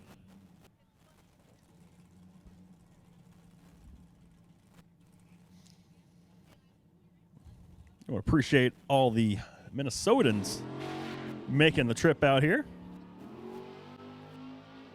This is, I guess, officially the first day, first weekend that we actually had some summer weather. That Stormwall runs 997, 146 miles per hour. I believe that's going to do it for round number 2 of eliminations for the Super Gassers. As don't forget, fans, and here in 30 minutes, the Bishop's Daredevil Stunt Club will be rocking out your ears, I guess. You can enjoy music by them at the Beer Garden along the Midway. They'll be performing from 3 to 8, so refresh with a nice cold one, all you adults. And make sure you check those guys out. So stop by the Porter Bar along the Midway today. Listen to some good music, good beer, and have some good times. You think they'd let me go over there? Hey, why not? Oh, okay, that might be announcing like this a little bit later. I don't think they want me over there. Pro Stock Snowmobile getting ready to come up as we get into their qualifying session number 2. Got another one coming up just a little bit later on. Louis Warble, your number 1 qualifier Over here on the right-hand side of the racetrack, the contractor out up in Michigan, making the tow over, bringing his Skidoo with him, 1,000 cc's. Over here on the Toyota side of the racetrack, and Ed Ilgen up on the left-hand side, the Turbo Boss Cat. For the runner right here in Illinois, Rockford. You don't see these down in Texas. You don't see them in Louisiana. You don't see them too much in New Mexico or California, but up here in the northern states, the Pro Stock Snowmobiles competing here on the asphalt quarter mile. Brad out there taking care of his starting line. We'll get Ed and Louie mounted up on their rides here in just a moment. We'll get the rest of our Pro Stock Snowmobile field. Glenn Hall, Matt Ernst, your defending champions. Kyle Schultz, Ron Bray, and Scott Hagan. They'll all be going and scooting down the racetrack here in just a moment or two. As soon as we get the starting line taken care of, Brad getting the blower out there to put a little finish work on the starting line, make sure we're good and sticky for all of our competitors. Is Louis Warble and Ed Ilgen going to lead us off here in round number 2, Pro Stock Snowmobile qualifying. RacingRVs.com, top dragster. You should be in the lanes because you're going to be coming up next. That means Cop Eliminator. We'll be calling you shortly. And right behind that are RacingRVs.com top sportsman competitors. Pro Stock Snowmobiles will be back after the top sportsman cars. Our final round of qualifying. We'll also run off our final round of Pro Stock Snowmobile from our event in Norwalk, Ohio a couple of weeks ago where we did not get a chance to crown the champ. Then it'll be in the top alcohol funny car and top alcohol dragster as we get into their first of 2 qualifying sessions. Louis off and running. Went 8:31 yesterday aboard his Skidoo over here on the Toyota side. He goes 8:29 today, stepping the pace up. 8:36 by Ed Ilgen. Ed moves up. He picks up better than a 10th over yesterday's run. And Ed into the number 4 spot. Glenn Hall was number 2 at the end of everything yesterday with an 8:32 lap at 154. His Arctic Cat over there on the O'Reilly side. Out of Wisconsin. And Ronnie Braze, Minnesota-based. Arctic Cat, Ron couldn't wait. He's off and running down the Toyota side, but he left before the trees activated, so he'll get no time. Glenn Hall runs through consistently, picks up 0.06 of a second. Down at the other end of the racetrack, runs 8:31.4. And for Ron Bray, leaving before the tree is activated, get you no time recorded down at the other end of the racetrack. You see Kevin Pepler out there in the blue shirt. Kevin, our official Division III photographer, taking pictures of everybody in competition here this weekend. Kevin's trailer located right over next to the staging lane. Certainly invite all of our competitors to stop by, check in with Kevin. He's got a big screen. He can show you what pictures he's got of your vehicle in action here at Route 66 Raceway. Kevin, our official Division III photographer. Glad to have him here this weekend. Well, like I said, trailer located right next to the staging lanes. Here's last year's champ, Matt Ernst. Over here on the Toyota side, the electrician out of Iowa aboard his Z1 turbo machine. Number 3 qualifier. He went 8:36 yesterday. Scotty Hagan's Skidoo. There on the O'Reilly side, Scott goes 8:26. Say hi, hello, and how do you do to your new number 1 qualifier? 8:26.5, top speed at 157 miles an hour. Matt goes 8:38 at $154, was where we've seen Glenn Hall and Louis Warble. And Scotty Hagan pick up. Matt Ernst is just slowed down just a skosh. So whatever they tried here in this round of qualifying, go back and rethink and redo. Kyle Schultz out of Wisconsin, bringing his Arctic Cat down. Brand new 2017 edition for Kyle and Carrie. The rest of the Schultz family. Kyle, your number 6 qualifier. 8:41 out of his Arctic Cat yesterday. He hustles down the racetrack and goes 8:41 again today. 2 laps within 0.02 of a second of each other. That's pretty tight. I'd say you could probably get that one figured out on what it's going to run. Probably an 8:41. Top dragster getting ready to come out next. Their final qualifying effort. We will set our top dragster field. Once our top dragsters get ready and hit the racetrack, a little traction compound going down before we bring them out for final qualifying. We're like 4 cars away from an all-time record quick field of top dragsters. Now, I will tell you this. Those 4 cars going to have their work cut out for them. Temperature this afternoon, a little bit hotter than what we saw yesterday. The barometric pressure not as good as what we saw yesterday, and the adjusted corrected altitude a little bit higher than what we saw yesterday. So it's going to take some pretty good tuning and some pretty good numbers to be able to set the quickest ever field. But I'm not going to say it can't be done. Quickest ever bump, a 6.473. And the only cars in our 32-car field that aren't quicker than that are John Biaggi, Bradley Green, Donna Patterson, and Wayne Sleeker. Wayne, one of is our bump spot. And the bump spot right now, a 657. Those are the numbers you see down on the O'Reilly and Toyota scoreboard. Ryan Keener, Al Peevler, Dan Phelps, Dennis Lund, Tony Billett, and Mike Warham. Our 6 cars not in the show. The 6 cars sitting right now as a D and Q, and I got to tell you, Al Peevler is your reigning division champ, and he ain't in. And he can be, and he probably will be. And if he isn't, he's going to be as shocked and surprised as I am. But that's why we send him down the racetrack, because on paper, anybody can do it. It's a matter of being able to set the combination, tune it, run it, make the adjustments you need, and get him down track. Danny Nelson, Mike Coughlin going to be our first pair out.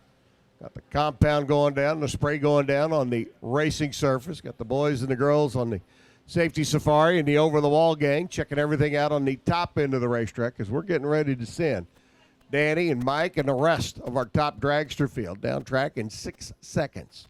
At over 200 miles an hour, and we want to be safe. We want to be secure, and we want to make sure that they are taken care of going down this quarter mile. So as soon as the gang at the top end of the racetrack says we're good and ready to go, we will fire up the first pair. Danny and Mike and the other 36 cars trying to make a 32-car field in our RacingRVs.com top dragster competition. And race fans, don't forget the world's greatest drag racers light up the world's premier drag racing facilities. Come out and see the stars like John Force, Ron Capps, Antron Brown, and Erica Ender-Stevens take on the track for the 20th annual NHRA Route 66 Nationals, July 6th through the 9th, right here, Route 66 Raceway. Every ticket is a pit pass and your all-access pass into the epicenter of the drivers and teams as they prep their 10,000 horsepower machines. Feel the rumble beneath your feet, smell the nitro, and prepare to be blown away by dragsters exceeding speeds over 300 miles per hour. Don't miss our special tribute display to our past 20 NHRA events as well. 4 days of racing await, and you can experience one or all. Visit Route66Raceway.com for more information. And I want to put a little caveat on that. We will also, during that event, run our JEGS All-Star event. We're sitting here with all of our Lucas Oil and Sportsman competitors here this weekend. But during the running of the 20th annual Route 66 Nationals, we will also be competing with the JEGS All-Stars, the top drivers in each of the 7 NHRA divisions categories around the country. Division 1 up in the Northeast, Division 2 down in the Southeast, Division 3, of course, the division that we're in here.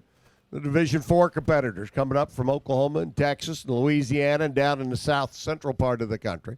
Division 5 competitors coming over from the north central part of the country. Division 6 out of the great Northwest, and Division 7 guys coming out of California, New Mexico, and Arizona. But you're going to have the best of the best competing in the JEGS All-Star race, and that is a race within the race here at the 20th Annual Nationals here at Route 66 Raceway, and those cars and those drivers will be in competition on Saturday. We'll crown our JEGS All-Star champions come Saturday afternoon. And if you're going to come out and join us for the race weekend, the pros are cool. They really are. But the sportsman racers, the backbone of the sport, and let me tell you, when the JEGS All-Stars roll into town, it gets interesting because you've got the top drivers in Super Street, the top drivers in Super Gas, the 8 best in the country in Super Stock and Super Comp, top dragster, top sportsman. Every category in sportsman competition and NHRA drag racing, our alcohol dragsters, our alcohol funny cars, and to walk away on Saturday with the JEGS All-Star Trophy. It's almost as big as winning Indy, the U.S. Nationals. But for the JEGS All-Star competitors, if you can come in here, race the best of the best from across the country, and walk away with the trophy on Saturday, big feather in your cap. And a lot of great competition going to be taking place on that Saturday. And then, if they can win the event on Sunday, during the running of the 20th annual Route 66 Nationals, they can pick up a double-up check, a little bonus money. So big weekend of racing, not only for the pros here at Route 66 coming up, but also our Lucas Oil competitors. I haven't convinced my wife yet that her birthday weekend I need to come to Joliet, but we keep working on it, so I'm planning on trying to get here for that event. Maybe I can send her shopping in downtown Chicago. I've heard they've got a few stores down there you can go shopping in. They got a few stores. They got a few, yeah. Not sure what's more expensive, the stores or the parking down there. I've been through both.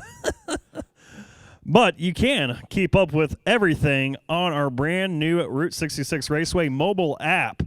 You can purchase tickets, find your way around with user-friendly maps, and get race weekend schedules and more information, all within the palm of your hands. So search Route 66 Raceway in the Apple Store or Google Play. Get the app, stay connected. It is free. I actually just downloaded it. And I am getting asked whether or not I want to buy tickets to a race. So who knows? Maybe they just bug you right there. I also want to remind you, race fans, make sure you check out Jake Melnick's Hot Wing Tasting Display. Believe, from what I'm told, it's in the middle of the grandstands. If you look at the Coca-Cola signage up there on the grandstands, it should be right in the middle of that. So make sure you check out Jake Melnick's Hot Wing Sauce Experience underneath the grandstand. See if you can handle the famous Jake Melnick's XXX Wing Sauce. Official tasting only costs $3. And get your buddies to videotape it for you, post it up on Facebook, and tell everybody that you survived the XXX Wing Sauce.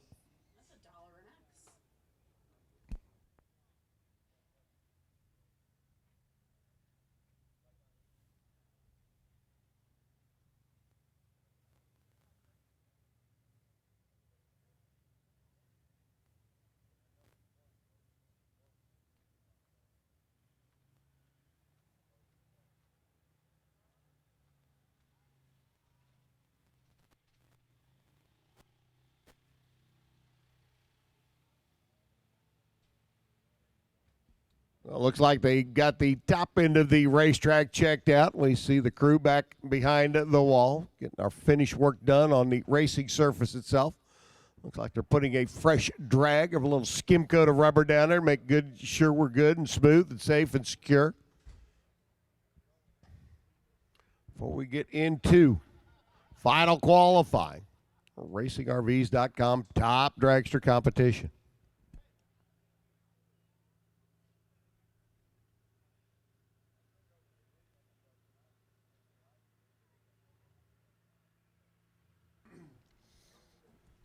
And race fans out there, if you're like me, you enjoy every bit of racing. I watch everything from drag racing to boat racing to road course racing.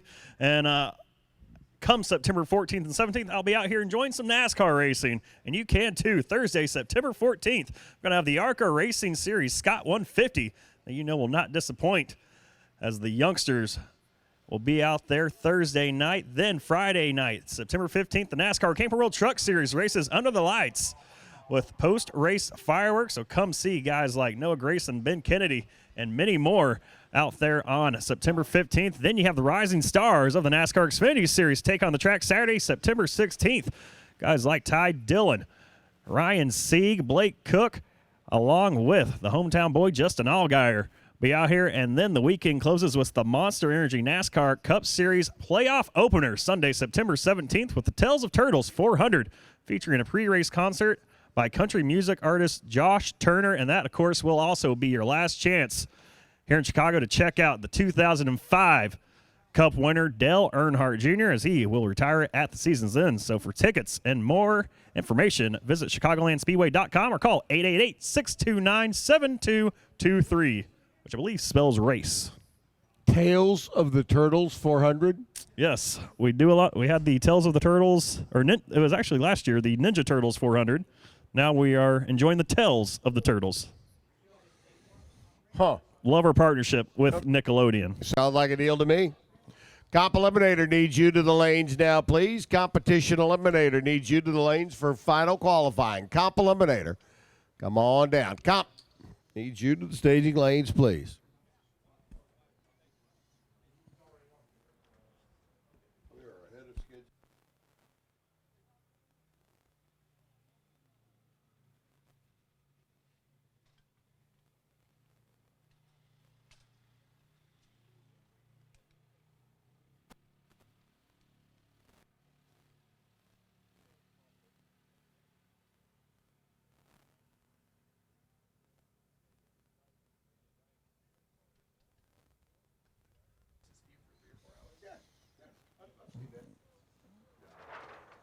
And once again, fans, if you haven't yet, make sure you stop by and see our friends over there at the Fan Pit Stop located on the Midway. You can win a family 4-pack to Championship Sunday of the Route 66 NHRA Nationals July 9th and 4 tickets to the Tales of Turtles 400. That's going to be ran September 17th, like I just mentioned. So enter to win, get some swag, and stop by the Blue Fan Pit Stop tent along the Midway. As here in about 14 minutes, the Bishops Daredevil Stunt Club will get rocking in our beer garden. They'll, of course, be playing some sets from 3 to 8 o'clock. And coming up at 7 o'clock in the beer garden, the official Chicagoland Speedway and Route 66 Raceway mascot, Dash, will be making an appearance over there or actually not at the beer garden, down there at the Fan Pit Stop. So stop by the Fan Pit Stop. You have any questions, information, want to know where to go in this great event, the Burn Down at Sundown. Make sure you head on out there and make sure you sign your kids up to become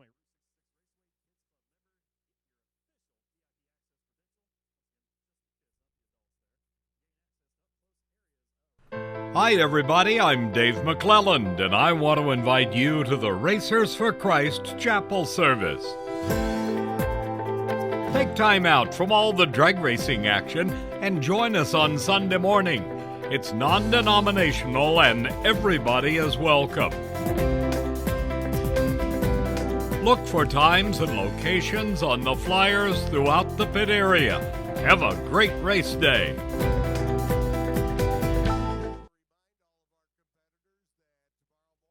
7:30 and 9 a.m. Our Racers for Christ non-denominational chapel service be taking place in the Media Center here in the Tower, 7:30 and 9 a.m. Racers for Christ non-denominational chapel service. Hope to see your face in the place. We will get our chapel service taken care of and then into final day of eliminations here at the Burn Down at Sundown, presented by Four Seasons Heating and Air Conditioning here at Route 66 Raceway. Tractor, I think, getting ready to come off the quarter mile as we will have the lanes prepped and ready to go, and top dragster, first pair, final qualifying, going to be taking flight, going down the quarter mile here in just a moment or two.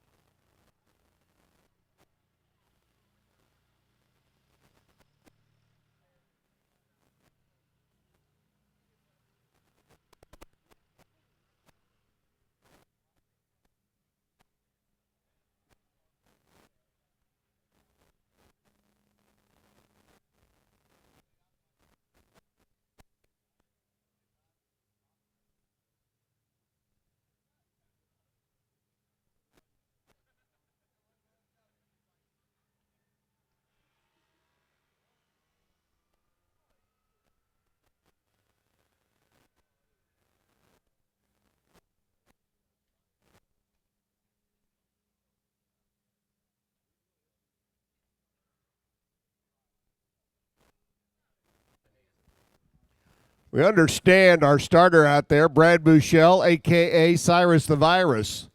Understand Brad is in dire need of a banana.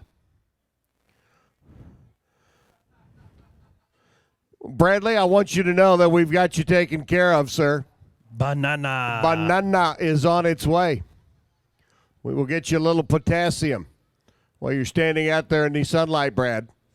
Banana coming your way. You're welcome, sir. Not a problem. Glad to be of service. You do a great job out there, and all the racers know and appreciate all the hard work you do. So when you say you need a banana, we come up with a banana. Kevin, you need to get a picture. Banana en route. Speaking of Kevin and pictures, don't forget, stop by Kevin's trailer over here next to the staging lanes. Got pictures of all and each of every one of our cars in competition this weekend. Stop by. Kevin can show you your vehicle, car, truck, whatever it might be. On track here at Route 66 Raceway is a big screen. You can look at all the shots he's got of your particular vehicle, and you can pick out the ones you want. Kevin will get you squared away and taken care of. And just for Brad, a banana, little potassium. You got her, boss.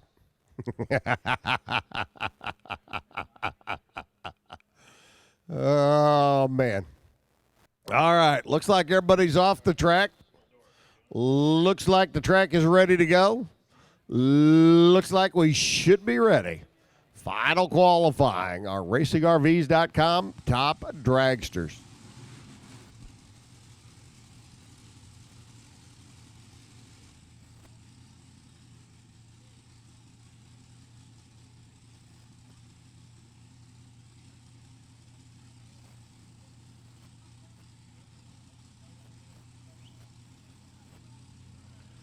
Again, Competition Eliminator needs you to the lanes, please. Competition Eliminator needs you to the staging lanes. Come on down to your final qualifying session. Competition Eliminator needs you to the lanes, please. Well, boys and girls, guys and gals, ladies and gentlemen, and you too, Timmy, wherever you may be, top dragster getting ready to come at us. Number one qualifier and number two qualifier, identical, 6.017 second laps yesterday. Mike Coughlin coming up in the Jegs machine over here on the Toyota side of the racetrack, one of those 601 cars.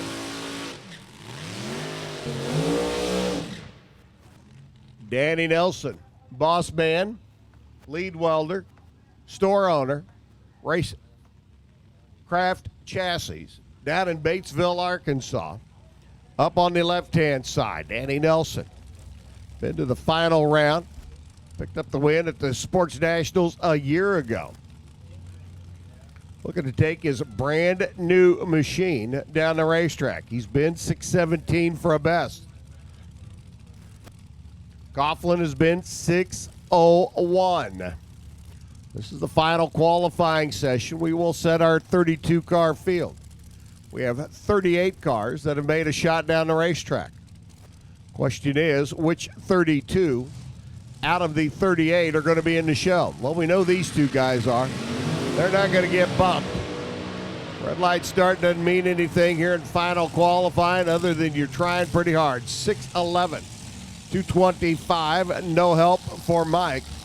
Nelson improves. He runs 626, does not improve. He was 617 yesterday. Well, Michael stay number 2. Danny stays number 11. Here comes Danny Waddle and Red Fritch. Top dragster.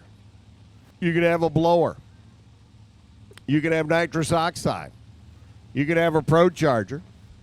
You can have a turbocharger. You can have one, but not two of the above. Or you can have just a whole lot of cubic inches. Red Fritch does the burnout.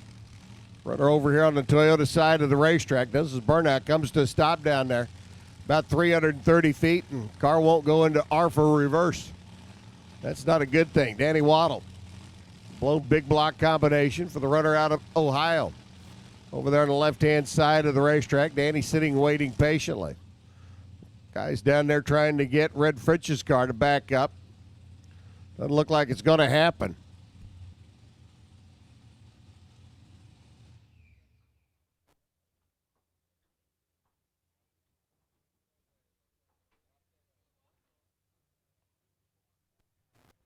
So for Red Fritch, tough break there. As the car won't back up, they'll get him pushed back and out of the way. And Waddle shutting his machine down. He'll have his shot at the racetrack.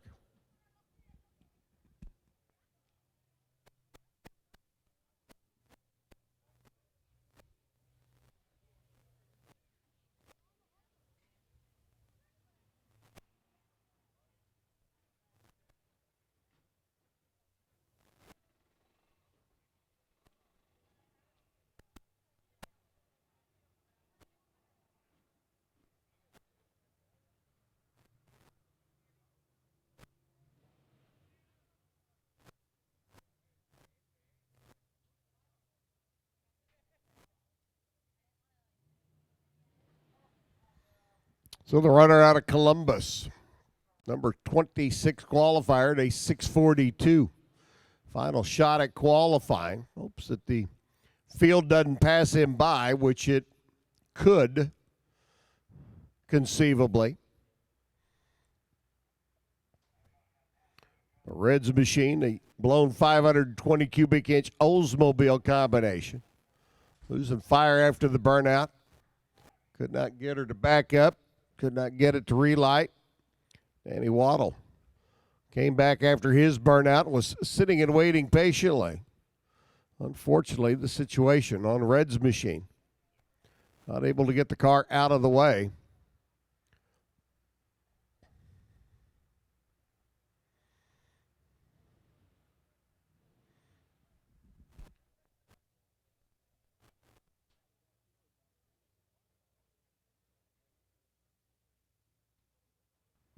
So we got the golf cart hooked up and get Red's machine coming backwards, albeit slowly, but coming backwards it is. And get him off the racetrack, give Danny his shot at the racetrack, and continue on with our final qualifying.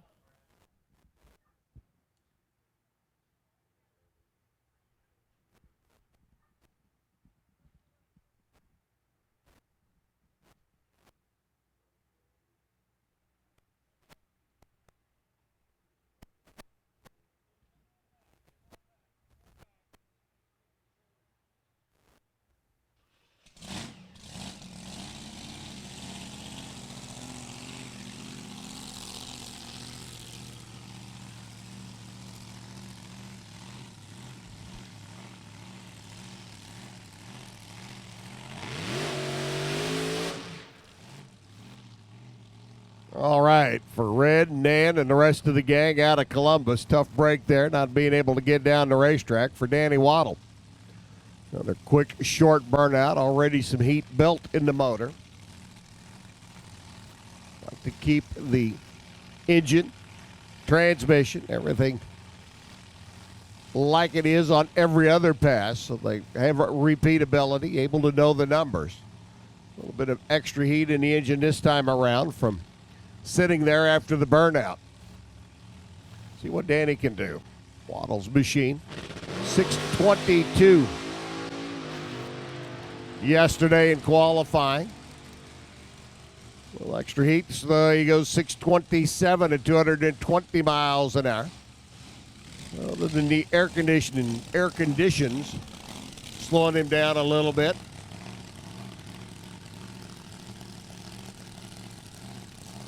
Looks like the set and wait time didn't hurt him a bunch. Here comes Donna Patterson. Donna, Manitoba-based runner. Saw the husband up a little bit earlier in competition, down up at the wheel of her undercovered chassis machine. Over there on the left-hand side, Donna's been 655 at a best. We said earlier, we are 4 cars away from a record quick field here at Route 66 Raceway. Dan Norris alongside. The runner coming down out of Brighton, Michigan. Over here on the Toyota side. Now, Dan's machine. He hustled down the racetrack yesterday at 6:02 and 6:03. 230 miles an hour plus on both runs. Dan sitting in that number 3 spot on the qualifying sheet. He's going to be a player. Donna knows she needs to step up here and now with the Canadian-based car over there on the O'Reilly side. Conceivably, she could get bumped. Donna's not going to improve at 6:10 this time around for Dan Norris at 229 miles an hour. Donna's going to cruise on down the road, and she's going to keep her fingers crossed, her toes crossed. And who knows if she's going to stay in or not, because right now she is number 31 in a 32-car field. And like I said earlier, we have 6 cars that aren't in the show yet, along with Wayne Slinger, who sits number 32 right behind her. Wayne yesterday, a 6:57.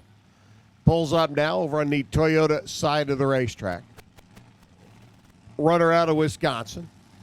Takes care of the highways and the byways. Up there is a highway department supervisor. Got another blown big block combination, and Jimmy Prevost, the VRN race cars machine. Big 632 cubic inch combination for Jim and Kelly. Jim's your number 21 qualifier. Now, if you're in the show, if you could have your druthers, you'd rather be number 1 through 16 qualifier. Why? Gives you lane choice. 1 runs 17, 2 runs 18, 3 runs 19, so on and so forth. The number 16 run to number 32. And you like to have lane choice. Doesn't really make a difference much.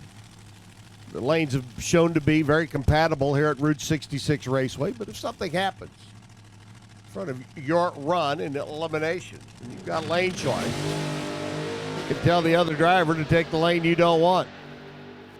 Jimmy Prevost trying to improve. Doesn't. 6:35 at 2:12. 6:50, though, by Wayne. Slinger gets off the bump spot. Runs a 6.50 run. That moves him up to number 29. Remember Donna Patterson? We were talking about a moment ago with her 6:55 best. Donna's 6:55. You look down on the O'Reilly and the Toyota scoreboards, and that is now the bump. Like I said earlier, Ryan Keener, Al Peevler, Dan Phelps, Dennis Lund, Anthony Billett, Mike Warren. All yet to come. Madison Ellison rolling in now, the young lady out of Central City, Kentucky. 615 cubic inch, big motor. Up and out on Madison's car. Timmy Papp got a bigger one. 706 cubic inch combination for him and Darwin and Zach. Tim, 1 shot at the track yesterday. Had problems in the opening round. Came up in the late session. Said, I want in. And dove right into the middle. 6:22 at 219 miles an hour. He's sitting number 14. Madison, part of the Women Rock team. Sitting number 20 at the 6:31. You want to be in the quick half of the field, you got to go 6.299 or better to get in. Madison could do it, albeit with the temperature outside right now. Might be a bit of a reach to get into the 620s. She's been consistent low 630s. If they've tweaked it right, got the combination right, can be done. Tim Papp says, I'm already in the top half of the field. Like to improve a little bit, but hey, if I can get another good, consistent lap down, we'll be good to go. Madison in on the right side. Tim in on the left.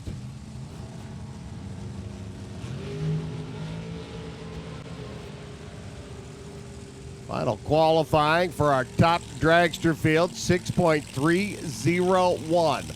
Best run of the weekend for Madison. She'll move into that number 17 spot. Tim Papp goes 6:24. 218 miles an hour for Madison. She moves from 20. Looking for the top half of the field and missed it by 2 thousandths of a second. And right now, that puts her number 17. Lines her up on a date with Marty Cheeseman's number 1 qualifying car in the opening round of eliminations if nothing changes. But you never know when something might change. We still got a bunch of cars to go to set our field. Afton Swanson coming up now. The young lady out of Denver, Iowa, over here on the Toyota side. Hubby Joe out there checking everything out on their blown big block. Afton coming off the win over at Heartland Park, Topeka, the Menards Nationals just a couple of weeks ago. First ever national event Wally. Love to take home a little Wally here this weekend. I tell you what, the way that car's running right now, very much possible to do it. Ed Dudley up on the left-hand side. Edwards in the bottom half of the field. He's 6:34 lap yesterday. Currently holding him number 22 on the qualifying sheet. So Dudley left, Swanson right. Out of the gate they go. After 6:13 yesterday, her quickest run ever, goes 6:22 today. 223 miles an hour. Dudley goes 6:36 at 2:12. So Afton slows up a little bit. Dudley slows up a little bit. And I will say that I'm not overly surprised. Corrected altitude, a little bit tall, a little bit higher. Temperature a little bit warmer, makes it a little bit tougher to make a lot of horsepower out there. Tom Martino rolling in now, the youngster out of Youngstown, Ohio, young at the age of 62. And he calls himself the other Tom Martino. Of course, Tom Martino, a engine builder and tuner and pro stock driver. Yep, he's from Jersey. Tom Martino here's from Ohio. He's your number 23 qualifier. He's been back-to-back 6:36 laps. Bob Mandel out of Tennessee, the Profab chassis builder. This is Bob Mandel the third.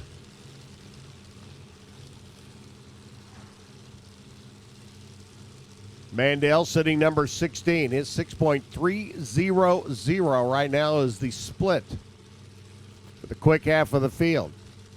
He knows that there's some cars coming up that can move around him and bump him into the bottom half. He could get bumped out, not have lane choice for the opening round. So Mandel certainly would like to run a little bit quicker in 6.300. But he runs a 6:33 at 2:13. No improvement there. 6:41 by Tom in the Toyota lane. So Martino stays 23. Mandel stays number 16. The Hankstafers.com entry rolling up now up alongside Marty Cheeseman.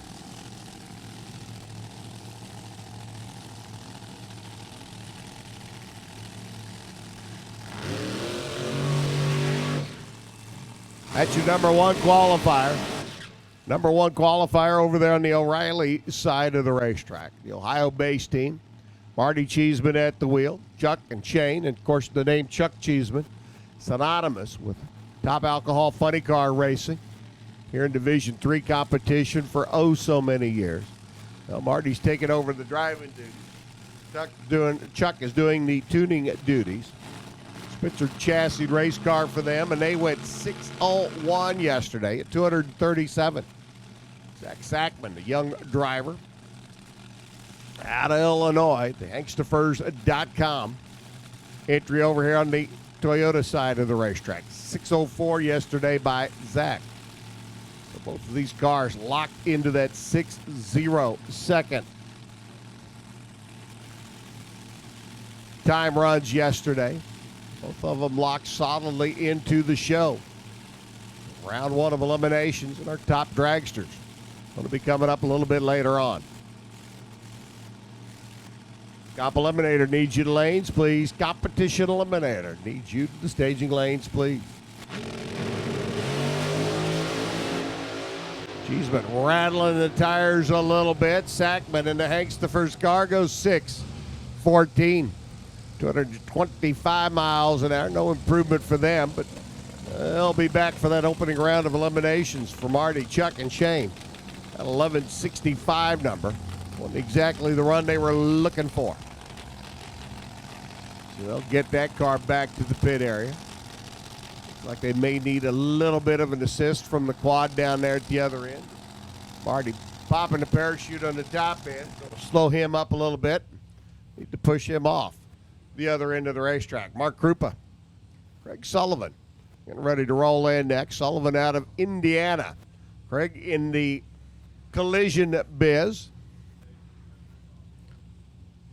Been known to have a paint booth or frame machine for sale. Sullivan up on the right-hand side, your number 24 qualifier. 700 plus cubic inches of Ford motivation for Sullivan here on the right-hand side. And Mark Krupa, his machine coming up there in the left lane. Krupa doing it just a little bit different from everybody else. For the other 37 cars in our top dragster field, all rear engine combination. Krupa giving a call to Burlingame, Kansas, making the phone ring in the Neyland Parks chassis shop out there with Frank Parks and his son Scott. They welded him up a front motored combination. Old school style, if you will, the slingshot car. And a blown gas burning Chevrolet. Now they came up yesterday to make a run, and the pilot chute popped out of the parachute pack. They have not been down the racetrack yet. So Krupa looking down there at the scoreboard going, wow, 655. I better have my act together. It's going to take a good run to get into the show. Sullivan's in 637. See what the Ford machine can do. Likes the front end up. Krupa looking to see if he can't get into this show. Watch that scoreboard. 633, 215 miles an hour, and we are 3 cars away from an all-time record field. 631 by Craig Sullivan. Sullivan moves up. He's number 21. Krupa's front engine car goes to number 22.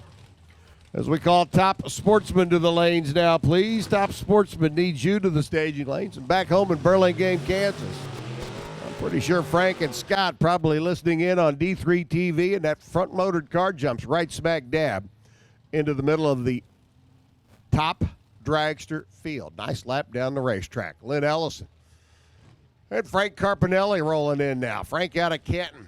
JB Byrider, Wild West machine. Another blown big block combination. And Lynn Ellison, the Pirate car. The Women Rock team. Over there on the O'Reilly side. Shannon in her pink boots getting Lynn backed up. Lynn coming off the win. The Jeg Sports Nationals over in Bowling Green, Kentucky last weekend. Lynn, your number 20 qualifier, 6.307. Now again, you want in the top half of the field, 6.299. Lynn's car can do it. Is the atmosphere good enough for him to get it done? Well, as they say down south, we're fixing to find out. Carpinelli right side. He's in with a 644. He'd like to be part of an all-time record field, and if he does, he's going to need to pick up the pace. Red light doesn't mean anything. Carpinelli a little out of the groove. Eases it back in. 6.307 by Ellison. Identical to what he ran earlier. Carpinelli goes 6.55 this time around. I got to tell you, folks, Lynn Ellison has gone 6.307, 6.307, and 6.308. Think that car's not set up and ready to go some more rounds this weekend? If he's not, I don't know who is. So Ellison stays number 20. Carpinelli, number 28. Ryan Smith's hot rod.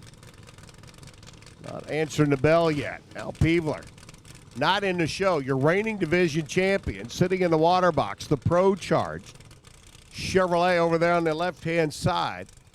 Looks like it's going to be a single run for him as Ryan Smith's machine, the Raleigh Competition Engines car, not able to answer the bell.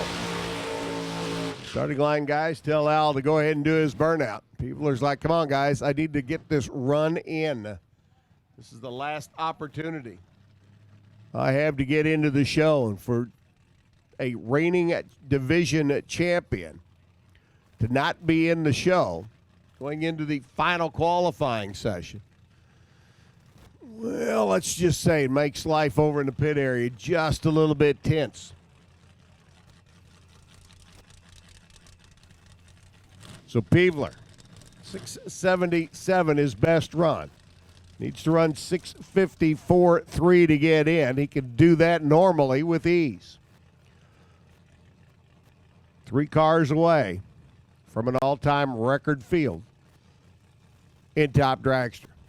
Peevler left side, your reigning champ, the Pro Charge car. Business owner right here in Illinois.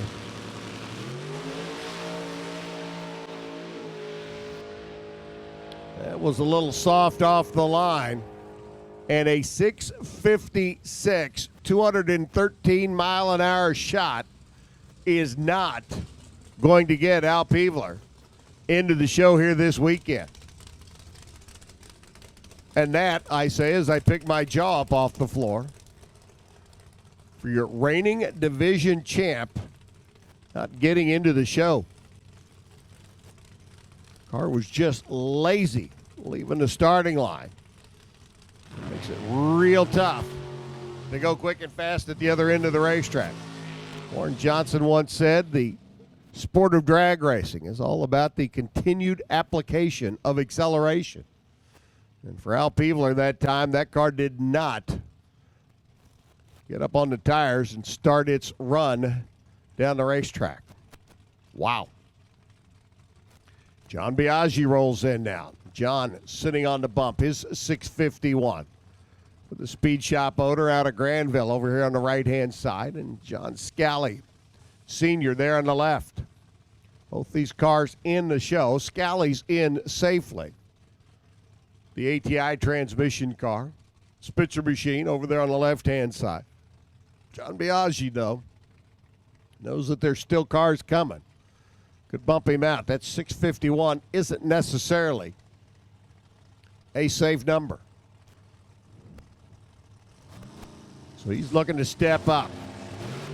632 cubic inches, big motored Chevrolet. Hikes the front end up off the starting line. Goes through 647.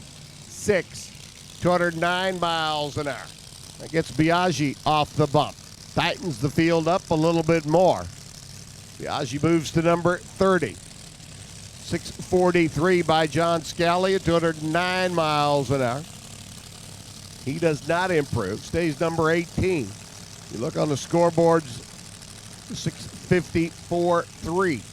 Still the bump spot. Bradley Green holds that number. We'll get to Bradley here in a bit. Here's Ashley Tidrick, the dietitian out of Cynthiana, Kentucky, up on the left-hand side, and Shanna Snyder. One of the boss ladies, or one of the bosses over at Vintage Trailer. Another Spitzer chassis machine. This time a Hemi powered car on the Toyota side of the racetrack. Rick up. Got the Blow Big Block over on the left. Twisted Sisters Racing entry. For Ashley and Brian and the rest of the gang. They're in the show number 10. Snyder's Vintage Trailer car over on the right-hand side. They're in the show number 26. 638 at 191 is not a typical qualifying number for Shanna. She's usually up in the top 1, 2, or 3.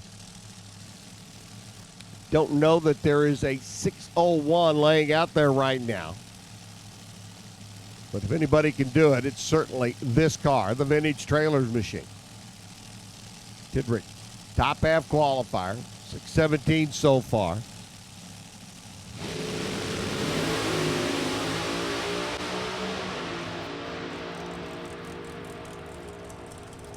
Tidrick goes through 617, 621 at 233. That's better. The Vintage Trailer Gang says we'll take that. Shanna jumps up to the number 13 spot. 617 by Ashley. Solidifies the spot, her spot, number 10 on the qualifying sheet. So 2 top half qualifiers there. All we did was shuffle the field around a little bit. The 654 bump stays up on the scoreboards as JB and Dan roll in next. The dragsters for sale eliminations.com. Car over here on the right-hand side of the racetrack. JB Straswig out of Evansville. Dragstersforsale.com, currently the leader in the Division III points chase, and we'll see him back here in a month as we come back for the Jegs All-Star Nationals, because JB is going to be our Jegs All-Star rep in the top dragster category. Dan Phelps, though, over on the left-hand side, the O'Reilly lane. JB in, Dan Phelps isn't. And Dan wants to get in and knows this is his final shot. Couple of 680 laps. Kind of like, wow, big dogs are here. I got to pull all the stops out. Phelps over there on the O'Reilly side needs 654 better on the scoreboard. Runs 659, 207. Does not improve. JB's dragstersforsale.com machine. Runs 624 at 216. Special tip of the cap to Lucas Oil, Mickey Thompson, VP Race Fuel, ATM Innovations, and Oakley Performance. Here this weekend, JB will stay number 12.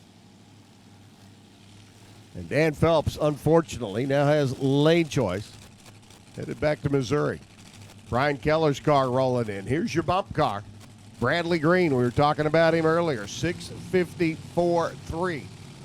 Up on the scoreboard, and the car sitting on the Toyota side of the racetrack out of Davenport, Iowa. Bradley is the recipient, or the holder, of that 654 number. There's still cars to come that could get around. We saw Peevler shoot and fall back. We've seen Dan Phelps take a shot and not make it. Brian Keller's Ohio-based machine, number 6 qualifier there on the O'Reilly side of the racetrack. He's in. Bradley is in, hanging on by the fingernails.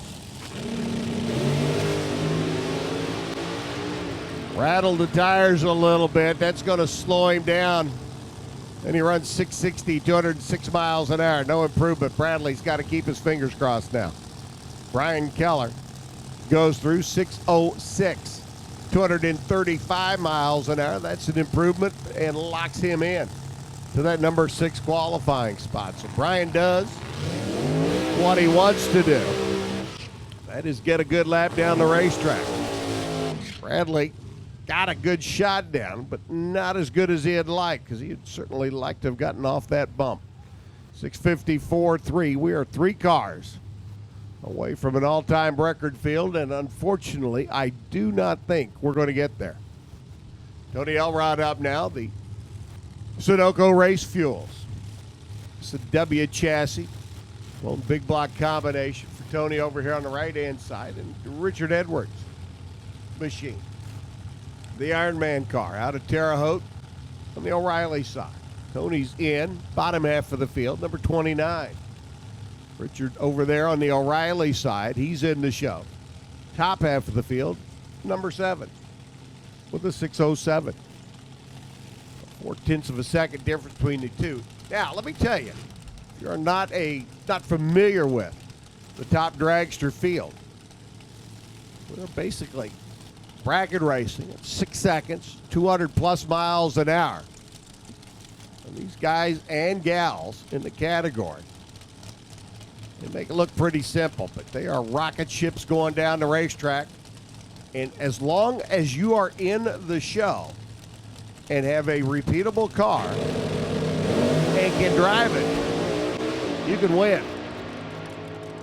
Richard Edwards hikes it through 6:02, picks up 0.05 of a second. 650 by Elrod. He slows up 0.03 of a second. Edwards slides into that number 3 spot, 6.026. I see some smiles on some faces out there. That is a nice run down the racetrack. A year ago, they decided to make a national championship points chase available in the top dragster and top sportsman category. And this gentleman right here, Joe Fisher, out of RacingRVs.com, stepped up and said, you know what? We'll sponsor the top dragster and top sportsman category for the national championship chase. And last year we crowned our first ever RacingRVs.com, top dragster champ. And this is the man that made it all possible, Joe Fisher. 540 cubic inch Chromeworks car. Joe right now sitting number 20 in the show. Hustles right on down the racetrack, goes 639 at 217. No improvement for Joe. He'll stay number 20. Is that it for Top Dragster?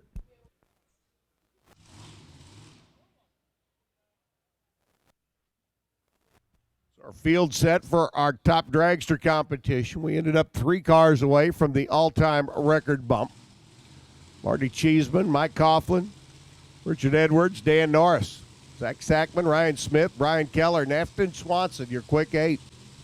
The rest of the quick half of the field, Emily Novak, Ashley Tidrick, Danny Nelson, J.B. Straswick, Shanna Snyder, Danny Waddle, Waddell, Tim Papp, and Chuck Maruniak. One in the top half of the field. You ended up having to run quicker than a 6.265 to get down track. Young lady, coming up now, this is a license run. You want to compete in NHRA competition, anything quicker than 10 seconds. You have to complete licensing. You have to get your physical and make sure that everything's good, safe, and secure. You make your laps down the racetrack. You get progressively quicker going down the racetrack on your 6 licensing runs. And the lady here, I don't know where she is on her 6 licensing laps, but you also have to do it in front of fellow competitors and NHRA officials. And then they will sign off on your license, and you can become a licensed Top Dragster competitor. Made 1 run yesterday. Going to make another one here today.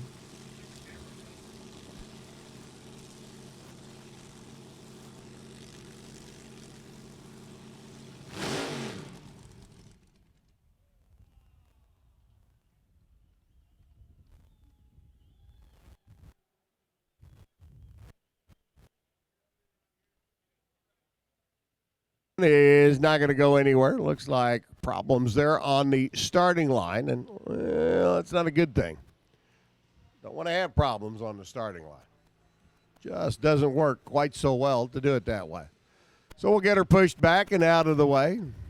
Marty Cheeseman, Chuck Maruniak, Tim Papp, Afton Swanson, a tall 32 cars. Going to be answering the bell in a little bit. Oh, I see what the problem is. The rubber band broke. I hate it when I take my race car to the racetrack and the rubber band breaks. That would be the blower belt for those of you not acclimated to the sport of drag racing. Competition Eliminator getting ready to come up next. Final qualifying for them will be coming at us.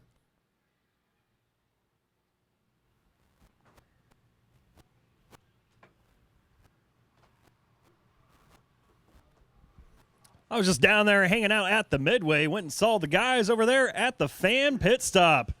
And we want to make sure you do as well. You can win a family 4-pack to Championship Sunday at the Route 66 NHRA Nationals. That's the 20th annual Route 66 NHRA Nationals coming up July 6th through the 9th. Get 4 days of racing right there, and you can win 4 tickets to July 9th Championship Sunday, and also tickets to Chicagoland Speedway's Tales of the Turtles 400 on Sunday, September 17th. That, of course, is the first race of the Monster Energy NASCAR playoffs and the final race for 2005, or your final time you get to see your 2005 Chicagoland Speedway winner, Dale Earnhardt Jr., out here at the track. So make sure you go on down and check out the Blue Fan Pit Stop Tent along the Midway. As the Bishop's Daredevil Stunt Club, they are down there rocking out right now.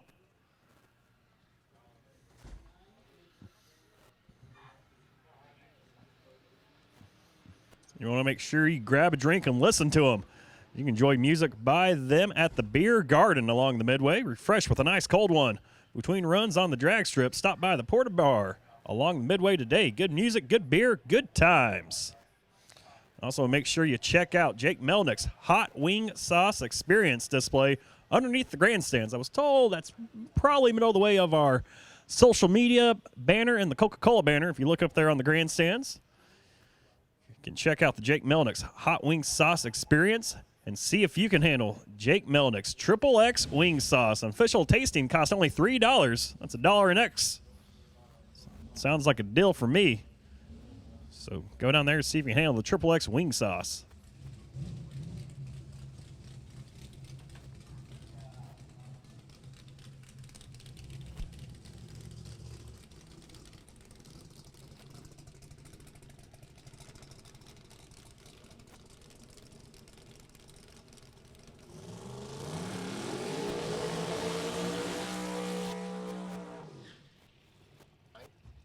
Final qualifying for our Comp Eliminator field coming up now. Jim Promozic and Dan Stevenson, a couple of guys down at the bottom of the qualifying sheet so far. Dan shouldn't be, and neither should Jim. Both drivers well off the respective numbers. They should be running down the racetrack, but both drivers have had problems getting down. Dan Stevenson, probably one of the hottest guys of late. Runner out of Bolingbrook, the Pro Mod Chevrolet Camaro over here on the right-hand side. Dan, who has been rocking and rolling this event. A little tuning help out there from Adam Drzajic. Adam spent a couple of years with a gentleman named Warren Johnson. Certainly knows how to help set a car up, get her ready. Looks like Dan may have rolled a little bit too far. Going to get him backed up. There we go. Promozic up on the left-hand side. C Dragster Automatic. Comp Eliminator. Think it, build it, race it. Probably the easiest way to put it. Big V8s, little V8s, 4 cylinders, 6 cylinders, automatics, sticks, superchargers, fuel injection, carburation, dragsters, roadsters, altereds, pro mods, just a little bit of everything. And Stevenson going to power up the Brad Anderson Chevrolet Camaro. Bumps it in. He has rattled the tires not once, but twice. Trying to get in this show. And an 865 at 120 miles an hour. Not what he was looking for. Neither was Jim Promozic. Looking for a 916 at 91 miles an hour. So two of the cars down at the bottom of the Comp Eliminator qualifying sheet going to stay right there.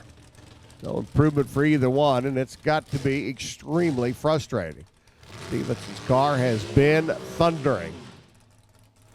And to roll in here this weekend and not be able to thunder down the quarter mile makes it tough. Neil Giroux, 21-year-old youngster, another Neyland Parks chassis machine. Be Dragster Automatic for the young man out of Elizabeth here in the land of Lincoln. Michael Mann's F-Altered Automatic, the Pontiac GTO over here on the right-hand side. Michael at the wheel. The Aerosmith Racing Pontiac, number 8 qualifier. Michael down track with a 7.909. Now, Comp Eliminator with the varying degrees of quickness of cars and power plants, body styles. It is how low you can go in qualifying against the index for your class. Red lights mean nothing. This is the final qualifying session. Neil trying to improve on a 737. Goes 756 at $1.72. A flat by Michael at 168 miles an hour. Corrected density altitude, according to my gauge there in the tower right now, over 3,100 feet.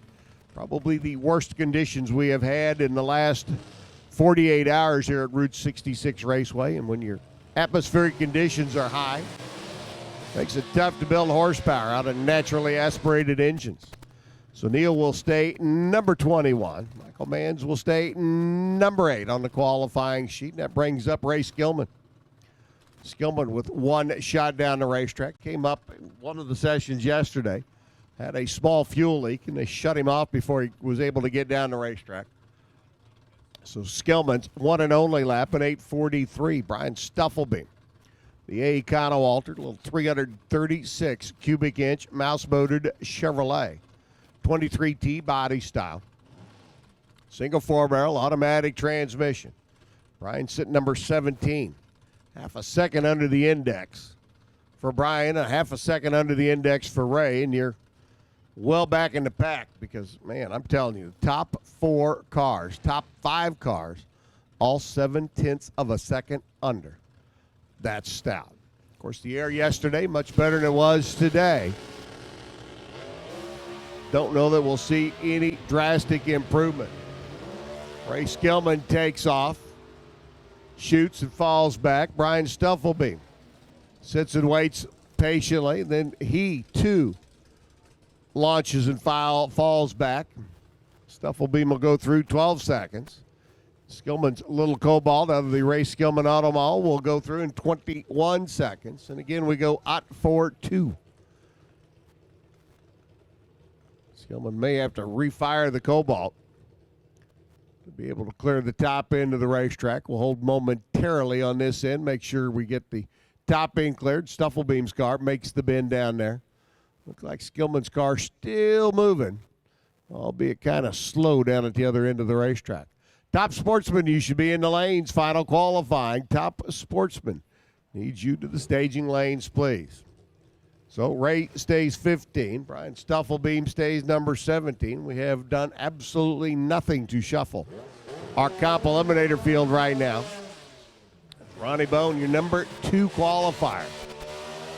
In line, 6-cylinder Chevrolet toolmaker out of Benton Harbor, Michigan, over there on the left-hand side. 75 under the 750, under the 829 index. He went 753 yesterday. Frank Cervelli came up in the final round yesterday in qualifying and moved around him by 0.03 of a second. So Ronnie Bone wants to be back in that number 1 spot. He's going to need to lay down a 750 out of that 6-cylinder dragster. Meanwhile, Rick Brown and crew out of Ohio. Don Redditch, Tom Purdue and the gang, number 5 qualifier. They're also 0.7 of a second under the B-Truck Automatic Index. Gorgeous truck. Been known to go some rounds. Been known to take home the Wally at the end of the day. Ronnie Bone got a 750 in that car. 766 at 170 miles an hour. The answer would be no. 876 at 121. Rick and the crew tested the starting line, testing their launch and their leave, and then shutting it off down at the other end of the racetrack, and they will coast across the stripe at only 121 miles an hour.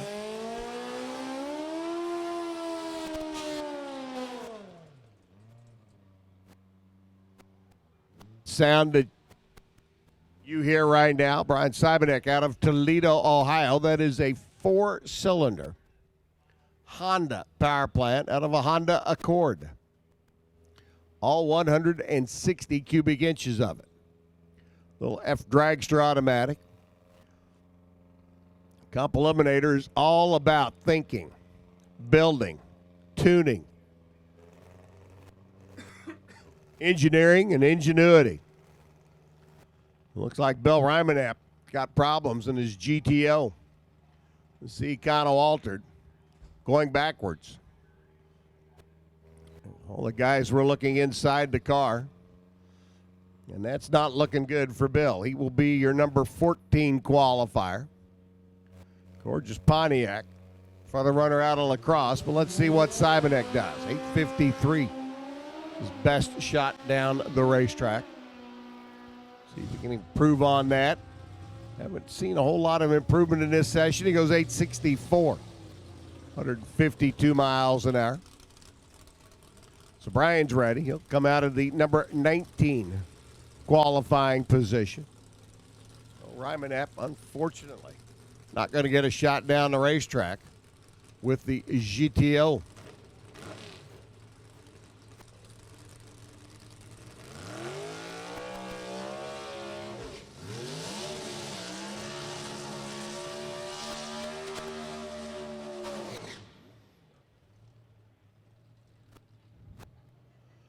Doing a burnout now. B. Pollock's machine. See, altered automatic. A race car. Built in a race shop. An all carbon fiber Pontiac Firebird body. chromoly chassis, 400 cubic inch, small block Chevrolet, and Todd France. Spitzer chassis dragster, C Econo dragster, single 4-barrel and automatic transmission. 300 cubic inch combination over there on the left-hand side for Todd. Todd, your number 6 qualifier. Not in that 70 under zone, but he's certainly a strong contender at 68 under. France there on the left-hand side. Number 6 qualifier. Pete right now looking to get down the racetrack. He needs to be down in that low 7-second zone, and his only lap yesterday, a 9-second run. So he could certainly shuffle our comp eliminator field around a little bit right now. If Pete can get a good run out of the car, and he's getting a little bit better, 771. That'll put him just a couple of ticks under the 794 index. Pollock at 175, 783 to $125 for Todd France. Pollock jumps up to the number 20 spot now, 22 under the index. Shuffles the bottom 4 cars around a little bit on our comp eliminator field. Dan Stevenson, Jim Promozic, Neil Giroux, and Brandon Baxter. All bringing up the tail end, but any of those cars certainly capable of stepping up in the opening round of eliminations if they can get the combination figured out. They can blast their way into round number 2 relatively easy. Greg Camplain's machine. Runner out of Brownsburg, number 9 in the world of comp eliminator racing last year. Camplain machine, one of the sponsors of our comp eliminator bonus fund, along with Ray Skillman Auto Group, Indy Gear, T&E Auto Haulers, Trin Components, Diamond Pistons, RCE. Camplain, your number 3 qualifier. Former All-Star rep, up alongside Mark Kirkman's ride. Kirkman's a dragster automatic. Kirkman hustling down the racetrack. 654, 204. He'll stay number 4. But a good run. 688 at 192 by Greg Camplain. He'll stay number 3. A couple of the top qualifiers. A couple of very nice laps down the racetrack. Saying, okay, round number 1 coming up here in just a little bit.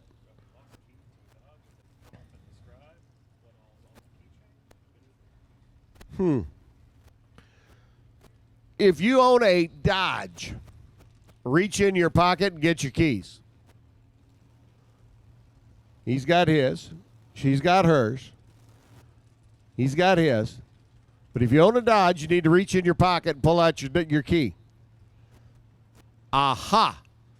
You don't have yours? Well, I know where it is. If you own a Dodge and are missing your key, you need to come see us in Race Control. You can describe the items on the rest of the keychain. We'll give you a ride home tonight. Yours. Mike Farrell. Robert Bailey going at it now. Bailey's big A Econo dragster. Hustling and bustling down the Toyota side of the racetrack, goes 681. 179 miles an hour. Robert drove it down to about 1,000 feet, 862. 106 for Mike Farrell, the comp eliminator guys. Not pushing the envelope hard in this session. They're getting their launch configuration set up. Seeing what the car will do going down the racetrack. They'll be back. Coming up a little bit later on. About an hour and a half, maybe 2 hours from now. The comp eliminator field will be coming back and going at it for the opening round of eliminations. So Farrell doesn't improve, he'll stay 7. Bailey doesn't improve, he'll stay 13. Didn't really expect a lot of shuffling here in this session, other than from the guys at the bottom of the qualifying sheet who were struggling yesterday, and a couple of them still struggling today. Come first round of eliminations. Certainly get interesting.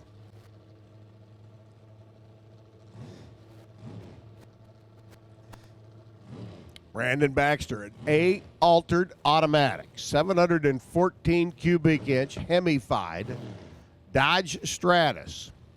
Baxter out of Illinois. Got that multi-hued red and yellow and blue machine over there in the left-hand lane. Their lap yesterday, a 7:05. Puts him number 21. Jason Cohen. Jason coming off the win in Bowling Green last weekend at the Jeg Sports National. Little four-cylinder Chevrolet Eficano dragster. Cohen Engineering, one of our sponsors in our Comp Eliminator bonus fund. And Cohen Engineering doing a lot of engineering in the transmission field for not only the racers here in Comp Eliminator, but many other racers across the country. Jason's car jumps right up on the tires.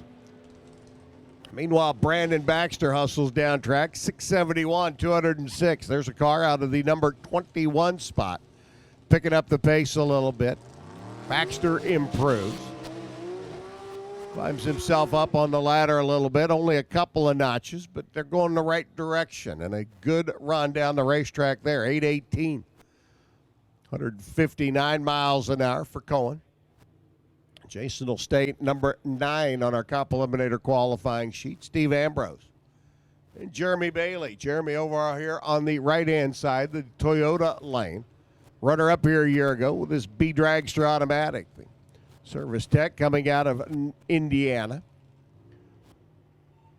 450 plus cubic inch Chevrolet taking on that little 300 cubic inch inline 6-cylinder Ford. Steve Ambrose, Bob Huteman coming out of Varsity Ford up Woodhaven, Michigan way. Steve Ambrose has several of these 300 cubic inch old Ford inline 6-cylinders sitting underneath the workbench in the shop. Aluminum head on top of it. Ambrose, your number 10 qualifier. Runs it down track to a 780 at 165 miles an hour, 730 by Jeremy Bailey. And Jeremy will jump onto the qualifying sheet in the number 13 spot at 58 under the index. We now have a 25 car field as Jeremy. Runner up here a year ago, getting his first shot at the racetrack. And here, boys and girls, your number 1 qualifier.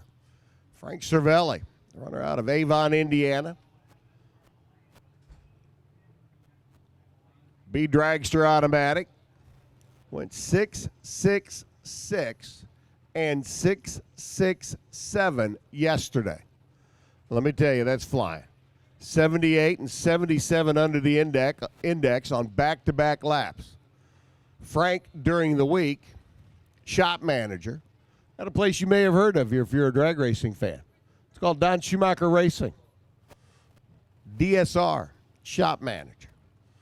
He sends the kids off to Epping, New Hampshire to play this weekend at the national event there. Frank says, you guys go east, I'm going north and a little west. Rolls into town, B Dragster automatic, thundering down the racetrack. Whoop, that one wasn't so good. Little wag coming off the line. Heads to the other end of the racetrack now, 9 flat at 101 miles an hour, and he'll be back.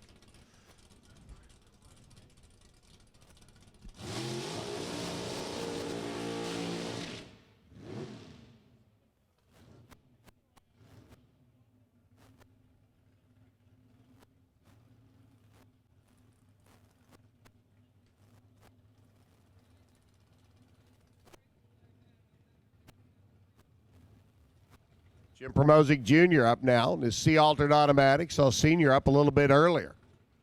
His hot rod. Jim sitting number 12. Middle of the pack in a 25-car field. Not exactly a bad place to be. 58 under the index. That's a good race car. Yeah, the guys are running 7/10 under, but they do not want to do that come eliminations time. Such a thing called the competition index control. Works to level the playing field. You get to be really known as a bad hombre out there and really able to hammer it. We'll back you up a little bit. 794 at 133. Jimmy doing his burnout and getting the launch out of the car. Junior hustles it down track, gets a nice test run out of the starting line in the first half of the racetrack. He's in and ready. Troy Galbraith. Troy, the B dragster automatic out of Rolla competition engine.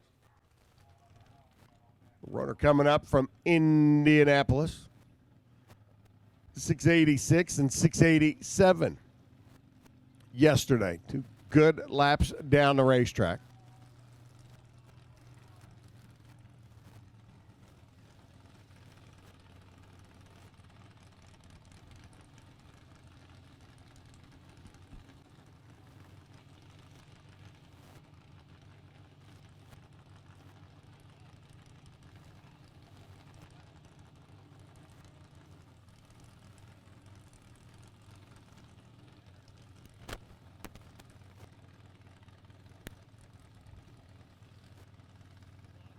Seven in the points chase. Going to give it a shot. Mr. Galbraith up on the left-hand side. Now, competition eliminator cars, when they are teched in, they are assigned a lane to run for each particular session. Sometimes we have some drivers that elect not to make a lap. We end up with a few singles at the end of the session. 692. 160 miles an hour for Troy. He'll stay number 11 on the qualifying sheet.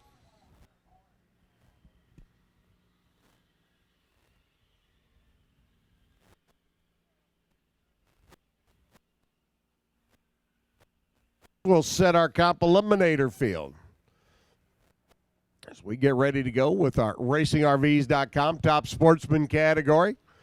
Their final qualifying session, or I'll call dragsters, and I'll call funny cars getting ready to come around the corner. Pro stock snowmobiles be coming up for another qualifying session and final qualifying session for them. Meanwhile, Jason's going to tell you all about. All right, I'll tell you all about what we got going on at the Route 66 Dirt Oval. You got the Team Demolition Derby, unlimited horsepower, high-speed impacts, a race to be the last one standing. Don't miss extreme action of Team Demo Derby this summer. Arrive early for tailgating in the pre-race party zone. Go on track and get up close to the carnage at the end of the night. Experience the thrills and witness the carnage of Team Demo Derby. Visit dirtoval66.com for more information on that, as they'll be running out all summer long. And coming up at the end of the summer, August 19th, it's a quarter-mile blast down memory lane at the DRC Buick GMC Route 66 Classic. Watch nostalgia, match racing, pro stocks, and vintage tribute cars as they light up the track. Drive your classic car to the show and put it on the display. Enjoy shopping over 100 retro vendors, live pin stripping, tattooing, free pin-up hair and makeup, rockabilly bands, mega milkshakes, the sneaky tiki bar, pin-up contest, and much more. Tickets are just $20 for adults and $5 for kids. You can wear your own retro look and win a prize. So make sure you visit Route66Raceway.com for more information on that. And also make sure you download the Route 66 Raceway app to keep up with the latest and greatest at the Google or Apple Store. And it's now 10-3.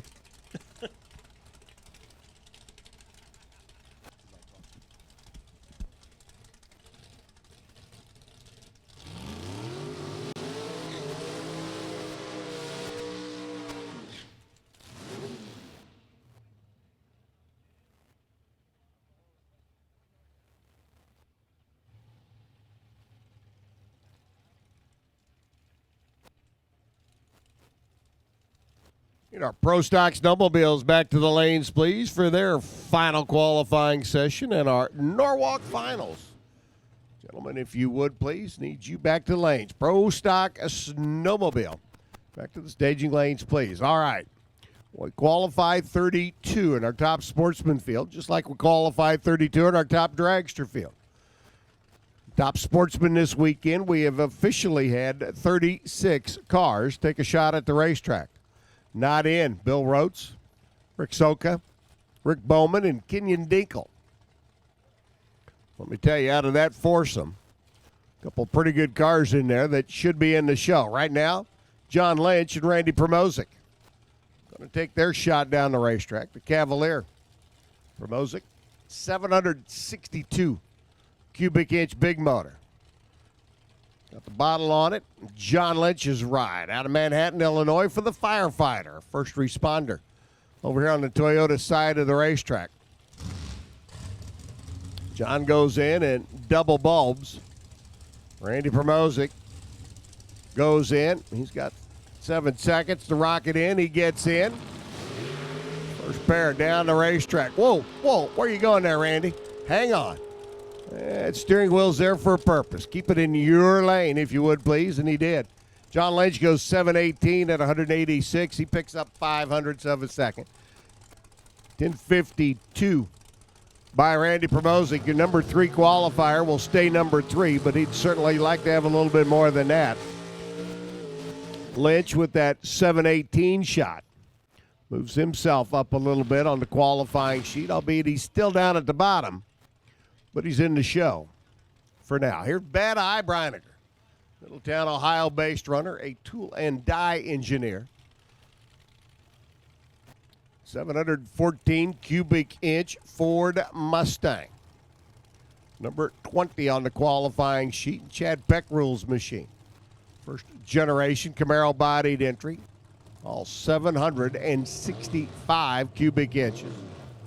Big motored Chevrolet underneath the hood of the Wisconsin-based Camaro.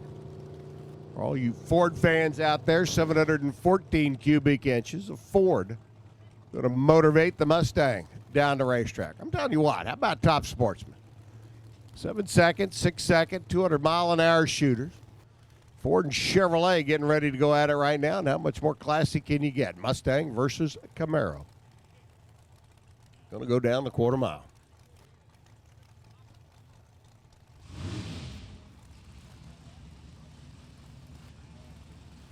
Both these drivers in the show, both of them down in the bottom half. See if anybody can step up, get into the top half. Peckrell getting after it. 686, 192, no improvement. He went 681 yesterday. 695 by Breiniger. 687 his lap yesterday. The atmospheric conditions just not proving to be conducive to picking up a lot of horsepower out there right now.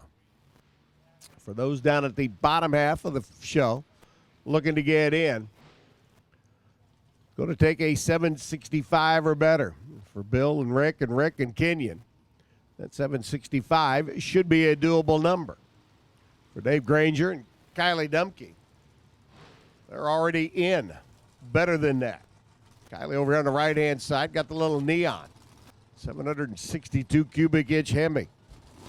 Rotor out of Grand Ridge, Illinois. This is occupation as a water operator. That one makes me go, and scratch my head. Need to find Kyle and find out exactly what a water operator does besides, I know, operate water. Dave Granger, though, the 51 Henry J out of Tinley Park. That's like right down the road, he said, pointing that way. Big block Chevrolet. Granger and John Wiley, Pat Ritz. They're having a little fun this weekend, mixing it up with the boys. 717 at 193 miles an hour out of the Henry J yesterday. Holds them number 29 in the show. Dumpke's car wags the tail a little bit, leaving the starting line. Stays with it, drives it on through, 685 at 200 miles an hour. Back-to-back good runs for Dumke. Dave Granger goes 721 out of the little Henry J. And 17, his number from yesterday. That'll hold him in the number 29 spot at this point in time. Sean Brady and Rick Soka. All right, here's one of our cars not in the show. The North Aurora-based Pontiac Firebird for Rick Jr. and Rick Sr. Big 632 cubic inch Pontiac. They have struggled to get this car down the racetrack. A 12-second run, an 11-second run. And that, boys and girls, is not good enough to get into the show. Sean Brady, wheeling the Dodge Avenger. Hemi-powered car over there on the other side of the racetrack. You will find numerous of cars with a whole lot of cubic inches and a nitrous bob. Rick's got 632, and he's got the small motor of the pair. Brady's Hemi, 762 cubic inches. You know them Folger coffee cans that you get? They're about that big around. It's about the size of the cylinders in Sean Brady's machine. Sean's bin, 674. Like we said, Rick looking to get into the show. 765. The car's capable of running the number if they got it set up to get down track to do it. Oh, it's looking a whole lot better this time around than it has the last two times. Here we go. 684, 201 miles an hour. I see some smiles. They're in. Number 20 with that 684, 201 mile an hour shot. 679 by Sean Brady in the Dodge. No help for the Avenger, but Rick Soka gets into the show, and he gets in at number 20. That puts Rob Mercivere's 751 number up on the scoreboard now, and it sends Bill Riddle's machine to the D&Q list for now. Robbie Vanderwoody and Bob Cornine, the next pair in. The Napa Auto Parts Dodge Stratus combination for Cornine over here on the right-hand side. And again, all Mopar for this crew. 604 cubic inch Dodge. Robbie Vanderwoody, a landscape contractor. Wonder if he could show me how to do my flower bed I'm getting ready to put in. That's also going to have the flagpole coming out of the middle of it, so I can probably fly the stars and stripes in my front yard. Sure, if the price is right, he'd do it for you. Yeah, but coming from Homer Glen, Illinois to Kansas City, he'd probably have a little transportation charge in there. Everybody has a price. Everybody has a price, yep. Robbie, a former Rookie of the Year here at Route 66 Raceway, wheeling and dealing that Chevy Camaro over on the O'Reilly side of the racetrack. He's in number 29. 49's in number 25. And down track we go. The Camaro and the Mopar. Dodge goes through 699, 196. No improvement there. 7 flat for Robbie. His best run of the weekend. He'll move up from number 29 to number 26. Shuffles the field around a little bit down at the bottom. He trades places with a couple of guys. Lester Johnson, big, bad, mean, old, pro-charged Hemi 55 Chevrolet leading the pack. We'll see Lester here in a little bit. Tony Grzinski and Tim Kerman coming at us now. Tony, number 24 over on the O'Reilly side, is a Chevrolet Camaro. Kerman's machine out of Illinois, Morris-based Pontiac Grand Am. Kerman, number 8 qualifier, 674 lap yesterday. Put him up in the quick 8 in the category.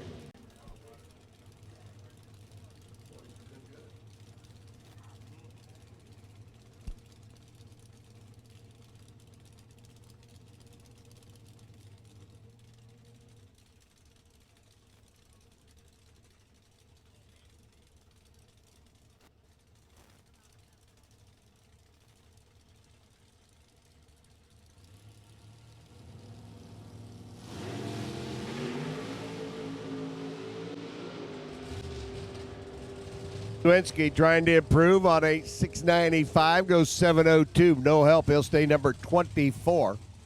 Kerman goes through 681 at 203 miles an hour. He'll stay number 8 based on yesterday's 674 laps. So no improvement for either one of those cars. They go down the racetrack, and here comes yet another of our cars on the outside looking in.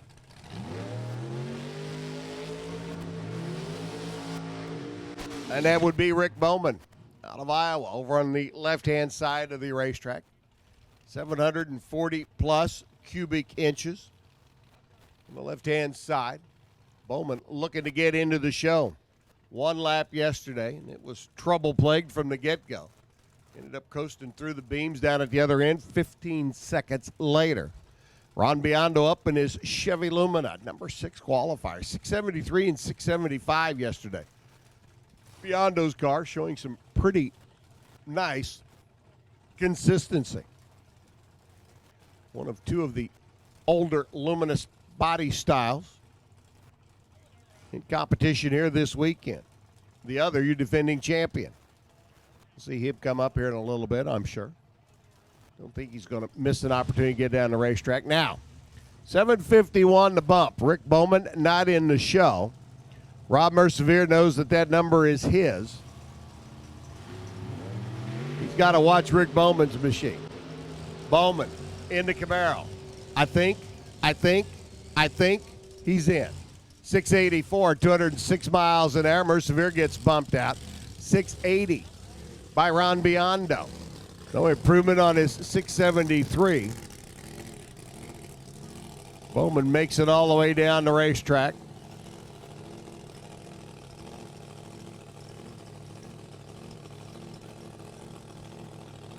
Like Biondo's going to make the bend down there. Bowman makes the bend. And I think we'll be good to go as Kenyon Dinkle, Scotty Kruger come to life now.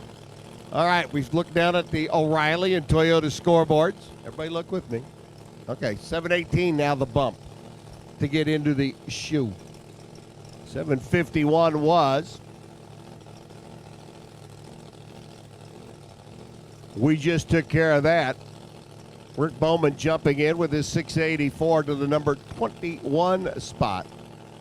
And it looks like we've got a car stuck on a racetrack down there at the top end, so we'll shut off the pair on the water box right now. Scotty Kruger's Chevy Cobalt here on the right-hand side. Kenyon Dinkle's Cavalier over there on the left. Kenyon, one of our cars, not in the show.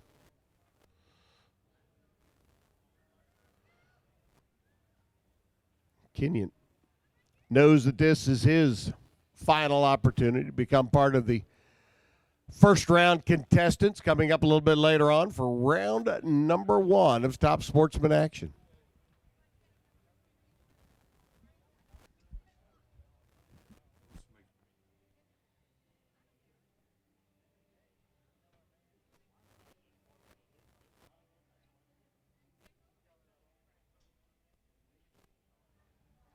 Do want to remind our competitors and Top Dragster and Top Sportsman, if you are part of the qualified field and not going to be able to answer the bell for round number 1, please let us know in race control. If you would, we do have alternates in both categories. Guys that would like to race, if at all possible. If you're going to be broke in either Top Dragster or Top Sportsman and not able to answer the bell, certainly invite you to come to race control and let us know so we can put an alternate in your spot. All right, top end cleared relatively quickly. Kenyon Dinkle, Scotty Kruger. Kruger out of Prior Lake, Minnesota. 520 cubic inch plus Hemi motor in the Chevrolet. There's no rule in the NHRA rule book that says if you have a Chevrolet-bodied machine, you have to have a Chevrolet power plant. You can make it run quick and fast, and you can do it with a Ford and a Chevrolet.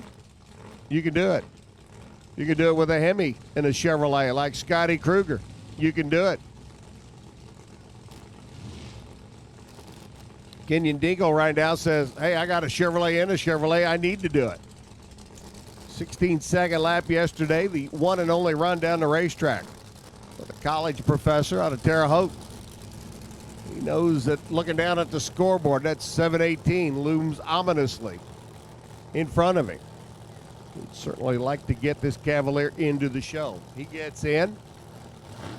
He'll bump out John Lynch. Lynch's 718 would then become a D&Q number, and we drop the bump to a 717. Keep an eye on Kenyon Dinkle's car, the Cavalier over on the O'Reilly side of the racetrack. And watch the O'Reilly scoreboard. Did he get in? 718 or better? Can he? Yep, 688, 203 miles an hour. Scotty Kruger goes 636 at 218. Gets him up to the number 3 spot, but a whole lot of smoke down there on the Toyota side of the racetrack. So we'll send the over-the-wall gang over the wall.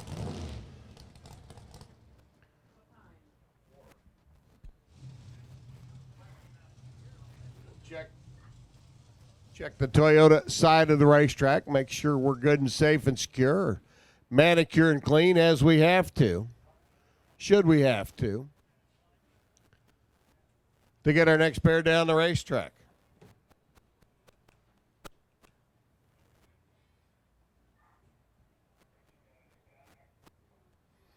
So we'll wait patiently for the crew at the top end to do what they got to do.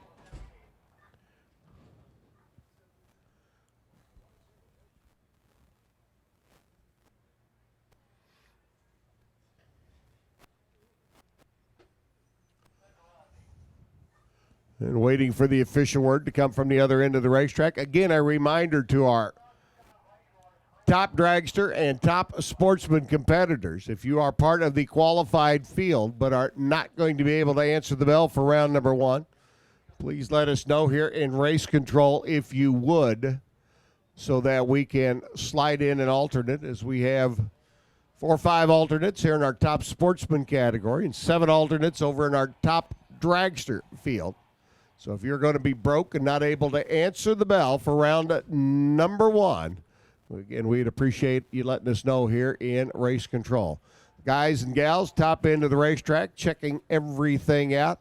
Kevin Pepler sitting or standing patiently next to the wall down there, our official Division III photographer. And I mean, certainly invite each and every one of our competitors stop by and visit with Kevin in his trailer over next to the staging lanes, because I will guarantee you that he has photographs of your car in action here at Route 66 Raceway this weekend, and he'll make you look like $1 million star as he wraps everything up. So be sure and stop by and see Kevin before you roll out of here.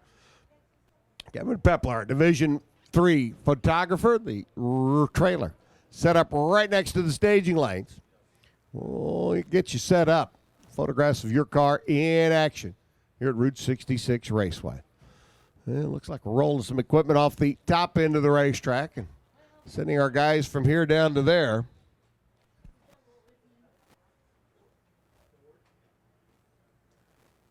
That means we're going to be getting back to qualifying.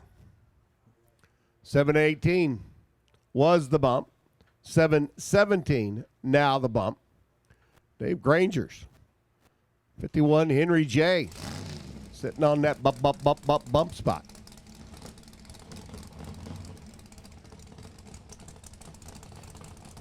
Got a few cars yet to go, not in the show. Both of these cars in the top half. Brian Brown, Illinois-based runner, the Superior Mechanical Camaro on the right-hand side. Former track champ here at Route 66 Raceway. Former Midwest Top Sportsman Association champ. Kurt Friedrich up alongside the first-generation Camaro body style. 800 cubic inches Profab race engine. For Friedrich over on the other side, 675 and 679. Just 2 shots down the racetrack. Kurt's in the number 10 spot. Brian's in the number 12 spot.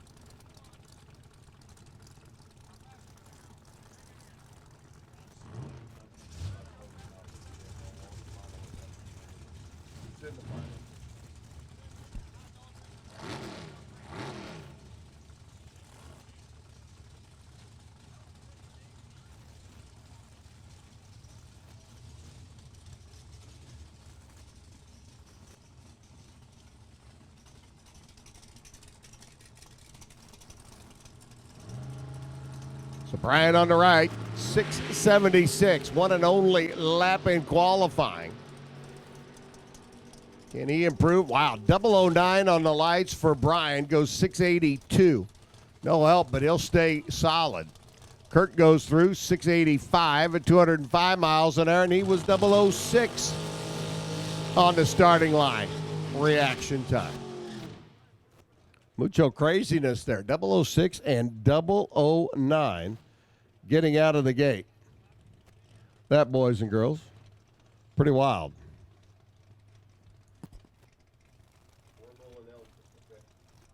They came up there a while ago.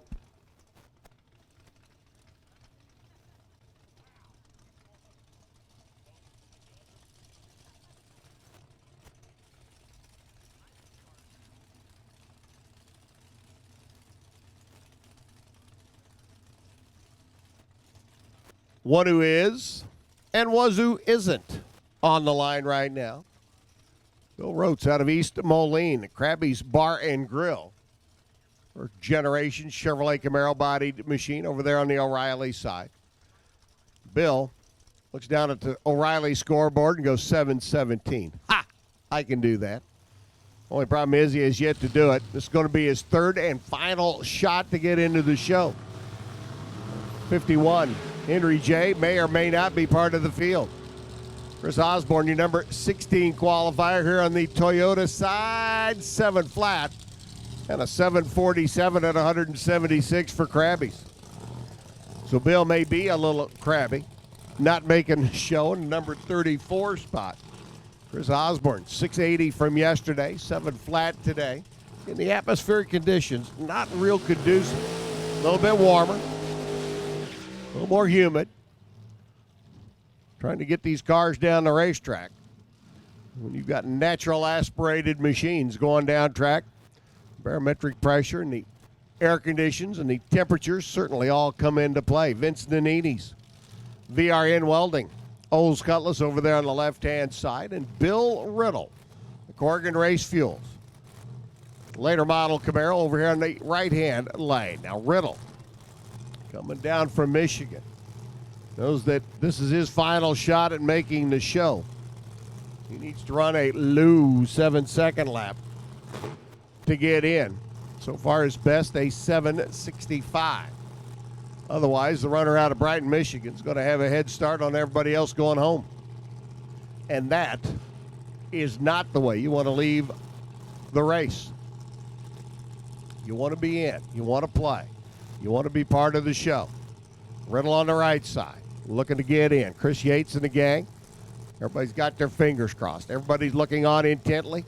Riddle here on the Toyota side, that bright red Chevrolet Camaro. Vince Nannini, left side. Vince, we're not ignoring you, but you're already in. That's 677 you laid down yesterday. Holding in the top half of the field. Riddle, right side. All right, bulbs lit, trees down, Riddle's away, and I don't think that's going to get it done. Awfully soft leaving the starting line. And a 774 to 174, just not going to get her done. 685 by Nannini at 203 miles an hour. So Vince stays in the top half of the field. Bill Riddle stays on the outside looking in. And for the gang out of Brighton, Michigan, got to be a little bit on the frustrating side of the ledger. Alex Bosick up now, the runner out of Chicago. Wheeling and dealing his little dumpling car, the Dodge Neon. 650 cubic inch Mopar combination. Okay, Alex, you can go ahead and bring it backward, son. Come on, Alex. Back this way. There we go. Nice move. Stephen Breiniger in the Ford Probe there on the left-hand side. For all you Ford fans, you blue oval aficionados, this is all Ford. 632 cubic inch blue oval underneath the hood for the runner out of Germantown in Ohio. Stephen, number 31 qualifier. Alex Bozak's machine. Neon over here on the Toyota side in the show. Number 11 with a 676.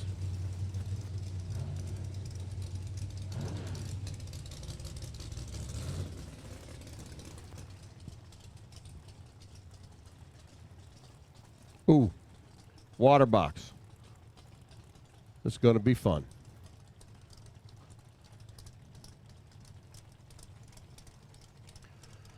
All right, so Alex in, Stephen in.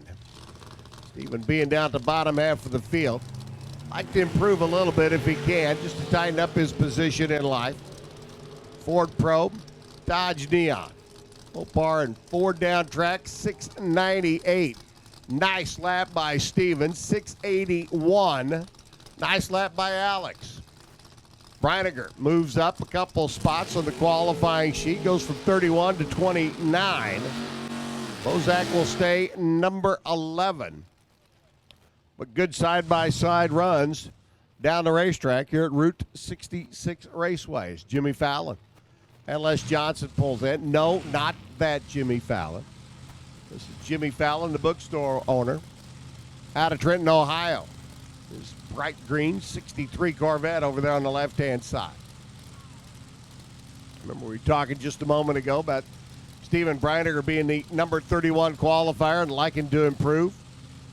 Well, guess who now sitting number 31 and would, well, yeah, like to improve. Jimmy Fallon over there on the left-hand side. Your number one qualifier, the 55 shoebox, pro-charged Hemi.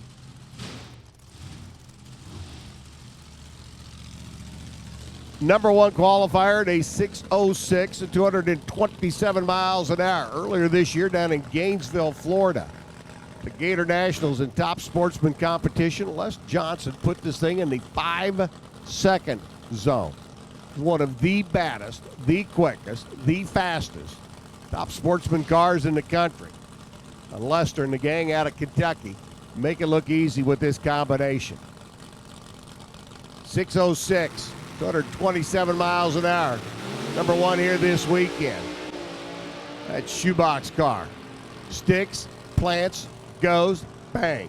6:16, 225 miles an hour in the heat of the day. Lester looks back and says, hey, boys, you want some? Come on. We got it. Jimmy Fallon goes 7:07, 193. For Jimmy, the good news. Best run of the weekend. For Jimmy, the bad news. He stays number 31 on the qualifying sheet. Lester Johnson stays number 1. Here's your defending champ, Scotty Wasco, out of Columbia Station over in the Buckeye State. This is our other Chevy Lumina-bodied machine. 710 cubic inch combination. Scott right now sitting in the lucky number 13 spot. How'd you like to be the defending champ starting race day? Then the lucky number 13. He's up alongside right now, racing Jason Lynch. CarsProtectionPlus.com entry. And Jason coming off the win last weekend. Top sportsman field down in Bowling Green, Kentucky at the Jigs Sports Nationals.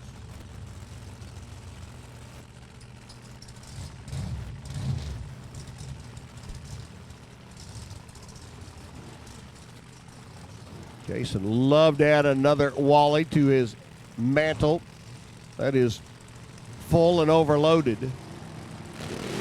That is a stout Pontiac Grand Am. Scotty Wasco's Chevy Lumina likewise. Can Scotty get out of that number 13 spot?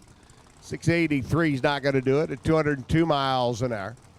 Jason Lynch goes through 680, 210 miles an hour. So Jason stays 5. Scotty stays number 13. And we continue on. Next pair rolling in, Kyle Camp, Justin Souders. Justin just outside the top half of the field. Just like top dragster. Number 1 runs number 17. Number 2 runs number 18. Right now, Eric Burnett's machine would be taking on Justin Souders' car. Souder and the gang out of Louisville. They've got the first generation Camaro over here on the right-hand side for Justin and Grandpa Allen. They're big motored Chevrolet. They'd love to get up in the top half of the field. Just need to pick up a couple hundredths of a second. But, boy, has that been elusive here this afternoon. Kyle Camp sitting number 15. His Trans Am over there on the left-hand side of the racetrack, the O'Reilly lane. I like Kyle's sense of humor. This power plant is 500 cubic inches of Toyota. Arr, arr, arr, arr, arr. Well, we all know better, Kyle, but, hey, it's your car. You can call it what you want, buddy. Kyle's in the show, number 15 on the qualifying sheet.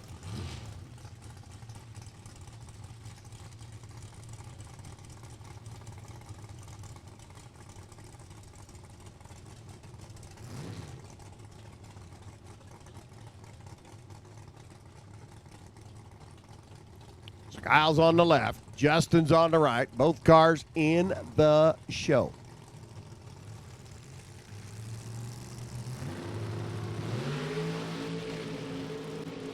A little bit of a waggle out of Justin's car. Drifts a little bit out of the main part of the groove. Goes 672, 206 miles an hour. That's an improvement for him. Kyle up to the number 7 spot. Excuse me. Souders with that 672 up to the number 7 spot. Kyle Camp goes through 683. Actually gets bumped back from number 15 to number 16. So Souders, Gramps, everybody else over there, 672, 206. Making a big move up to the number 7 qualifying position. It's John Hochstedler and Mark McDonald. Roll in next. Mark, number 7 in the chase a year ago for the RacingRVs.com Top Sportsman Championship. He too will be back here in July for the 20th annual national event here at Route 66 Raceway, as he will be the JEGS All-Star representative for our division team in the top sportsman ranks. McDonald, who had a pretty good run here a year ago, came up just short in the final round of top sportsman. Scotty Wasco's Chevy Lumina. He'd like to get a little redemption this year. John Hochstedler out of Michigan, bringing his Mopar-powered Dodge Stratus over for a little racing action this weekend. Hochstedler up on the left-hand side, sitting number 26. Mark McDonald sitting number 6 with that Mustang. The dragstersforsale.com team car. McDonald hustling through 673, 203. No improvement, but stays consistent. Hochstedler shuts the Mopar car off to a 929. 92-mile-an-hour run. Eric Burnett and Jerry Albert. And Jerry, first shot at the racetrack. Going to get one shot at qualifying and jump right into the field. Round number 1 of eliminations getting ready to come up a little bit later on. He should be. Up alongside Eric Burnett's machine. Eric's Cavalier not able to answer the bell so far. So Jerry doing a burnout in the Camaro. Again, first shot at the racetrack. As Burnett's cart seems to be having problems. The marine mechanic out of Professional Marine Services.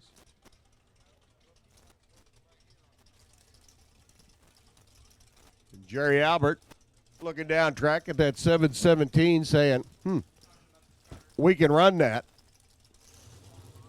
But Eric Burnett's car not able to answer the bell during the final qualifying session. So it'll be Jerry Albert on a single, and he's going to shuffle the field around a little bit. Now, how much of the field he's going to shuffle, we don't know yet. But that's a quick race car. Tracy flips on the computer.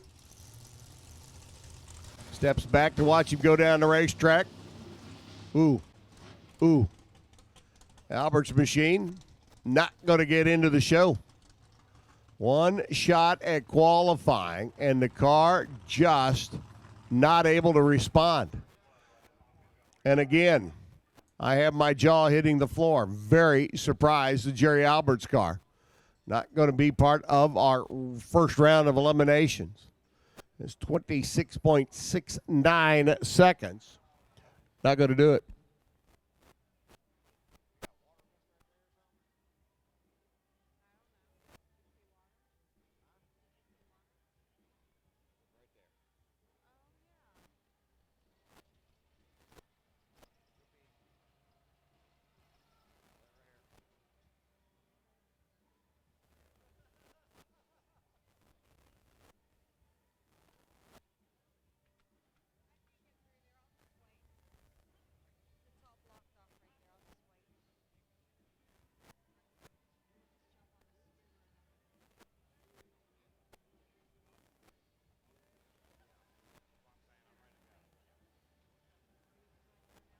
Jerry Albert's machine coasting to a stop down there just past the finish line. Jerry's car looked like it loaded up a little bit. Boy, he planted the gas and headed for the other end of the racetrack, and it just was not happy. Don O'Neill sits and waits patiently for Don, a top 10 runner over in Division 5 competition last year. Looking to see if he can repeat the same here in Division 3 competition. A mad scientist with VP Fuels, Lucas Oil, Mickey Thompson, ATM Innovations, Kart's Gone Wild, in GK. Looking to see what he can do. Don has nicknamed the car Frankenstein for one simple reason. After last weekend down in Bowling Green, Kentucky, it's kind of like not for sure which car is going to show up, be it the good car or be it the bad car, the happy car or the not so happy car. For Don, be a shot at the racetrack. He's in the show, number 18. Let's see if Don wants to be in the top half. He needs to pick up 12 thousandths of a second. That's all. Now, that's proven to be a little elusive here this afternoon, but if he wants to get in the top half of the field, 6.788 or better. He's been 680 out of this Monte Carlo so far.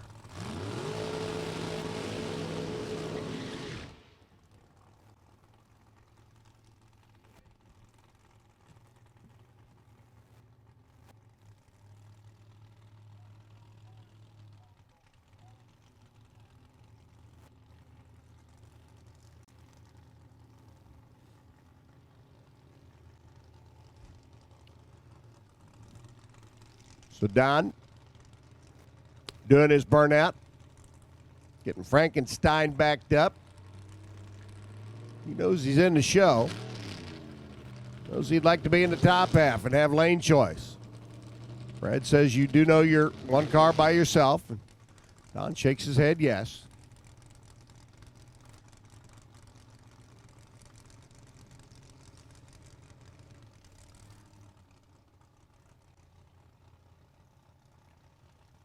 O'Neill up on the left-hand side.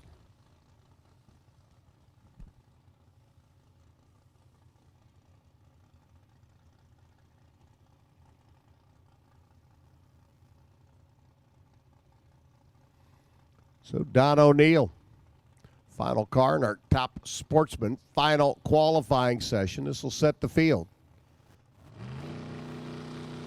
He's in. It's a matter of where.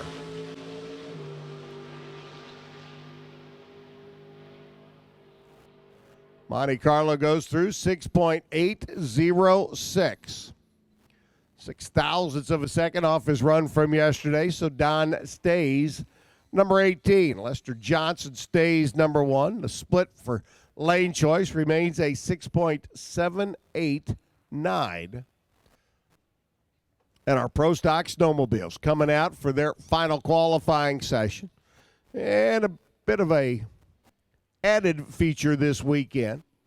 Did not get a chance to run the finals in our Pro Stock Snowmobile category at our opening division race over in Norwalk, Ohio a couple of weeks ago. So we have our final round from there. We're going to crown a champion from the Norwalk race in our Pro Stock Snowmobile category. There'll be some picture taken down at the other end of the racetrack and a Wally and all that kind of good stuff for winning the Norwalk event. Right now, it's Kyle Schultz and Ron Bray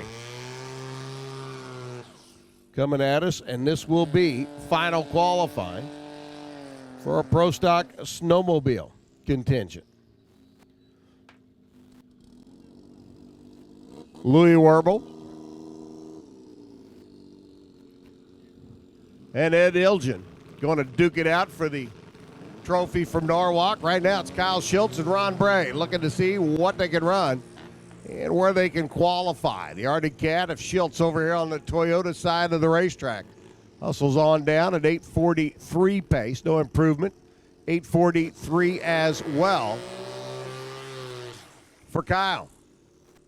So a couple of guys hustling their way down the racetrack. They will remain number 6 qualifier Schultz, number 7 qualifier for Bray.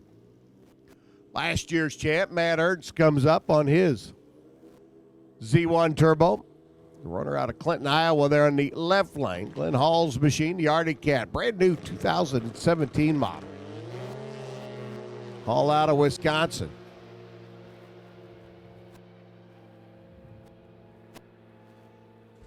.842 lap, 152 by Matt Ernst. No improvement there. .841 for Glenn Hall. He's earlier down track with an .831. So Glenn will stay number 2. Or excuse me, stay number 3. Matt will stay number 4 on the qualifying sheet. Final round from Norwalk getting ready to come up as soon as we send Scotty Higgins. Skidoo down the racetrack. The runner out of Oxford, Michigan. Getting ready to head down track. 1,000 cc's of Skidoo power. Smoking that rubber band. The big belt underneath that Skidoo. Scotty Hagan jumped up in the session just a little while ago to the number 1 spot with an 8:26 lap. Off the line they go. Rollerblade wheels on the front instead of skis. The big belt underneath, 8:34. 155 miles an hour for Scott.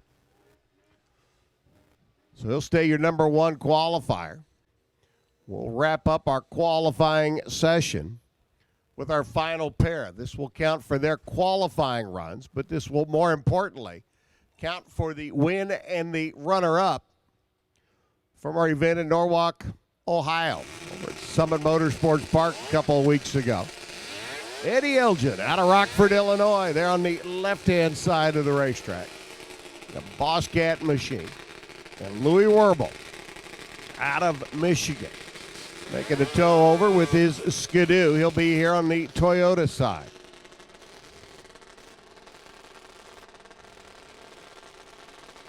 Werble, your number 1 qualifier at Norwalk. He's been bumped back here this week. Out of the gate they go. A little bit better off the line. The O'Reilly side, Ed Elgin, has he got enough to hold off Louis Werble? The answer would be no. 8:39 at 152 miles an hour. And Louis Werble will take home the trophy for the Pro Stock Snowmobile class from our event at Norwalk. Just didn't have a chance to get that final run. So Louis and Ed finish it up here this weekend at Route 66 Raceway. And Werble claims the title for Pro Stock Snowmobile. And Ed Elgin comes up just a few seconds, like 24 thousandths of a second. Difference down at the other end of the racetrack. Well, boys and girls, guys and gals, we're going to do a little track prep. Our alcohol funny cars, our alcohol dragsters, part of the Four Seasons Heating and Air Conditioning, burned down at sundown. And that is scheduled to start at 5 o'clock. So between now and 5, a great opportunity for you to stretch your legs. Step down out of the seats, make your way over to the concession stands, pick yourself up a hot dog, cheeseburger, a hamburger. Check out the live band that is playing. Jason knows all about everything that's going on here this weekend. Oh, Jason, fill us in. Yeah, we got the Bishop's Daredevil Stunt Club band down there right now at the beer garden. Just ran myself to the bathroom and heard them rocking out. So, and we were right, got the AC/DC tunes going on. Hey, now. But you can catch them. They'll be going on off and on until 8 o'clock tonight. So grab yourself a nice cold one at the Porta Bar along the Midway today. Also, make sure you check out Jake Melnick's Hot Wing Sauce Experience display underneath the grandstand. See if you can handle the famous Jake Melnick's XXX Wing Sauce. An official tasting costs only $3. So see if you can handle the XXX Wing Sauce. That's $1 an X.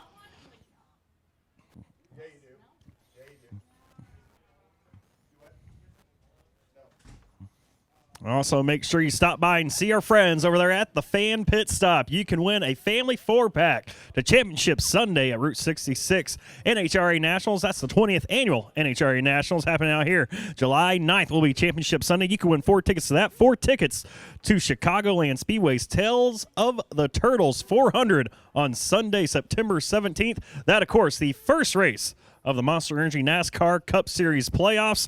Make sure you go down there, enter to win, get some swag. Stop by the Blue Fan Pit Stop tent along the Midway. And speaking of the NHRA Route 66 Nationals, the world's greatest drag racers will come and light up the world's premier drag racing facility. See stars like John Force, Ron Capps, Antron Brown, and Erica Ender-Stevens take to the track in the 20th annual NHRA Route 66 Nationals, July 6th through the 9th, right here at Route 66 Raceway. Every ticket is a pit pass and your all-access pass into the epicenter of the drivers and teams as they prep their 10,000 horsepower machines. Feel the rumble beneath your feet, smell the nitro, and prepare to be blown away by dragsters exceeding over 300 miles per hour. Don't miss our special tribute display to our past 20 NHRA events. 4 days of racing await, and you can experience one of them or all of them. Make sure you visit Route66Raceway.com for more information.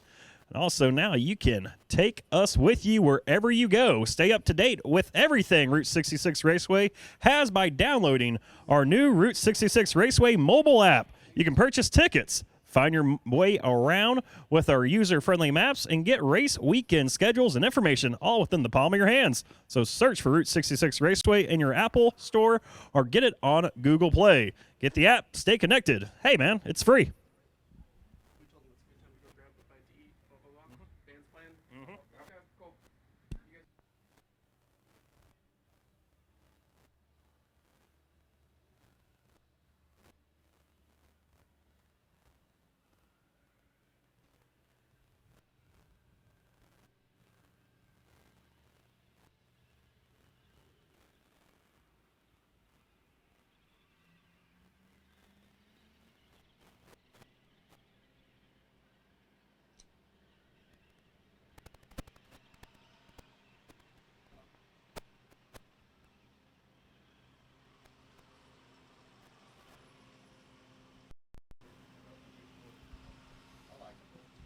4 days of racing come to Chicagoland Speedway September 14th and 17th.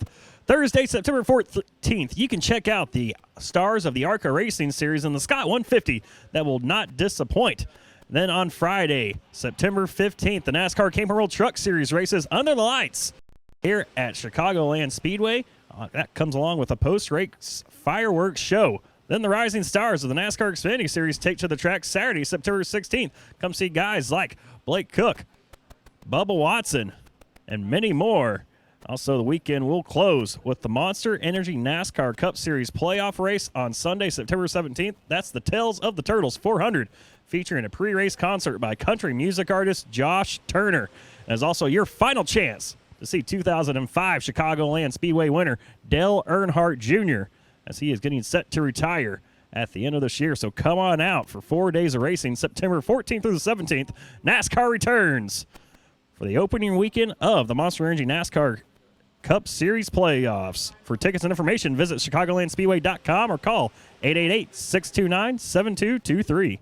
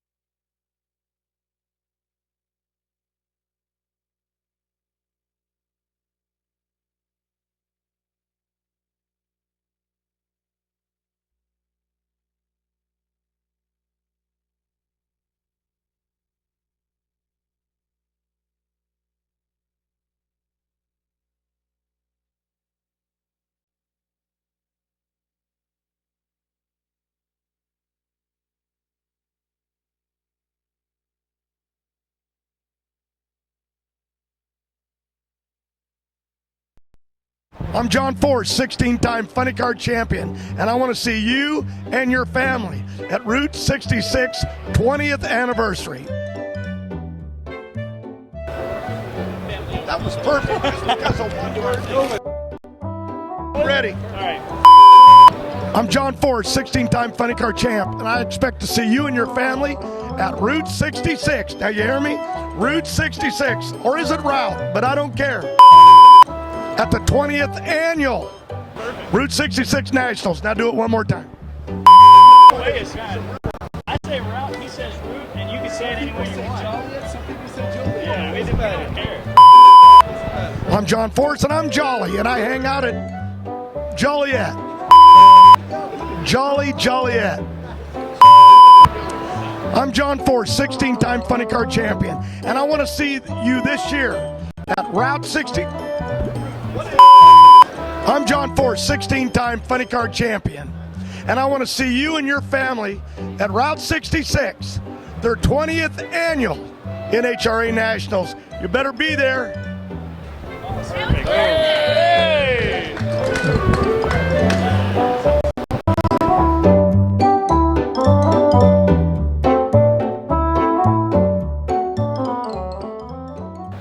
How'd I do? Did I get it right?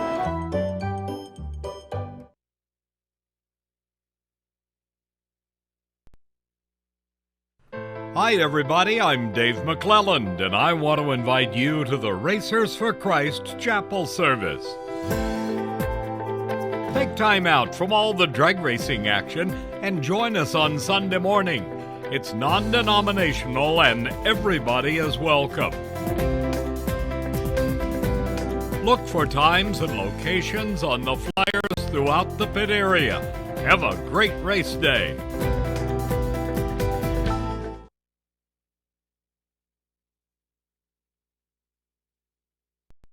The 2017 season is here, and the only place to see every heart-stopping moment is NHRA All Access. Friday through Sunday, see all the action. Miss some of the action? No problem. You can now rewind to catch up on anything you missed. Over 600 hours of racing excitement, now only $79.95. NHRA All Access. Ignite your senses.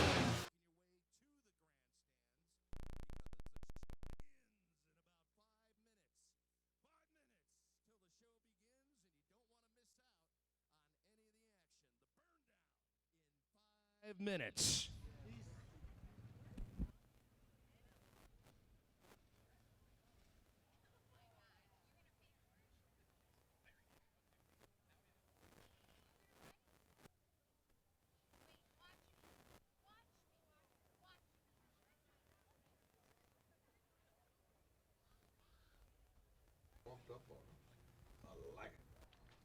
And before all that begins, do want to mention some very special people who are out here today celebrating their birthday. Tomorrow, September 4th, is the birthday, or June 4th, is the birthday of Bobby and Allison Pross. So thank you for coming on out here tonight and joining us at the Burn Down at sundown.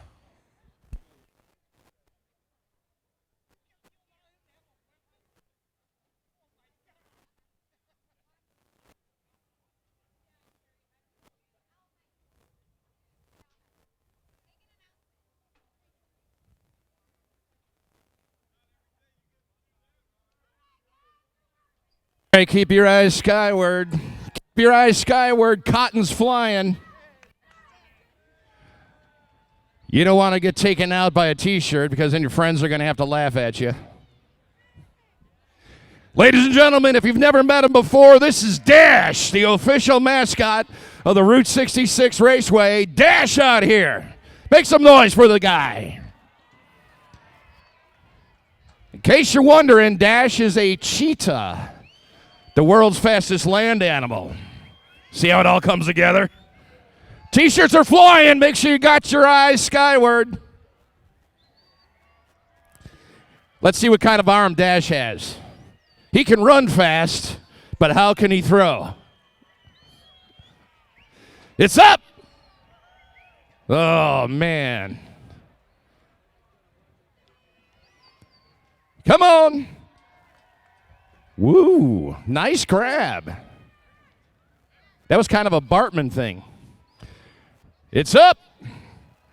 Nice catch by the biker up there. Nice. The grandstands, the Route 66 team, they're shooting T-shirts. Make sure you're looking lively.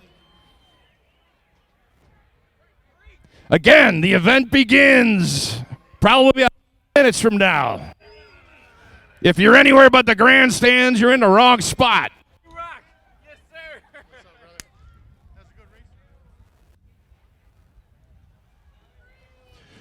sir. Shirts are flying. By the way, they're beautiful Route 66 T-shirts. Want to thank the Lucas Oil crew for being out here with all their fine vehicles. We got a long night of racing, so I hope you all ain't tired. Sun didn't sap out, right? And we're getting to going in just a few minutes. Look at that beautiful machine right there. We're going to hear some noise. Get your ice-cold beverages, get your food, and then get yourself into the grandstands. We're going to start in just a few minutes. You have been warned.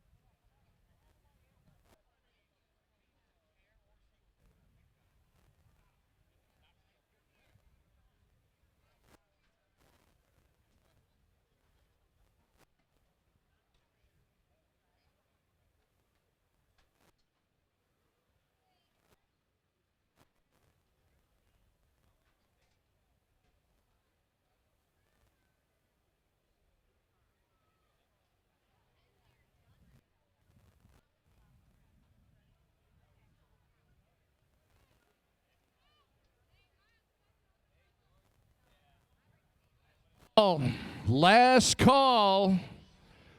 The festivities begin in mere seconds. If you're underneath the grandstands, best start finding your seat now because you don't want to miss out on any of the fun. We're going to start things loud and proud with some funny cars. So make sure you're not out in the parking lot going, doof, we're missing something. Get into the grandstands now. You have been warned twice. Won't do it again.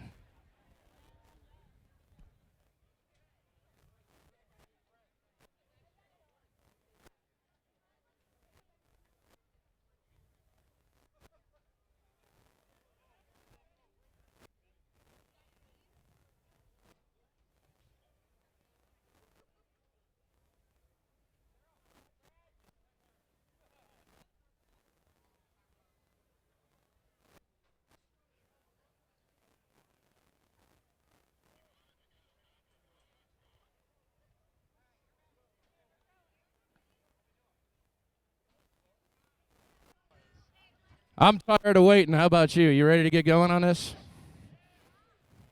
I'm sorry, did I wake you up? Y'all fall asleep? You ready to get this thing started? Oh, that's a little more like it. Welcome to the beautiful track known as Route 6. It is the Burn Down at Sundown, an awesome annual event, and we want to thank you all for coming out. We've got a huge lineup of vehicles. They're going to be tearing things up tonight. The Lucas Oil guys are out here with their vehicles. We're talking the old nostalgic. It's going to be awesome. My name is Freak. I work at Q-Rock, the Southlands Rock Station 100.7. We also own the Top Fuel Saloon. Look us up on Facebook. And a shameless self-promotion. But you know what? Seriously, in all honesty, tonight we have the old school stuff, the door slammers, the wheel standers. Once the sun starts going down, we're going to see the flames flying, some flame-throwing vehicles. Trust me, we got you covered, and as you can see, we're going to get it started with some awesome funny car action. We got a full night of racing for you. Are you guys ready to get it started? Give me something from the heart this time.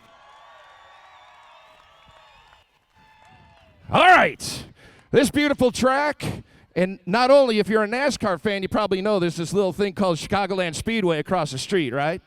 Well, the big man here, no pun intended, is he's the president of both tracks, and he's done an awesome job of bringing things along. Ladies and gentlemen, make some noise for the guy known as the president, known as Mr. Scott Paddock.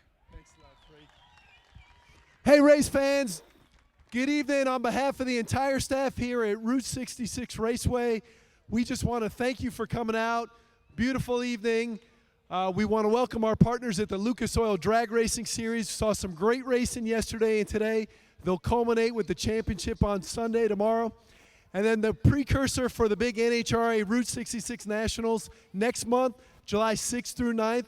It's the 20th running of the Route 66 Nationals, so we're bringing back a lot of the former stars, former winners to help participate in that celebration. I promise you, you won't want to miss it. Sit back, relax, have fun. We have a great show ahead of you, and we're going to culminate the evening with a tremendous fireworks show, so stick around and have a great time. Thanks for coming out. Track president Scott Paddock, man, thank you very much, by the way, for allowing me to come yell and scream.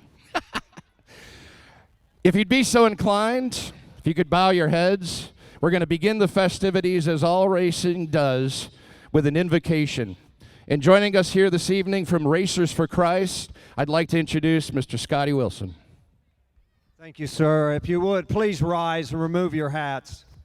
Almighty God, we bow before you to give you thanks for this beautiful day, Father, the NHRA and the sport that we enjoy so much. Father, thank you for our host track, Route 66 Raceway Park. Father, for our country, we ask for your wisdom in its leadership. Father, our military around the world, your strong arm. Father, for our law enforcement, our fire, and our safety personnel, that your eye be upon them and they not be forgotten. Father, whether they be in the stands tonight, whether they be in the cars or in the pits, racers, everyone, Father, we ask for a blanket of your security and your safety tonight. And we ask this all in the name of your Son, Jesus Christ. Amen.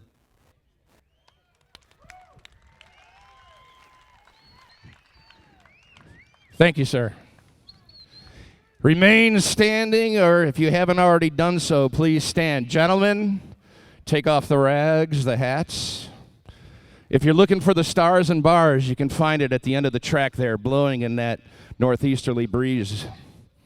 Joining us here today to sing the national anthem, an old friend of mine. It's good to see her again. Chicago recording artist, McKenna Hartland. Oh, say, can you see by the dawn's early light what so proudly we hailed at the twilight's celeste gleaming, whose broad stripes and bright stars through the perilous fight o'er the ramparts we watched were so gallantly streaming, and the rocket's red glare, the bombs bursting in air, gave proof through the night that our flag was still there. Oh, say does that star-spangled banner yet wave o'er the land of the free and the home of the brave.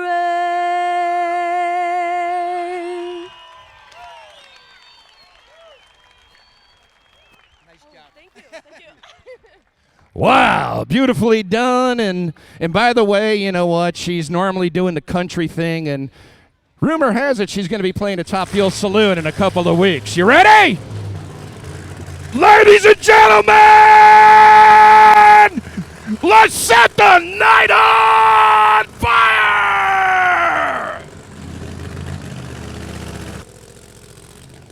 All right, boys and girls.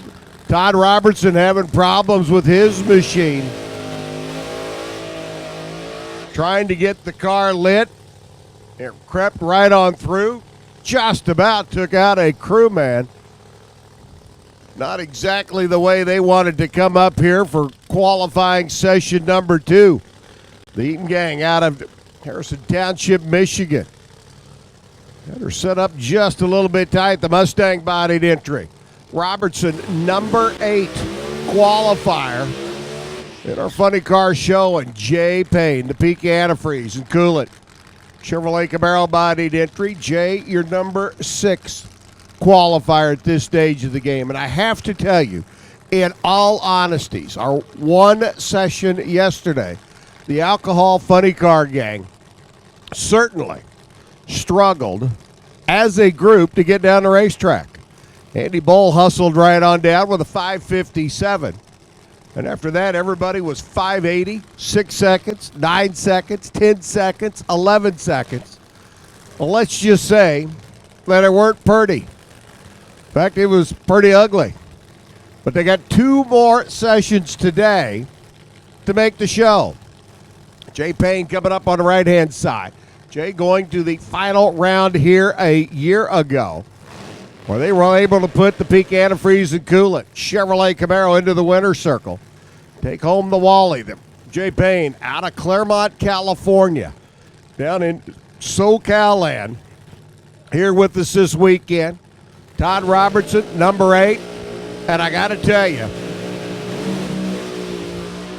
it's all about getting down the racetrack.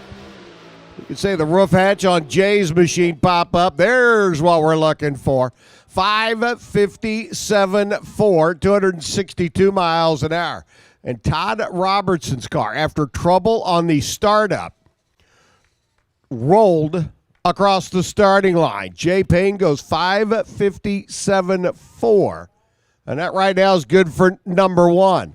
But I got to tell you, we got a long ways to go before the night is over with.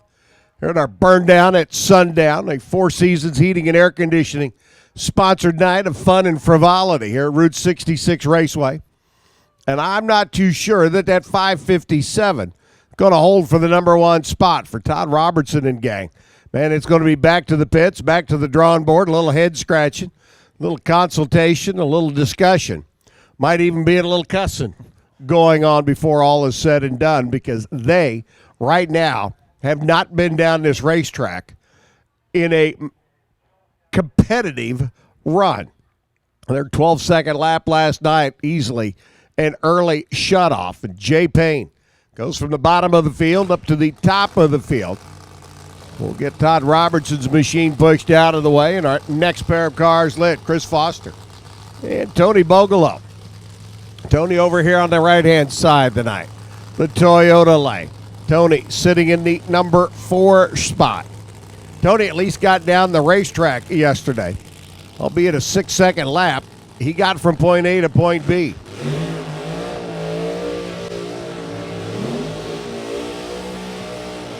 Tony with the Dodge Avenger-bodied car out of Ohio over here on the right-hand side. And Chris Foster, number 3 in the division points chase a year ago. The boys out of Davenport, Iowa. Well, they struggled mightily as well. 12-second lap for them. But again, 2 sessions of qualifying here tonight. Route 66 Raceway. This one coming up, and another one a little bit later on. Might even be under the lights before all is said and done. Chris Foster, John Foster, and the gang coming over from the Quad Cities. Right now, wanting to step up and improve. They saw Jay Payne do it. They know it's out there. They saw Todd Robertson, though, have problems there on the O'Reilly side of the racetrack and not be able to get off the starting line. A big, deep breath right now for Foster. Wanting to get from point A to point B. 12.39 seconds, the bump in our alcohol funny car field. And I think I could just about take my rental Dodge Dart and qualify for the show.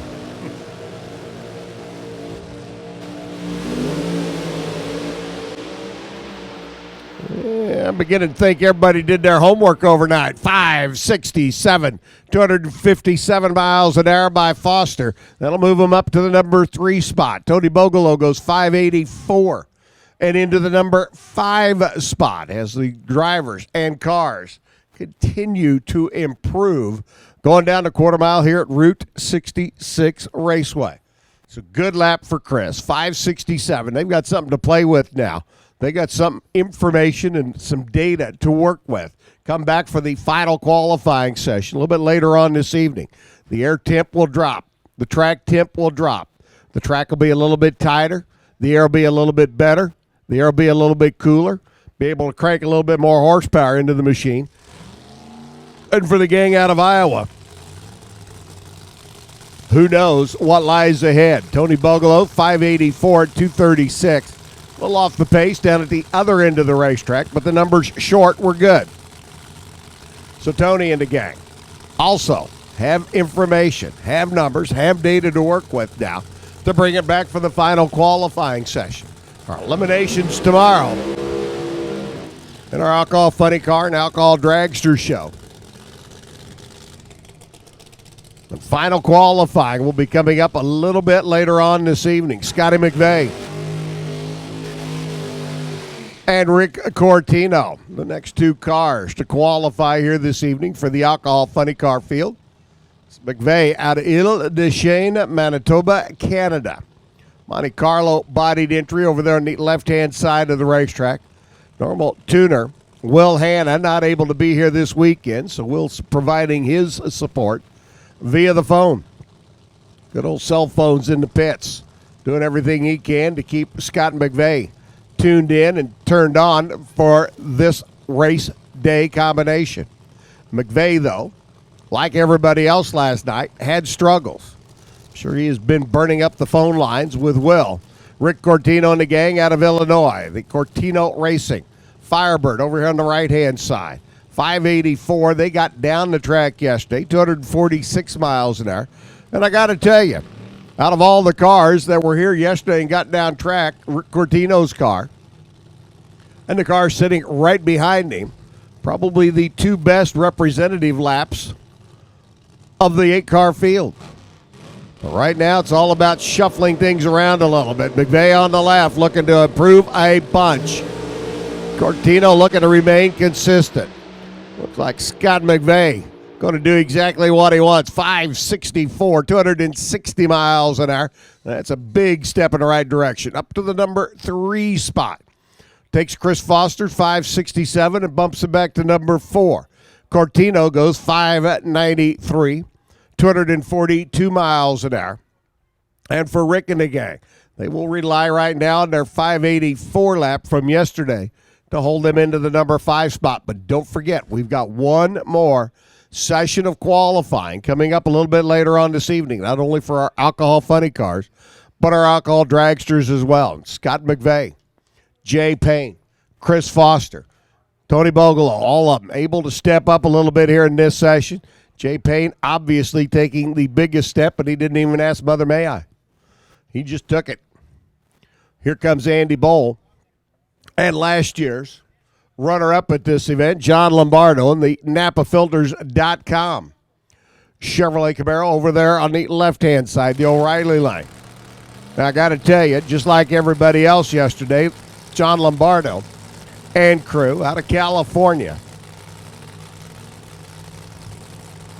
He's driving the Rick Jackson-owned Caliber Collision and Napa Filters machine. They're on the left-hand side. Lombardo finished number 3. Lombardo finished number 3 in the national points standings a couple of years ago. Claimed the Central Regional Funny Car title. Picked up his Wally and over at the banquet in Kansas City earlier this year. But this is a whole new season for John Lombardo, Rick Jackson, and the gang out of California. 9:42 lap yesterday. Only served to give them a little bit of impetus to get this car down the racetrack right now, right quick. Andy Bowl, the Hedman Competition Products, Total Flow machine over here on the right-hand side. Andy, number 9 in the national chase a year ago. Always tough. See what he can do now. 5:57, 267 miles an hour at the opening of this session of qualifying. He was number 1. So far, he's been bumped back to number 2. Is there a low 550 out there? I do believe so. Either one of these cars capable of stepping up, taking that number 1 spot away from the peak antifreeze and coolant machine of Jay Payne. Going to be John, going to be Andy. We're about to find out.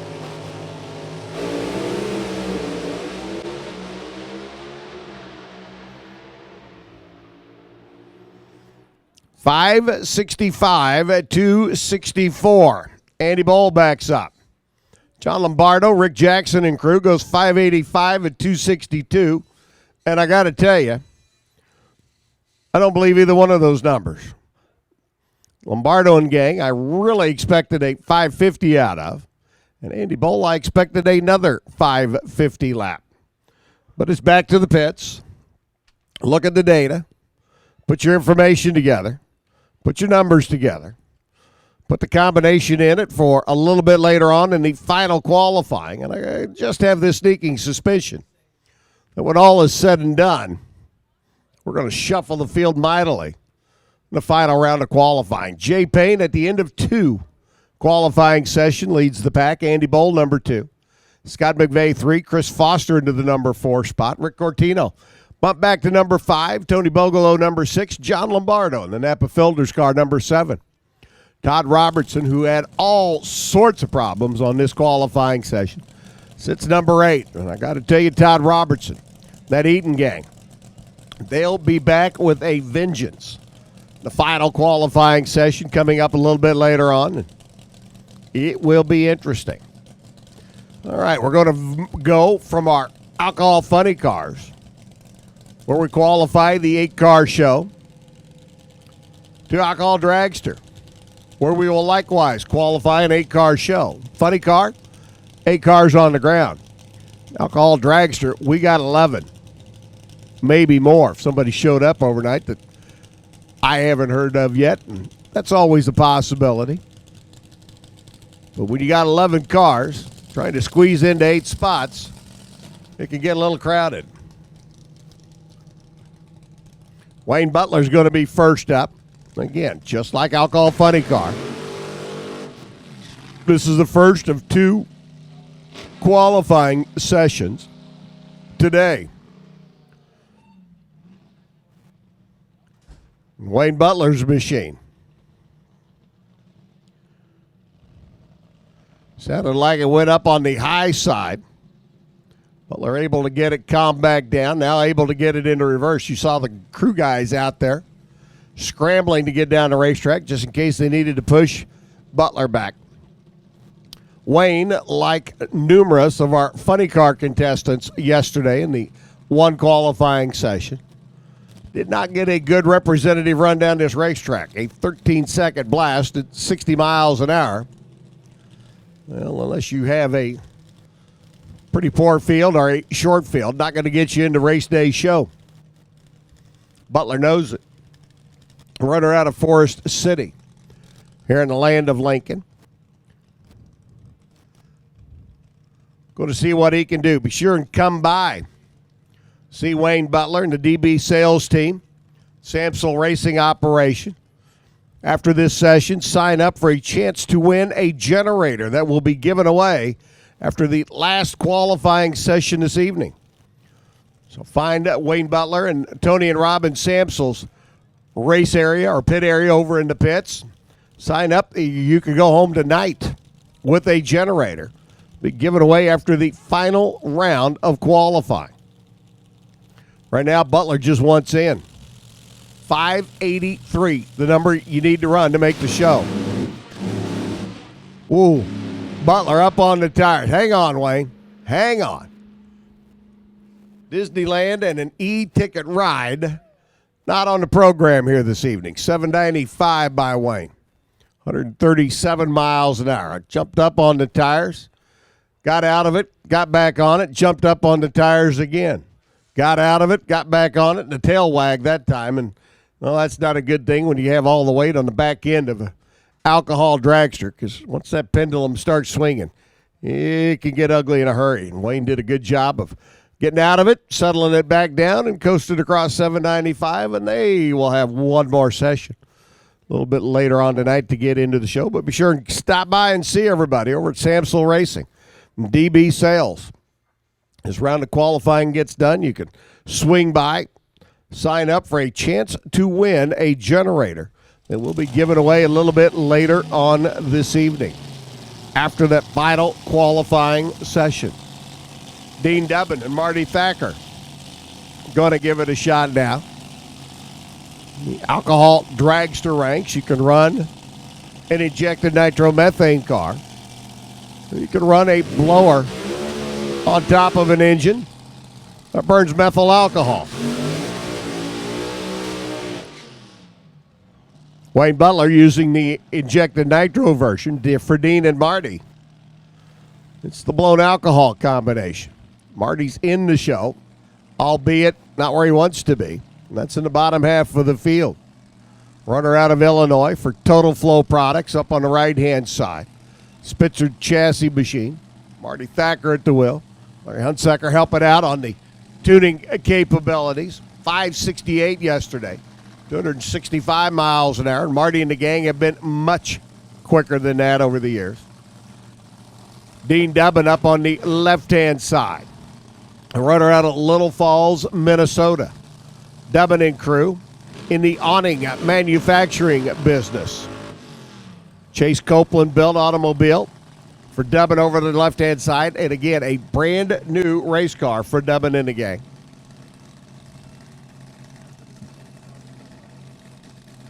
Dean not in the show, 10:05.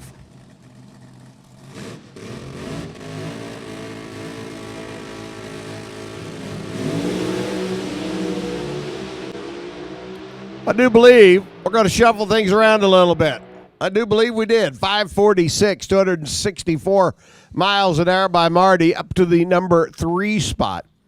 The good news for Dean Dubbin at 582 gets him into the show right now. The bad news for Dean Dubbin is it puts him in the number 8 spot.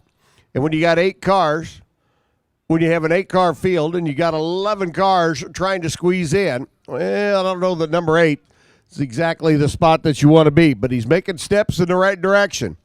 And the gang out of Little Falls, Minnesota. Don't forget, folks, after our alcohol funny car and alcohol dragster qualifying session, we've got the Nostalgia Pro Stock cars. We got the Jets coming up. We got the Wheel Stander, and they're all sitting in the staging lanes right behind the tower. And as they get lined up, we call Super Stock to the lanes, please. Super Stock. Need you to the staging lanes, please. Round number 1. Super Stock cars. Need you to the lanes, please. All right. Seen a couple of our cars pick up the pace there a little bit. Here comes Don Nolan, runner out of Kentucky. Vision 1 RV, Renegade Oil entry. Don right now, not in the show. Number 10 qualifier in an 8-car field. I don't care if you use new math, old math, Common Core math, or count on your toes. 8-car field and being number 10 don't work. JP Gutierrez and his brother and the family, big contributors, helpers for the Children's Center up in Detroit, Michigan, where they offer and work with the Children's Center with more than 20 programs that are family focused and help needy families, needy children, needy parents get themselves back on their feet. Mom and Dad said, JP, Phil, if you want to go racing, you got to give back to the community, and that they do through the Children's Center up in Detroit. Big tip of the cap to JP and the gang. Right now, JP says, I want to go racing. Number 7 qualifier. Don Nolan not in the left lane. The MGM Grand entry for J.P. Gutierrez, 5:48, 258 miles an hour. You can see them putting their hands together down there. 5:48, 258 picks them up a 10th from what they ran yesterday. And as you make laps down the quarter mile, you want to continually improve. You want to make every run count. And for the Gutierrez team and the Children's Center out of Detroit, they did just that. That 5:48 lap. Going to move them right now up in the show a little bit. 5:57 yesterday, 5:48 today. And Don Nolan coming to a stop down there about the 1,000-foot mark as he will have one last shot to get in the show, and that'll come up a little bit later on this evening.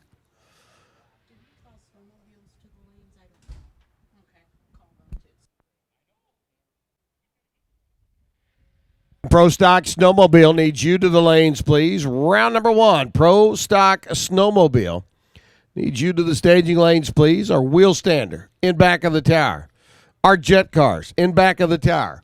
Our Nostalgia Pro Stocks in back of the tower. They're all getting ready to come out following this qualifying session for top alcohol dragster. Pro Stock Snowmobile will be in the mix.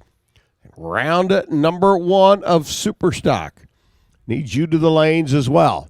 Stock Eliminator, round number 2, get them ready. Stock Eliminator, round number 2, get them ready. You are on standby. We'll be hollering at you shortly. So we get all of our Super Stock cars in, get them paired, get ready to rock, roll, and rumble. Right now, it's all about getting Don Nolan's machine off the top end of the racetrack. And Don, thinking already about the changes they need to make. Vizone, RV, Renegade Oil car for that final qualifying session.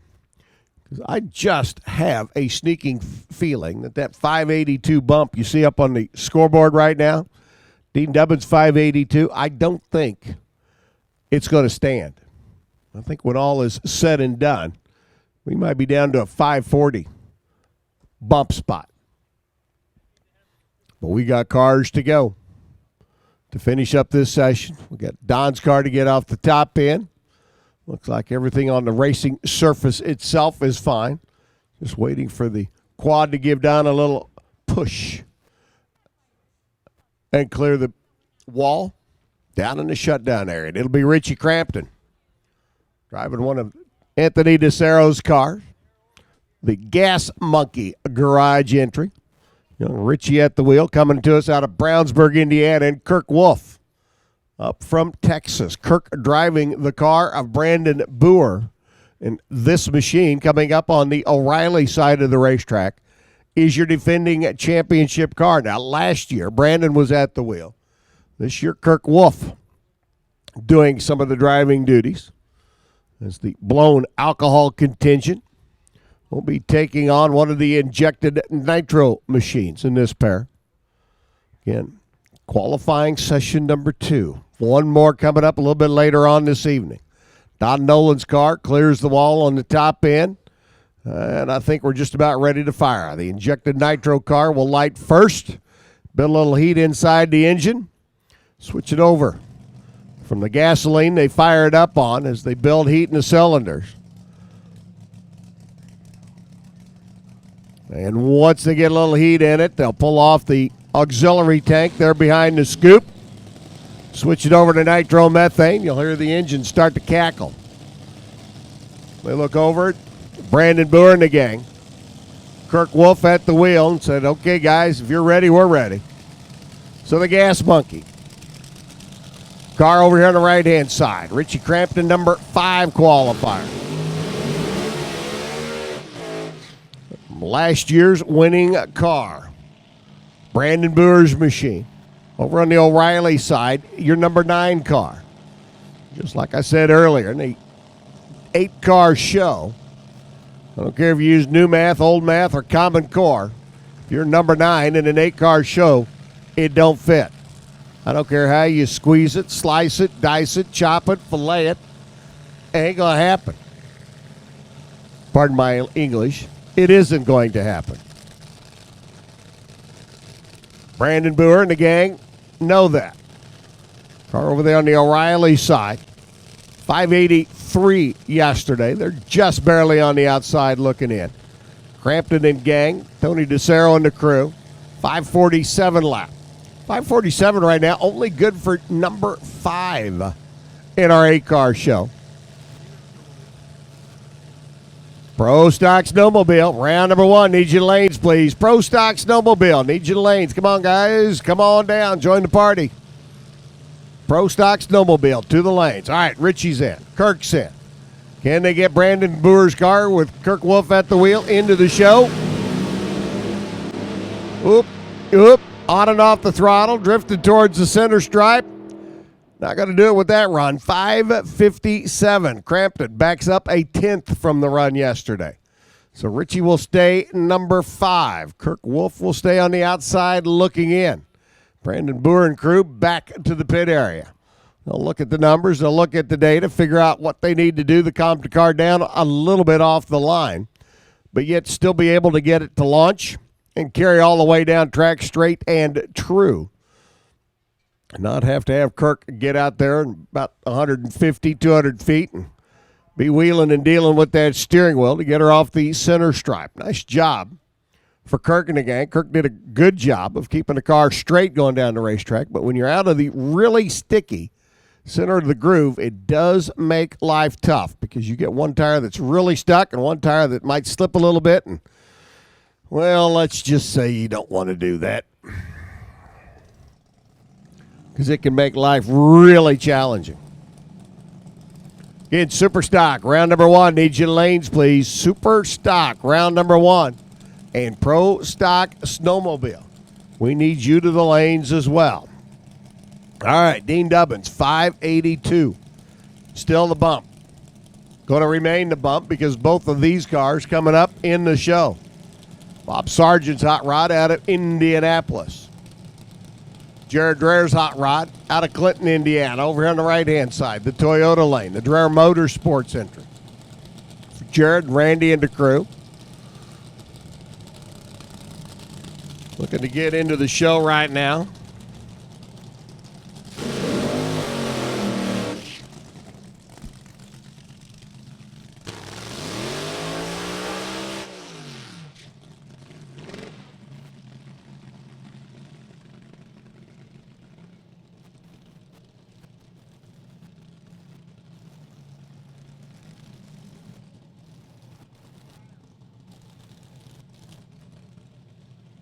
.53 yesterday at 256 miles an hour.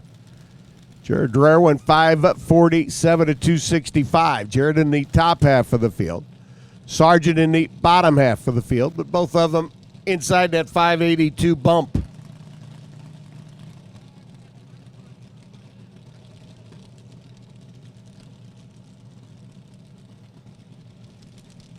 So we know we're not going to do anything with the bump spot right now. Dreher on the right, just looking to improve. Get another good lap down the racetrack. Jared wants to be number one. He's got to get down to that 530 zone. Mia Tedesco driving the CarsProtectionPlus.com car. 539.5 yesterday.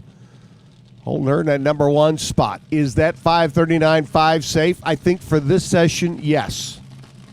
For the evening session, no.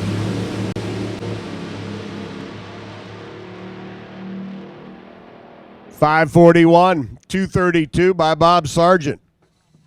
$552 by Jared Dreher. Sargent and the gang out of Indianapolis step up nicely. $541, $232. Really off on the speed, but the ET picks up. All the way to the number two spot now, so that'll lock them into the show. Jared Dreher goes $552, falls off 0.05 of a second. And the gang out of Indy. The closer, Bob Sargent and gang, they're going to go down and get him. 541 lap, low ET of the session so far. Guys on the golf cart there, put your hands together for him. Good lap down the racetrack. 541, but only 232 miles an hour. That means there's a lot more left in that car because everybody else up in the 260, 270 zone. When you're only cranking at 232 miles an hour and running a 540, you got just a little bit of room left to go down there. All right. Next pair. Krista Baldwin, Mia Tedesco, the ladies, getting ready to light it up as soon as we get the all clear from the top end of the racetrack. Mia, number 8 in the national standings last year. Winner here in the North Central Division. Pittsburgh, PA driver and a big Pittsburgh Penguins fan. The Penguins leading the Stanley Cup 2-0, and I will guarantee you Mia Tedesco will be keeping up with her Penguins. The number one qualifier, 5:39, Dave Harada, giving her a good run down the racetrack yesterday. Krista Baldwin, another car out of the Tony DeCero race shop. Krista, of course, the granddaughter of a legendary Illinois top fuel pilot. The one and only Greek, Chris Karmasinis. Gentleman who just never seems to age. Krista, your number 3 qualifier, 5:42 lap out of her car yesterday. Interesting to see where the chassis come from for both of these cars. Mia's car coming out of the Morgan Lucas race shop stables. Krista Baldwin's ride coming out of the Don Schumacher Racing chassis shop. But for Tony DeCero and the gang over here on the right-hand side, Krista out of Upland, California, which is like 5 miles down the road from home of the Winter Nationals and the World Finals, the LA County Fairgrounds out in Pomona, California. Krista making the tow over this year to see if she can stir things up a little bit. Baldwin was your number 8 qualifier here a year ago. She's already up to the number 3 spot now. Mia Tedesco, number 1 qualifier last year, but did not make the final round. As we said earlier, that was between Brandon Boer and Jared Dreher. Right now, the Cars team, Tony DeCero's team, the ladies going after it. Mia with raw fuel pumping out before she got to the finish line goes 540. 260 miles an hour, 564 by Krista Baldwin. She will not improve. Mia does not improve, although Mia's short numbers certainly showing some promise going down the racetrack until the raw fuel started pumping out of the right bank. over there on the O'Reilly side of the racetrack. So Harada will take that one back to the pit area, scratch his head a little bit, go, what we got to do to keep it happy on all 8 going to the other end of the racetrack? Well, we'll find out in a little bit.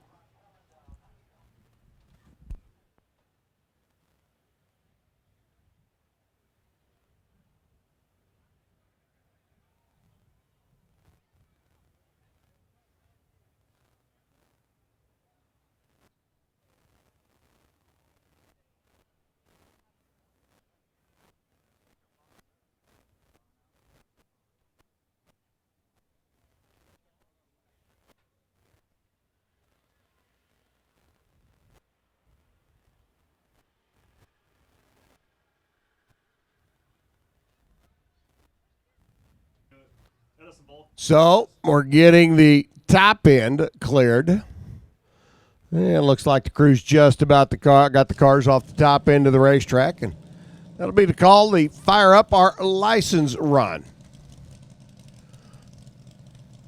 Marina Anderson out of Lombard, Illinois. Get a licensed top alcohol dragster pilot. Like we got a little equipment, a little help coming from the Jared Dreher team.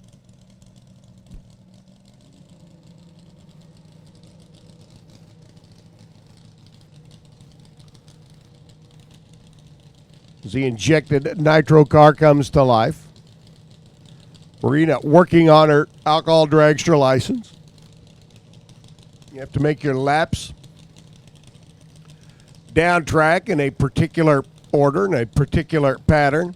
Launches, half track, 1,000-foot, and full bore passes. To be able to show the NHRA officials and your fellow competitors that you know how to handle and control the car with this kind of power. Marina came up yesterday, made a nice, a little over half-track pull down the racetrack. They do not fill me in on where the drivers are in their licensing process. So I don't know how many more Marina's got to do or how far she'll take it down the racetrack. But her lap yesterday, as far as I'm concerned, she showed a pretty fair amount of being able to manhandle that race car. More than 3,000 horsepower sitting behind you as you strap yourself into a land-based rocket ship. Get ready to tackle the earth a quarter mile at a time. Young lady out of Lombard. She is a consistency manager. Still need to find out what a consistency manager does other than make sure everybody's being consistent. I know. That was too simple.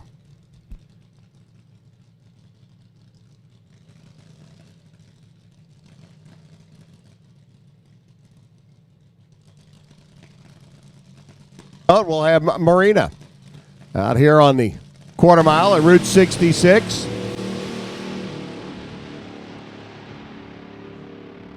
Well, that looked pretty good. 584, 223 miles an hour. She was trying to get into the show right now. She'd be number 10. Just 0.02 of a second from getting into the show. Hey, you know what? I'll work. 584, 223 miles an hour for the young lady out of Lombard. 24 years young. Making a dash down the racetrack. Hey, don't forget, when you're out and about in the pit area, be sure and stop by Samsel Racing. DB Sales will be drawing for a generator. It'll be given away after the last qualifying run down the racetrack, and the second session in qualifying will be coming up just a little bit later on as we work our way through the Four Seasons Heating and Air Conditioning. Burn Down at Sundown competition this evening. Pro Stock Snowmobile, round number 1, getting ready to come out at us. Wheel standers behind the tower. Nostalgia Pro Stock behind the tower. I love Nostalgia Pro Stock. Those guys are cool. Got a couple of jets getting ready to come up as well. And they're behind the tower. Back there with them, round number 1 of Super Stock. Or at least you should be. If you have a Super Stock car and you are back in the pit area listening to the melodious tones, well, you're in the wrong spot. Because need you to be in the lanes. Round number 1, Super Stock. Need you in the lanes, please.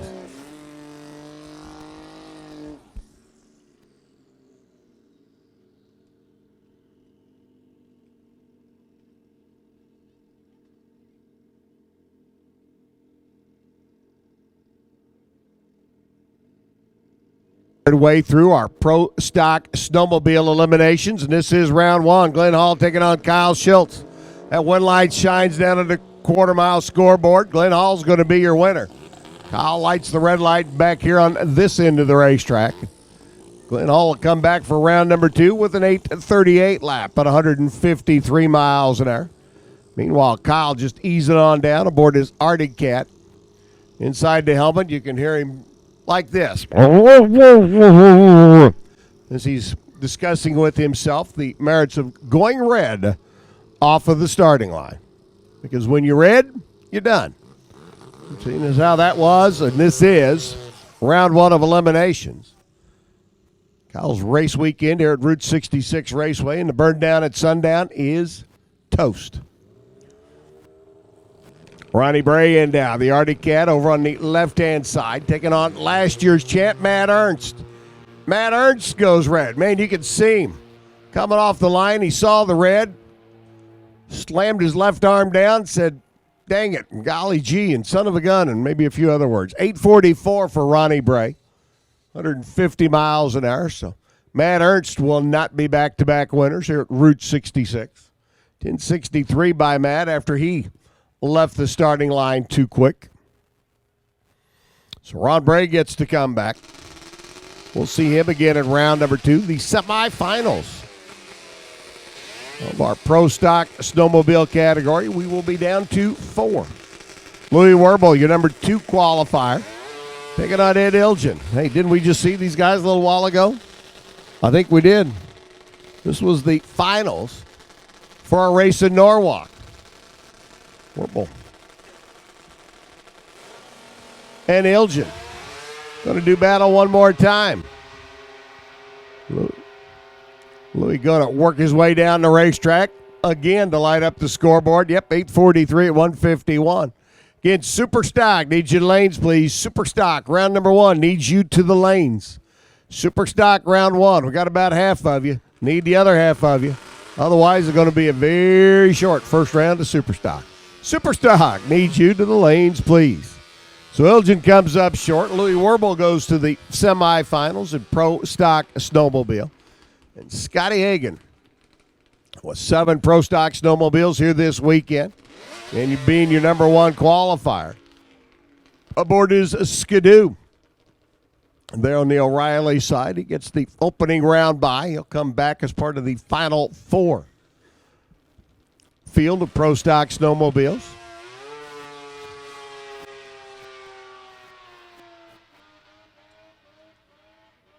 Wop, wop, wop, wop, wop, wop, wop, wop. 9:55 at 109 miles an hour, and we'll see him as part of the final 4 in our Pro Stock Snowmobile category. Getting ready to come up next, our Nostalgia Pro Stocks, and they will be back here. A whole fleet, a herd, a huge field of Nostalgia Pro Stocks coming here for the Route 66 Classic. That'll be coming up August 19th. Here at your favorite racetrack. Patriot Missile coming up now. Vintage Pro Stock style cars. The way they did it back in the 80s. Not quite the illustrious and distinctive machines they have today. Body styles much more identifiable with our nostalgia cars. We have Mark Pappas and Ted Peters doing their burnouts. Nostalgia Pro Stocks a pair. Pappas at the wheel of the Rare Morrison. Lee Shepard tribute car. Of course, Lee Shepard, unfortunately, having an issue during testing down in Ardmore, Oklahoma, many years ago. Crashed the Rare Morrison car and unfortunately cost Lee his life that day. But Mark Pappas and the gang, David Rare putting together the engine. Steph's Fabrication helping out. Bob Buckley, Nick Bonafonte. John and Dave over at Powermaster helping out to put the Lee Shepherd tribute car back together. 500 cubic inch engine. David Rare putting the old Pro Stock motor back together. Well, he knows how. Ted Peters at the wheel of the Dodge over there on the left-hand side. The Nostalgia Pro Stocks working their way down track. 8:04. 166 miles an hour by Pappas. 8:15. 166 miles per by Ted Peters. And again, they'll be back a little bit later on, and they will be back in force a little bit later on in the season. The Midwest Nostalgia Pro Stock Association, part of the Route 66 Classic, coming up August 19th. And we'll have the Castrol GTX Nationwide Pontiac here. Mike Ruth with a Bob Glidden Ford Fairmont. Mark Pappas will be back with the Rare Morrison Chevrolet Camaro. Johnny Denbrock will be here with the Bill Glidden Vega. George Kubis back with the Sox and Martin Plymouth Arrow. Scotty Hoffman with the Show Off Chevrolet Camaro. And Steve Stanek, coming up with his Vega. So Rare Morrison, the Patriot Missile, Castrol Rod Shop, Nationwide car, Sox and Martin Plymouth Arrow, classic Nostalgia Pro Stocks coming back here at Route 66. We'll see Mark. We'll see Ted a little bit later on for another lap down the racetrack. But we'll see the entire crop of Midwest Nostalgia Pro Stockers coming up here August 19th. Hope to see your face in the place. All right. Here comes the gravy train. The wheel stand. Show-off machine. Doing a little bit of burnout out there right now. Casey Jones wheeling the throttle of the crazy train. Car was inspired from a pedal car that Casey Jones had at the age of 3. It's been stretched out a little bit. It's been lengthened a little bit. Got a little bit more horsepower than 2 feet going left, right, left, right, left, right. 427 cubic inch, big block blown Chevrolet. 1,200 horsepower combination. Coming at us with Hedman headers, RCD Engineering, DJ Safety Equipment, Emily Oil. Getting ready to stand it up. There goes the crazy train. Oh, and he sets it back down. Well, that was just kind of a test pass. All right, let's see if Casey Jones puts the crazy train in reverse and brings it back. I got a feeling. Yep, there he comes. The wheel stander. Going to see if he can carry it 1,320 feet down the Route 66 Raceway quarter mile. And if I was a betting person, I'd be betting money that he do.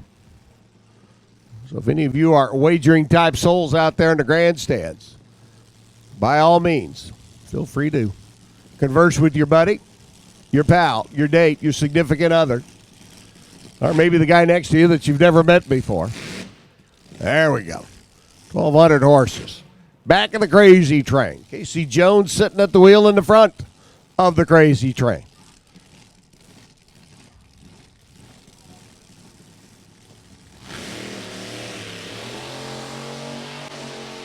Front end up in the air, and you're saying to yourself, how does he keep it going straight? A lot of luck. 10 seconds flat at 135 miles an hour on 2 wheels. How about that, boys and girls? They actually control the wheel standers via individual brakes controlled by the drivers for the rear wheels. Car starts drifting to the right a little bit, they tug on the left rear brake, and conversely, if the car starts drifting to the left, they tug on the right rear brake. Casey Jones taking a crazy train down track 10.0 at 135 miles an hour, dangling that front end in the air for 1,320 feet down the Route 66 Raceway quarter mile.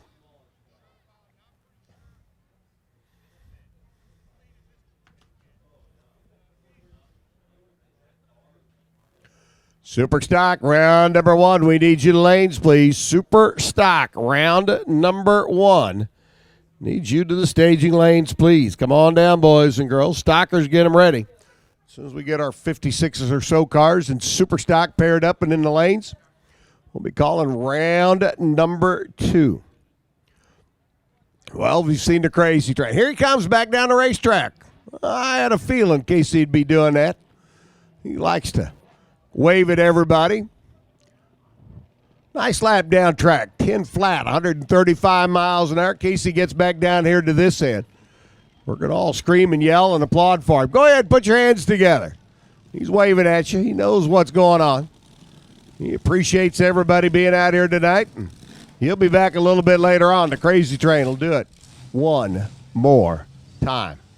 The Jets getting ready to come up next as Casey cruises back underneath the tower. 1,200 cubic inch methyl alcohol burning machine. And for those of you standing down here in front of the tower, let me give you some advice. Move. It's about to get real smoky, and it's about to get really warm. Everybody out there in the grandstands, have you seen a jet car before? Raise your hand. Let me see. Well, we got several of you. All right, those of you that have never seen a jet car before, let me see your hands. Raise them up. Hold on.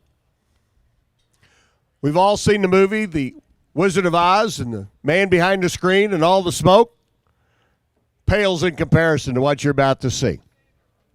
Dave Matter coming up now, the runner out of Twin Lakes, Wisconsin. How about a 1940 Ford? Slightly modified from the way it came from the factory. Slightly modified, being a General Electric J85 jet engine. Oh, yeah, and he chopped the top. Oh, yeah, and he painted it bright red. And oh, yeah, it's going to go a whole lot quicker than it ever did as a 1940 Ford pickup. Dave's going to spin the starter over, light up that J85 jet engine. You're going to see a whole lot of smoke coming out behind that Ford. You guys are going to be able to see him a lot better than I can because I'm going to be sitting here behind the smoke screen. Dave's going to fire up that Ford. We're going to water down the water box behind him because, well, let's just say it's going to get nice and toasty. Anybody want to fire up a hot dog stand? We can do it real quick. Get some long sticks. We can have ourselves a great big old weenie roast. Say you don't like hot dogs? How about s'mores?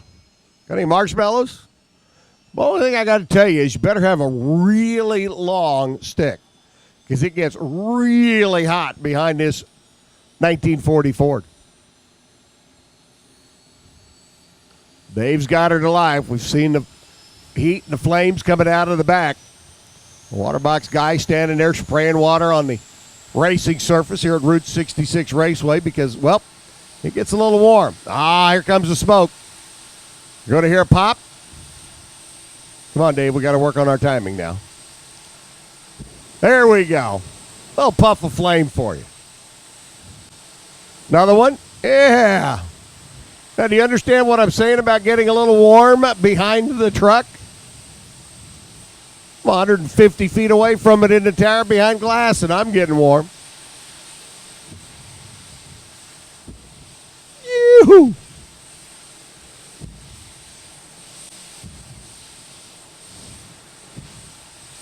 Hot dogs. Roast your hot dogs. 5 seconds, and they're done. Ooh, 2 seconds on that pop.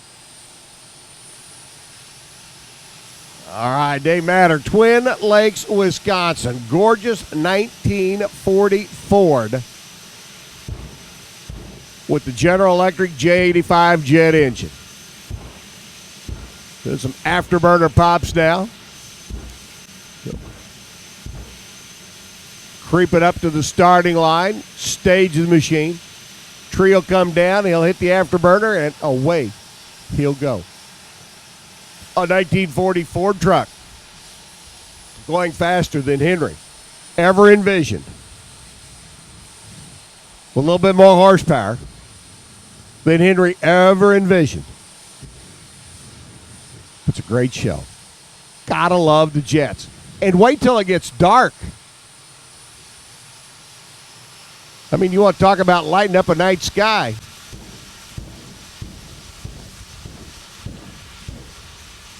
He's popping the afterburner there. And he starts creeping towards the beam. Fred says, come on up, son.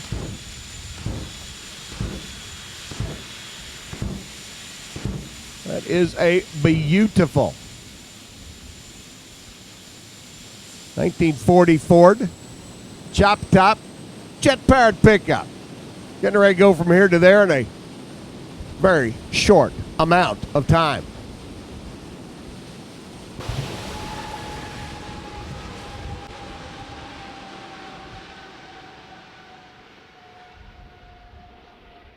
About 200 miles an hour in a little under 8 seconds. You want to go for a ride? Everybody out there wants to go for a ride. Raise your hand. Y'all are nuts. They spent a little time at the beer garden already. Oh, there. they've been to the beer garden already. All right, well, I understand that. I'm telling you, kids. 7.8 seconds. Don't go anywhere. We got more jets.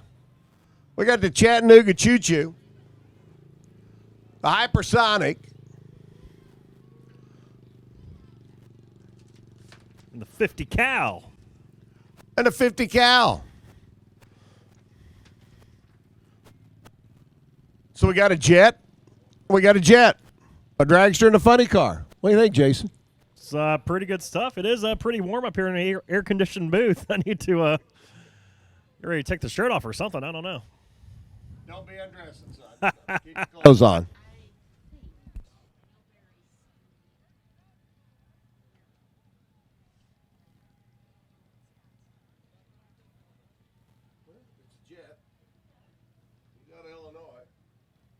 Definitely takes me back to the days of working on F-15s and F-16s. We do some burner runs, and we used to throw frogs down the intake.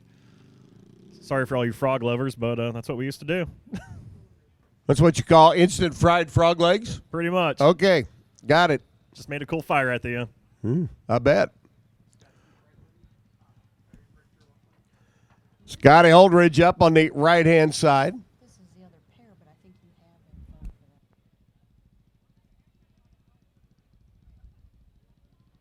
Left-hand side, the Hypersonic Chevrolet Camaro Jet Funny car.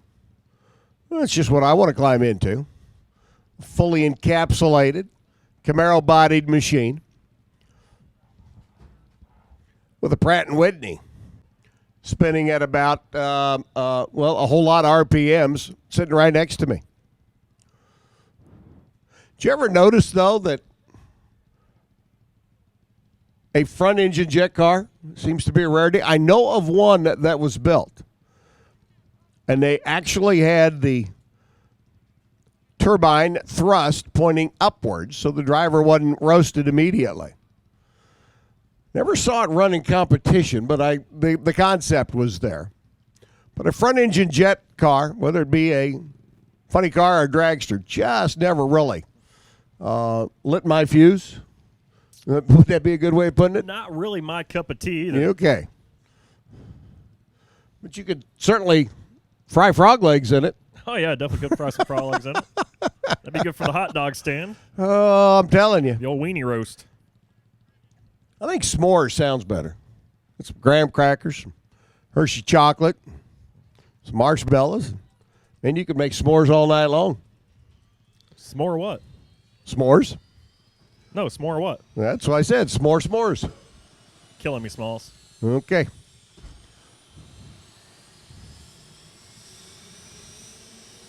All righty, here we go. Scotty Holdridge bringing his machine to life. Barry Richter likewise. Pratt & Whitney J60 combination. Over there on the left-hand side for Richter out of Kenosha, Wisconsin. Chevrolet Camaro a little bit more motivated than what Chevrolet ever did with it. Here comes the smoke. Pay no attention to the man behind the curtain. It's coming up through our window here. It is getting a little smoky in here, isn't it? You can talk to the window guys about the seal job. Like I'm in Cheech and Chong's van. You know, you talk about Cheech and Chong's van, there'll be people out there that have no idea who it is. Very true, very true. I mean, it was just, smoke's just rolling. Either that or we're having a real electrical issue up here, one of the two. Oh, look at the flames, look at the fire, look at the smoke. Barry over there on the left-hand side. At the wheel of the Camaro. Scotty Holdridge here on the right-hand side, the dragster. We'll send them down track side by side. Ooh, here come the afterburner pops. They're rocking it a little bit hard. Look at the fence in front of the tower. The afterburner pops, scooting the fence back. Look at the glass in the tower. Yeah, I'm looking at the glass in the tower as it vibrates, shakes, rattles, rolls. Falls on you. Are those ceiling tiles overhead in permanently, I hope? All right, Barry. Scott. 789. The Ford truck down track. Here comes Barry in the Camaro. Scotty Holdridge out of Oswego, Illinois, over here in the dragster. They're going to light them up, and away we go. All those loose papers just got blown away. 539. Look at that, almost 300 miles an hour. 292.7 miles an hour out of the dragster. 614. 260 miles an hour out of the Camaro, but knocking down the door on 300 miles an hour. Scotty Holdridge blasting his way down the racetrack. And look at the gals out there. That run was so impressive, it changed the color of their hair.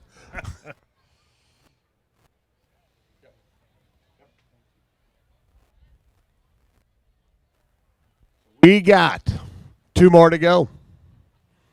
The Chattanooga Choo Choo and the Cannonball Express. And don't forget, boys and girls, guys and gals, ladies and gentlemen, we're going to do this all over again a little bit later on this evening. We're going to have the wheel standers, the jet cars, coming back after our final qualifying session for Alcohol Dragster and Alcohol Funny Car, our final rounds of Pro Stock Snowmobile. The wheel stander will be back. All the jet cars will be back. It'll be dark by then. The fire, the flame, the smoke, and the speeds will all be even more impressive. And then to cap everything off here under the Four Seasons, heating and air conditioning. Night here at Route 66 Raceway. We got fireworks. We got a whole lot of fireworks. The sky overhead, Route 66, for the burn down at sundown. Well, we're going to light it up again. Got the wheel standard go down track, and at night you'll be able to see the sparks coming off the pads on the back of the wheel stander. The jet cars will be popping off the afterburners with fire and flame and smoke and the hot dog rotisserie. And a whole bunch of fireworks overhead. So, by gosh, by golly, and for all intents and purposes, do not go anywhere. Because we're going to do it again, and when it's dark, it is even more so impressive. But right now, the Chattanooga Choo Choo and the Cannonball Express. Ray Kelly over there on the O'Reilly side of the racetrack. And Russ Glover at the wheel of the Cannonball machine as the call goes out to fire them up. Now, I'm going to tell you up front before they get started so you can hear me when I say this. They will do a little dance number on the starting line. You'll get what I'm saying when they come up and start it. But one will start it, the other one will get going, and Ray and Russ will pop back and forth between the Chattanooga Choo Choo and the Cannonball Express. Little smoke coming out of the smokestack on these replica train jet machines.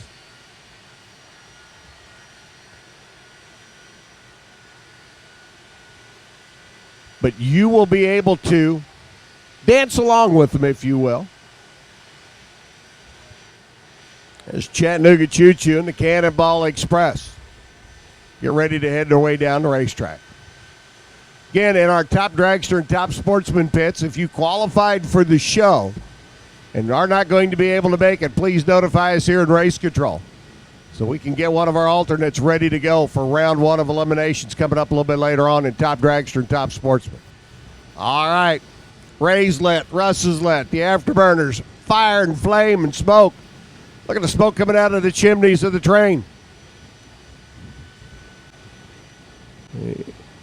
Going to get a little warm. Now, I'm telling you, don't go anywhere, because when we do this again later on this evening and it's dark, oh, man, it's just like way more impressive. This is pretty cool, okay? I can't argue with you. But, man, at nighttime, under the dark sky, the fire, the flame, the smoke, it'll be fun. Have your cameras ready. Make sure you got them charged up. All right, Ray and Russ, the Chattanooga Choo Choo, Cannonball Express, Chattanooga Choo Choo coming to take me home. We'll let the boys put on a show for you.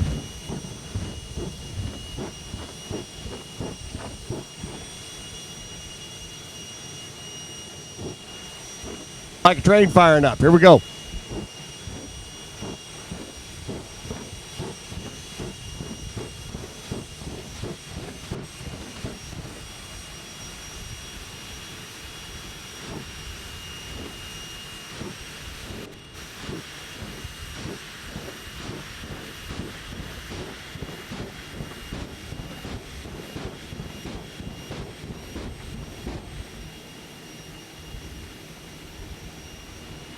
Used to power up and head down the racetrack or head down the rails for those of you that might be a little bit younger, don't remember the sound, but here comes Ray Kelly, the Chattanooga Choo Choo on the O'Reilly side, Russ Glover, the Cannonball Express. Ding, ding, ding, ding, train coming through. Step aside, please.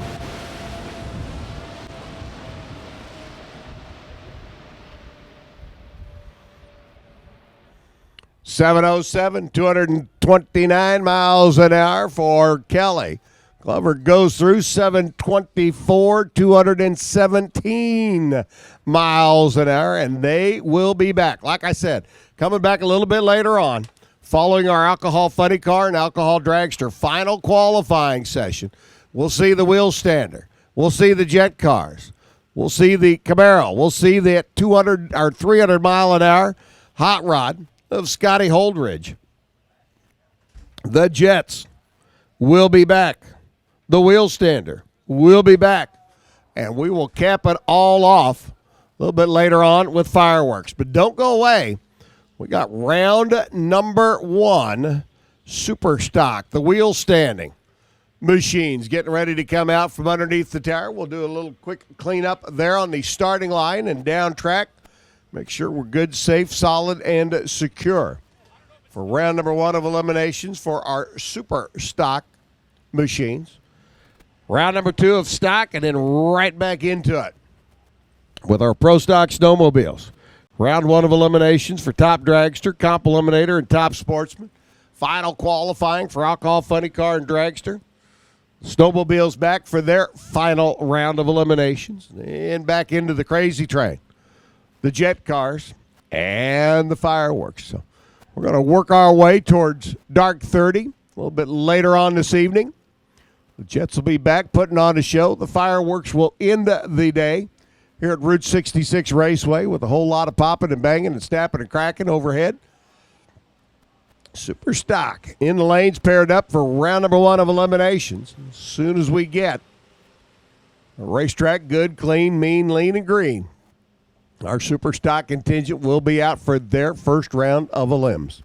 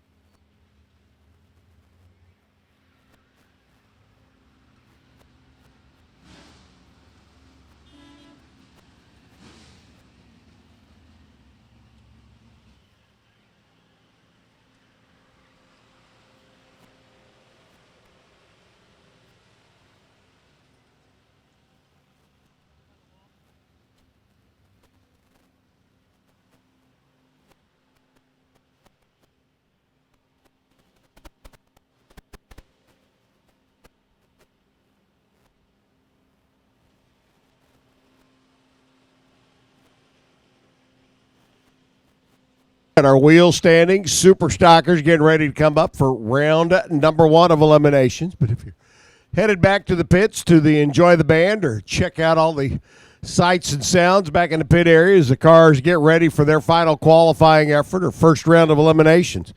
Do want to remind you one more time, be sure and stop by Samsel Racing and DB Sales over there in the top alcohol dragster pit area. Sign up for a generator. The drawing will be later on this evening after their final round of qualifying. You can leave here tonight with a brand new generator for you. Be sure and come by and see everybody over at Samsel Racing. DB Sales, they'll be drawn for that generator a little bit later on this evening. But you got to sign up to have a shot. Super stock. We can hear the rumble of the engines back behind the tower here at Route 66 Raceway. For everybody listening in at home on D3 TV, want to thank you all for being here with us. Numbers showing that we got a pretty strong show going right now. Super stock, round number 1. Going to come at us. Stock eliminator, round number 2. Getting ready to dance their way down the quarter mile as well. And we'll be back into the semifinals of our Pro Stock Snowmobiles. Then round number 1 of our 6-second, 200-mile-an-hour top dragsters. Our Comp Eliminator field. We'll be coming out, chasing after that Comp Eliminator bonus fund money with their first round of eliminations. Our RacingRVs.com top sportsman category out. 32 quick qualifying cars will be duking it out. Their first round of eliminations. Then Alcohol Funny Car, Alcohol Dragster, final shot to make the show this weekend. For the Funny Car contingent, it'll be a matter of whom races whom. But for the Alcohol Dragsters, a few more than 8. So they'll be vying for position, trying to get into the show, and then trying to determine who's got lane choice. And who's going to be taking on whom come first round tomorrow. And then, like I said, Snowmobiles will be back for their final round of eliminations. We'll crown our Snowmobile champ tonight. Crazy Train wheel stander will be back one more time. The Jets will all be back. And fireworks to round out the evening's festivities, the frivolity, the fun, and excitement here at Route 66 Raceway, the Four Seasons. Heating and air conditioning, burn down at sundown. Activity tonight. And don't forget, we've got a full day of racing tomorrow as we will work to crown all of our Lucas Oil Drag Racing Series champions here at Route 66 Raceway. Brandon Boer taking home the title last year in Top Alcohol Dragster. Jay Payne in Funny Car. Greg Camplain took home the Wally in our Comp Eliminator field. Nick Folk was your super stock champ last year. Nick's not with us this weekend. They had a death in the family, and Nick wasn't able to make his way over. And our condolences go to the Folk clan and Nick for not being able to make it back. Phil Spida, your super comp defending champion. Mia Tedesco in Super Gas. Barney Barnhart was your winner last year in Super Street, but we saw Barney bow out early in round number 1 earlier today. Top dragster, top sportsman, snowmobiles, all yet to crown our 2017 winners. As we get ready now, round number 1, super stock action. 56 cars, I do believe, into the super stock show.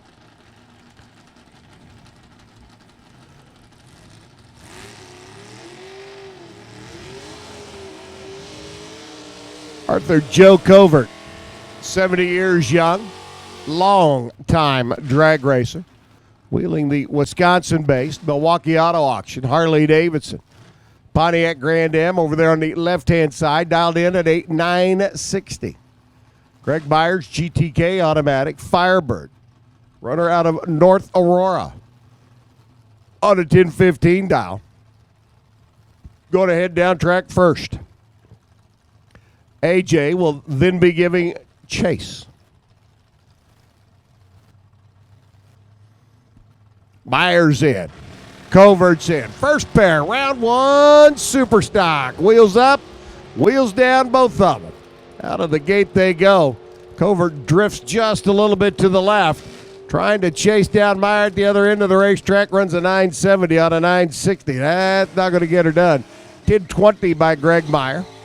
At 124 on his 10-15 dial. And Meyer gets to come back and play in round number 2. Angelo DiCarlo should be taking on Jerry Cassid's GTA automatic dart. But the dart out of Michigan, already on the way back home, problems. And Angelo DiCarlo, a competition buy run out of the Super Stock H automatic, little 327 Corvette. That is a gorgeous automobile. I love going to a drag race and having a car show breakout. Just makes it enjoyable. Next pair coming up, our first 3 pair designated in stock and super stock. Jeremy Duncan should be taking on Steve Hoff's machine. Well, like Angelo, Jeremy's going to get a competition buy run.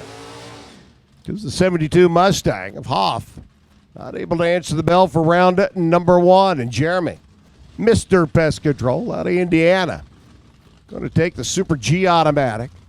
350 69 Camaro down track.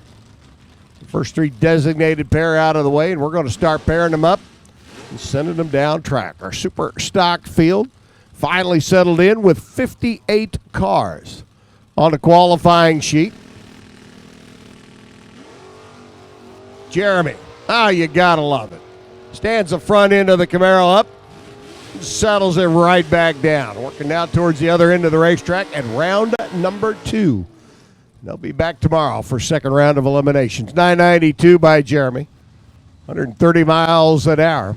And Steve Hoff, unfortunately, already on the way back home to Waukegan. Alex Miller now taking on Scott Lieberscher. Lieberscher up, the Copo Camaro. 427. Factory super stock car over here on the right-hand side, dialed in 932. Alex Miller's earlier generation, 88 Camaro.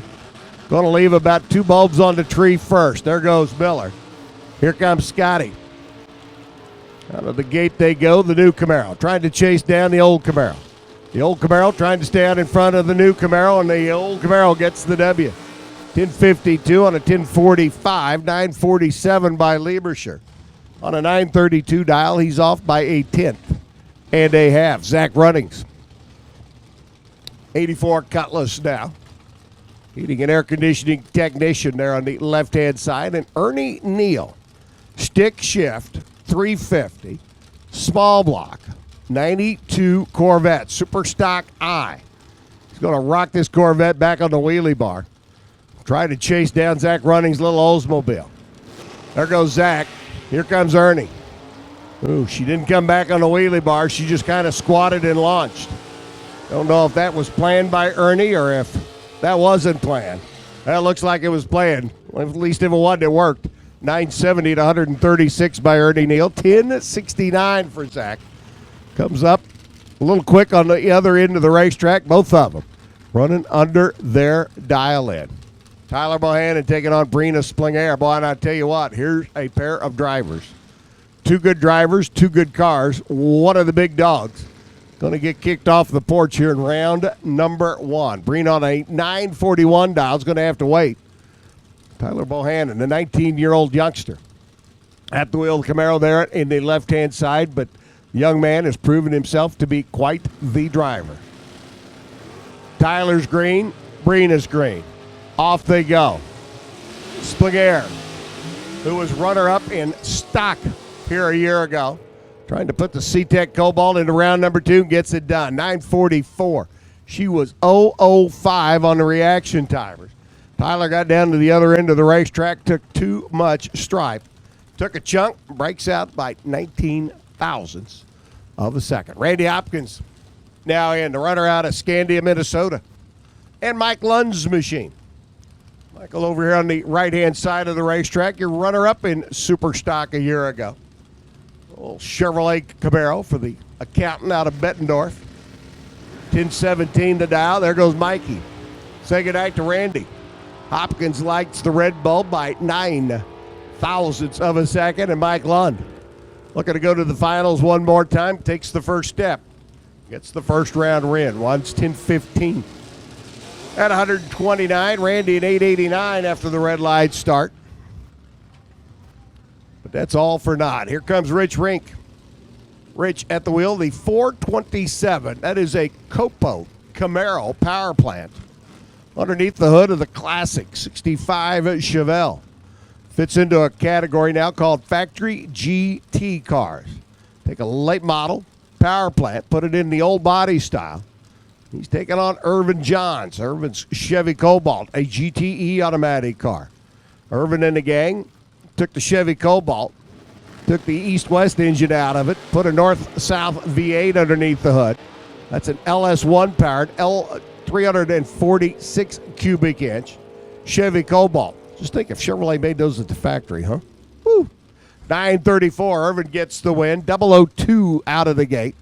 134 miles an hour. 947 by Rich. Gave it a good run down the racetrack, but when you're tardy off the starting line and your opponent goes 2 on the reaction timers, it's, well, really tough to catch up. Kind of like you can't. Billy Foder's GTH automatic machine, the Corvette for the runner, the physics professor. Wheeling and dealing. Let's see if he's calculated all the numbers correctly. 400 cubic inch. GTH automatic Chevrolet Corvette, Mike Wagner's factory super stock Dodge Challenger. Project manager, Mopar and Wagner Motorsports. 426 Challenger sits and waits. Now sets sail. Looking at the tail lights on that Corvette, Mikey's coming. Got him. 915 on the 911 for the win. 141 miles an hour. Foder goes 10:06. 131 miles an hour down at the other end of the racetrack, and Bill now has lane choice all the way back to Canton, Michigan. Dennis Lund up now. One of the Lund family race team out of Bettendorf. Dennis at the wheel of the 88 Beretta. Todd France up in the GTI automatic. Little Pontiac G5, very similar car to the Chevy Cobalt. Take the 4-cylinder out from underneath the hood. Modify the underhood portion to fit in a 350 small block. A couple of big tubs on the back for some nice size slicks. And let's go GT racing. Todd France there on the left. Dennis Lund on the right. The Beretta. The Pontiac. There goes the Pontiac. Here comes the Beretta. Dennis Lund in the Beretta taking a shot at Todd France. Misses. 920 on a 918. Comes up 9,000 short. France goes through 986 on a 985 at 133 miles an hour. Garrett Gezzi coming up now. Garrett at the wheel, the 290 cubic inch V8, the small V8, underneath the hood of that 69 AMX. Talked earlier today about all the unusual cars we have seen here this weekend. Here's another one. I mean, AMXs and Javelins you just do not see anymore. Garrett's got to take on Dan Kyle's GTK automatic. Pontiac Firebird, Jeff Taylor building the 350 underneath the hood, and Garrett lights the red light, and the runner out of Knowlton, Illinois. Unfortunately for Garrett, gets to head home early. Kyle gets to go to round number 2, runs a 1078. 93 miles an hour, 1067 by Garrett at 121 after that run. About almost a 3-second handicap start. Grant Zimmerman's F-modified, 280 cubic inch Camaro. Going to spot the little Dodge Dion. Tim Kish. Kish out of Kalamazoo. Going to be off and running. We're going to count 1 Mississippi, 2 Mississippi, 3 Mississippi, go.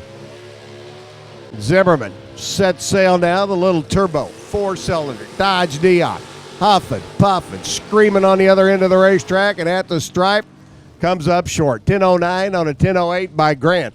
125 miles an hour, 13:01 on a 12:93 by Tim. Missed the number down at the other end of the racetrack, and, well, that was costly. Jeff Turk, number 1 qualifier, another one of the drag pack challengers. This time with the 345 combination underneath the hood, and Dave Dupps. The heads up, cylinder heads, 305 combination. Chevrolet Camaro, 1045 to an 841. 2 seconds, 1 Mississippi, 2 Mississippi. And away they go. Turk, whoa, hang on, Dirk. Turk getting loose out there and gets up close and personal with that left-hand wall. That 2015 Drag Pack Challenger. Scraping a little paint down there as the car coming off the line. Got out of the groove over towards the center stripe. We talked earlier a while ago when the alcohol dragsters and the top dragsters were up about getting one tire out of the groove and having one tire in the groove. Well, it'll let one tire bite a little bit harder than the other, and you saw exactly what happens when that happens. Jeff Turk, car, getting the right-hand tire out of the groove. You could see it, black track marks down there to about the 300-foot block. And the car started making a move to the left because the left was biting harder than the right. And Turk's machine cruising down the O'Reilly side. Did a little bit of concrete modification there on the O'Reilly side of the racetrack, and I'm sure Jeffrey's machine. You might want to talk to Todd France and the gang down in Louisville about doing a little body work and a little paint work. Dave Dupps, meanwhile, cruises on through 1047 at 120. Dave a little oblivious to everything going on behind him because, well, he left 2 seconds earlier. So he was well out in front. He kept looking for Turk's Challenger to come from behind. Turk was back here on this end of the racetrack, though, using that steering wheel for a whole lot more than what he wanted to. Again, the Challenger brushing the wall, almost caught it and kept it off the wall, but just nipped it down there at the half-track mark. They'll check him out down at the top end of the racetrack. So Jeff Turk, tough break for your number one qualifier, a little 345 Challenger. Laid down some tremendous runs in qualifying, 839 and 837. Just not able to keep her in the groove here tonight in this first round. And once you get out of the groove, it just makes life a little dicey when you've got the horsepower coming out of the cars to make it able to run an 8-second lap. Now, one tire's in and one tire's out. Well, as you saw with Jeffrey, it becomes a bit of a handful. Brad's going to go down and check alongside the wall, probably have a little bit of debris there to clean up.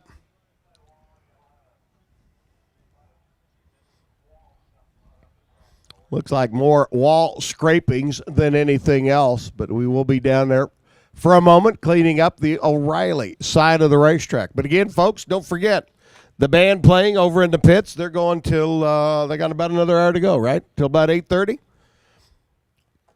And then we'll be back. Our alcohol dragster and alcohol funny car final qualifying sessions. Pro Stock Snowmobile final round.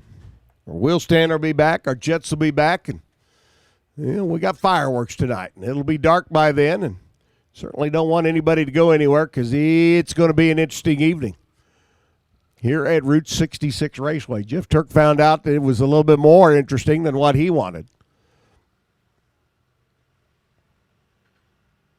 But for Jeff and all the rest of our competitors, NHRA mandates the safety equipment that has to be built into the cars and the cars furnished with to protect the drivers. Jeffrey, that time, certainly not an issue getting down the racetrack. It's just barely bumped the wall. But, man, I tell you what, that Challenger was on a bit of a ride for a while. So Dave Dupps gets to come back. The number one qualifier done for the evening, done for the weekend. We'll have to see if he can get her shined up and polished, a little bodywork R&R before we move on to our next event. A little clean up on the O'Reilly side. You got some events coming up here in the future, don't you, Jason? You want to talk about? Why, yes, I do. Thank you, Bob. I want to make sure, first and foremost, that all you race fans are stopping by the Fan Pit Stop, where you can win a family 4-pack to Championship Sunday of the 20th Annual Route 66 NHRA Nationals. Of course, that takes place July 6th through the 9th, and you can win tickets to July 9th, and also 4 tickets to Chicagoland Speedway's Tales of the Turtles 400 on September 17th. That is Sunday. The first race of the Monster Energy NASCAR Cup Series playoffs begin that day. Want to make sure you're out here to check out the guys in the playoffs, as well as Dale Earnhardt Jr. making his final stop here at Chicagoland Speedway. He, of course, your 2015 winner out here in Joliet, Illinois. So make sure you go down there to the Fan Pit Stop, enter to win, get some swag. That's the blue Fan Pit Stop tent along the Midway. And, man, we got a couple events coming up. Just mentioned the NHRA 20th Annual Nationals, but we also have a blast down memory lane. It's the quarter-mile blast down memory lane at the Darcy Buick GMC Route 66 Classic, Saturday, August 19th. You saw the nostalgia cars out on the racetrack a little bit earlier on. We're going to have a whole lot more of that coming up on the 19th of August. You can watch nostalgic match racing, pro stocks, and vintage tribute cars as they light up the track. Drive your classic car to the show and put it on displays. We're going to have a car show out here, Route 66 Raceway, that evening. Also, enjoy shopping. Over 100 retro vendors, so bring the wives out. They'll love to do that. Along with some pinstriping, tattooing, free pinup hair, and makeup, along with rockabilly bands, mega milkshakes, the Sneaky Tiki Bar pinup contest, and much more. Tickets are just $20 for adults and $5 for kids. Wear your own retro look, and you can win a prize. So make sure you visit the Route66Raceway.com for more information and for tickets. If you don't want to visit Route 66 Raceway, I know right now your chances are you probably have this device in your pocket called a cellular phone, and chances are it's a smartphone. Well, guess what, race fans? We got a new Route 66 mobile Raceway app. That's right. You can stay up to date with everything from Route 66 Raceway by downloading the new Raceway mobile app.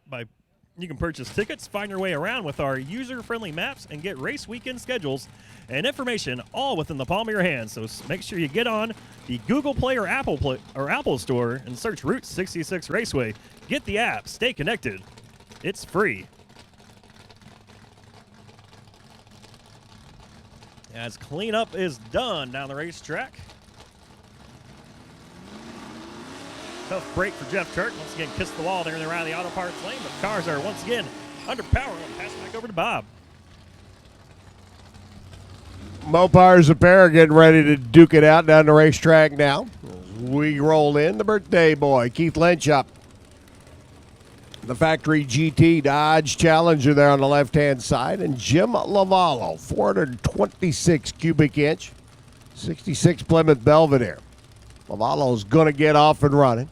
I got to tell you, Keith has had a couple of good runs in the Challenger. He's had a couple of runs that were a little dicey, leaving the starting line.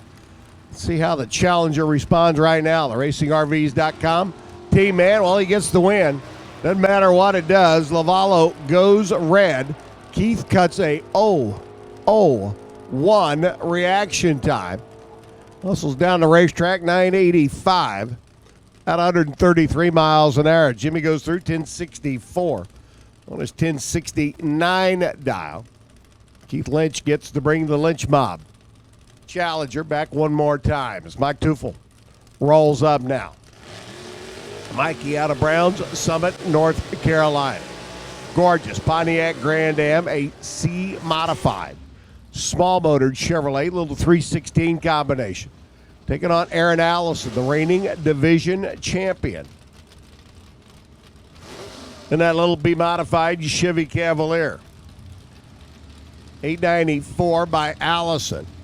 Teufel on an 881. A couple of quick 8-second super stock cars. Getting ready to duke it out. Aaron going to leave first. Mikey going to be giving chase.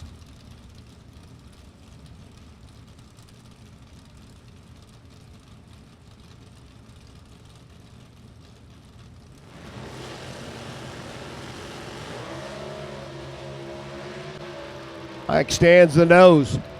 That Pontiac up in the air. Drifts a little bit out of the groove. Is that going to open up the door for Aaron? Yes, it does. 898 on the 894. Mikey goes 885 on the 881. 36 thousandths of a second separating him down at the other end of the racetrack. But Mikey's car, the Grand Am, stood it up on the wheelie bars, settled it back down to earth a little bit towards the center stripe. And on a good, close race the way that was, cost him a little bit of time, and he ended up coming up short on that race by 36 thou. Pair of Firebirds now, Matt Lund and Michael Manns.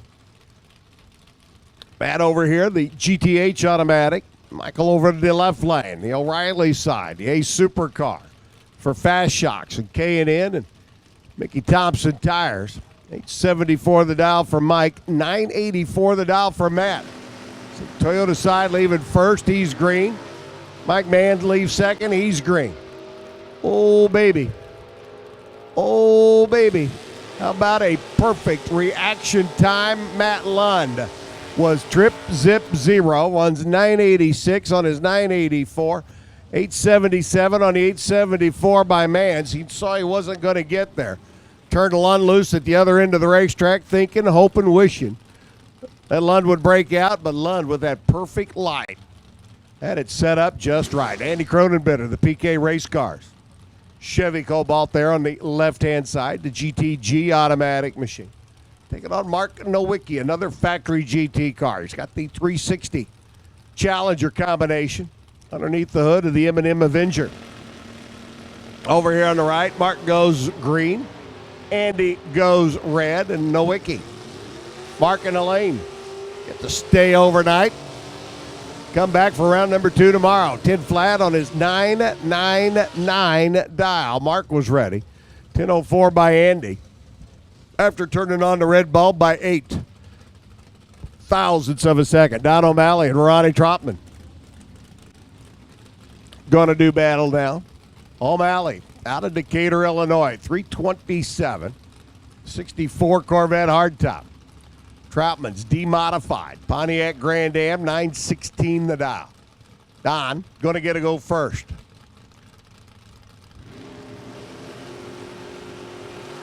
Tree comes down, both drivers away green.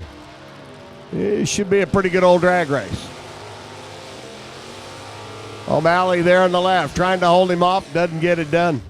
917 on 816 by Troutman, 986 by O'Malley on his 982, and Don got down the other end of the racetrack and looked at Ronnie and said, "You want it? You take it. Go Blake out, please." Didn't happen. O'Malley's day is done. He'll probably stick around, though, because Decatur's not that far away. Brian Stuffelbeam in, Super AJ automatic. Pontiac Firebird on the left, taking on Donna Morris. Donna out there lined up by hubby TC. A little 66 Chevy Nova, 283 combination. Second handicap start. Right at it for Donna. She's green, and away she goes. Stuffelbeam, Pontiac, giving chase now. You can cut a little bit better light than your opponent. You add to your handicap start. That's exactly what Donna did there, but it wasn't enough. 1024, Stuffelbeam on the 1023. 7 thousandths of a second margin of victory down at the other end. Donna goes 1127 on the 1121. Just did not run the number. Fred Bartoli, the Perform-Air, Ultronics, Chevrolet Camaro on the left. Brian Simonex machine out of Toledo. Brian, a very sharp computer whiz kit. Got the little 265 General Motors taxi cab motor underneath the hood of that Buick Regal. 1164 the dial for Brian. Last weekend this time, they were up in Michigan, racing with his son's junior dragster. This weekend they're here at Joliet, racing with Dad's race car. Out goes Brian. Fred Bartoli has to give up the handicap start and come from behind. Come from behind. Come from behind. Didn't get it done. 999 on a 997. Bartoli short by 26 thousandths. 1165 on the 1164. Simonek. Brian. Bring the Buick back tomorrow. Larry Hodge and Ricky Decker now. Boy, here's a couple of names synonymous with super stock racing in Division 3. Hodge at the wheel, the Larry Hodge race tires. bright red Monte Carlo. Over there on the left-hand side, dialed in 10.68. Ricky Decker's wheel standing ride for the former division champ, 94 Camaro. Giving chase now. Rocks it back on the Hoosiers and gets them rolling. 10.03 on the 9.99. Decker gets the win at 120. 10.67.8. Larry Hodge goes down, takes a bite of the finish line stripe, and breaks out by 2 thousandths of a second. Dan's rust up now. 4.26. Plymouth Barracuda. But this one falls into the GTA automatic category. Taking on Ray Skillman's Factory Super Stock C. Skillman Auto Group, Cobra Jet Mustang. The patriarch of the Skillman clan. Ray over here on the right-hand side. Giving chase down to Dan. That Gold Coast Hemi, a absolutely gorgeous Barracuda. Dan out in front. Dan gets the win. 9.09 on the 9.05. Skillman goes 8.76.4, breaks out by 6 thousandths of a second. The other end of the racetrack. Ray was a little tardy off the line, tried to make it up at the other end, and, well, some days it just doesn't work. Freddie Allen's Super Stock T, small block. Chevy S10 step side, taking on Jeff Dona, another pair of names. Pretty familiar to all of us here in the Division III competition with the Super Stock battles.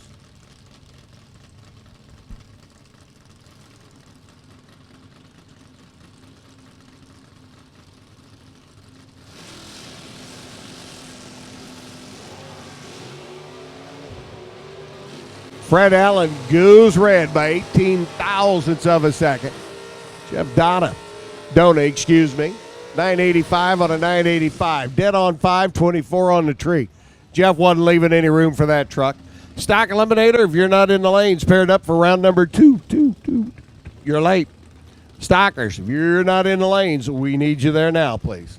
Bill Zaskowski and Bruce Gibson. Gibson, who had some problems with the 360 Dart Sport and qualifying. Finally able to get it down track a couple of times, give himself a baseline to work with. 1090 up on the scoreboard. He's going to be leaving first. Bill Zaskowski's GTN 283 stick shift Chevy Nova. Going to be giving chase. Red light start by Gibson. Man, I tell you what, it has just not been the weekend. He goes red by 8 thousandths of a second. The International Brotherhood of Electrical Workers Machine goes 11 flat on the 1090, only 118, so he was off the throttle. 1033 by Zaskowski at $1.25 down at the other end of the racetrack. And, well, Bruce is going to chalk this weekend up to experience, because that's about all you can say. Or you can say some other things, but probably wouldn't be repeatable. Dave Dupps and Bill Skillman. Ooh, I like this pair. This should be fun. 883 to a 975 dial. Dupps, the heads-up racing team. Over there on the left-hand side, the Germantown, Ohio-based Chevy Cobalt. Taking on Bill Skillman. Skillman Ford, Skillman Auto Group. Cobra Jet over here on the right-hand side. Factory Super Stock C. Cobra Jet, one of the new factory hot rods for Skillman. And when you're a Ford dealer, you can probably put your hands on a Cobra Jet or two. And they have. And they race. And they're competitive. And they're tough. Dup's going to be off and running. Not quite 1 full second, but close to it. Almost 2 bulbs on the tree, or almost 1 Mississippi.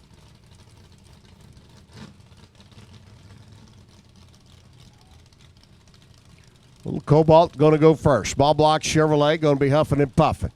Down at the other end of the racetrack, and 330 cubic inches of Ford going to be trying to track them down. Here we go. Green light's a pair. Ooh, ooh, ooh. Virtually identical out of the gate. Dupps had the better light by 2 thou, gets the win light by 5 thousandths of a second. Runs a 976 on the 975. 884.3 on the 883 dial. Skillman and Dave. Great side-by-side battle there with the Cobalt.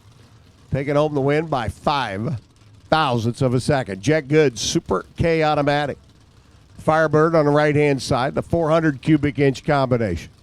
taking on Alan Wade's 427 Camaro there on the left. Camaro's going to spot the bird. The bird takes a bite at the stripe. The bird goes red. Alan Wade gets to come back, play again in round number 2.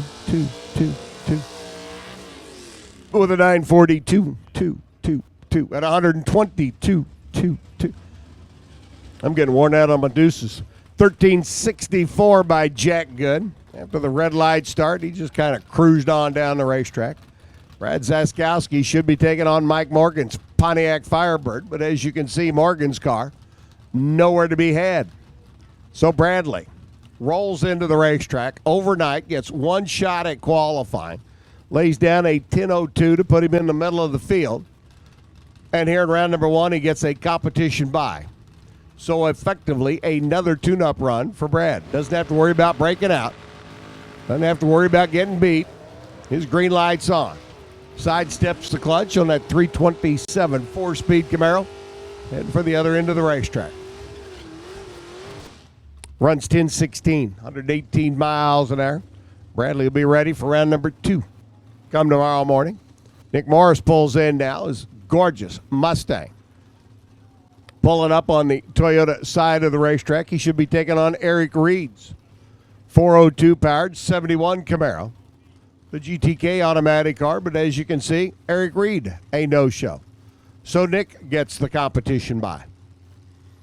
The former division champ. And a cruise right on into Sunday eliminations, making a tow from Louisville over. Well worthwhile. Factory GTJ car. This is the late model 352 combination. Cranking out the horsepower underneath the hood of that 98 Mustang bodied entry. And Nick, a free ride to Sunday. Goes 10:17, 108 miles an hour. And Eric Reed, unfortunately, already on the way back to Beloit, Michigan, or Wisconsin. Rene Garza's 55 Chevrolet. Ooh, that would have been a matchup.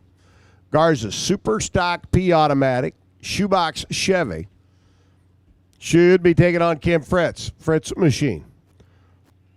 Cobra Jet Mustang there on the left side, 828. That would have been a 4+ second handicap start had Rene Garza been able to answer the bell. Rene, I'm sorry you're not here. I love them big handicap starts. Cut a light and get the handicap start. Really got to put the pressure on your opponent to sit and wait that long.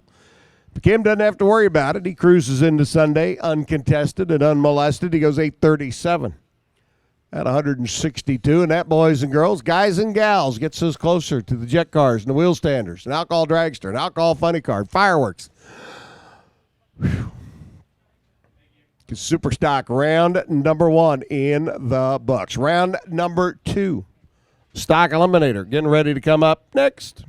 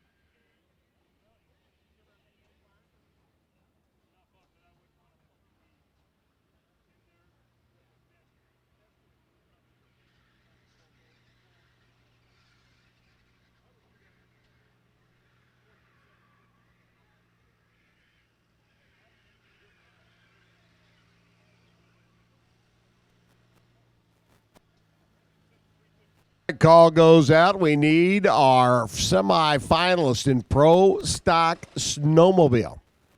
To the lanes now, please. Pro Stock Snowmobile semifinals. Need you to the lanes. Round number 2. Stock Eliminator. We started out this morning with 90+ Stock Eliminator cars. We've had one round of eliminations to whittle it in half. Going to whittle it in half one more time. Here with round number 2 of eliminations. Pro Stock Snowmobile getting ready to come back for their semifinals. That means top dragster. Get them ready for round number 1. And again, if you are broke in Top Dragster, are broke in Top Sportsman, and you are qualified for the 32-car fields, please let us know here in the towers. We have alternates available. And if we know beforehand, we can let them know beforehand. And forewarned is forearmed, and only every other cliche you can think of out there. But if you are broke, not going to be able to answer the bell, please let us know in Race Control. Send text, send a homing pigeon, send up smoke signals. However you want to do it, just let us know here in Race Control if you would, please.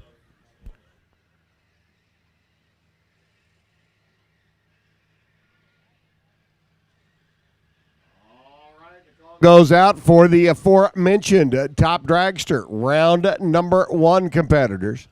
Needs you to the lanes, please. Top Dragster round number 1. Gentlemen, ladies, we need you to the staging lanes, please. Come on down. Top Dragster round 1 to the staging lanes, please.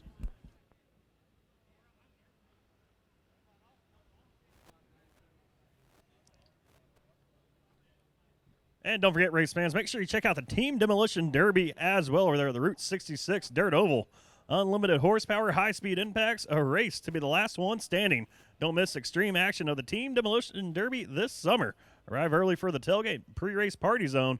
Go on track and get up close and personal to the carnage at the end of the night. Experience the thrills and witness the carnage of Team Demolition Derby. Visit dirtoval66.com for more information. Pin stripping at the Demolition Derby. I've seen some of the people hanging around there. They might. It's kind of like the Chili Bowl crowd out there. All righty then. Well, the Chili Bowl crowd, they get happy just from all the exhaust fumes. All right, round number 2. Stockers coming at you. The most restrictive class in all of NHRA drag racing. Tony Dinicinco, the 86 Mercury Capri. Getting ready to take on Hannah Line, 18-year-old youngster out of Minnesota. Wheeling and dealing at 396 combination Camaro over there on the left-hand side of the racetrack. Looks like we need 3 alternates for Top Dragsters. If you're number 33, 34, 35 qualifier, we'll take you to the lanes, please. Alternates, Top Dragster got 3 broke cars. Take you to the lanes, please. First 3 alternates need you to the lanes if you want to run. Denisenko goes through 1263 at 102. Takes 16,000 stripe and win. Hannah goes down track 1147 at 113. They were identical on the reaction timers leaving the starting line. 39,000 green both. Bruce Castles, Mercury Cougar coming up, taking on Jeff Teets. Teets out of Spring Grove, Illinois, driving the Copo Camaro. Pretty good handicap start, right at a second. Goes to the Cougar. Here comes Jeffrey. Giving chase now, the Copo. Chevrolet trying to take down the Fomoco product, that Mercury Cougar. Castle out in front. Castle out in front. Castle at the stripe for the win. 11:26 at 113. 10:33 by Jeffrey. $128 for speed. He comes up 45 thousandths of a second short. Tim Bettinghouse. L stock automatic hot rod. Biggin on Ellis Booth, the W stick. 4-cylinder. Pinto wagon. Ooh. Ellis cut a light, and then the car bogged off the line. Can he make up for it? Has he got enough in the bank to hold off the Oldsmobile of Tim? Here comes Tim. Here comes Tim, and that rocket Oldsmobile rockets right on by. 1254, 105, 1598. That bog by the 4-cylinder Pinto. Just enough to open up the door for Tim Bettinghouse. Take the Oldsmobile into Sunday race day eliminations. Gary Merrick's motion. Baldwin. 402 big block 8 stock automatic Camaro on the left side. MJ Quinn, your number 2 qualifier, little H stock automatic 305 combination for the runner out of Louisville. Quinn on the 1128. I'm a little bit less than 1 second handicap start. MJ's green. Merrick is green. It's going to be another good battle as both drivers work their way towards the finish line stripe. Advantage out of the gate goes to Merrick. The win goes to Merrick. 1050 on a 1050, dead on 4. 1130 by MJ on the 1128. He turned Merrick loose down at the other end of the racetrack, and Gary stuck on by 21 thousandths of a second to get the win. Old school, new school. 62 Plymouth Sport Fury taking on Drew Whalen's B-Stock Automatic LT1 powered Lucas Oil Pontiac Firebird. Drew on a 1054. Dan on the 1110. Dan goes red. Drew moves on. Round number 3 waiting for Drew tomorrow morning here at Route 66 Raceway on the 1054 dial. Drew cruises through at 1059 at 125. 1110 on the 1110. Walcott. 5 thou, too quick out of the gate, then runs dead on with an 8 down at the other end of the racetrack. That's enough to make you stand down there at the other end and just beat your head slowly against the time slip booth. Wild Bill Feist, the 428 4-speed Cobra Jet Mustang, taking on Jimmy Reed's 427 brand new Copo Camaro for the runner out of Illinois. Copo car on a 929 dial. Bill Feist on a 1024. 1 Mississippi handicap start. 1 Mississippi, go. Jimmy Reed's Copo Camaro. Copo's going to have a lot of territory to make up down at the other end of the racetrack. Feist looking over his shoulder, and the Copo gets it. 1022 by Bill. Took way too much stripe. Takes a 10th and breaks out by 2. 938 by Reed. At 141 miles an hour, and Wild Bill's going to look at that time slip, shake his head, and say, why did I do that? Steve Schertzlist, runner out at T, South Dakota, which we determined earlier today is just south of Sioux Falls. Taking on Ryan Hutar, the Cromwell, Minnesota-based A-Stock Automatic Camaro. Steve's on his way back to T, South Dakota.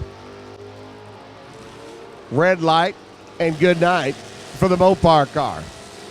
Ryan gets to come back and play the 396 Camaro, 1026 on the 1023. 1131 on the 1134 by Schertzlist. But when you light the red bulb on this end, it just doesn't get any prettier going down the racetrack. Dan Condon's Copo Camaro now, the factory stock E 350 combination. Taking on Kevin Zaskowski. Kevin, kind of the black sheep of the Zaskowski clan. He runs the only automatic race car in the Zaskowski stables. Little 396 D-Stock automatic Chevrolet. 1091, Kevin's going to go first. Condon's Copo going to be setting sail. Here comes Condon. There goes Kevin. It's Kevin. It's Daniel. It's Zaskowski and Condon. Working their way down track, 1,000 feet. Kevin's still out in front. Kevin lights up the scoreboard by 9 thousandths of a second. 1093 on the 1091 at 117. 1028 by Condon on his 1024 dial. Condon had the better light by a tick. Comes up short at the other end by Brad. Terry Nagel, your current points leader here in Division III competition. The 350 F-Stock automatic Camaro on the left-hand side. And another one of our Minnesota runners. This is Jared Hutar up at his 350. G-Stock automatic Camaro. 1122 to the 1115. First generation Camaros a pair. 350 cubic inch combinations a pair. Jared out of the gate first. Terry trying to track him down, and Terry might be in trouble. Yep. 1132 on the 1122. Nagel goes 1120 on his 1115. Terry closer to the dial, but Jared was 5 on the reaction timers, and that, boys and girls, is all she took. Here's my dart.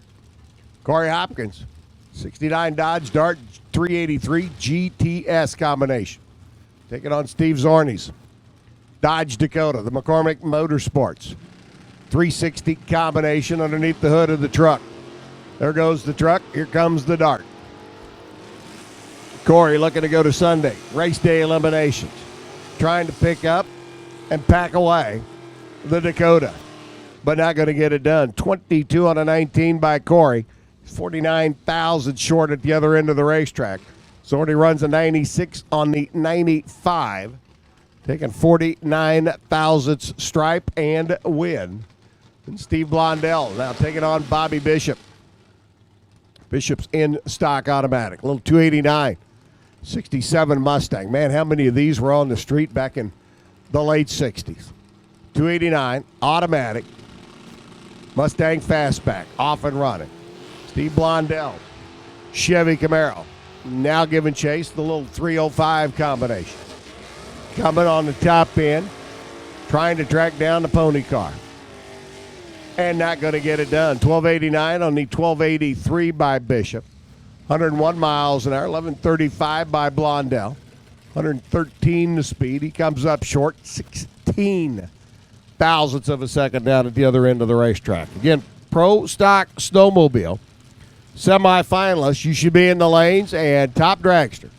Round number 1, you should be in the lanes. Here comes Lance Line and Tom Russell. Jason's listening in. Jason, I hate to tell you this. Lance was not good on the tree, but he's able to get the win. 10:25 on a 10:22. 10:61 by Russell. The Russell Performance Camaro just could not track him down. Lance Line had a reaction time that started with a 1. And that, boys and girls, normally doesn't get you the round win. Lynn Smith Buick now, the 455 73 edition. Taking on Don Turk's Pontiac. Turk on the 1145 dial. Lynn on the 1150. Lynn's looking over, going, wow, I only had a little bit of a handicap start, and there you are. Cruises on through 1155 at 108, 22,000 stripe and win. 1148 by Don, but Don was tardy off the line. Cost him at the other end of the racetrack, and Lynn will be back for Sunday. Richard Rake, we saw Richard up in super stock a while ago in his 427 Copo-powered Chevelle. He's back now in the 396 powered Copo Camaro on the left-hand side. Taking on Timmy Lowe's 350 Copo Camaro over here on the right-hand side. Low out of Indiana, 1041 the dial. Rink with the bigger motor, the quicker car, dialed in at 8988. Top Dragster needs you to the lanes, please. Top Dragster needs you to the lanes. We need our first 3 alternates if you want to run as well. Top Dragster and the first 3 alternates needs you to the lanes, please. Red light start by Richard. 10:45, good for the win by Timmy Lowe. He'll be back for round number 3 and Sunday elimination here at Route 66 Raceway. Richard 994 after the red light start. His race weekend is done. Billy Fodor's E-Stock Automatic. 455 powered, 72 Trans Am. By 72, the government emissions starting to weaken the horsepower rating on that 455 combination. Alongside of him, Mike Fuller, one of the new factory stock hot rods. The factory Showdown E machine, a little 302 Ford called Expensive Emotions. Over there on the left-hand side, 1007 to an 1131. There goes Fodor. Red light and good night. Mikey Fuller lights the red bulb on this end by 4 hundredths of a second. Fodor cruises on through 1129 on the 1131 dial. Billy into round number 3. Billy into Sunday eliminations. Jane and Bill and Phil and everybody out there associated with the photo race operation saying, yeah, that works. We'll take it. Tom Gillum and Brina Splinger. We saw Brina get the round win in her super stock car. Runner up here a year ago, looking to see if she can go rounds in her stocker as well. She's got 1 under the belt. Now she's got to take on the 350 4-speed 70 Camaro of Tommy Gillum over here on this side. Handicap start, 8 hundredths of a second. Little 350 first generation Camaro for Brina. Brings the car up on the converter, loads the chassis, and away we go. And Brina goes to Sunday. Red light and good night for Tommy. 8 for the runner out of Lafayette, Indiana. And he can be headed home this evening, complete with lane choice on the highway or byway of his choice. 11:17 by Brina. 103 miles per, 11:01 by Gillum. 109 miles an hour, but 8 foul. Too quick off the starting line. And, well, that just makes life tough. 9:38 to an 11:68. Pretty good handicap start going here. Joey Shep up on the left-hand side. He's taking on Scott Liebershire, brand new 2017 Copo Camaro. Another one with the 427 combination. 2.3 second handicap start. Here comes the Camaro. Joey out in front, now starting to look over his shoulder. Where's the nose of the Copo? Where's the nose of the Copo? Joey taps the brakes, taps them a bit too much. 11:73 at 104. Scott drives right on by. 9:41 on the 9:38. Holding a couple of hun as they went by the Christmas tree, and Liebershire takes the Copo car into round number 3, and we'll be back on Sunday for eliminations.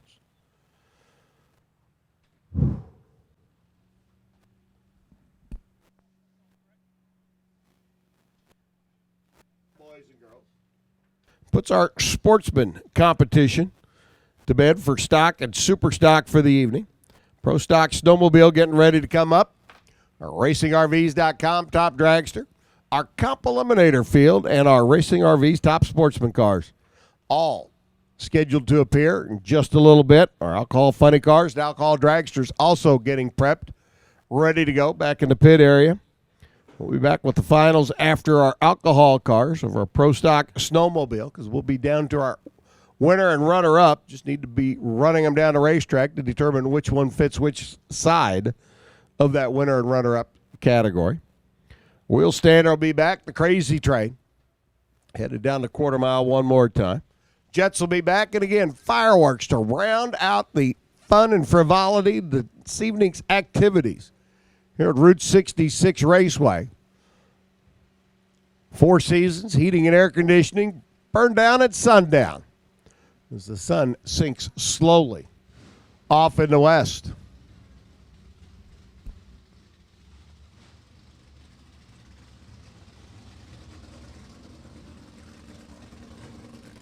We weren't done with stock. I thought we'd reached the end.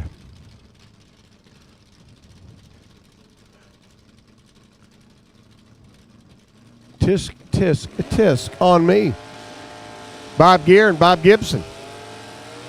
Hey, Jason. Bet you a 5 spot that Bob wins this race.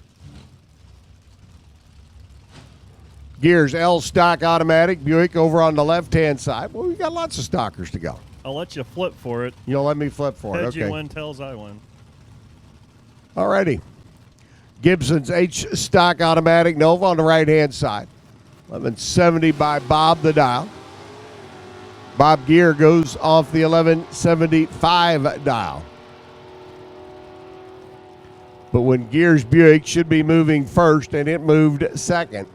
Pretty obvious that Bob Gibson's 68 Nova going to run it down the racetrack.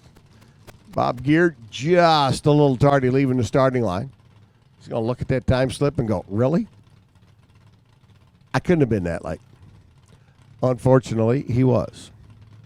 So Gear's day is done. His weekend's over with. Bob Gibson gets to come back and play. Round number 3 of eliminations tomorrow is we got a pair of Pontiacs, pair of ponchos. 70 GTO 455 on the left-hand side for Todd Kuhn. And TC Morris. The Pontiac GTO 2004 version. Over here on the right-hand side. Oh, my. I love the water box pair. Wow. Not to slant any against the GTOs on the starting line because, well, they're pretty cool too, but man, the water box pair, this is going to be fun. All right. Tune in on the 1119 TC with the late model GTO on a 1097. Old school Pontiac GTO, new school Pontiac GTO for a name that can no longer be found among the new cars available for sale. Kuhn out of the gate on the 11:19 dial, trying to hold off TC, gets it done. 11:22 on the 11:19. 14 10,000ths of a second. Winner for Todd Kuhn. TC runs 10:97, dead on 8. But Kuhn able to get the win down at the other end of the racetrack. Now, how about this pair? Mike Delahanty, a 426, 64 Belvedere, and Ben Wenzel's 302 4-speed original 67 Camaro Z28. That is a one-owner automobile. Ben bought it brand new in 1967. That means that title has been in his name for 50 years, boys and girls. And the car sees nothing but being driven a quarter mile at a time. Wenzel out of the gate, trying to hold off the Hemi car, gets it done. 10:56 on the 10:53. Mike goes through 10:31 on the 10:28, 49 thousandths of a second for Ben down at the other end of the racetrack. Wowza. 50-year ownership of that automobile. I mean, that's just like way cool. Bill Skillman and Craig Sauerbaugh. Now I do believe we have come to the conclusion of round number 2 of stock. And I say that because the semifinals in our Pro Stock Snowmobile lining up right behind them. Those aren't funky-looking stocks. Skillman on an 890 dial goes red. Craig Sauerbaugh on the 1105 had the big old handicap start. Skillman was going to have to be patient and sit and wait, and well, he waited all but 15 thousandths of a second. Craig gets to take a little 327, 66 Chevy Nova in round number 3 in Sunday eliminations. So Skillman's day is done. The Cobra Jet gets put back in the box. Sauerbaugh gets to get the Chevy 2 ready for race day on Sunday. And here comes your semifinals in Pro Stock Snowmobile. Louis Werble taking on Ronnie Bray. And I got to tell you, on paper, the Skidoo over here on the Toyota side has been the quicker of the two all weekend long. Ron Bray there on the left aboard the Arctic Cat, the O'Reilly lane. Ron's only hope is to cut a little bit better light, be able to stay out in front of Werble down at the other end of the racetrack. Well, he cut the better light. Just wasn't quite enough. 831 at 154. Bray goes 837, but in all actuality, he made it close down at the other end. 32 thousandths of a second. Margin of victory, and Louis goes to the final here in our Pro Stock Snowmobile.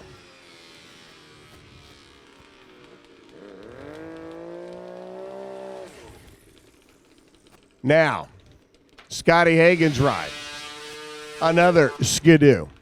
Doing his burnout over there on the O'Reilly side of the racetrack, taking on Glenn Hall's Arctic Cat. Scott Hagan, your number 1 qualifier.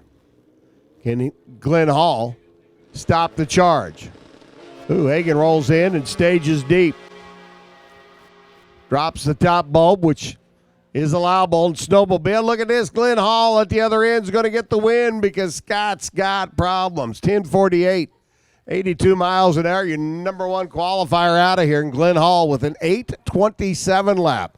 Hey, not only did the number 3 qualifier step it up, but he's going to lane choice, or he's going to the finals. And if memory serves correct, that 8:27 going to play to his advantage in the final round. So Glenn Hall and Louis Werble back for the finals in Pro Stock Snowmobile. Getting ready to come up here in just a bit. Round number 1.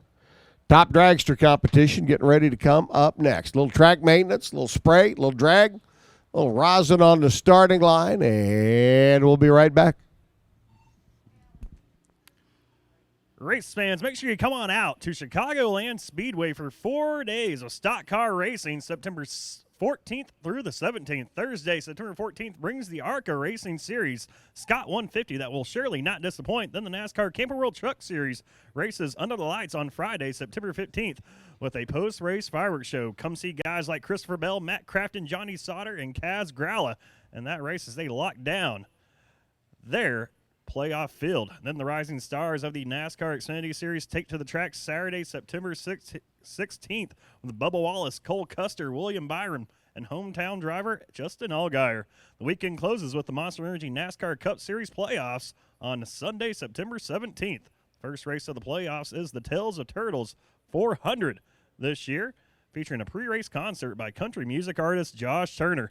Former race winners Martin Truex Jr., Brad Keselowski, and Jimmy Johnson will be in action. It's Jimmy Johnson looking to get that 8th championship this year. It's also going to be your final chance to see the 2005 CLS winner, Dale Earnhardt Jr., who's set to retire at season's end. For tickets and information, visit ChicagolandSpeedway.com or call 888-629-7223.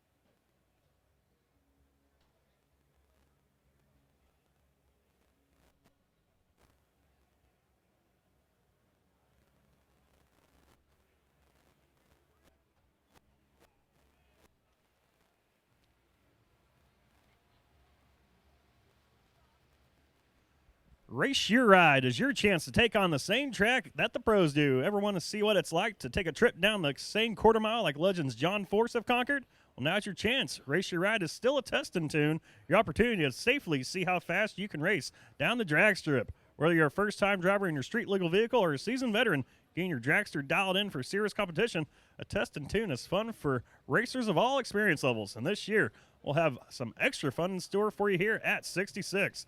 Cars and motorcycles must pass NHRA technical inspection to participate. Junior dragsters are prohibited. For more information on a Race Your Ride event, dates, and details, visit Route66Raceway.com.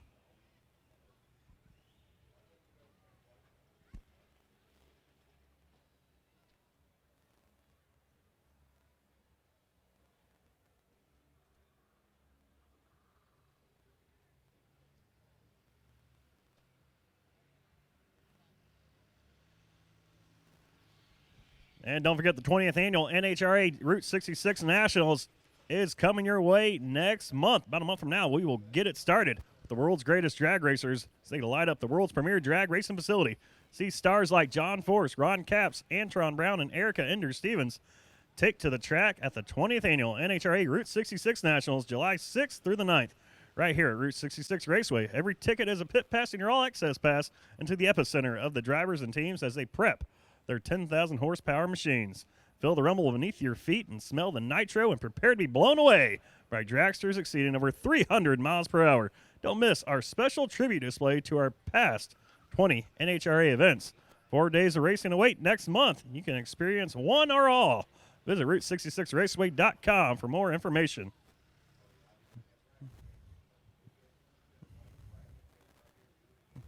Of course, still plenty of time to stop by and see our friends over there at the Fan Pit Stop, where you can win a family 4-pack to Championship Sunday of the 20th Annual Route 66 Nationals, July 9th, and 4 tickets to Chicagoland Speedway's Tales of Turtles 400, Sunday, September 17th. Enter to win, get some swag. Stop by the Blue Fan Pit Stop tent along the Midway.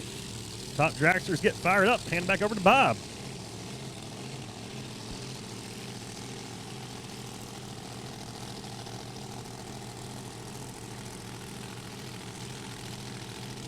Round number 1.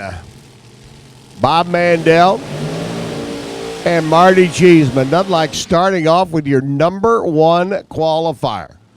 Cheeseman and the gang, the blown Hemi Spitzer chassis car, qualified at a 6:01. Well, the air's cooler. The track's cooler. The conditions are better than what we saw earlier today when the cars were up and headed down the racetrack. Let me check real quick, see what the air density meeting register is. We were 3,100 feet a little bit earlier today. Dial her in real quick. Tell you that we're back down a couple of hundred feet. So Cheeseman's got it dialed down to a 6 flat. Bob Mandel dialed in at a 632. The runner out of Pro Fab Chassis, 500 cubic inch blown Chevrolet over here on the right, and that Hemi 5. Machine of the Chesterman clan for Chuck and Marty and Shane. going to be giving chase.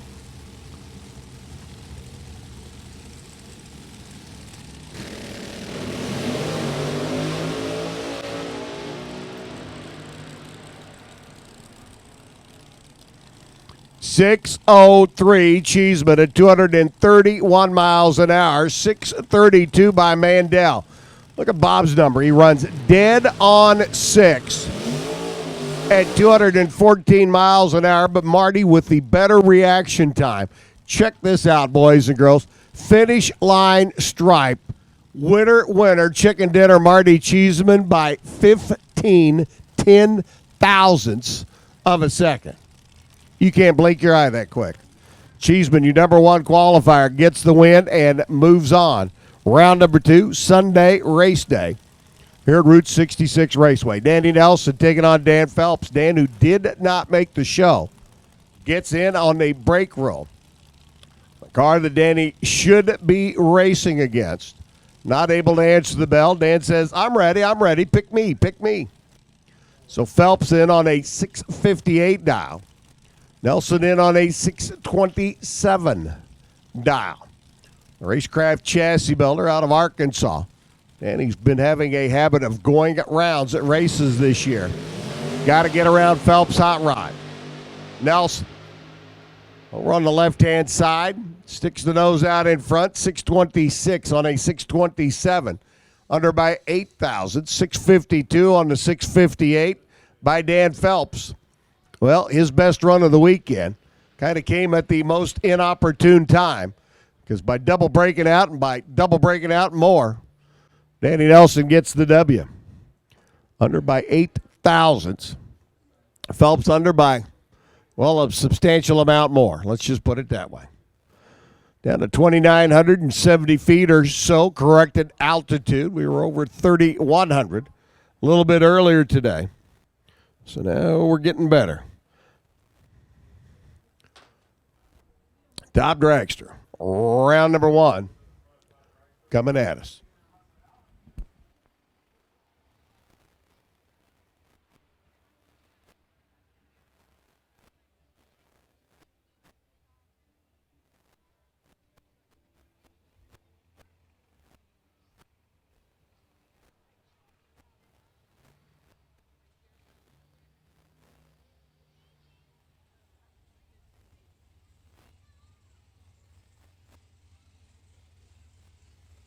Cruising out from underneath the tower. Looks like JB. The Vintage Trailer Gang. Mr. Elrod. And Frank Carpinelli. All getting ready to make their runs down the racetrack. JB Straswick. Dragstersforsale.com. Our Jegs All-Star rep here in Division 3. Repping for Lucas Oil and Mickey Thompson Tires. Kane and Felders and ATM Innovations. Taking on Frank Carpinelli.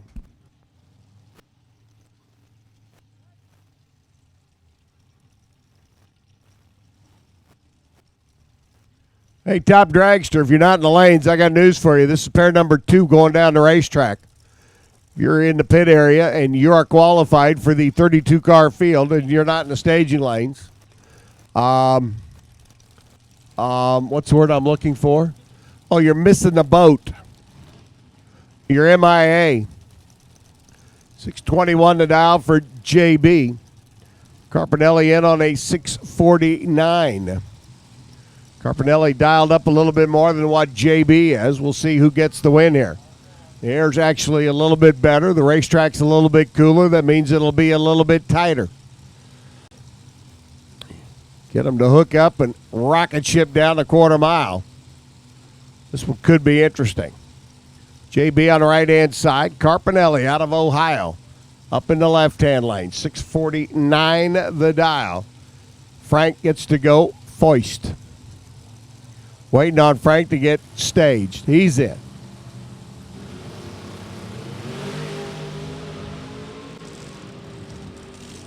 Pretty much dead even out of the gate. That may not bode well, but it does. 619 on a 621 by JB. Gets down to the other end of the racetrack, takes the stripe by a train length. Carpinelli with problems slows up to a 7:21 at 141 miles an hour, and JB is going to look at that time slip and go, why did I do that? Oh, my. 19 on a 21, under by 16 thou. And JB is going to put the dragstersforsale.com machine in the box. Frank Carpinelli, hey, he's got all night to get it fixed, whatever it was that went bad. He'll be back tomorrow. Round number 2. Here's Shanna Snyder, the Spitzer vintage trailer machine. Comp Eliminator, we need you to the lanes now, please. Competition Eliminator. Round 1 of eliminations. Bring it on, boys and girls. Round 1 of comp. Needs you to the lanes, please. Tony Elrod up. The big block. S&W chassis car. Young man out of Michigan. This week, he lists his occupation as a pro sheep shearer. I'm telling you, some of the things these guys come up with. Some of the things they come up with, I can't repeat. I think Tony put that on there just to see if I could say it without stuttering. Shanna dialed in 6:16. She is 5 hun quicker than her best qualifying time. Tony on a 6:49. He's dialed up 2 from his best run.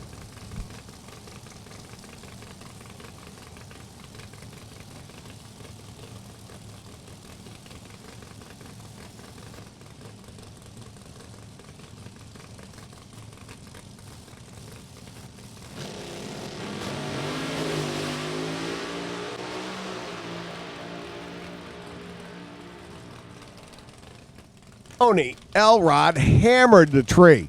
13 thousandths reaction time. Runs 6:58 on the 6:49. Shanna goes 6:26 on the 6:16 dial. She's off by a 10th. Tony gets down the other end of the racetrack, and the pro sheep shearer, well, at least this week anyway, cruises on to round number 2. Getting the win over the number 13 qualifier, and Shannon will probably say it's the last time I'm going to be number 13. Craig Sullivan up. Runner out of Avon, Indiana. Collision Industry Supply Business. 700 cubic inch Ford combination for Craig over there on the left-hand side. Brian up on the right-hand side. Smith out of Kenosha.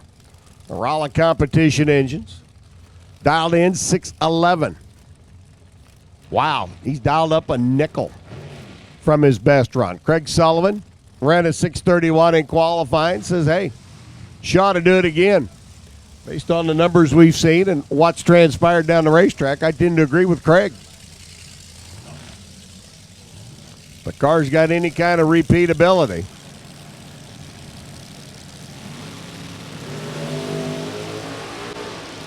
Unless you're a little tardy off the line.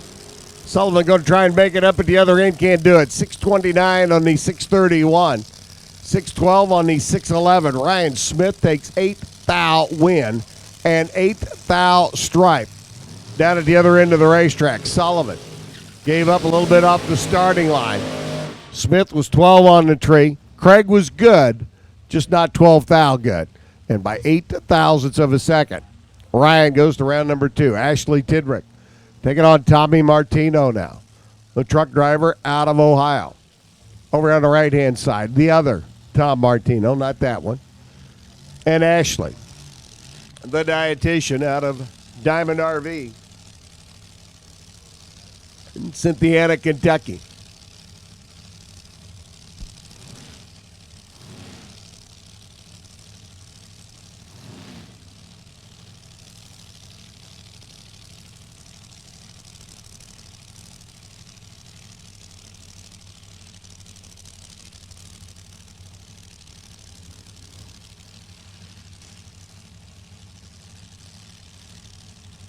On a 6:35 dial in the Toyota lane.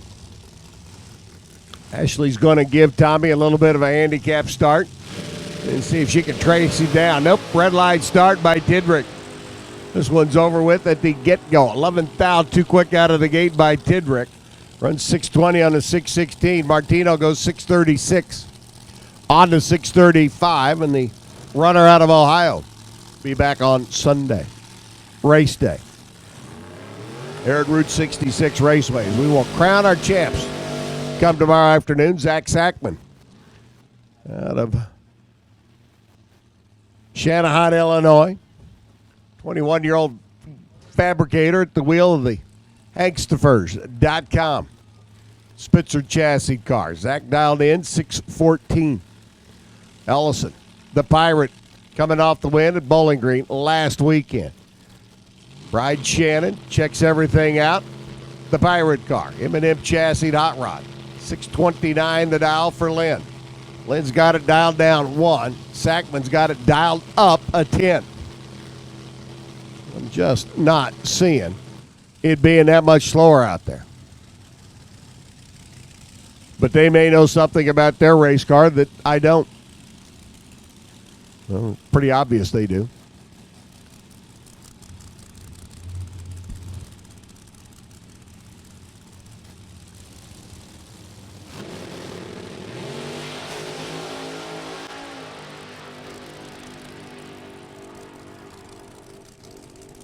Win light going to go to Sackman. 616 on the 614. Got her down 10 miles an hour from what they ran in qualifying. Only 219 miles an hour. Ellison stakes the stripe by 4 thou and breaks out by 3 thousandths of a second. Zach had the better light. Forced Lynn to take a little bit too much stripe. And by a little bit, I mean a little bit. 3 thou too much at the finish line. Zoomers. Well, Dad's out. Let's see if Madison can stay in. Another M&M chassis car. Another Pirate machine. Young Madison at the wheel of her hot rod, dialed in 628 here on the Toyota side. Taking on Mike Coughlin, your number 2 qualifier. Mike's got her down at 604. So a couple of tenths. Handicap start going to go to Madison here. Toyota side of the racetrack. You got to concentrate on your side of the tree. And run your race. You run your race, you got your car set up, you can beat anybody.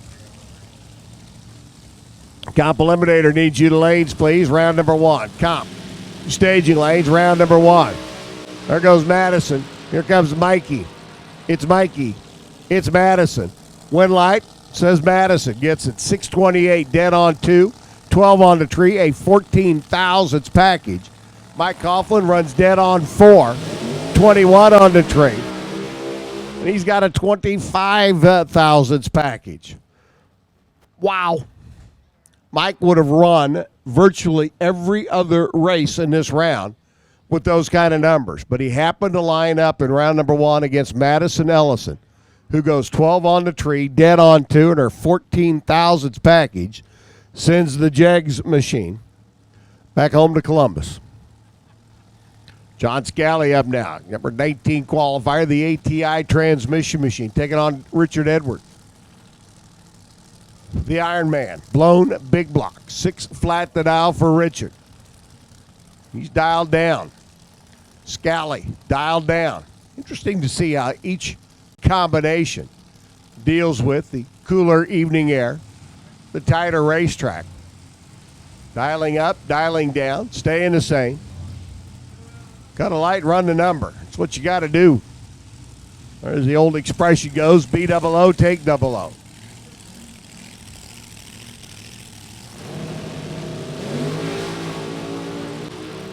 All right, in Scally's case, get the win when Richard goes red.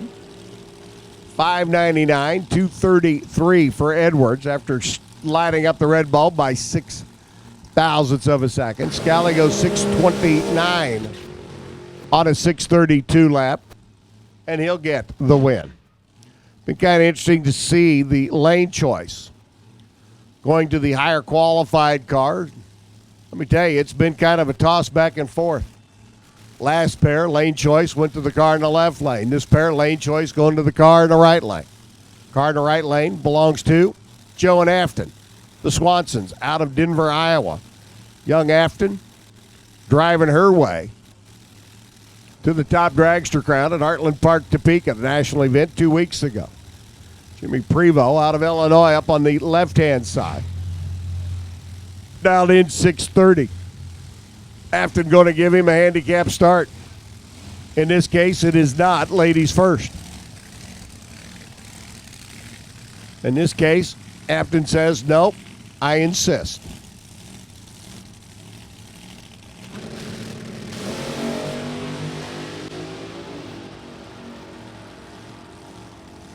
Jimmy Prevost is 003.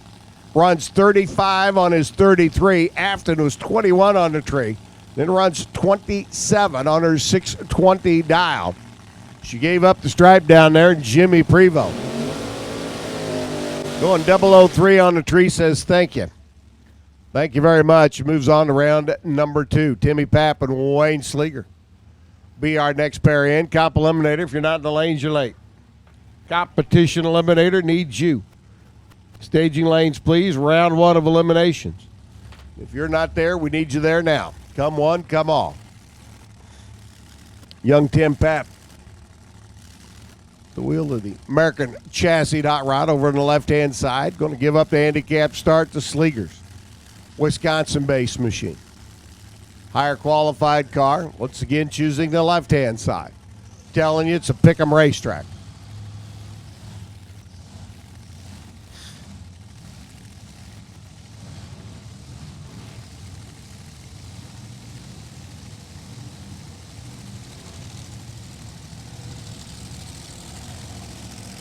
Wayne on a 646 is dialed down. Tim Papp on a 621 has dialed down.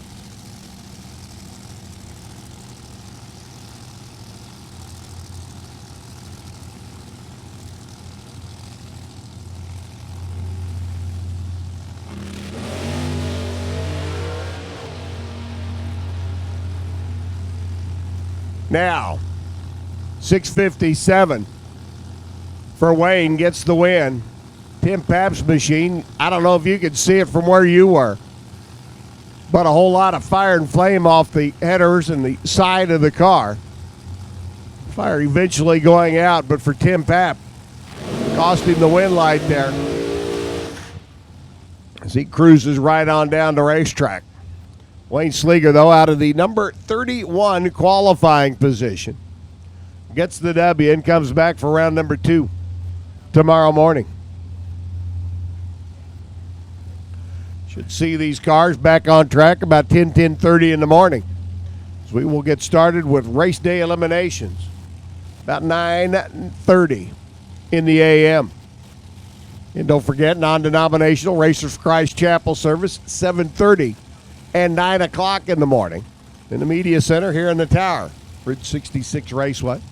Mark Krupa, the lone front engine machine coming out of Frank Park's chassis shop out in Burlingame, Kansas, where Frank and Scott just do some fantabulous work. Mark using the final qualifying shot to get in. Got her down now to 633. Taking on Brian Keller, your number 7 qualifier. Out of the gate goes Krupa like a rocket ship. Has he got enough to hang on top end? He does. 630. On a 628 at 214 miles an hour in the front motored car. Gets the W. 607 by Keller on the 603 at 235 miles an hour, and Mark Krupa gets the win by 45 thousandths down at the other end of the racetrack. And that, boys and girls, is pretty cool. Gotta like the front motored car taking on all 31 other rear engine machines. Donna Patterson, the Canadian runner. Up on the right-hand side, taking on Eddie Dudley's Indiana-based machine there on the left.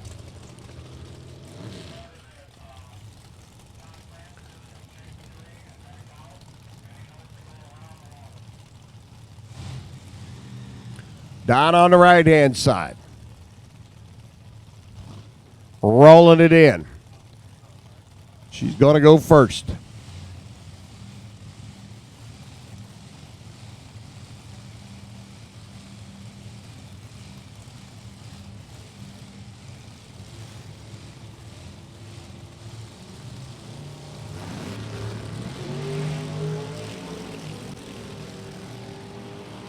Wow, Donna's car just flat planted to rear. She's 007. Goes 653, dead on 4, and 11 thousandths package for the lady out of Canada. 214 miles an hour, 636 by Ed on his 635 dial. And Donna, who did not qualify for the show, comes out of the number 33 spot as an alternate. Throws down an 11 thousandths package and moves to race day. Dan Norris's car, number 4 qualifier. Getting ready to take on Joe Fisher's RacingRVs.com machine. Joe on a 629 is dialed down 1. Dan Norris on a 609 is dialed up 7. Telling you, just confusing the heck out of me. Dialing up, dialing down. The air is better. The adjusted altitude is better. Just enough to make a person say, huh?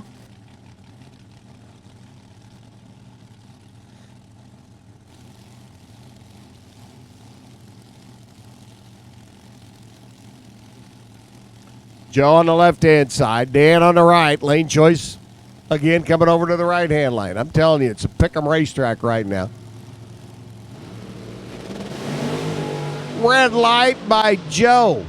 7, thou, 2, quick. And he runs dead on 0. Oh, my. 607 by Dan Norris. 229 miles an hour for Daniel, and that's good for the W. Joe goes 007, James Bond red, off the starting line and punches his own ticket out of competition. And then runs dead on with a 0. That's enough to make you say naughty words. John Biaggi, number 30 qualifier, another bottom half runner. Looking to throw his hat into the mix for round number 2.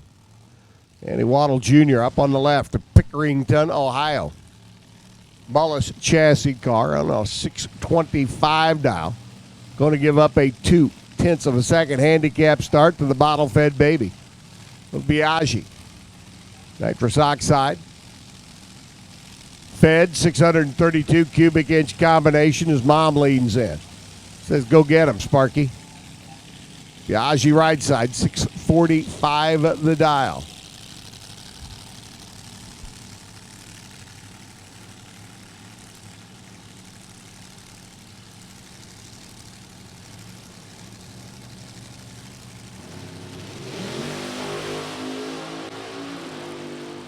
Joe Fisher goes red by 7 thou. John Biaggi goes red by 1 thousandth of a second. Danny was 20 on the tree. And Danny Waddle Jr. runs 26 on his 25. He gets to come back and play on Sunday. Biaggi, though, goes 001 red off the starting line. You can see the car rocking a little bit. And it was just that much. Allowing the car to roll on through. Chuck Maruniak should be on the right-hand side of the racetrack, taking on Bradley Green. But Bradley gets the competition by his Chuck being in those shows. We call Top Sportsman to the lanes now, please. Top Sportsman. Round number 1, boys and girls. Come on down. Top Sportsman needs you to the lanes, please. 664. 206 miles an hour by Bradley. Motors him to round number 2.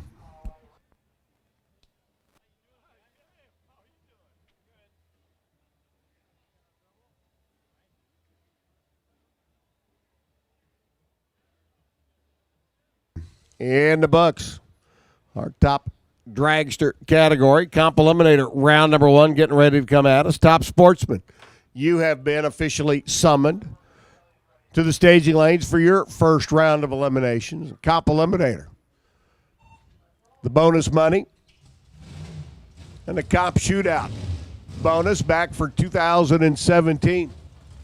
Indy Gear, Liberty Gears, T&D Auto Haulers, Race Skillman Auto Group, Bullet Cams, Trend, Diamond Pistons, RCE, Cohen Racing, Brow Bell Housing, Camp Plain Machine Shop, Billingsley's Car Wash, Don's Machine Shop, and everybody up at C-Tech, Aluminum Cabinets.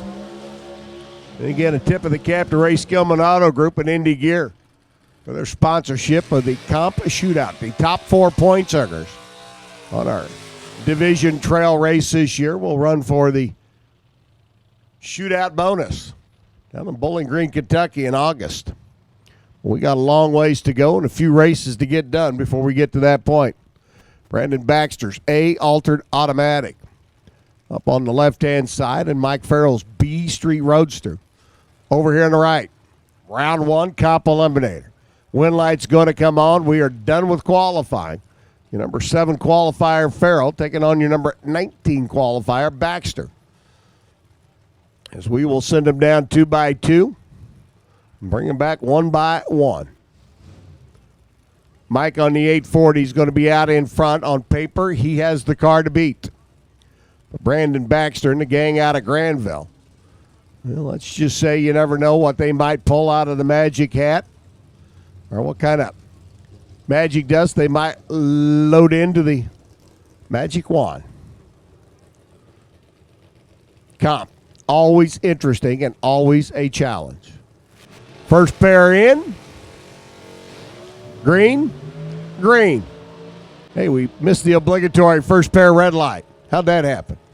Farrell, top in, not going to happen. Your number 19 qualifier, 665, Brandon Baxter, and a 788 lap at 150 by Mike Farrell.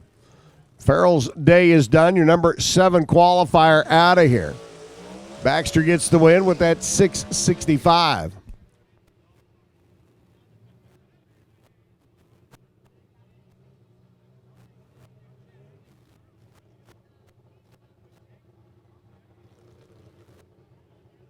So Mike Farrell, race this weekend is finito. Bill Reimanap and Ronnie Bone, your number 2 qualifier, a little 6-cylinder J dragster over on the right-hand side. Reimanap out of the number 14 spot. Says, hey, he said, I saw what that A altered automatic can do. Maybe I could do the same thing. Bill, who had problems in the last round of qualifying a little bit earlier today. And again, you never know what he might have up his sleeve. Ryman up there on the left, coming down from La Crosse. Up in the Badger State, and Bill goes red. Well, that's what he had up his sleeve. Ronnie Bone's going to ease on down to about the 1,000-foot mark, shut down that little 6-cylinder, and coast across 782. 133 miles an hour. Bill goes through 814. 161 miles an hour out of the GTO-bodied entry. Jason Cohen, Jason fresh off the win. Down in Bowling Green, Kentucky at the Jeg Sports Nationals a week ago. Look out, sir. That was close. If we're going to have a dually versus golf cart competition, I'm taking the dually every time. Top Sportsman needs you to lanes, please. Top Sportsman needs you to the staging lanes. Come on down.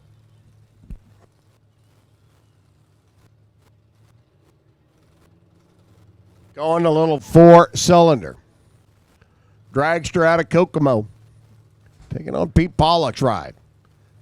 Pete struggled a little bit in qualifying. The Pontiac Firebird.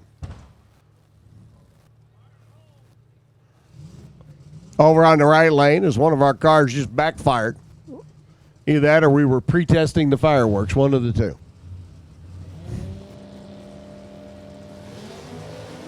Jason's green. Here comes Pete.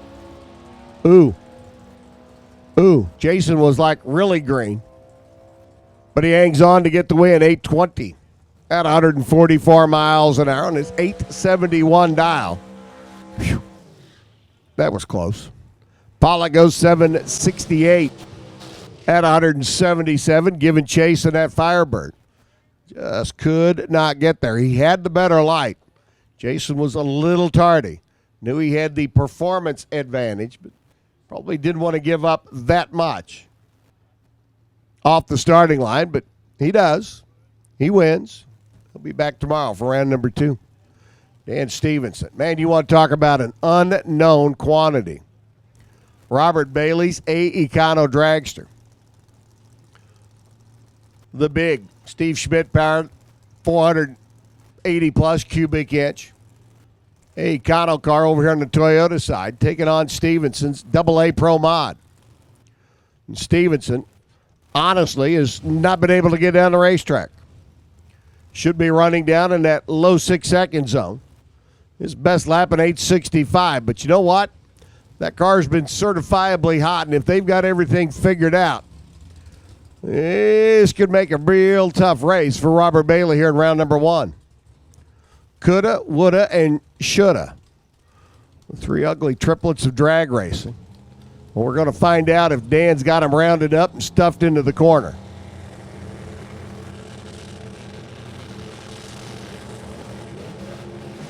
Bailey's green. Stevenson's green. Stevenson closing top end. Oh, 6:07. 244 miles an hour. He's been looking for that run all weekend. But Bailey gets the win. 681 at 168 miles an hour. Wow. Stevenson and crew fired the shot. 6:07 at 244. Dan's reaction time, though, cost him at the other end of the racetrack. Man, you talk about hustling down the racetrack. 6:07 on the 680 index. Let me do some quick calculations. That's a bunch. But his reaction time started with another number other than 0. And, well, when that happens, you're usually behind the 8 ball, trying to catch up. B Dragster automatic. First one to the finish line, your winner. Troy Galbraith has had the quicker car in qualifying. 686 his run. 737 by Neil Giroux. Another Neil and Parks chassis car, but a little bit older combination over here on the right-hand side. Heads up. B Dragster automatic. First one to the stripe. Going to be your winner. Problems by Neil out of the gate. He was 003 on the reaction timers. Just couldn't get the car to hook and crook down the racetrack. So Troy moves on. Round number 2 with a 7:23 lap at 148 miles an hour. So Troy moves on to round number next. Jim Promozic Jr. taking on Jim Promozic Sr. Well, these guys didn't work that out very well, did they? Dad on the right, Junior on the left. 25-car comp eliminator field, and they face each other in round number 1. They had to get back to the trailer and look at the ladder sheet and go, really? Well, here we are.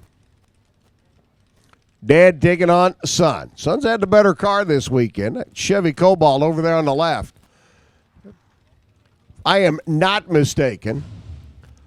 That is an X-Mountain motored Pro Stock car.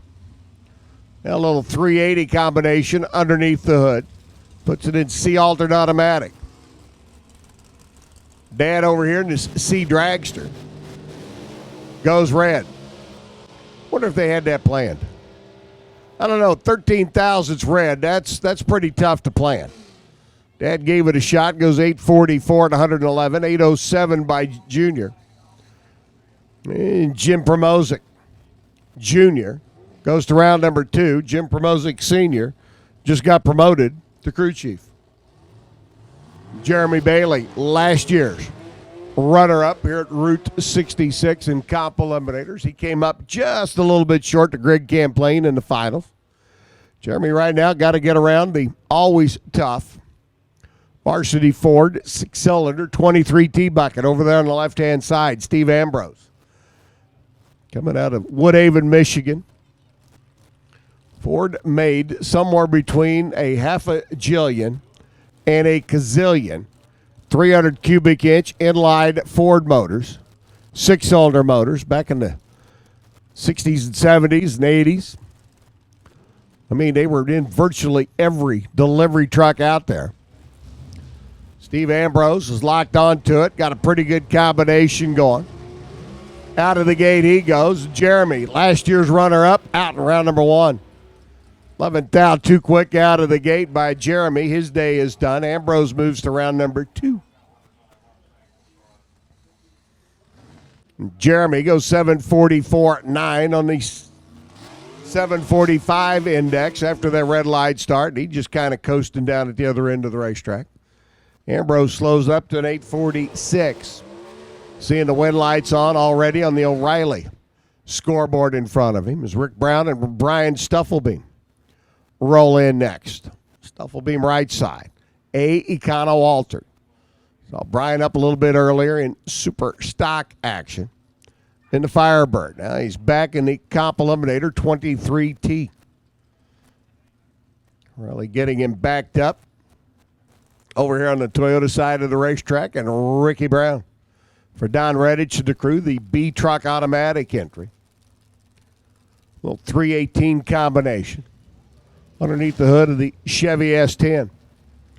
Better in qualifying, Brown. Stufflebeam, though, can cut a light and get this 23T bucket down the racetrack. Should be interesting.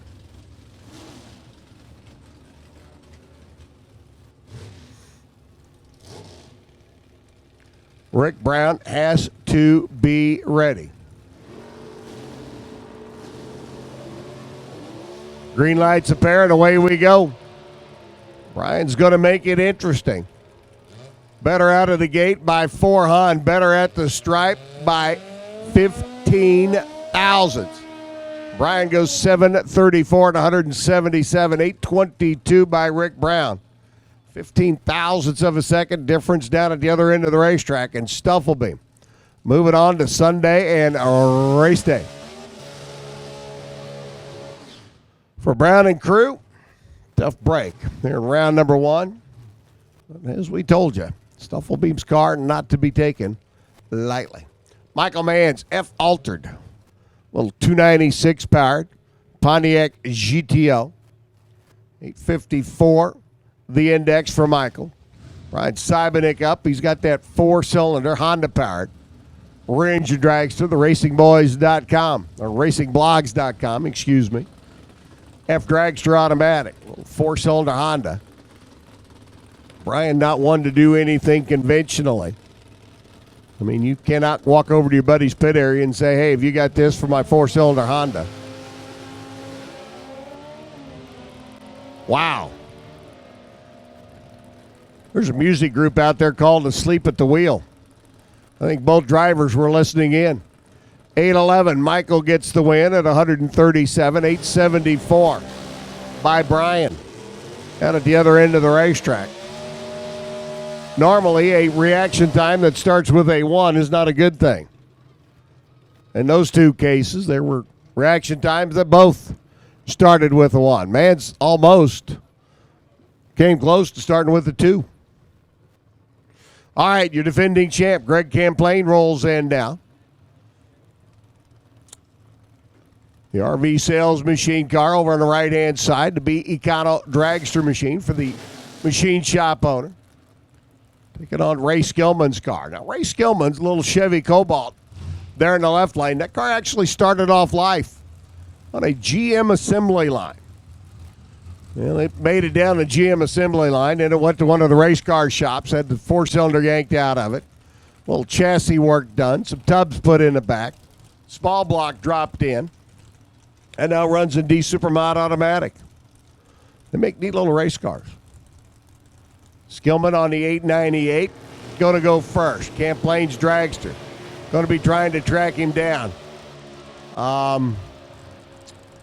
Ray, you can go. A little late out of the gate was Ray. Camplain goes 7:06. Easing on by at the other end of the racetrack at a paltry 153 miles an hour. 860 by Skillman, but let's just say he was tardy. Mark Kirkman taking on Scott Shamness now. Shamness, though, a no-show, the B dragster. Out of Kankakee, already packed up, loaded up, and headed home. Kirkman's A dragster automatic, going to get the competition buy run. And the competition buy run, you have two choices. You can do your burnout, pull it up, stage it, make a run out of it. Or you can stage it under its own power, accept the green light, and back it out. By NHRA rules and regs, that will constitute a run down the racetrack. So you can test the car out, or you can save the wear and tear and the parts and pieces. And when it comes to comp eliminator, let's just say saving the wear and tear and the parts and pieces kind of comes first and foremost. Kirkman goes through in his A dragster automatic, shutting it off early. Gets him some numbers going down the racetrack, runs a 7:29 at 115 miles an hour. So Scott Shamness, a no-show. Kirkman gets the competition by. Frank Cervelli, your number one qualifier, with 25 cars on the qualifying sheet, gets the odd lot number of cars by run. For Frank, the shop manager over at Don Schumacher Racing, looks like he too is going to take the opportunity to drive it down the racetrack, give himself a little data to work with. Comp cars, when they're looking for data, will run it out to about 1,000 feet. Lift, coast, they can extrapolate the numbers. See if it does this to 330 and does that to the 8th mile and does this to 1,000 feet, then it will have run this to 1,320. Cervelli will take it down about 1,000-foot mark and shut it down. 1,000-foot cone. If you're looking at the racetrack, you've got the black box just past the Christmas tree. That's the 60-foot clocks. Next box as you're going down the middle of the racetrack, that's the 330. The next two measure speed and ET for the 8th mile. Down there kind of sitting in the middle. Right about there. It's a 1,000-foot clock. Cervelli runs it through 7:31 at 127 miles an hour. So he's got himself some data to work with. And another by run, David Billingsley's Chevy Camaro, a little L altered automatic entry. Should be taking on Todd France, body shop owner, operator, painter out of Louisville. Todd's going to stage it under its own power, accept the green light. That constitutes a run, and he moves on to round number 2. And tomorrow, race day. Alcohol dragster and alcohol funny car needs you to the lanes now, please. Alcohol dragster and alcohol funny car. Boys, girls, we're looking for you. To the staging lanes, please. Come on down.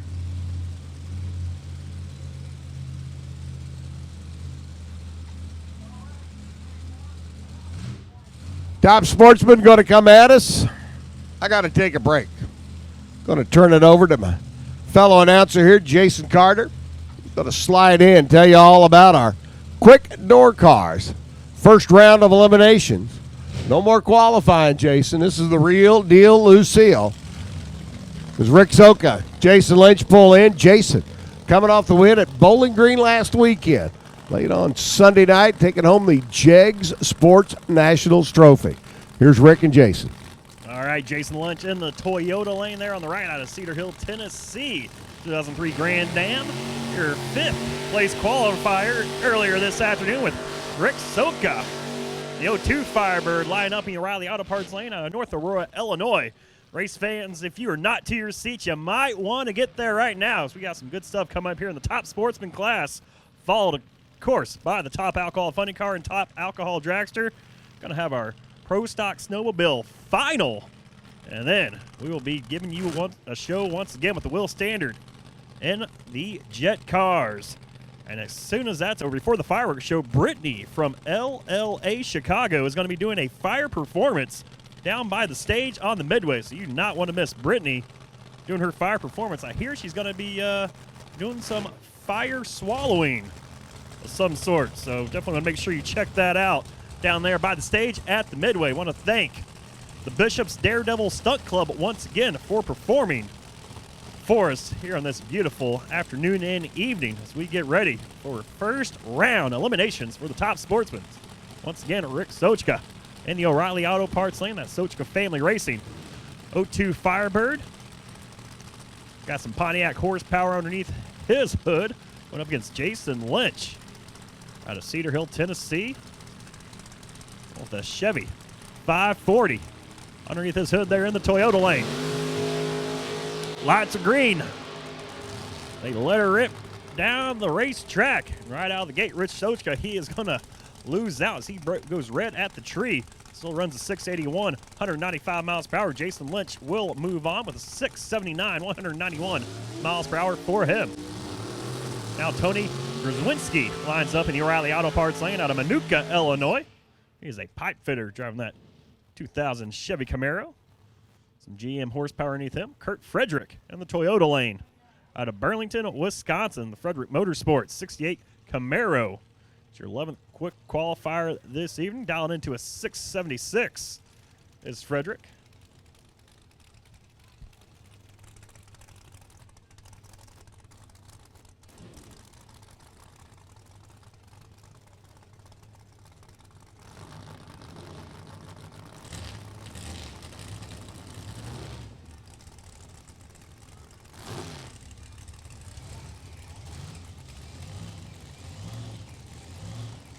Hope all you race fans out there are having a good time. If you're having a good time out there, raise your hand. Let us know. Cheer these guys on here. Second pair coming out for the first round eliminations for the top sportsman class. Tony Grzelewski, Kurt Frederick. Lining up.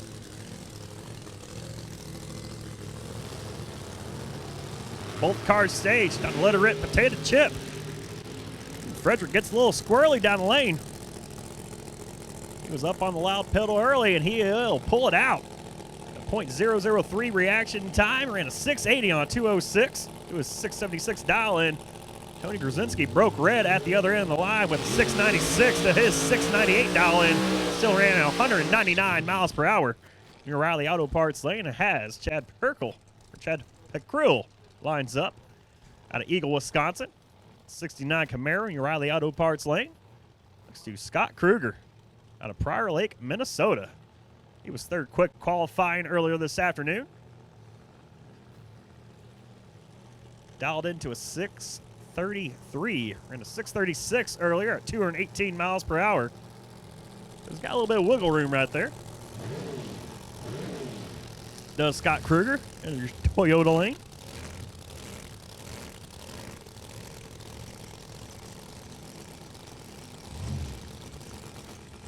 Again, I want to thank all you race fans out there watching on D3 TV.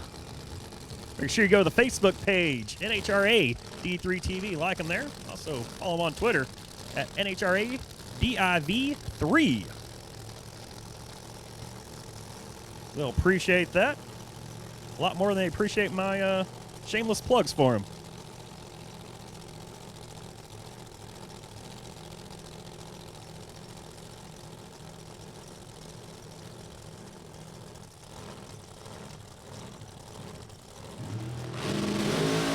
All right, lights go green.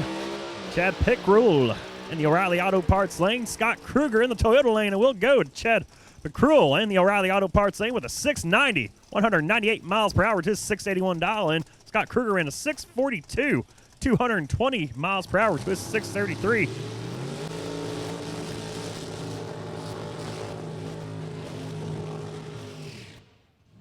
Just got it there to the 1,000th of a second. Did Chad in your O'Reilly Auto Parts lane as Keenan Dinkle now lines up in the 04 Cavalier, 42-year-old college professor out of Terre Haute, Indiana. Ready to set aim here in the O'Reilly Auto Parts lane with Sean Brady out of Prospect Heights, Illinois. His Dodge Vendor. He's got some heavy horsepower underneath him. Qualified in the top 10 earlier on in the 9th position. Dialed into a 775. Ran a 741 earlier, his quickest time. At 206 miles per hour. Pair that up with a 771 and a 797. How it averages out there.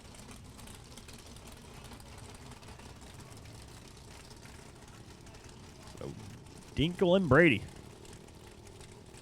getting ready to go. Dinkle dialed into a 686. Ran a 688 earlier on his qualifying run.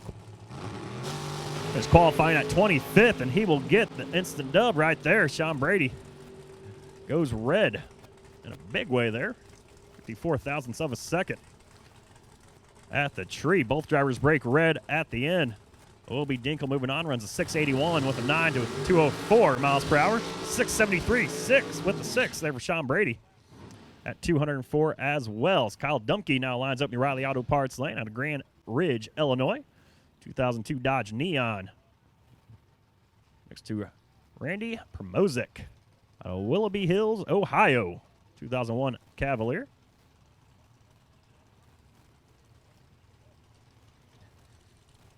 Again, had 37 cars check in here for your top sportsman class.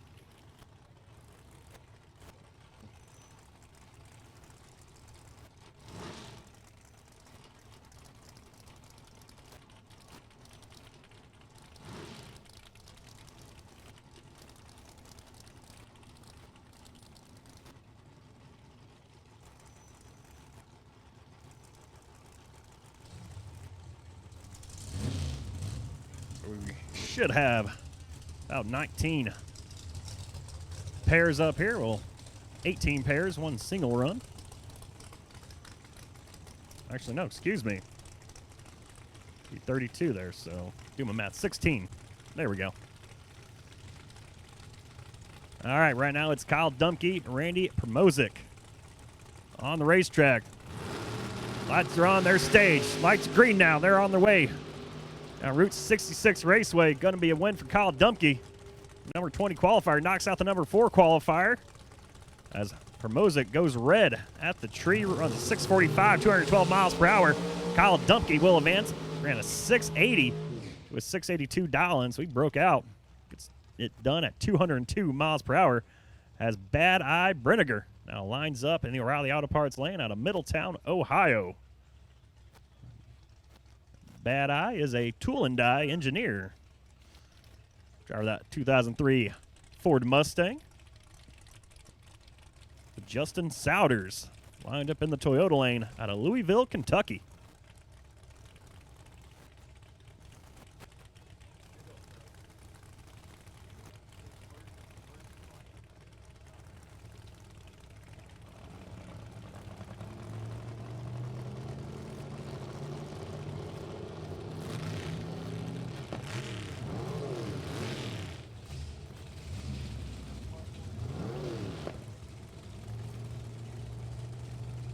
These drivers, before they get staged, don't forget, after this, we will have top alcohol funny car, top alcohol dragsters on the racetrack, along with your Pro Stock Snowmobile final. And of course, we got the show for the evening, the Will Standards and the Jets. We'll be putting on another show under the lights. We'll have a firework display as well. Don't forget, Brittany from LLA Chicago will put on a fire performance. LLA stands for Lucent Lotus Art. So you can hit them up on Twitter at that and figure out what they're all about. Thank you,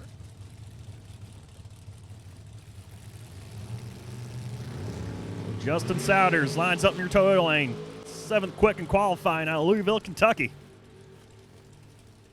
Bad Eye Brenniger gets the win, though, with a 692, 198 miles per hour to his 687 dial-in. Souders in the Toyota lane runs a 680. 5 to his 680 dial-in, 202 miles per hour for him. So Bad Eye Brenniger will advance. Justin Souders will move. Well, get the early jump back to Louisville, Kentucky. Go check out the Bat Museum down there. So far, the top guys from qualifying earlier on have not been so lucky in first round of eliminations, as John Lynch now comes up in the O'Reilly Auto Parts lane on Manhattan, Illinois. He is a first responder out there, firefighter, so hats off to him. 85 Camaro. Tim Kerman lining up in the Toyota lane out of Morris, Illinois. The TK Racing Grand Am.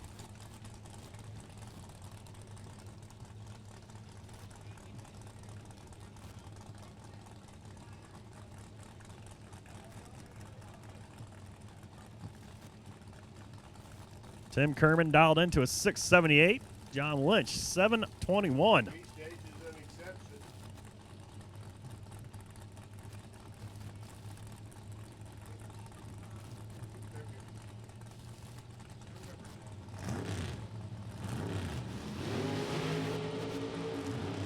And Kerman gets a little squirrely there off the tree. See what happens there at the line. He will pull through and get the W at 678 with a 6. With 678 dial in, 194 miles per hour, 724, 184 miles per hour for John Lynch. Not good enough there, Tim Kerman. 6,000ths of a second from getting that perfect light. Good reaction time out of him. They're in your Toyota lane as Steven Brenniger now lines up out of Germantown, Ohio. A bricklayer in that 1997 Ford Probe. Got some Ford horsepower under the hood. Brian Brown out of Coal City, Illinois. And that 2002 Chevrolet Camaro. Chevy power underneath there. So all you Ford and Chevy fans, start making your bets now.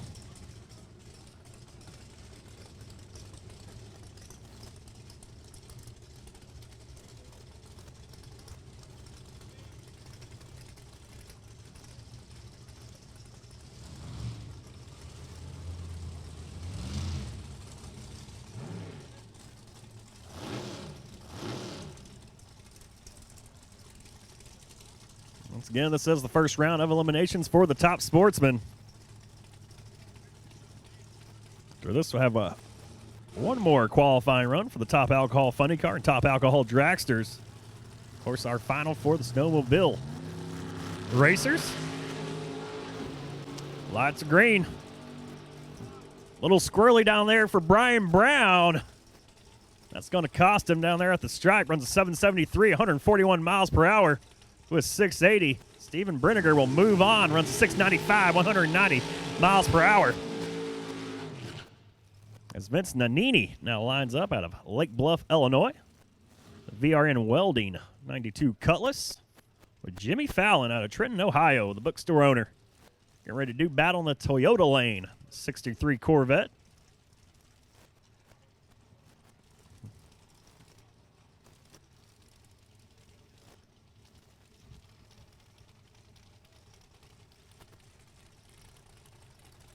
Jimmy Fallon dialed into a 695.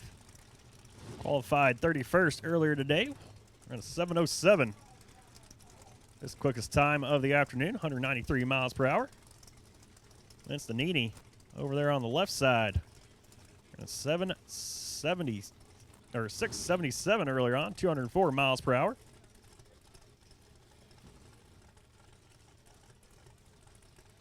Looking to be just a tick slower here. And alcohol dragsters, alcohol funny car, we need you to the staging lanes. Alcohol dragster, alcohol funny car, we need you to the staging lanes.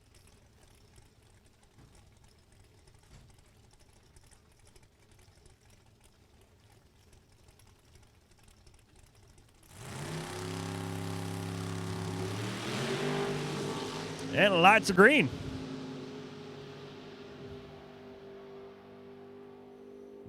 And it will be Jimmy Fallon moving on here round number two, top sportsman. That will get started tomorrow.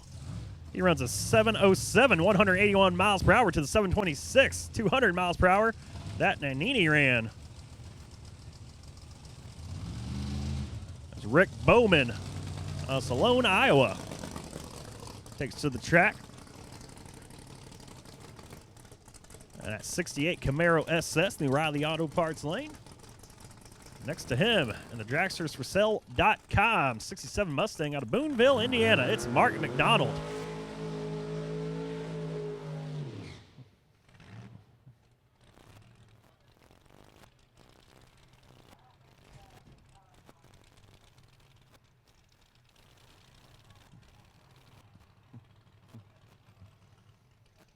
So Rick Bowman completes his burnout. Seems to be an issue on 67 Mustang there of Mark McDonald in the Toyota lane.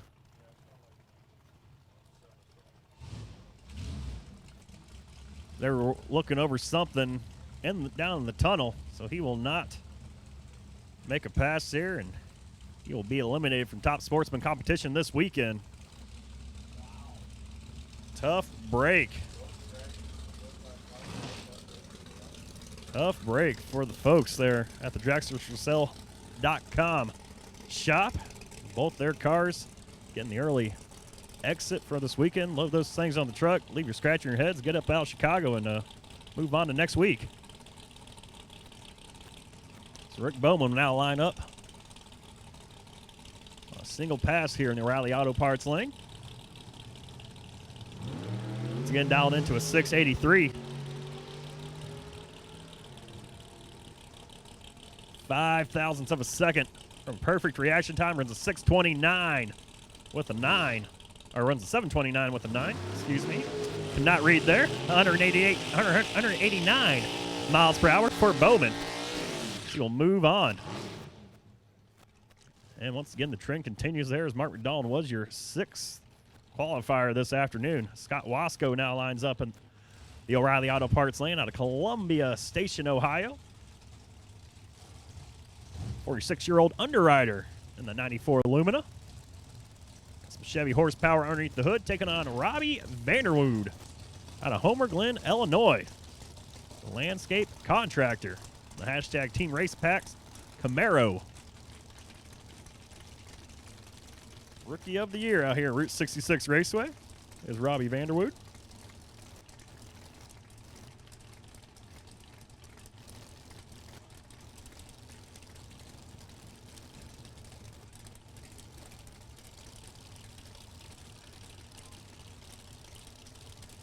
Vanderwood dialed into a 698. Ran a 7 flat. Qualify himself 30th. 199 miles per hour earlier on. Scott Wasco dialed into a 678. He ran a 676. His fastest pass so far this weekend, a 205 miles per hour.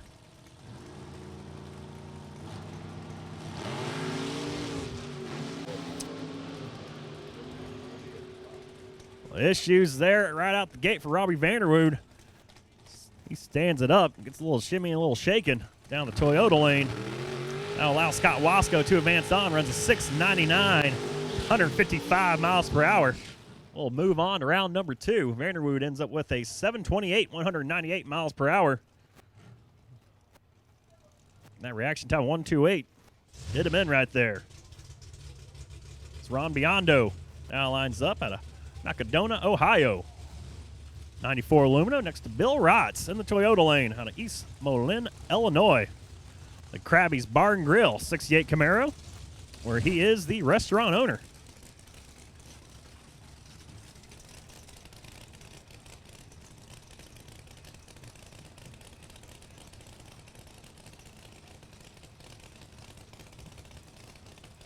Bill Rotz has the Pontiac power plant underneath his car.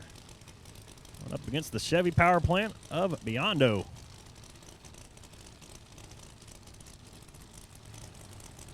Every time I see Rotz's car out there, it just makes me want to go over to Krabby's Bar and Grill, grab a cold one, and grab a burger. And it looks like Bill Rotz might be ready to do the same right now. And if he's not ready, he's going to be doing the same.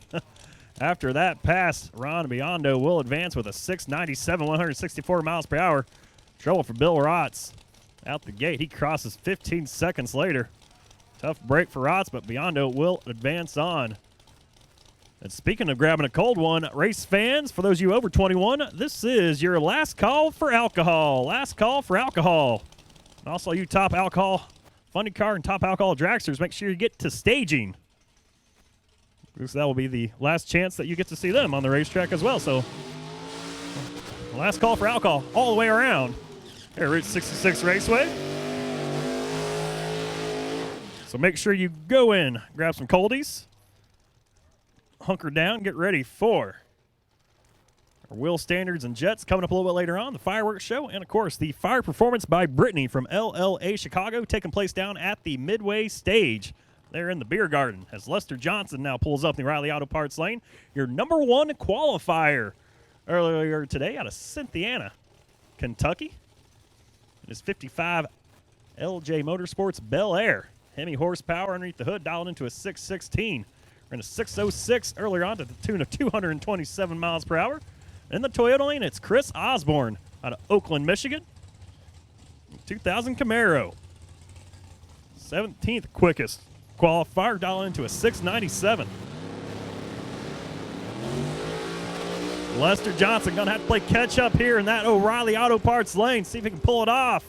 No, he cannot. Both drivers break out. Chris Osborne will advance with a 695, 197 miles per hour. Lester Johnson dialed into a 616. He broke out to a tune of 612. We're at 210 miles per hour. Just a tad bit quick there for your number one qualifier. And the trend, it's definitely trending right now on Twitter. These top qualifiers not advancing. Hats off, though, to Chris Osborne, 17th qualifier. Moving on. Don O'Neill now lines up in the O'Reilly Auto Parts lane out of Evansville, Indiana. dragsterforsale.com, Monte Carlo. 22-year-old U.S. Army soldier. Hats off to you, my man. Just got engaged to Diane. Oh. Apparently he's married now. He lines up next to Eric Burnett out of Charleston, Indiana. 05 Cavalier.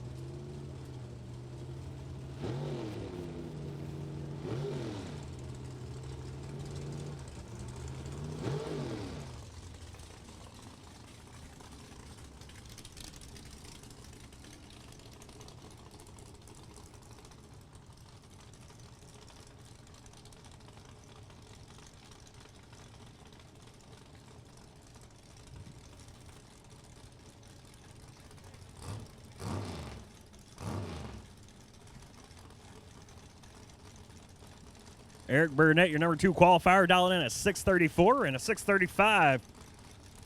This fast time earlier on, 226 miles per hour. Don O'Neill, your 18th quickest today in qualifying, in a 680, 201 miles per hour. You just stay the course right here. That's a pretty good chance of advancing. Not O'Reilly Auto Parts lane.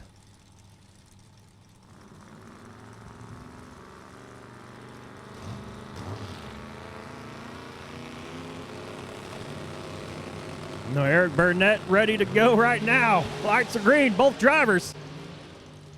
Gets a little squirrely, does Eric Burnett in your Toyota lane. Will it cost him? Yes, it will. 684, 180 miles per hour. Don O'Neill advances Eric Burnett. We'll put that thing back on the truck and move on down back to Charleston, Indiana. He runs a 917, 99 miles per hour. As Kyle Camp now lines up in the O'Reilly Auto Parts lane out of Terre Haute, Indiana. 92 Trans Am.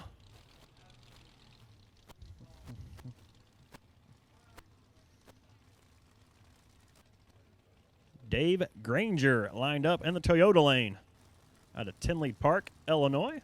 51 Henry J. Beautiful looking hot rod there in your Toyota lane. It's that classic old school flame job on it.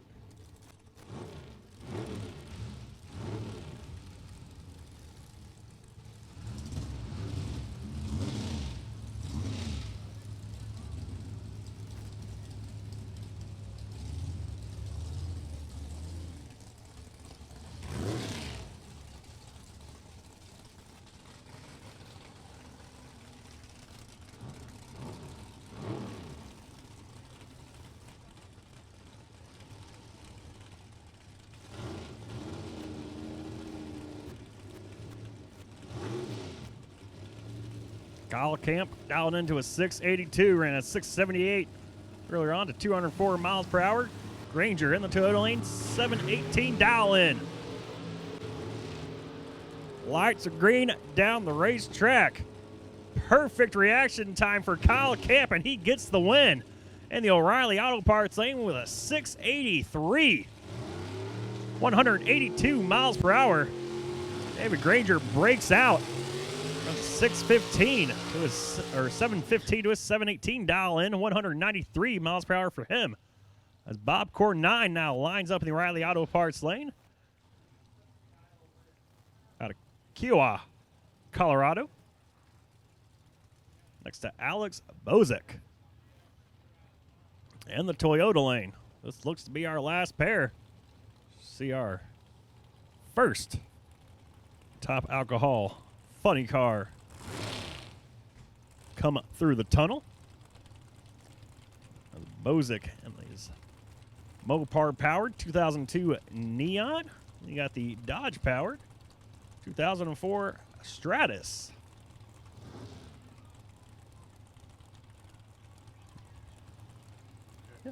Hey, race fans, get up on your feet right now. We got some T-shirt cannons ready to go off. So stand up, make some noise. Put your hands up in the air, wave around like you just don't care. Oh, that was not a good shot. Well, you can tell somebody's from Chicago. The gun laws are a little iffy here. Man, that was cold. Hey, back in Texas, it would have went over the grandstands. Well, yeah, I understand that. As Bosack goes down the line, got really close there to the middle of the Route 66 Raceway. He still walks away as we went with a 691 to a 171 miles per hour. Bob Core 9 runs 802. Hey, Sarah, we need to work on your shooting capability down there, darling. When the zombie apocalypse happens, you will not be ready. Yeah, you're going to be in deep doo-doo. Them zombies going to be all over you before you can even get loaded. Sarah down there shooting some T-shirts into the crowd. Oh, no, she just shot one into the wall. Are trying to. Giving it a shot. Seeing what she can do. Trying only leads to failure. That's what my dad told me. And now she has thrown the gun down. She's just going to throw him with hand.